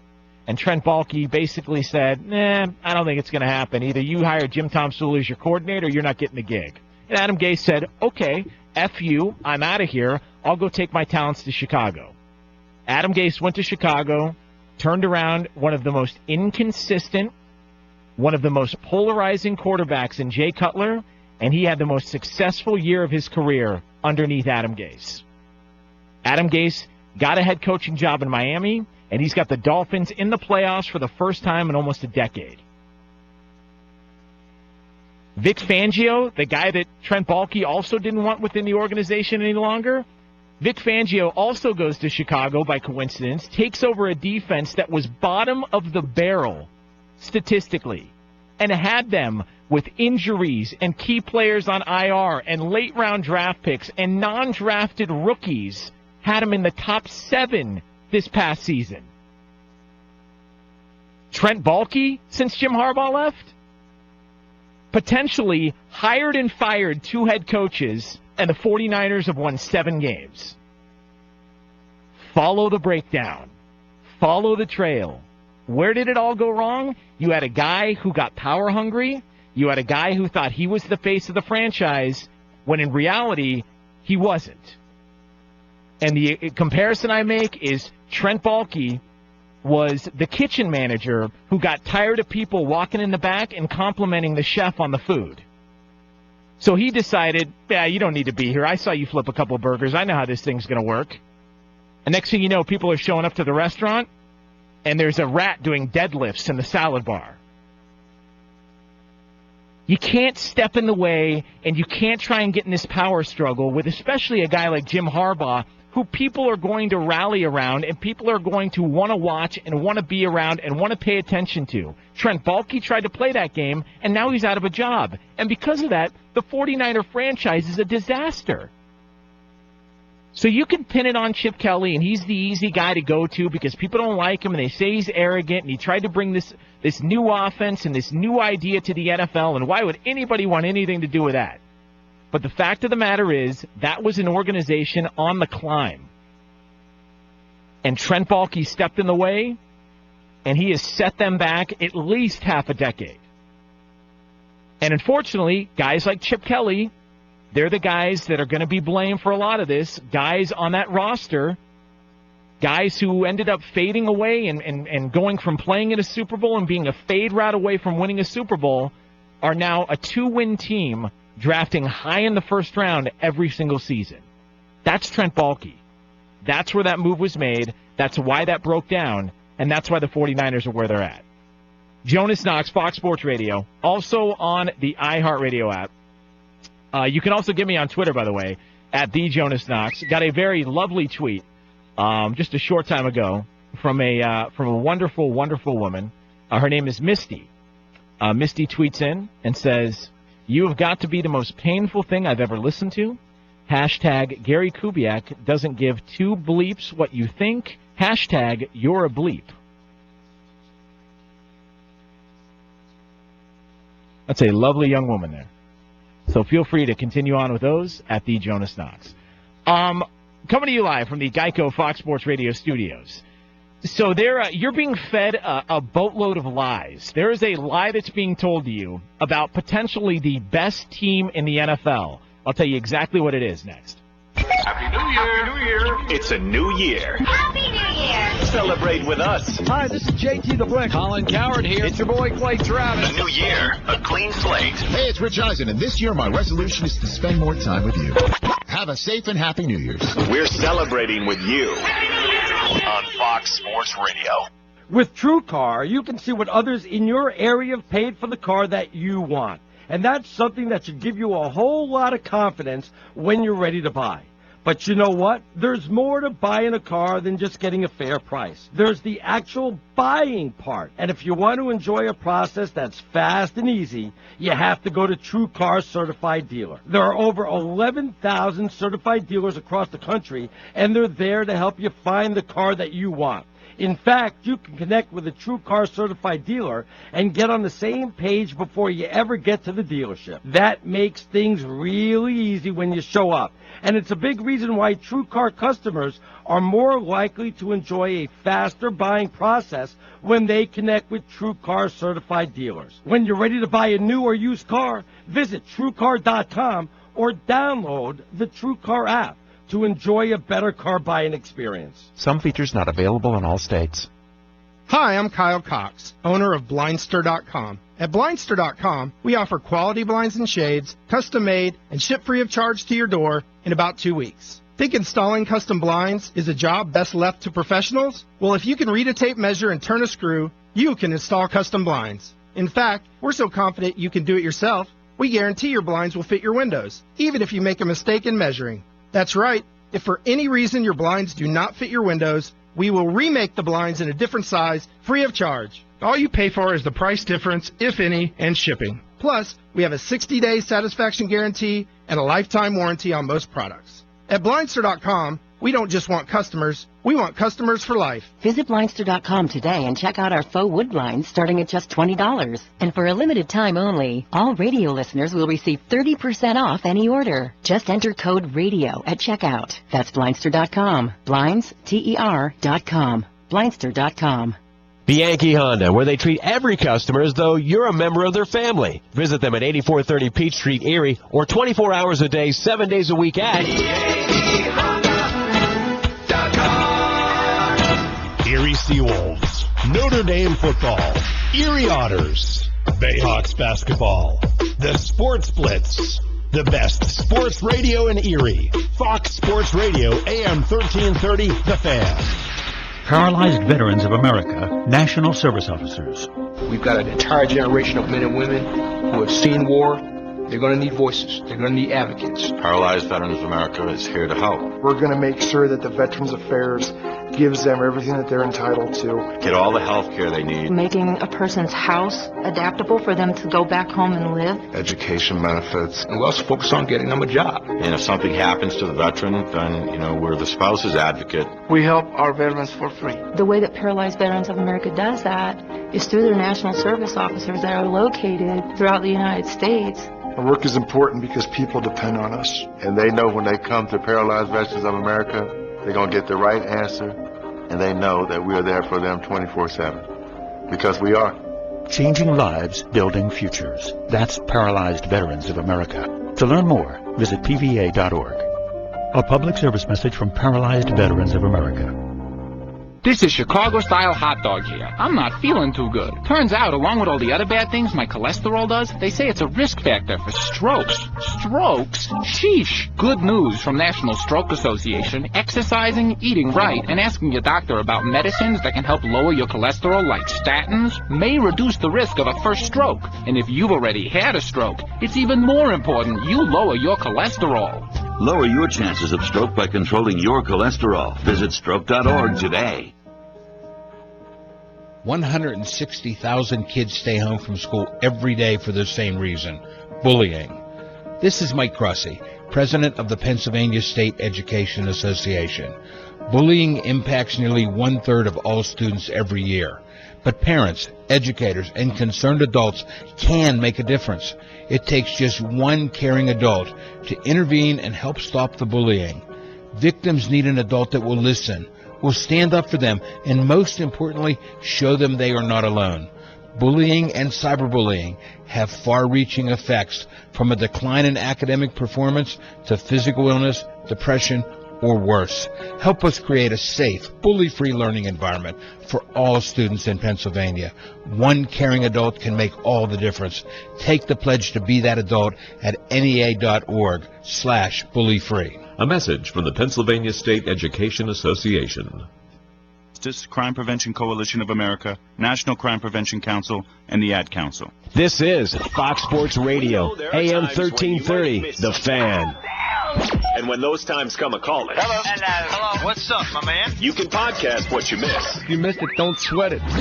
Tell me what's really going on. Go to foxsportsradio.com. foxsportsradio.com. Thanks, man. Click the podcast button. Hey, man. It blows my mind. And click podcast. Never miss out again. How cool is that? On Fox Sports Radio. Wednesday on FS1. A good third, made three. Butler looks to upset top-ranked Villanova, followed by Creighton battling it out with St. John. Doing a 360, it goes down. Coverage begins at 6:30 p.m. Eastern.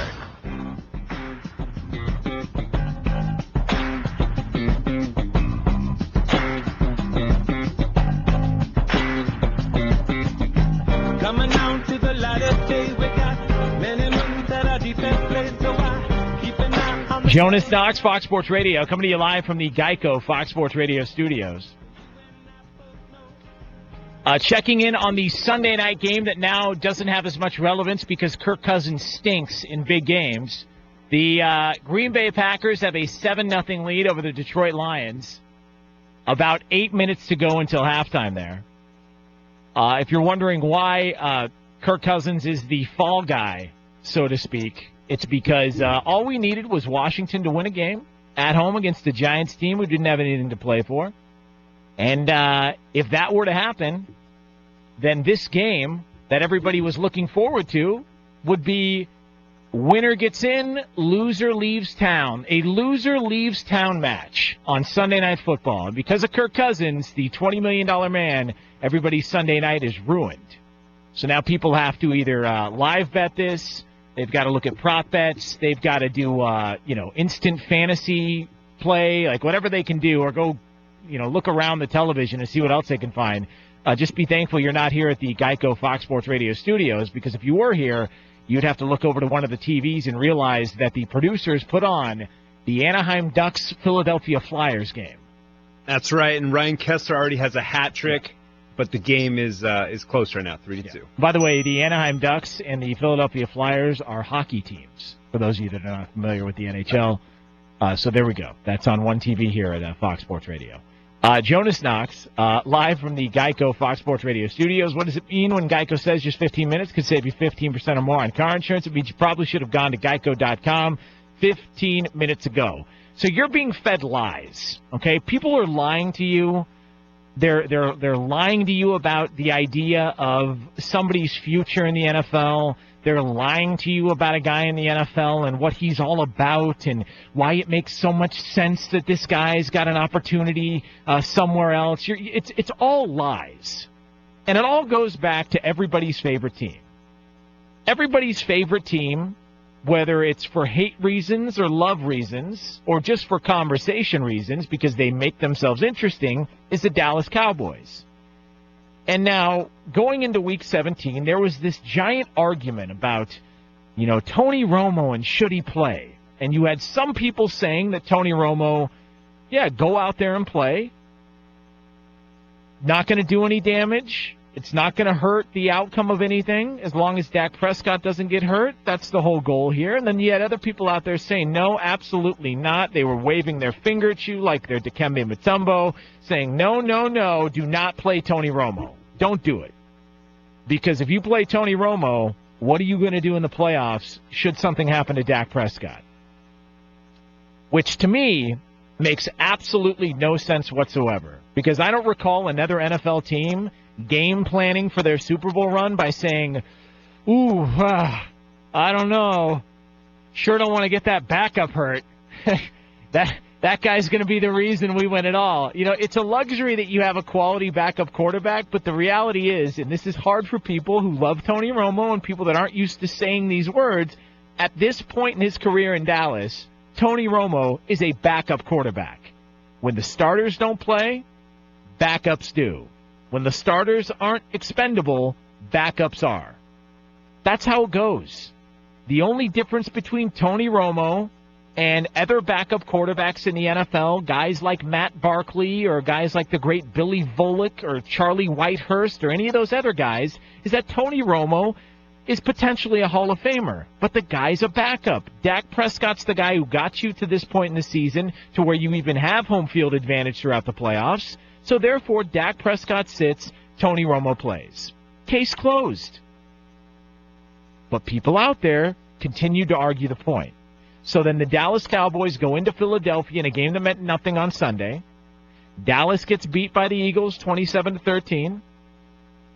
Dallas, nothing to gain whatsoever. This was a dress rehearsal. This was the fourth preseason game. It was meaningless.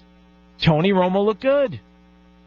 3 of 4, threw a touchdown, had one series, got in, got out, worked a little bit of rust off, played a little bit. Everybody was happy for him. Good for Tony Romo. Mark Sanchez, the third-string quarterback, 9 of 17, 85 yards, no touchdowns, and 2 picks. So, thankfully, he's third string.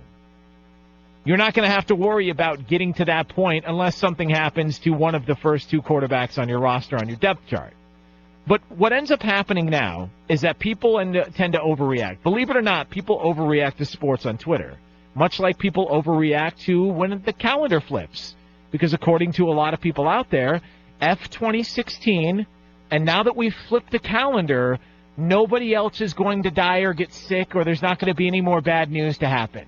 All that we needed to do was go to the mall and find that little store that sells calendars for a couple of months towards the end of the year and just buy one of those. And if you flip it over, voila, nobody else is going to die. That's the overreactions we get on Twitter. So the overreaction we got for Tony Romo on Twitter was, there it is, just upped his trade value. Yep, all good here. That's working out perfectly for the Dallas Cowboys. That's exactly what they wanted to happen. Now they're set for the offseason. What a bunch of crap. You think Tony Romo's got this all-world trade value? You think teams out there are looking at Tony Romo like, yes, that's the difference between us and a Super Bowl? That's an injury-prone quarterback playing behind the best offensive line in the past decade. So what do you think an injury-prone quarterback playing behind the non-best offensive line in the last decade is going to do? This whole thing about, this guy's got this all-world trade value, like the Cowboys are going to take a king's ransom by by putting Tony Romo in the final game of the regular season, and that's what this was all about. That's all garbage. As Pac-Man Jones once said, garbage. It's all BS. you're hearing stuff about like Arizona. You know, like, oh yeah, Arizona. Like Tony Romo's going to go to a team that's one player away from going to the Super Bowl. And so people start racking their brains. Like, God, who's a player away from going to the Super Bowl? Because Dallas wants to do good by Tony Romo. And so they want to send him somewhere where it's going to make sense for him moving forward and he can possibly win a Super Bowl. And so one of the teams you're hearing is Arizona. Yeah. You see, Arizona's in the market for a quarterback because Arizona's quarterback is in his mid to late 30s. He's injury prone, and he's not the player he used to be. So, yeah, that would make sense to trade for Tony Romo, who, altogether now, is in his mid to late 30s, is injury prone, and not the same player he used to be. So Arizona making a lateral move from Carson Palmer to Tony Romo is going to be the difference maker? Okay, sure. Yep. And that girlfriend of Manti Te'o's in college, nothing more than a blow-up doll. And then the other one you're hearing is, oh, what about the Jets? The Jets are a potential landing spot for Tony Romo. They've got talent on that roster. They've got guys in that locker room who are Snapchatting before games on a Saturday night, F this game, where the hose at. You think the Jets are one player away from going to the Super Bowl? It doesn't make sense. So when people are feeding you the trade bait and Tony Romo's got this trade value conversation, it's not what you're leading. It's not what at all anything close to that whatsoever. You're being fed lies by a bunch of people. Tony Romo doesn't have this all-ending trade value in the offseason. What may end up potentially happening is that Tony Romo asks for his release so that he can choose where he goes to play. Because the only teams in the market for a quarterback and the only teams that are going to trade for a quarterback like Tony Romo are teams who have a young quarterback and a roster full of holes, and they just need somebody there to sell tickets, groom a young quarterback, and maybe win 6-7 games. But it's not a Super Bowl contender. Jonas Knox, Fox Sports Radio, coming to you live from the Geico Fox Sports Radio studios. So we've already had a couple of head coaching firings in the NFL. We've got a coach that has resigned in the NFL, and there are potentially more moves at the head coaching position coming up in the NFL in a matter of hours. For the very latest, we go to our NFL insider. He is 60 seconds away. First, though, let's find out what's trending. In the regular season finale in the NFL, tonight at Detroit, the Lions and Packers have traded touchdowns in the second quarter. 5 minutes to go in the second. 7-7 the score. Aaron Rodgers with a TD pass. Zach Zenner with a touchdown run. He has 13 carries, 51 yards for the Lions. The winner takes the NFC North title, but the Redskins' loss today means that Green Bay and Detroit each clinched at least a wild card berth. Washington lost at home 19-10 to the Giants. Kirk Cousins, 1 touchdown, 2 interceptions, including one with about a minute and a half to go. He was sacked 4 times. Atlanta clinched the 2 seed in the NFC, holding on 38-32 over New Orleans. Seattle the 3 seed after winning 25-23 at San Francisco. 49ers GM Trent Baalke confirmed he has been fired. Kansas City clinched the 2 seed and the AFC West title with a victory at San Diego, 37-27. The Chargers then fired coach Mike McCoy. Denver beat Oakland. Gary Kubiak told his players he's resigning. Okay, FS1. Don't laugh! This ain't reality TV! To find FS1 on your television, go to foxsports.com for details. FS1.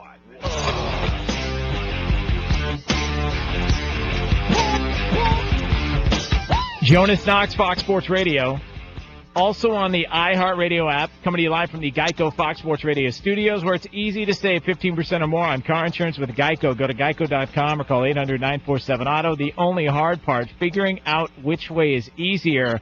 He is our NFL insider. He is one of our favorites here at Fox Sports Radio. I haven't talked to this guy since last year. He is Alex Marvez, Fox Sports Radio insider, also with the Sporting News. Alex, what's happening? At least there's not like an F-load of things going on in the NFL right now. No, this is true, and hopefully you won't get kicked out of the Fox Sports Radio studios, unlike the beat reporter in Philadelphia today. So hopefully we can make it through this segment all right. Okay, we are going to get to that. I told Gavin, our producer, that Marvez is going to go off when we get to that. Something tells me that you got some things. So I do want to get to that before we conclude the interview. I want to start, though, with the Gary Kubiak situation in Denver. What are you hearing? What's the latest? And is this true that he's going to be stepping down on Monday? Yeah, he'll be stepping down on Monday, and you know, this is Gary to a T. He didn't want today to be about him. Even though it is about him, he didn't want to make it about him. You know, much like where Peyton Manning didn't want to say he was retiring after winning the Super Bowl, Gary Kubiak didn't want to announce that he was leaving the team until, you know, just finishing up some things tomorrow. They'll have a send-off news conference and go from there. And, you know, it is a health-related issue. That's what he told the players after the game. And it's, you know, what we have to figure out now, Jonas, is what's next for the Denver Broncos. And I'll be writing about that for tomorrow at sportingnews.com because, you know, you think about it, ever since John Elway's been there, they've had a franchise quarterback, and they've had an established head coach. You know, John Fox didn't take them to where they wanted to get to as far as holding up the Lombardi Trophy, but they played in the Super Bowl. He was a veteran coach. Gary Kubiak was a veteran head coach. Are they going to stick with a veteran head coach? Are they going to keep a lot of the members on the current staff who used to be John Elway's coaches back when he was playing with the Denver Broncos in the 80s and 90s? I mean, there's a lot of questions now in Denver. To me, a franchise really at a crossroads about what happens next with Gary Kubiak not there. Mike McCoy in San Diego, I don't know if anybody was really surprised by that, but how long is this coaching search in San Diego after the firing of Mike McCoy earlier? Because, I mean, this team doesn't even know where they're going to play. Right, and that's an interesting fly in the ointment, so to speak. When you're pitching this to a head coach, and let's say you want a top-tier candidate, and they have other options of other teams to go to, how will that relocation affect you? You know, players having to uproot their families and, you know, settle down in L.A. and you know, all the things that come with, you know, with being there. Is this something that's going to make this job appealing? You know, how appealing is Phillip Rivers as your quarterback? He did throw for a career-high in touchdowns this season, but he also hit 20 interceptions, and that's no bueno. So, you know, where is this Chargers team? And I still think it can be an appealing job. You know, I really do. I don't think they're that far away from winning once again. They've been in so many close games. Mike McCoy not going to get that chance. It is a shame, 20 players on injured reserve this year. It's very difficult to win under those circumstances, and Mike just ran out of time. But I have been hearing his name linked with a lot of potential offensive coordinator jobs. Should he want one place to keep an eye, Jonas, the New York Jets, where Chan Gailey isn't expected back as OC. I think Mike would go in there, do an incredible job, and ultimately, I think within the next 5 years, Mike McCoy will be a head coach in this league once again. I also was pointing out potentially Chicago because him and John Fox have worked together for years and years in Carolina and in Denver. So, yeah, that's a guy who's going to be out of work for like 10 minutes. Right. Now, like Rob Ryan. Yes. You know, I kid. You know, but although I'll tell you this, Dowell Logan, so in Chicago isn't, you know, you can say what you will about him and Adam Gase and is there a drop-off, but the bigger issue there has just been the lack of talent at the quarterback position. And what my sources told me, you know, once John Fox lost confidence in Jay Cutler, everything fell apart as far as Cutler and his confidence in the team, you know, the way players perceived him. And that obviously is a franchise that needs a reboot at the quarterback position. Matt Barkley, not the answer, just way too sloppy with the football. I don't know what it is. It may just be Brian Hoyer to start the season, but they have to find something at quarterback. Maybe it's a trade for Jimmy Garoppolo. We'll find out. But as you know, Ryan Pace, John Fox on the clock already as far as hot seat coaches and GMs go for 2017. He is Alex Marvez, Fox Sports Radio NFL Insider, also with the Sporting News, covers the NFL, does a great job there. You can get him on Twitter at Alex Marvez, joining us here on Fox Sports Radio. So the Trent Baalke firing in San Francisco, Chip Kelly is, for the moment, still there. What are you hearing about the likelihood that Chip Kelly can talk his way into staying as head coach in San Francisco on Monday? I don't think that's going to be his decision, to be quite honest with you. And I think, look, the reality is we know where these leaks are coming from that came out Saturday. And to me, those are leaks that are coming from the top of the 49ers organization to some of the reporters, national reporters who cover the team. This isn't done by accident. You know, last year, by the way, just to let you know that the clock is ticking, Jonas, and you may have something to talk about later, they fired Jim Tom Sula 2 hours after the season finale. So we're almost getting to that point now in San Francisco, 2 hours after they concluded their season with another loss. So I just will tell you, you never know if this is just going to go down here in a little bit once they talk to Chip Kelly. But, Trent Baalke, I think, said it best, and he realized it. It was a franchise in need of a reboot. And clearly he's one of the reasons that they needed to reboot. You know, his personnel decisions haven't been very good over the past couple of years. You just wonder, though, when you look at what's going on in this organization, this would be 4 head coaches in 4 years. How appealing is this job? Really, the roster may be the worst, right? I mean, what is it about this job that makes you say, I want to come to San Francisco when you have a front office and an ownership group that runs things the way they do? It's amazing how it's gone back to pre-Harbaugh levels over the past few seasons. And it's funny that you mentioned that. I think you had the under on 2 hours. Adam Schefter, your colleague of ESPN, has just reported that the 49ers have officially informed Chip Kelly he's no longer their head coach. So can we get a round of applause for Alex Marvez getting a jump start on his Vegas trip to see Mom in the offseason? Alex Marvez hitting the under on the Chip Kelly firing in San Francisco. I mean, where does San Francisco go here? You talked about how attractive of a job is that. It's a bizarre location for a stadium. The fans are already not showing up. You don't know what you're doing at quarterback. Is there any top prospect who's going to look at San Francisco and go, yeah, that's the place I want to be? Well, they're going to want power, is essentially it. And I think really where this comes from is you need to have the right general manager in place, Jonas. And that I think is doable. But of course, then are they going to be meddled with by the 49ers? Part of the problem I've heard with Jed York is this. The Jed has had good people working for him, but Jed always has to be the smartest guy in the room, always has to say something, always has to give his 2 cents, always, suggest some things that maybe fit outside, the program. And that's an issue. I think he needs to learn as he gets older and starts to get closer to his 40s and his 30s to step back a little bit and let the people that you hire do their job. And if you do that, you're okay. And make sure that it's not, look, we've heard it, sucking up to the boss and things like that to be able to keep your gig. I understand why people do it, but you gotta hire a GM and trust. And there are going to be some tough decisions that are made. Maybe it's some things that Jed York doesn't like, but he's going to have to let that guy do his job. And then I think if you have that, you start with the right GM. Then you can find the right head coach. You let that guy find that coach and go from there. The big question is, who is the right GM for this job? George Payton of Minnesota, he's Rick Spielman's top assistant. You look at the way the Vikings have drafted, he's done a very good job. You're always going to hear Elliott Wolf's name associated with jobs. He's in Green Bay's front office, the son of Hall of Famer Ron Wolf. But, there's a lot of questions. What's Ted Thompson's future with the Packers? And is Elliott ultimately going to be the guy that takes over that franchise? And of course, the affinity he has for Green Bay. So that's 2 of them. You've had other guys that are chomping to get another opportunity as a general manager in this league. I'm just going to be very curious to see who San Francisco has targeted to come in and try to get the ship righted. But, Jonas, it starts with the GM. Quickly, before we get to just the embarrassment in Philadelphia, Alex Marvez, Fox Sports Radio, NFL Insider, joining us here.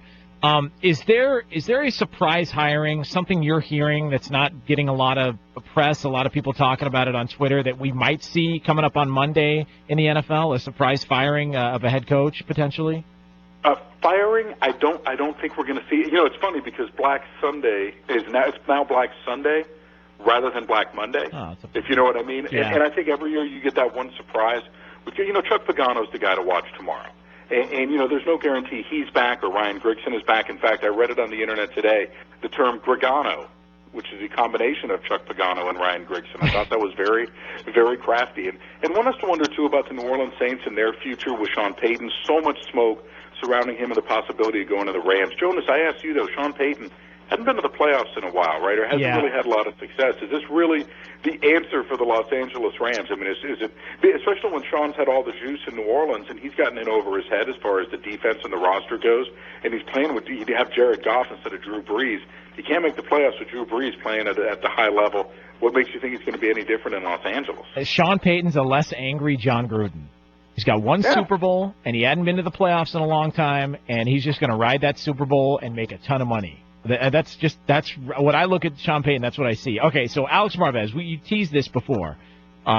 There was an incident that took place in Philadelphia, which the Eagles and their PR staff deserve to be ball batted on Twitter, on radio, with the opportunity that they told an Eagles beat writer, I believe Jeff McClain, was it, that he had to leave the press box. What happened, and how did that break down? So according to the Philadelphia Inquirer themselves, and that's where Jeff works, Jeff and some of the other reporters were debating a penalty. It got loud, and one of the PR staffers, Zach Groen, came down to talk to Jeff and told him to keep it quiet. Apparently things may have escalated a bit from there. They end up going in a back room. They talk. Jeff apparently thinks that the whole thing's resolved, and 15 minutes later, security's coming over to remove Jeff McClain from the press box. I've done this 22 years. I was the president of the Pro Football Writers of America. This has never happened to one of our members before that I can possibly remember.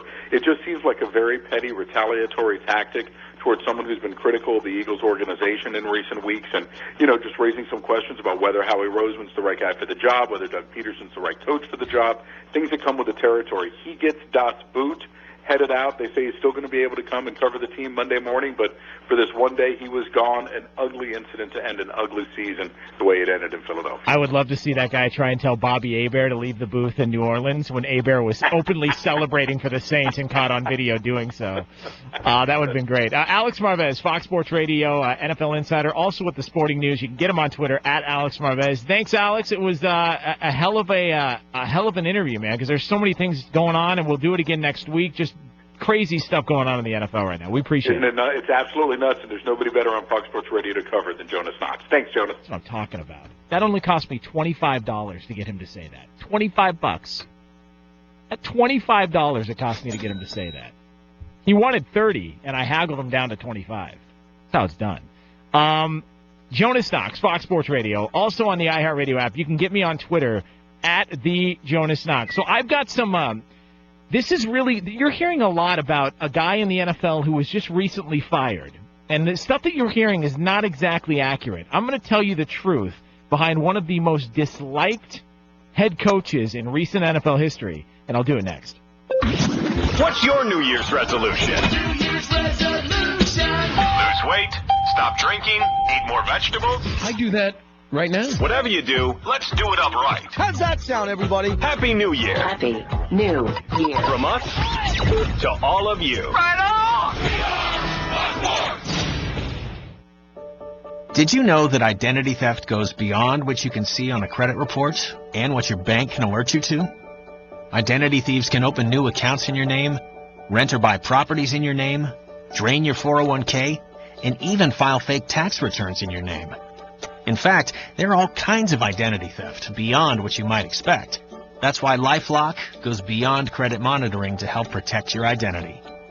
We use proprietary technology to alert you to a whole range of threats to your identity. And if there's a problem, one of our U.S.-based specialists will work to fix it. Of course, no one can prevent all identity theft or monitor all transactions at all businesses. But with LifeLock, you can feel beyond good, knowing someone is looking out for you in all kinds of ways.